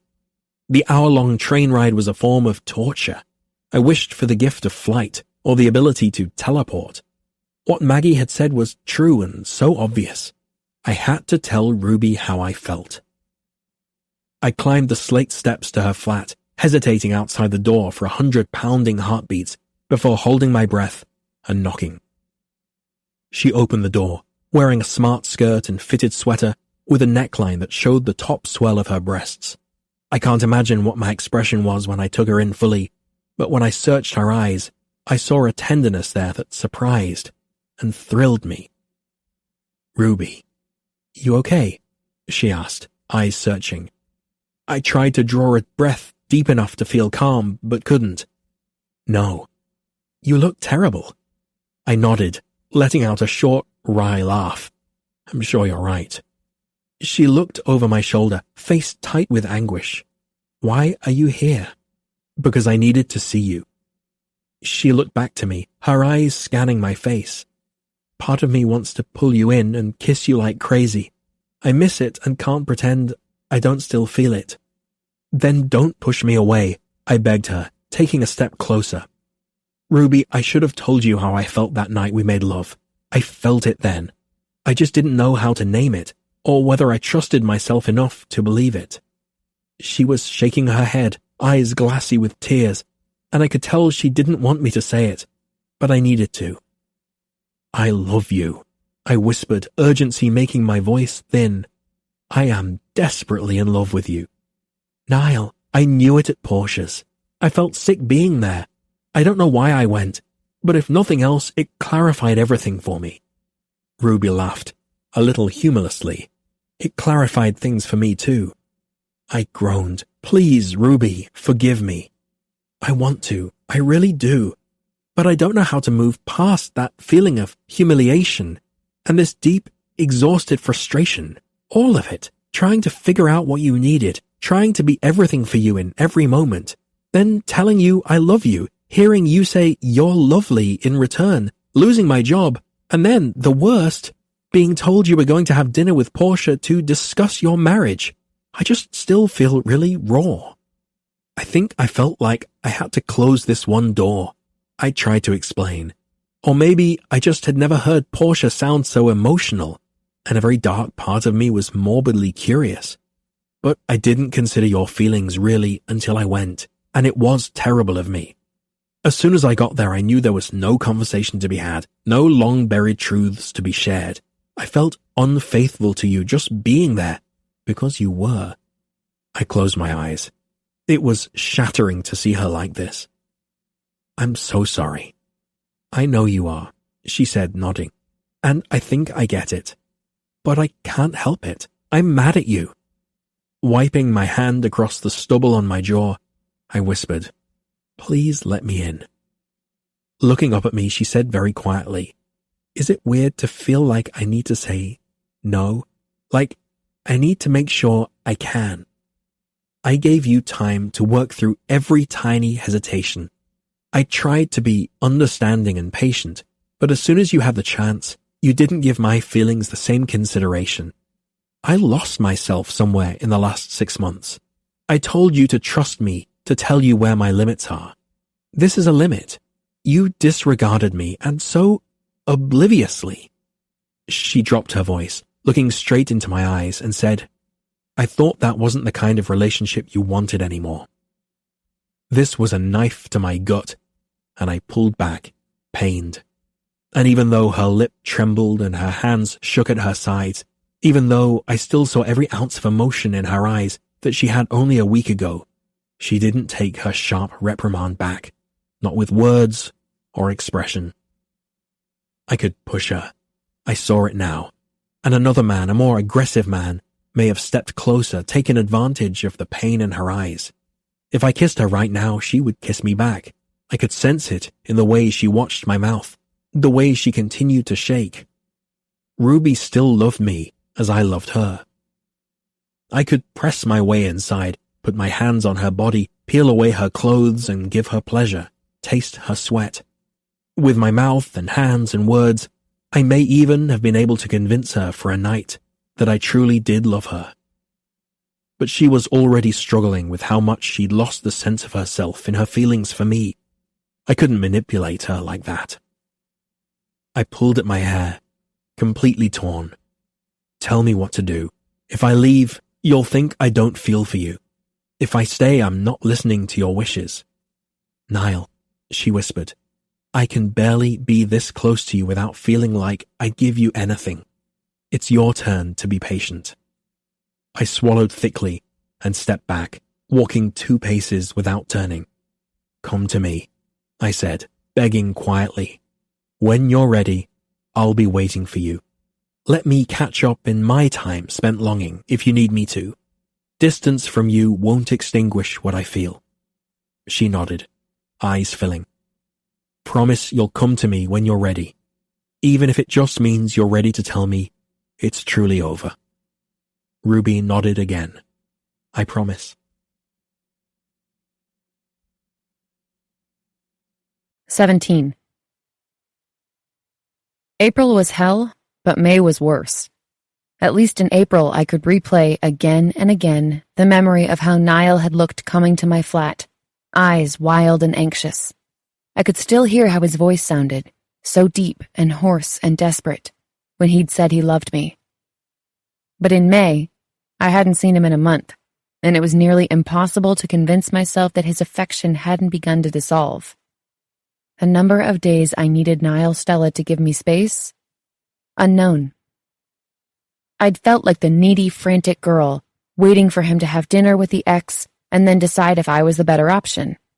I'd never been so desperate for a late-night phone call as I was the night he was at her place for dinner, but when it came, I ignored it. Not until he realized what I'd known all along, that Portia had never been good for him, that in fact I was the best thing for him, did I realize that I was really, really mad. I knew I was capable of taking things in stride in a way that surprised Niall. It surprised people my whole life, but that evenness didn't mean I couldn't get hurt, be angry, feel betrayed. Somehow, even with the heavy pulse of heartbreak in every step I took, I had managed to piece little bits of my life back together. I was determined to salvage my chances at getting into Margaret Sheffield's program.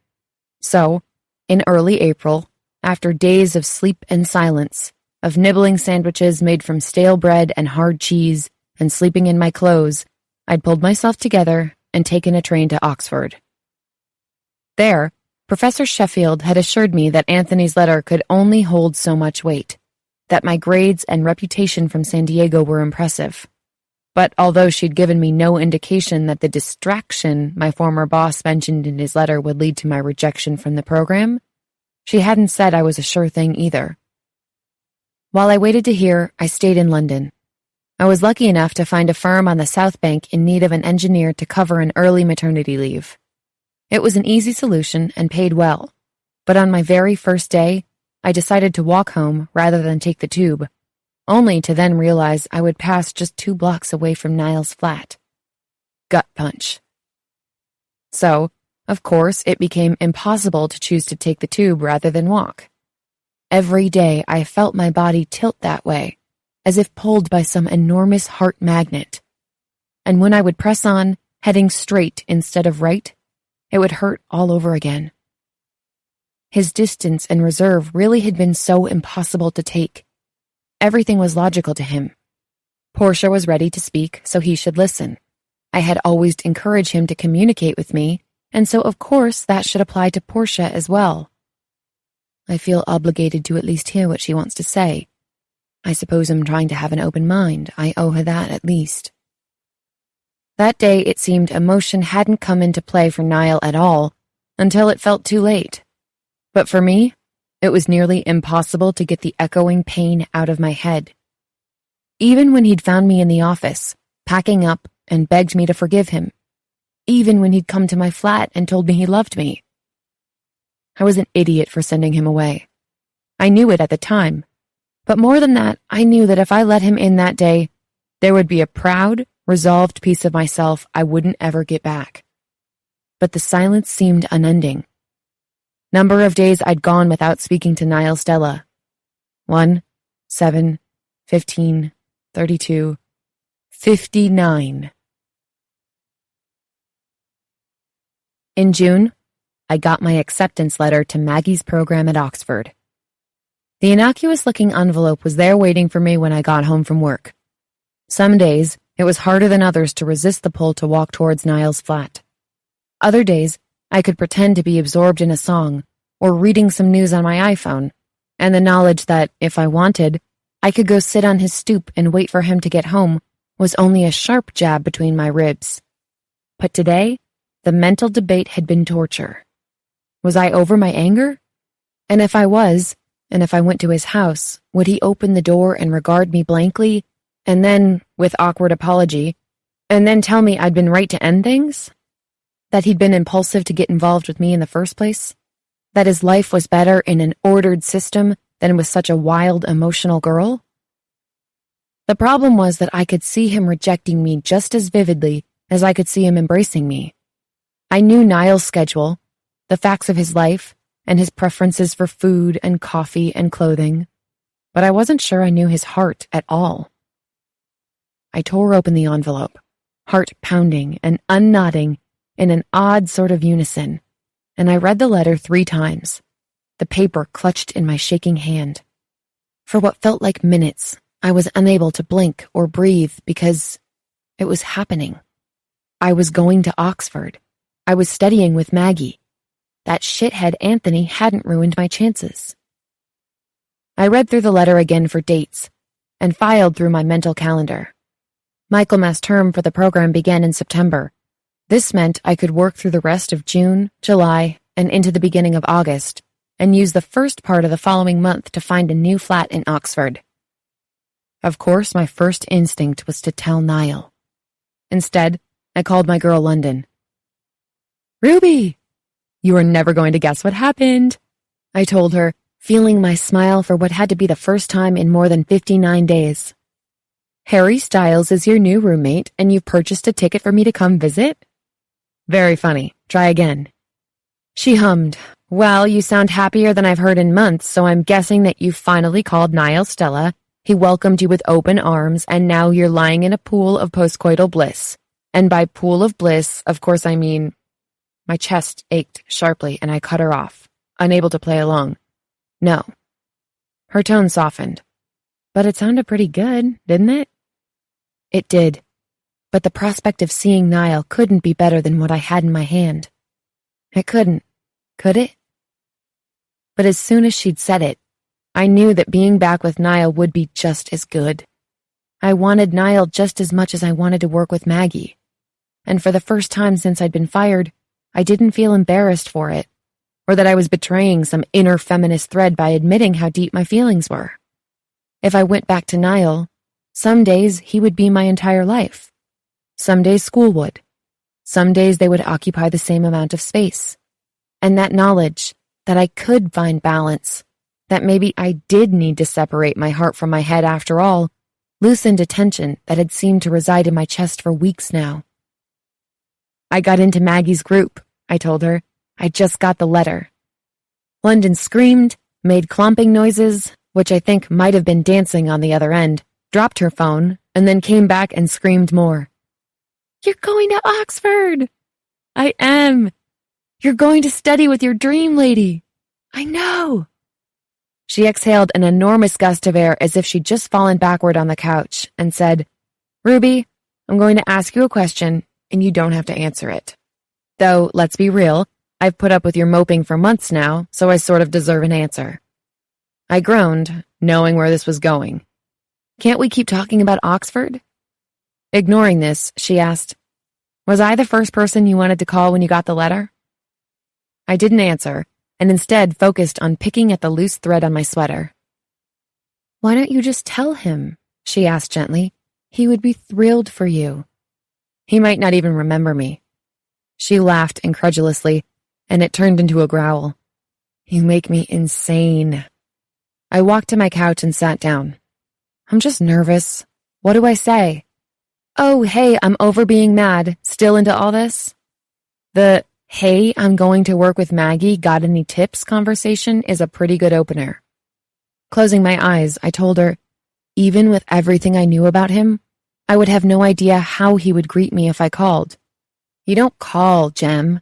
You go to his house like you want to every day on your walk home, and you sit on his porch until he walks up and sees you, and his dick gets hard, and you tell him you got into Maggie's group, and oh, by the way, you love him and want to have his giant babies.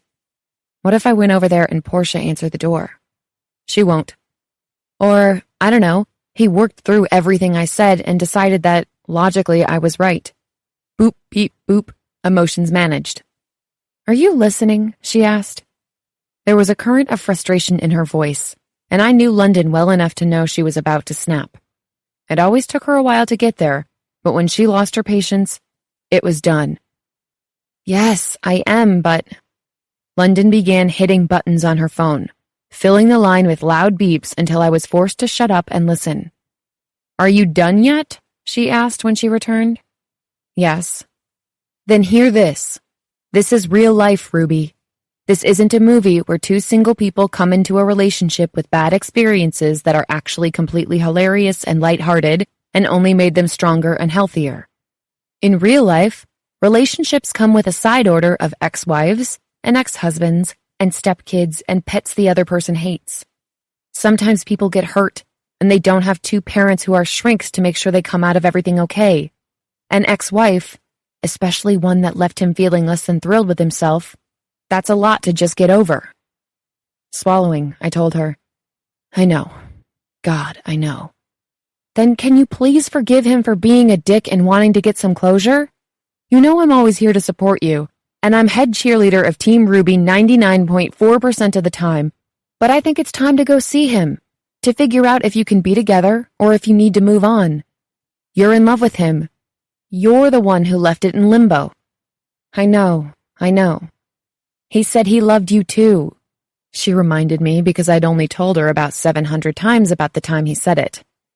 I've never met Niall Stella, but I don't think he's the kind of guy who would say that and then talk himself out of it 2 months later. I was left speechless, staring at the wall, knowing she was right. It wasn't as simple as walking down the street and waiting on his stoop after all. The idea of seeing him again made me both giddy and painfully nauseous. Thankfully, or not, work made the decision for me on Monday and Tuesday of the following week. We had a visiting architect, and they needed me around to fetch late-night coffee, takeout, and any other after-hours requests it seemed only a temporary employee could manage. The tension inside me was ratcheting up, and I ignored London's calls on Monday night and Tuesday morning. By Wednesday afternoon, she was screaming at me in my text message box. "Have you been to see the man yet? For the love of all that is holy, just circle 1 here, Ruby, yes or no." With a tiny whimper, I finally replied, "I'm going there after work today. I didn't have a chance before now." Her answer came quickly. "What are you wearing?" Laughing, I replied, "Didn't give it much thought." "Ha ha ha ha ha. Seriously though." I looked down at my outfit and felt the flutters zoom back into my chest before taking an awkward selfie of my short navy skirt and favorite silk navy and red polka dot tank. It was a weird angle and made me look all boob, but I sent it anyway. London knew my wardrobe as well as she knew her own. "Damn, Dolly, are you wearing the red heels?" she asked. "Yes." "God," she replied, "his boner is going to be enormous." Smiling at my screen, I typed, "Let's hope," and then shoved my phone into my bag. I could barely let myself hope we would have that kind of night. I'd be thrilled with even a smile, a kiss on the cheek, an assurance that he was still interested in trying if I was. I had to pretend I wasn't craving more. Everything. All of him. That workday, my God, you know the kind. Seconds are actually minutes, and minutes are hours, and the entire day goes by in the span of a decade. By the end of it, I'd thought about the evening so many times that I started to suspect I had made up Niall Stella in the first place, and this entire evening was a figment of my imagination. Finally, it was 5:30, and the office started to thin out. I slipped into the bathroom in the hall on my way out to check my makeup and clothes, and was jolted out of my odd fugue into a full-on panic. My silk top was massively wrinkled, and sweet Jesus, what was I thinking this morning? My sassy short skirt suddenly seemed extremely short. Slutty short. What do you charge per hour short? I groaned and leaned in closer to the mirror. My mascara was smudged, basically all over my face, and my blush had been rubbed off entirely. I did what I could to fix the mess, but the problem was that I was so nervous I wasn't sure I would be able to keep down the water and crackers I'd barely managed at lunch. Should I stay in the bathroom in case I'm going to throw up? Should I carry an extra bag? Why had I waited so long to go see him? What if I couldn't manage to get a word out? But then the oddest thing happened. I laughed. I was freaking out over seeing Niall Stella. I was checking my makeup and contemplating vomiting and worrying I would be mute or rambling. This was normal. This was what I did. Without another look in the mirror, I grabbed my purse and walked from the bathroom. Hallway, elevator, street. 17 blocks, 1 bridge, and there I was, on the corner, making a decision. That was when my heart decided to explode and my blood evaporated and I lost control of my brain. He didn't know I was coming. I hadn't seen him or spoken to him in over 2 months. I asked him to give me time, and he had. I was grateful and mad about that at the same time. What if he had moved on? That would break me more, I thought, than the unknown. I could keep walking forward and head home to a quiet flat. I could do cereal for dinner and community reruns until it was time to sleep, then get up and do the same thing tomorrow. I could keep working at this easy, boring job until it was time to move, and then I could disappear from the city entirely without ever having to face this. Someday, I might get over Niall Stella. Or I could turn right, walk 2 blocks to his flat, sit on his stoop, and wait for him. I could tell him I still wanted to try, and then let him tell me yes or tell me no. If he said no, I would go home and do the cereal and the sitcom and the eventual painful heart repairs. But if he said yes, there wasn't a choice. Not really. I stared at the sidewalk as I moved, at my bright red shoes on the dull gray concrete. It made it easier to move forward to have something to watch. I counted the number of cracks between Decision Corner and Niall's flat, 24, and the number of times I considered turning around and going home, about 80, and went through what I wanted to say again and again. Hi, I'm sure it's really weird to find me here on your steps, and I'm sorry for not calling, but I wanted to see you. I missed you. I love you. Keep it simple, I thought. Lay it all out there and let him decide. I was pretty sure he wouldn't be home yet when I got there, but rang his flat just in case.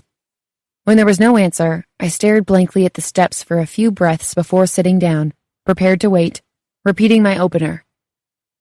Hi, I'm sure it's really weird to find me here on your steps, and I'm sorry for not calling, but I wanted to see you. I missed you. I love you. The sun fell in the sky slowly, reluctantly. Cars drove by or parked. Neighbors climbed out and went into their flats, after studying me with curiosity for the most brief and British amount of time. The post-work hours movement slowed almost abruptly, and then the lights went on inside. Dinner smells drifted onto the street. And still, no Niall. Every time I began to think I should leave, maybe he was out for the night with the guys. I then thought, but what if he walks up a minute after I've left? I expected him maybe a half hour after I arrived, but I sat for an hour, and then 2, 3, and finally I'd been sitting waiting for 4 hours without any sign of him when it occurred to me, Niall could be on a date.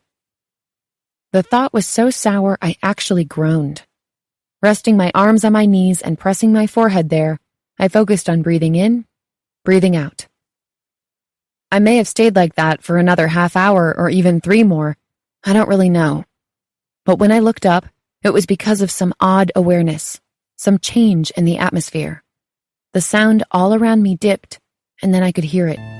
The faint click of men's dress shoes on pavement. The steady, long strides of Niall Stella. The number of times I have listened for Niall Stella's footfalls, infinite. I turned my head down the street and saw the long shape of him. What happened inside me had to be described in a medical text somewhere under lovesick. My heart evaporated and then returned as some beastly, enormous thing that seemed to beat far too fast and with too much force. It pulsed in my ears, rushed blood to warm into my hands and feet until they tingled. I was dizzy, narrowing my eyes to see him through blurred vision, and fairly sure I was going to be sick. He was wearing his navy suit. I could see in the distance, under the regularly intervaled light from the street lamps, and looked amazing. Strong and confident, walking with his trademark posture, shoulders back, arms at his sides, head straight. Until he was about 20 feet away and saw me sitting on his steps. And then he stopped, his chest jerking back slightly, one hand reaching up to touch the back of his neck. On shaking legs, I stood, wiping my hands down my skirt. If my outfit was wrinkled earlier from work, I couldn't imagine how it would look after sitting on a set of concrete steps for over 4 hours in the humid June air.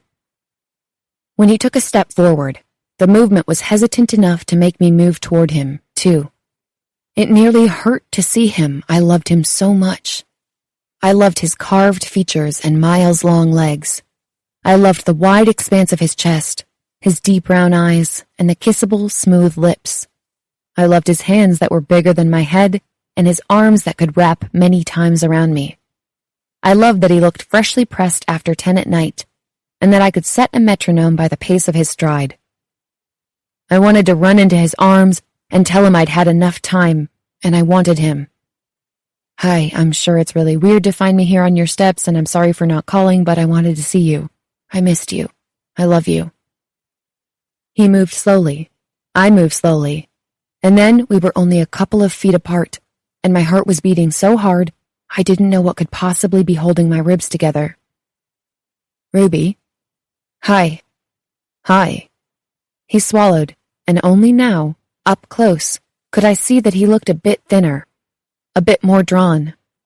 There was more hollow in his jaw, more darkness beneath his eyes. Could he see it in my eyes too? That I missed him so much I'd felt physically sick for the last 2 months? I'm sure it's really weird to find me here on your steps, and I'm sorry for not calling, but I wanted to see you. I missed you. I love you. But before I could say my preamble, he asked, "What are you doing here?" And I couldn't read his tone. It was controlled. He was controlled, and I swallowed nervously before answering. I'm sure it's really weird to find me here on your steps. What was the rest of it? He glanced behind me, asking, "How long have you been here?" "I'm sorry for not calling," I blurted robotically. Ignoring this, he took a step closer, asking again, this time more gently, "How long have you been here, Ruby?" Shrugging, I answered, "A while. Since you got off work at Anderson." He knows where I work. He knows what time I leave. I blinked back up to his face, but it was a mistake. He was the most beautiful person I'd ever seen, and I knew his face. His was the face I saw when I closed my eyes, when I needed to feel comfort or thrill, grounding or lust. Niall Stella's face felt like home to me. "Yes, since I got off work," I admitted. "That's hours," he started, shaking his head. "I didn't know. I mean, I don't come home very early anymore. There's no—" Before he could ask me to leave, or tell me why it was a bad idea for me to be here, or any other one of the hundreds of rejections, I started to speak. "Look, I glanced to the side, completely forgetting what it was I was going to say. Something about wanting to see him? See, the thing is—" I started, looking back up at him before blurting, "I just really, really love you." 1 minute he was 2 feet from me, and the next he was against me, and I was against the side of his building, lifted from the ground with his arms around my waist. I gasped, staring at him. Niall was looking down at me with a dark intensity that made my chest squeeze painfully. "Say it again." "I love you," I whispered, my throat growing nearly too tight to speak. "I missed you." His face fell as he searched my eyes one more time, and then he bent, pressing his face to my neck. His mouth— oh God! With the deepest groan, my favorite mouth in the world was on my neck and my jaw, and I couldn't catch my breath. I couldn't stop the tight lump from rising higher in my throat. "Niall," he spoke into my skin. "Darling, say it again. I'm not sure I can believe this is real." Through a sob, I managed, "I love you."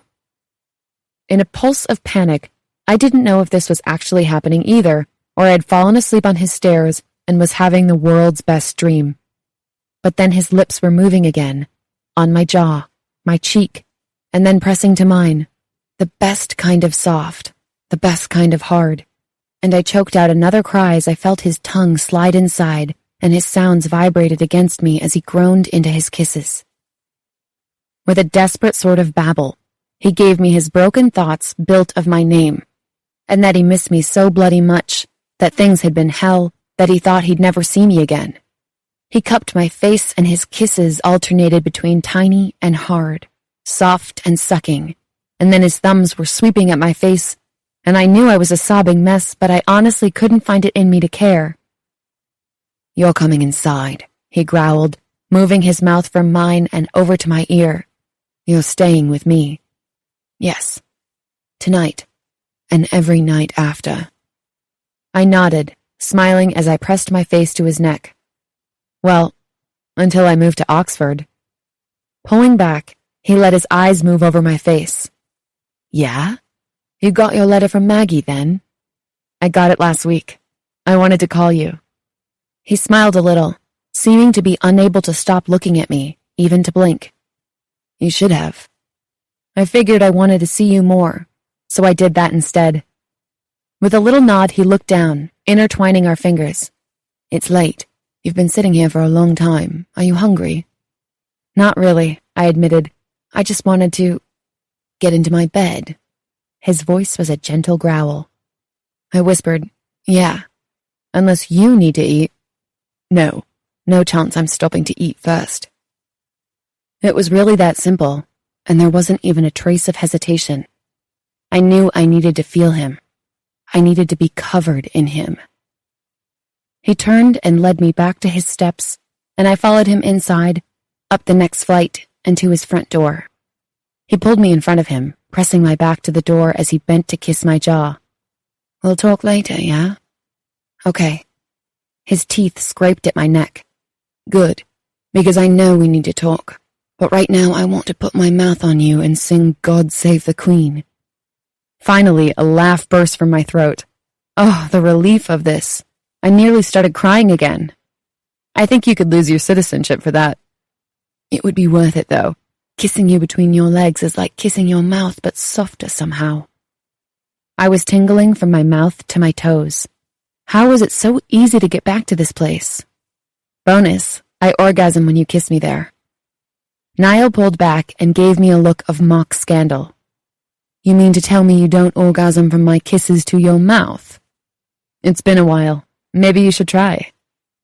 He growled with a predatory smile, and here was my playful, sexy man. The version of him only I would get. The world would get his calm, contained exterior. I would get the one here, who reached into his pocket and pulled out his keys before reaching behind me as he simultaneously bent to kiss me. His hand fumbled with the lock, and we laughed against each other's mouth, teeth knocking, sloppy kissing. I heard the lock give and his groan of relief as he nibbled at my bottom lip. "Don't fucking leave me again," he said, out of breath as his hand hovered on the doorknob. "It was bloody miserable, Ruby." "I didn't leave you." I pulled back to meet his eyes. "You did. I shook my head. "Don't ever go back to Portia." I had to say it. Even if it was absurd, it hadn't even been a fear until it was. "I never," he closed his eyes, pained. "Please believe me when I say I am devoted. It was a terrible misstep."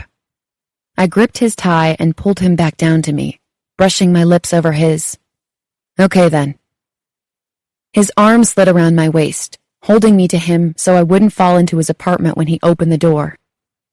I didn't fall, but I was on my back nearly immediately once he got it open, Niall over me as he pushed my skirt up my hips, and before I could remind him that he was meant to be kissing my mouth, his fingers were impatiently sliding my underwear to the side so he could press his open mouth to my clit.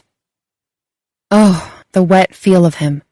The vibration of the words he said over and over I couldn't quite make out. The sucking, soft kisses and heat of his breath on me. Another jolt of disbelief ran through me, and I had to reach down and dig a hand into his hair to anchor me to this room and this floor and this thing he was doing with his tongue and lips and, holy fuck, even his teeth. The door to his apartment wasn't even closed, and I realized it only when he kicked at it, groaning loudly into my skin. His eyes were closed, though, fingers digging into my hips as he sucked at me and spoke into my skin, and I had to prop myself up on my elbows to watch. It would have been a crime not to. The only thing better than what he was doing was watching him do it, as if each flick of his tongue and quiet sound of relief unknotted something profound in him. I wanted to tell him, "This, right now, is how I know you're mine. You're not thinking about anything but this. I'm not even sure you're doing this for my pleasure." But I couldn't manage a single word, let alone a coherent string of them. All of my sounds were gasps, or the stilted words of begging for more, and like that, and yes, that, and there, and oh, shit, I'm coming.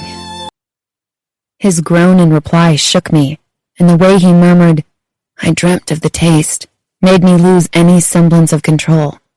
I fell back, arms above my head, pressing my hips into him, rocking and circling until I went stiff and coiled, my orgasm pulling every muscle together until it consumed me, spreading out from where he kissed me and everywhere, to the tingling tips of my fingers, my flushed face, my curling toes.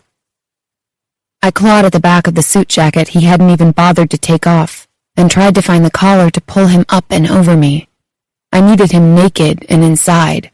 I needed his weight on top, and the feel of his narrow hips between my thighs. He sat up, not even bothering to wipe his face as he shrugged out of his jacket, loosened his tie, and removed it, followed by his shirt, From where I lay on the floor, I could see the rise and fall of my chest, but it was all in my peripheral vision. I wouldn't be able to tear my eyes from his face until someone physically removed me from this apartment and this man. I was spent. My skin was humming, muscles loose, brain a giant, blissful, thought-free zone. Niall reached to pull my underwear down my hips, and then my skirt, taking the time to undress me, kissing every bit of skin he revealed. I expected him to climb over me, be inside me immediately. I could feel how hard he was when he kissed my neck and pressed into my thigh. But he surprised me, curling one arm beneath my knees and the other around my shoulders so he could lift and carry me down the narrow hall. "Where are we going?" I asked. "I don't relish making love to you on the floor again." Sucking at his neck, I said, "Is that what we're going to do?" He nodded.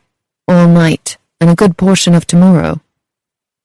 I hadn't really taken the time to examine his bedroom before, having woken up in the room and fleeing almost immediately. The windows were wide and tall, walls white and stark but for a few framed photographs of Ansel Adams' prints. Signed. I felt my eyes go wide before looking around at the rest. His bed was enormous, neatly made with dark sheets and a dark blanket. A small bathroom came off at the far end of the room, and a single light was illuminated on a table near the bed. It was a masculine room, not overly decorated. Niall came up behind me, his hands smoothing from my shoulders down to my naked hips before he pressed his bare chest against my naked back. "Go get on the bed." His quiet command was softened by the kiss he pressed to my neck. I climbed on the bed and watched him follow me in a predatory crawl, and he settled again between my thighs. "Come kiss me," I quietly urged. "Soon." He bent, sliding his tongue between my legs again. It was so different than before. His kisses were slow and gentle, more tender and expressive than directed. "Either you really like doing this, or you're feeling deeply apologetic." "It feels a little wicked still," he admitted, kissing the inside of my thigh. "Like it's naughty to stare at your tits, very naughty to watch you masturbate, exceedingly naughty to put my fingers inside you, but to actually put my tongue just here?" He licked me, humming. "This sweet place only I can see? Well, that feels sublimely naughty." "I think you mean possessive." "That as well. I admit I like the idea that this body belongs to me. Technically, it belongs to me. Whatever you say, my love." "Careful," I teased. "You don't want to veer into the L-word territory." Could he feel then just how much I needed him to say it? "Don't I?" he asked, looking up the length of my body at me. "Did you not hear me say I love you every time I spoke into your skin just now?" I smiled, opening my mouth to crack a joke before I realized he wasn't teasing. And he had. He'd whispered "I love you" over and over on the floor with reverence. "Oh." His smile was unreal, teasing and mischievous. "Did you need it spoken directly into your ear?" I bit my lip, shrugging down at him. "I like where your mouth is right now, but I have to admit it wouldn't exactly mind hearing you say that a little closer." He kissed up my body, his lips wet from me, hands squeezing, teeth grazing. Every single touch echoed the words. He was so long, enormous above, blocking out everything else, and the safety I felt beneath Niall was unlike anything. He'd seen me at my craziest and my most grounded. Both states had been caused by my feelings for him. In the months I loved him from afar and the 4 short weeks I loved him up close, he'd become more than lover. He was my new best friend. I always felt like the only person in my life who didn't know his own mind from the moment he was born. My siblings, they came out knowing exactly who they were. Not me, but I do with you. I want to trust that. Need to, rather. So, yes, it only took a month after we officially met in the elevator. He smiled down at me. And I ruined it stupidly, and you ran away from me perhaps even more stupidly. But here we are, and I love you. I felt goosebumps spread along my arms.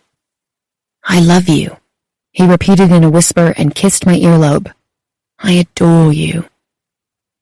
I unfastened his belt, and he helped me push his pants down his hips far enough for him to kick them off the end of the bed. I didn't want to wait anymore.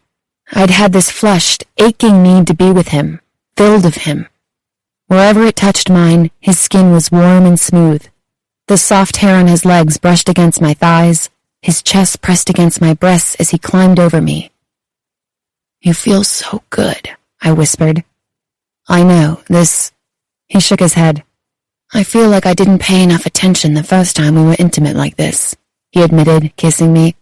"I was too focused on not freaking out. I wanted to feel every second." I reached between us, stroking him and watching his face. His mouth opened, eyes grew heavy. "You're still on birth control?" he asked, bending to kiss my neck. "Yes." "And you haven't—" He paused, his breath catching as he met my eyes. "You haven't been with—" My heart jerked to a stop. "I've barely left my apartment except for work. Is that a serious question?" "No," he admitted. "I guess I just wanted to hear it. I've been a mess, Ruby. Thinking of you seeing someone else while we were apart, it was horribly painful." He hovered above me, blocking out all of the light in the room so the only thing I could see or feel or smell was his skin. "I thought you might make love to Portia that night," I told him.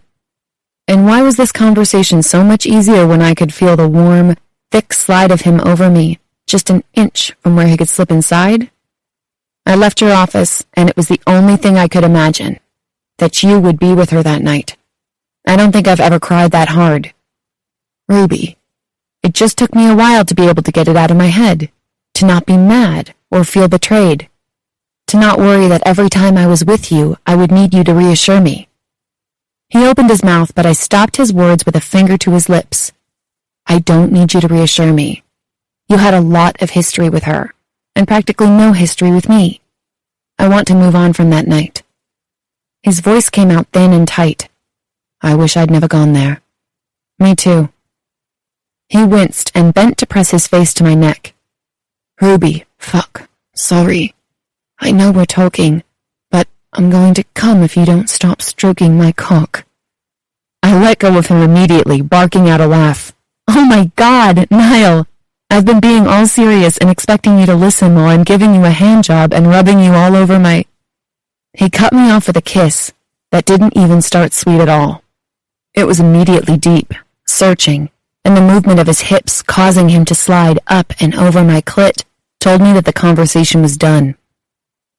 I moved my hands up his stomach, to his chest, feeling the smooth, firm skin, the muscles tensing beneath as he rubbed over me, faster, with more pressure, until I felt the hint of sweat on his chest, the telltale tightness of his breath. "I'm close," he whispered, squeezing his eyes closed. "Me too." He looked down between us, feeding himself slowly into me and hissing out an, "Oh Christ, oh fuck," when his hips were fully pressed to my thighs.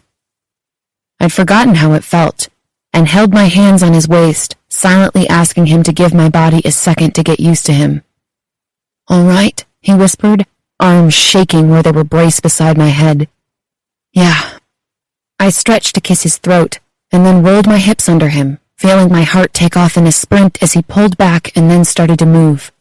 Slow at first, and then when he could tell I was okay, when he slid so easily out and back in, he sped up, and his sounds.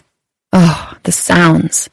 His quiet grunts and exhales, fragmented words that made me feel possessed and urgent. His eyes moved over my face and down to my chest to follow the movement of my breasts with every snap of his hips. "Ah, fuck, love." He bent, kissing me, but it wasn't really a kiss.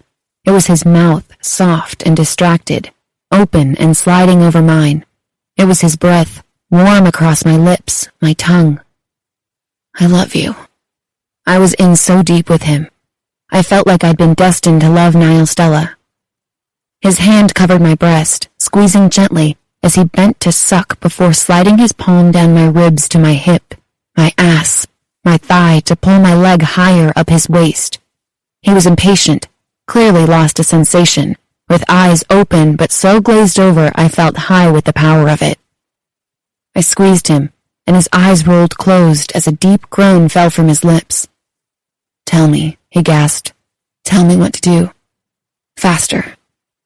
His hips pivoted with intent, hard snaps into me, his hand gripping the back of my knee so tightly I could feel the pressure of each fingertip. "Let me see you." Niall blinked, long dark lashes brushing against his cheeks before he looked up at me, pulling from me as soon as he understood. I felt every inch of him withdraw. He was wet, so hard he was jutting straight out, and I reached between us to touch him, to bring the crown against my clit and use the thick edge of him to encircle and circle and circle over me. I didn't want his fingers or mouth. I wanted the soft skin, the rigid flesh of him to get me there. At the edge, when sensation seemed to pool between my legs, waiting to overflow and pull me under, I slid him back inside and felt his groan, felt the frenzy of it. As soon as his hips met mine, he lost it, pulling back and giving me exactly what I'd wanted, to be fucked, hard, in his bed. It was several seconds before I realized the screaming I heard was me, that the skin I felt pinched beneath my nails was his, and that he was moving so hard his bed was roughly cracking into the wall. His back was slick with sweat, and his teeth were bared, pressed to my shoulder as pleasure filled me, pushed deep with his body. Just as I started to calm down, he began to come, his fingers digging into my thighs as he made a hoarse sound of relief I'd never heard from him before, and which I knew I would spend every night for the rest of our lives trying to elicit again. Slowly, he caught his breath, sliding lazily in and out, his lips pressed to my jaw. That was some bloody good fucking. I made some unintelligible sound of agreement. It's yours, you know. Blinking up to the ceiling, I asked, "What is?" "My heart, of course, but also my body." He struggled to catch his breath. "My hands, my lips, my cock. I trust you with all of it more than I even trust myself." My chest seemed to clench so tight I lost my breath. Even more intimate than the sound of his coming was the way he spoke so plainly, so crudely, after he'd already finished. "I liked when you used it to play with your body. The idea of you coming because you're rubbing me all over you." "Yeah?" I asked. "Fuck, I love it. And how you wanted it harder, too. I want you to push me to be a little filthy." "Only a little?" I asked playfully. He looked directly into my eyes, and I caught the vulnerability there. I knew this conversation felt like a completely new language to him. I stretched to kiss him, desperate to take the tone of teasing out of the moment. "What do you want to try?"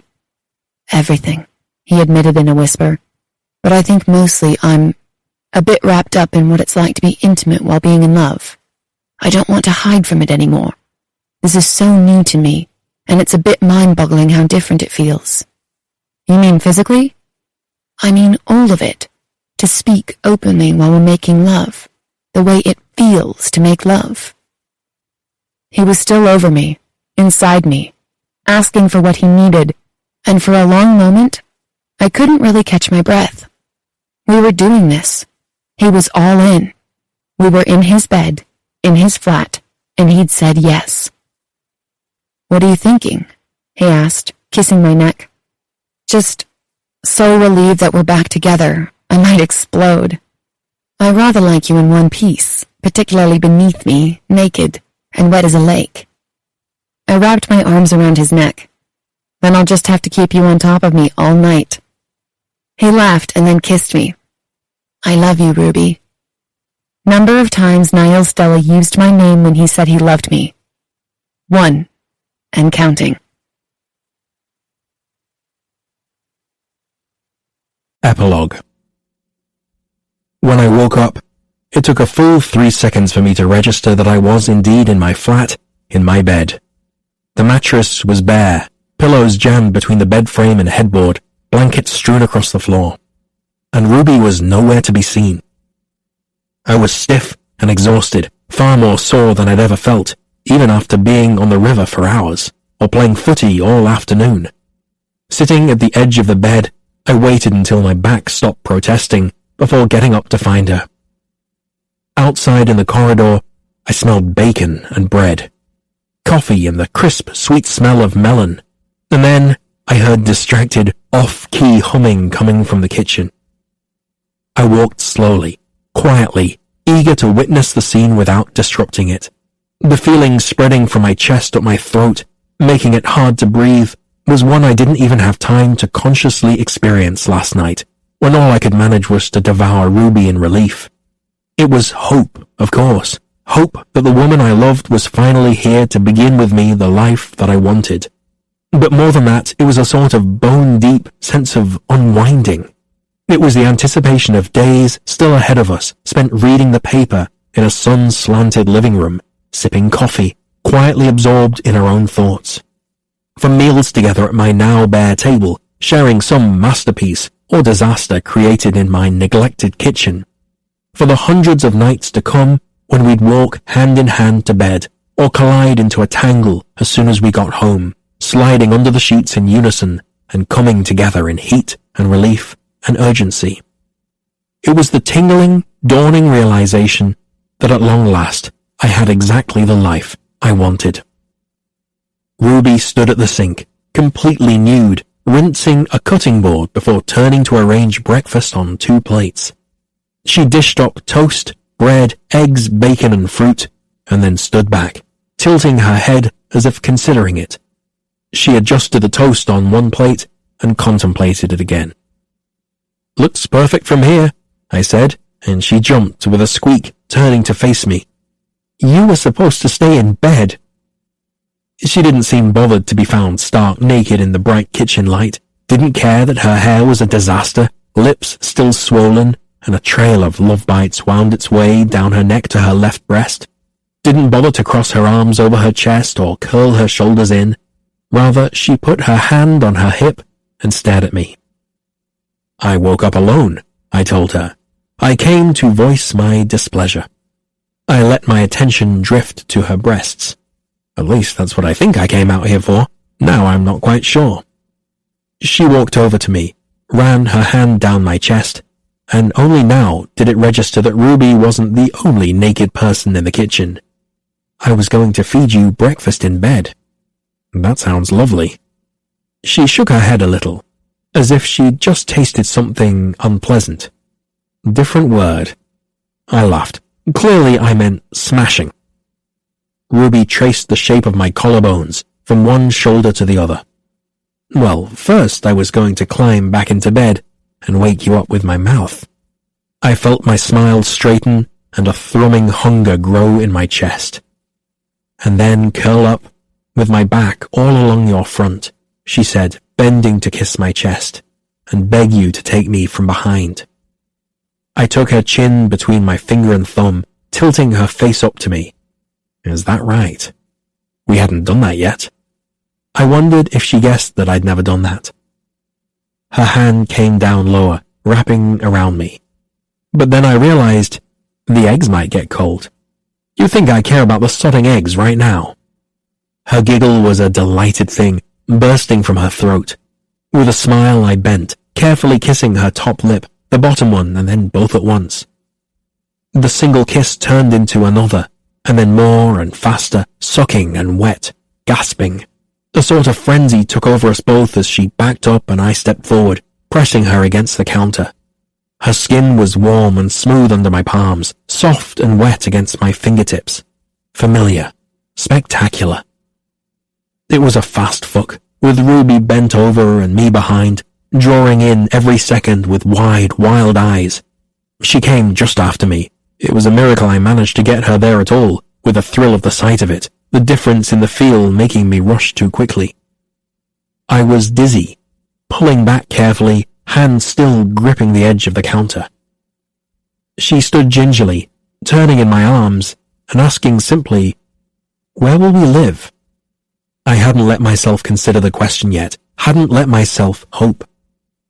"I don't mind commuting," I told her. "I could easily work 3 days a week in London, and the rest of the week from Oxford." There was another question there, held back with her lips pressed together. "Is that not what you want?" I asked. "I think I need you to tell me what works for you." She shook her head and looked up at me. "That works. I guess I was just wondering, And I know it's really soon to be talking about this, but it helps to know, in order to manage my own expectations. I tried to fight my smile, but it was a wasted effort. You sound a bit Niallish right now, Dove. What exactly are you trying to say? She shrugged, attempting a smile, but it grew wobbly under the weight of her sudden nerves. Do you think you'd ever want to be married again? I felt my lips part in a surprised exhale. I mean, not that I think we should, she rushed to add, or that we would ever need to in this day and age, or, God, that it's even a thing we should be talking about yet. She looked around us. Especially right now, I mean, after we just did that, from behind. Sighing, she mumbled, "Oh, way to kill the mood, Ruby." I shook my head. Marriage is... She cut in with wide, earnest eyes. It's just that my feelings are strong. Dove. And it would help to know where we stood on that. She shifted on her feet. Philosophically speaking. I took a deep breath, grinning down at her. My chest seemed too small for everything inside it.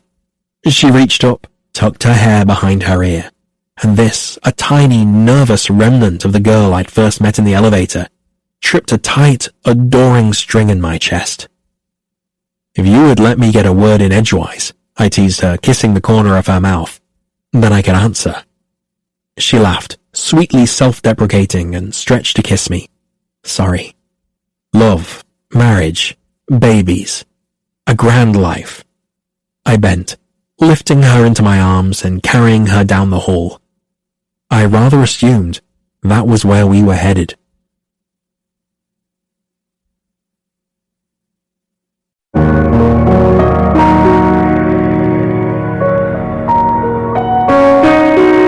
Beautiful Secret was written by Christina Lauren and read by Jonathan Cole and Charlotte Penfield. Editing and post-production by like 2,000 pounds. The associate producer was Louisa Solomon.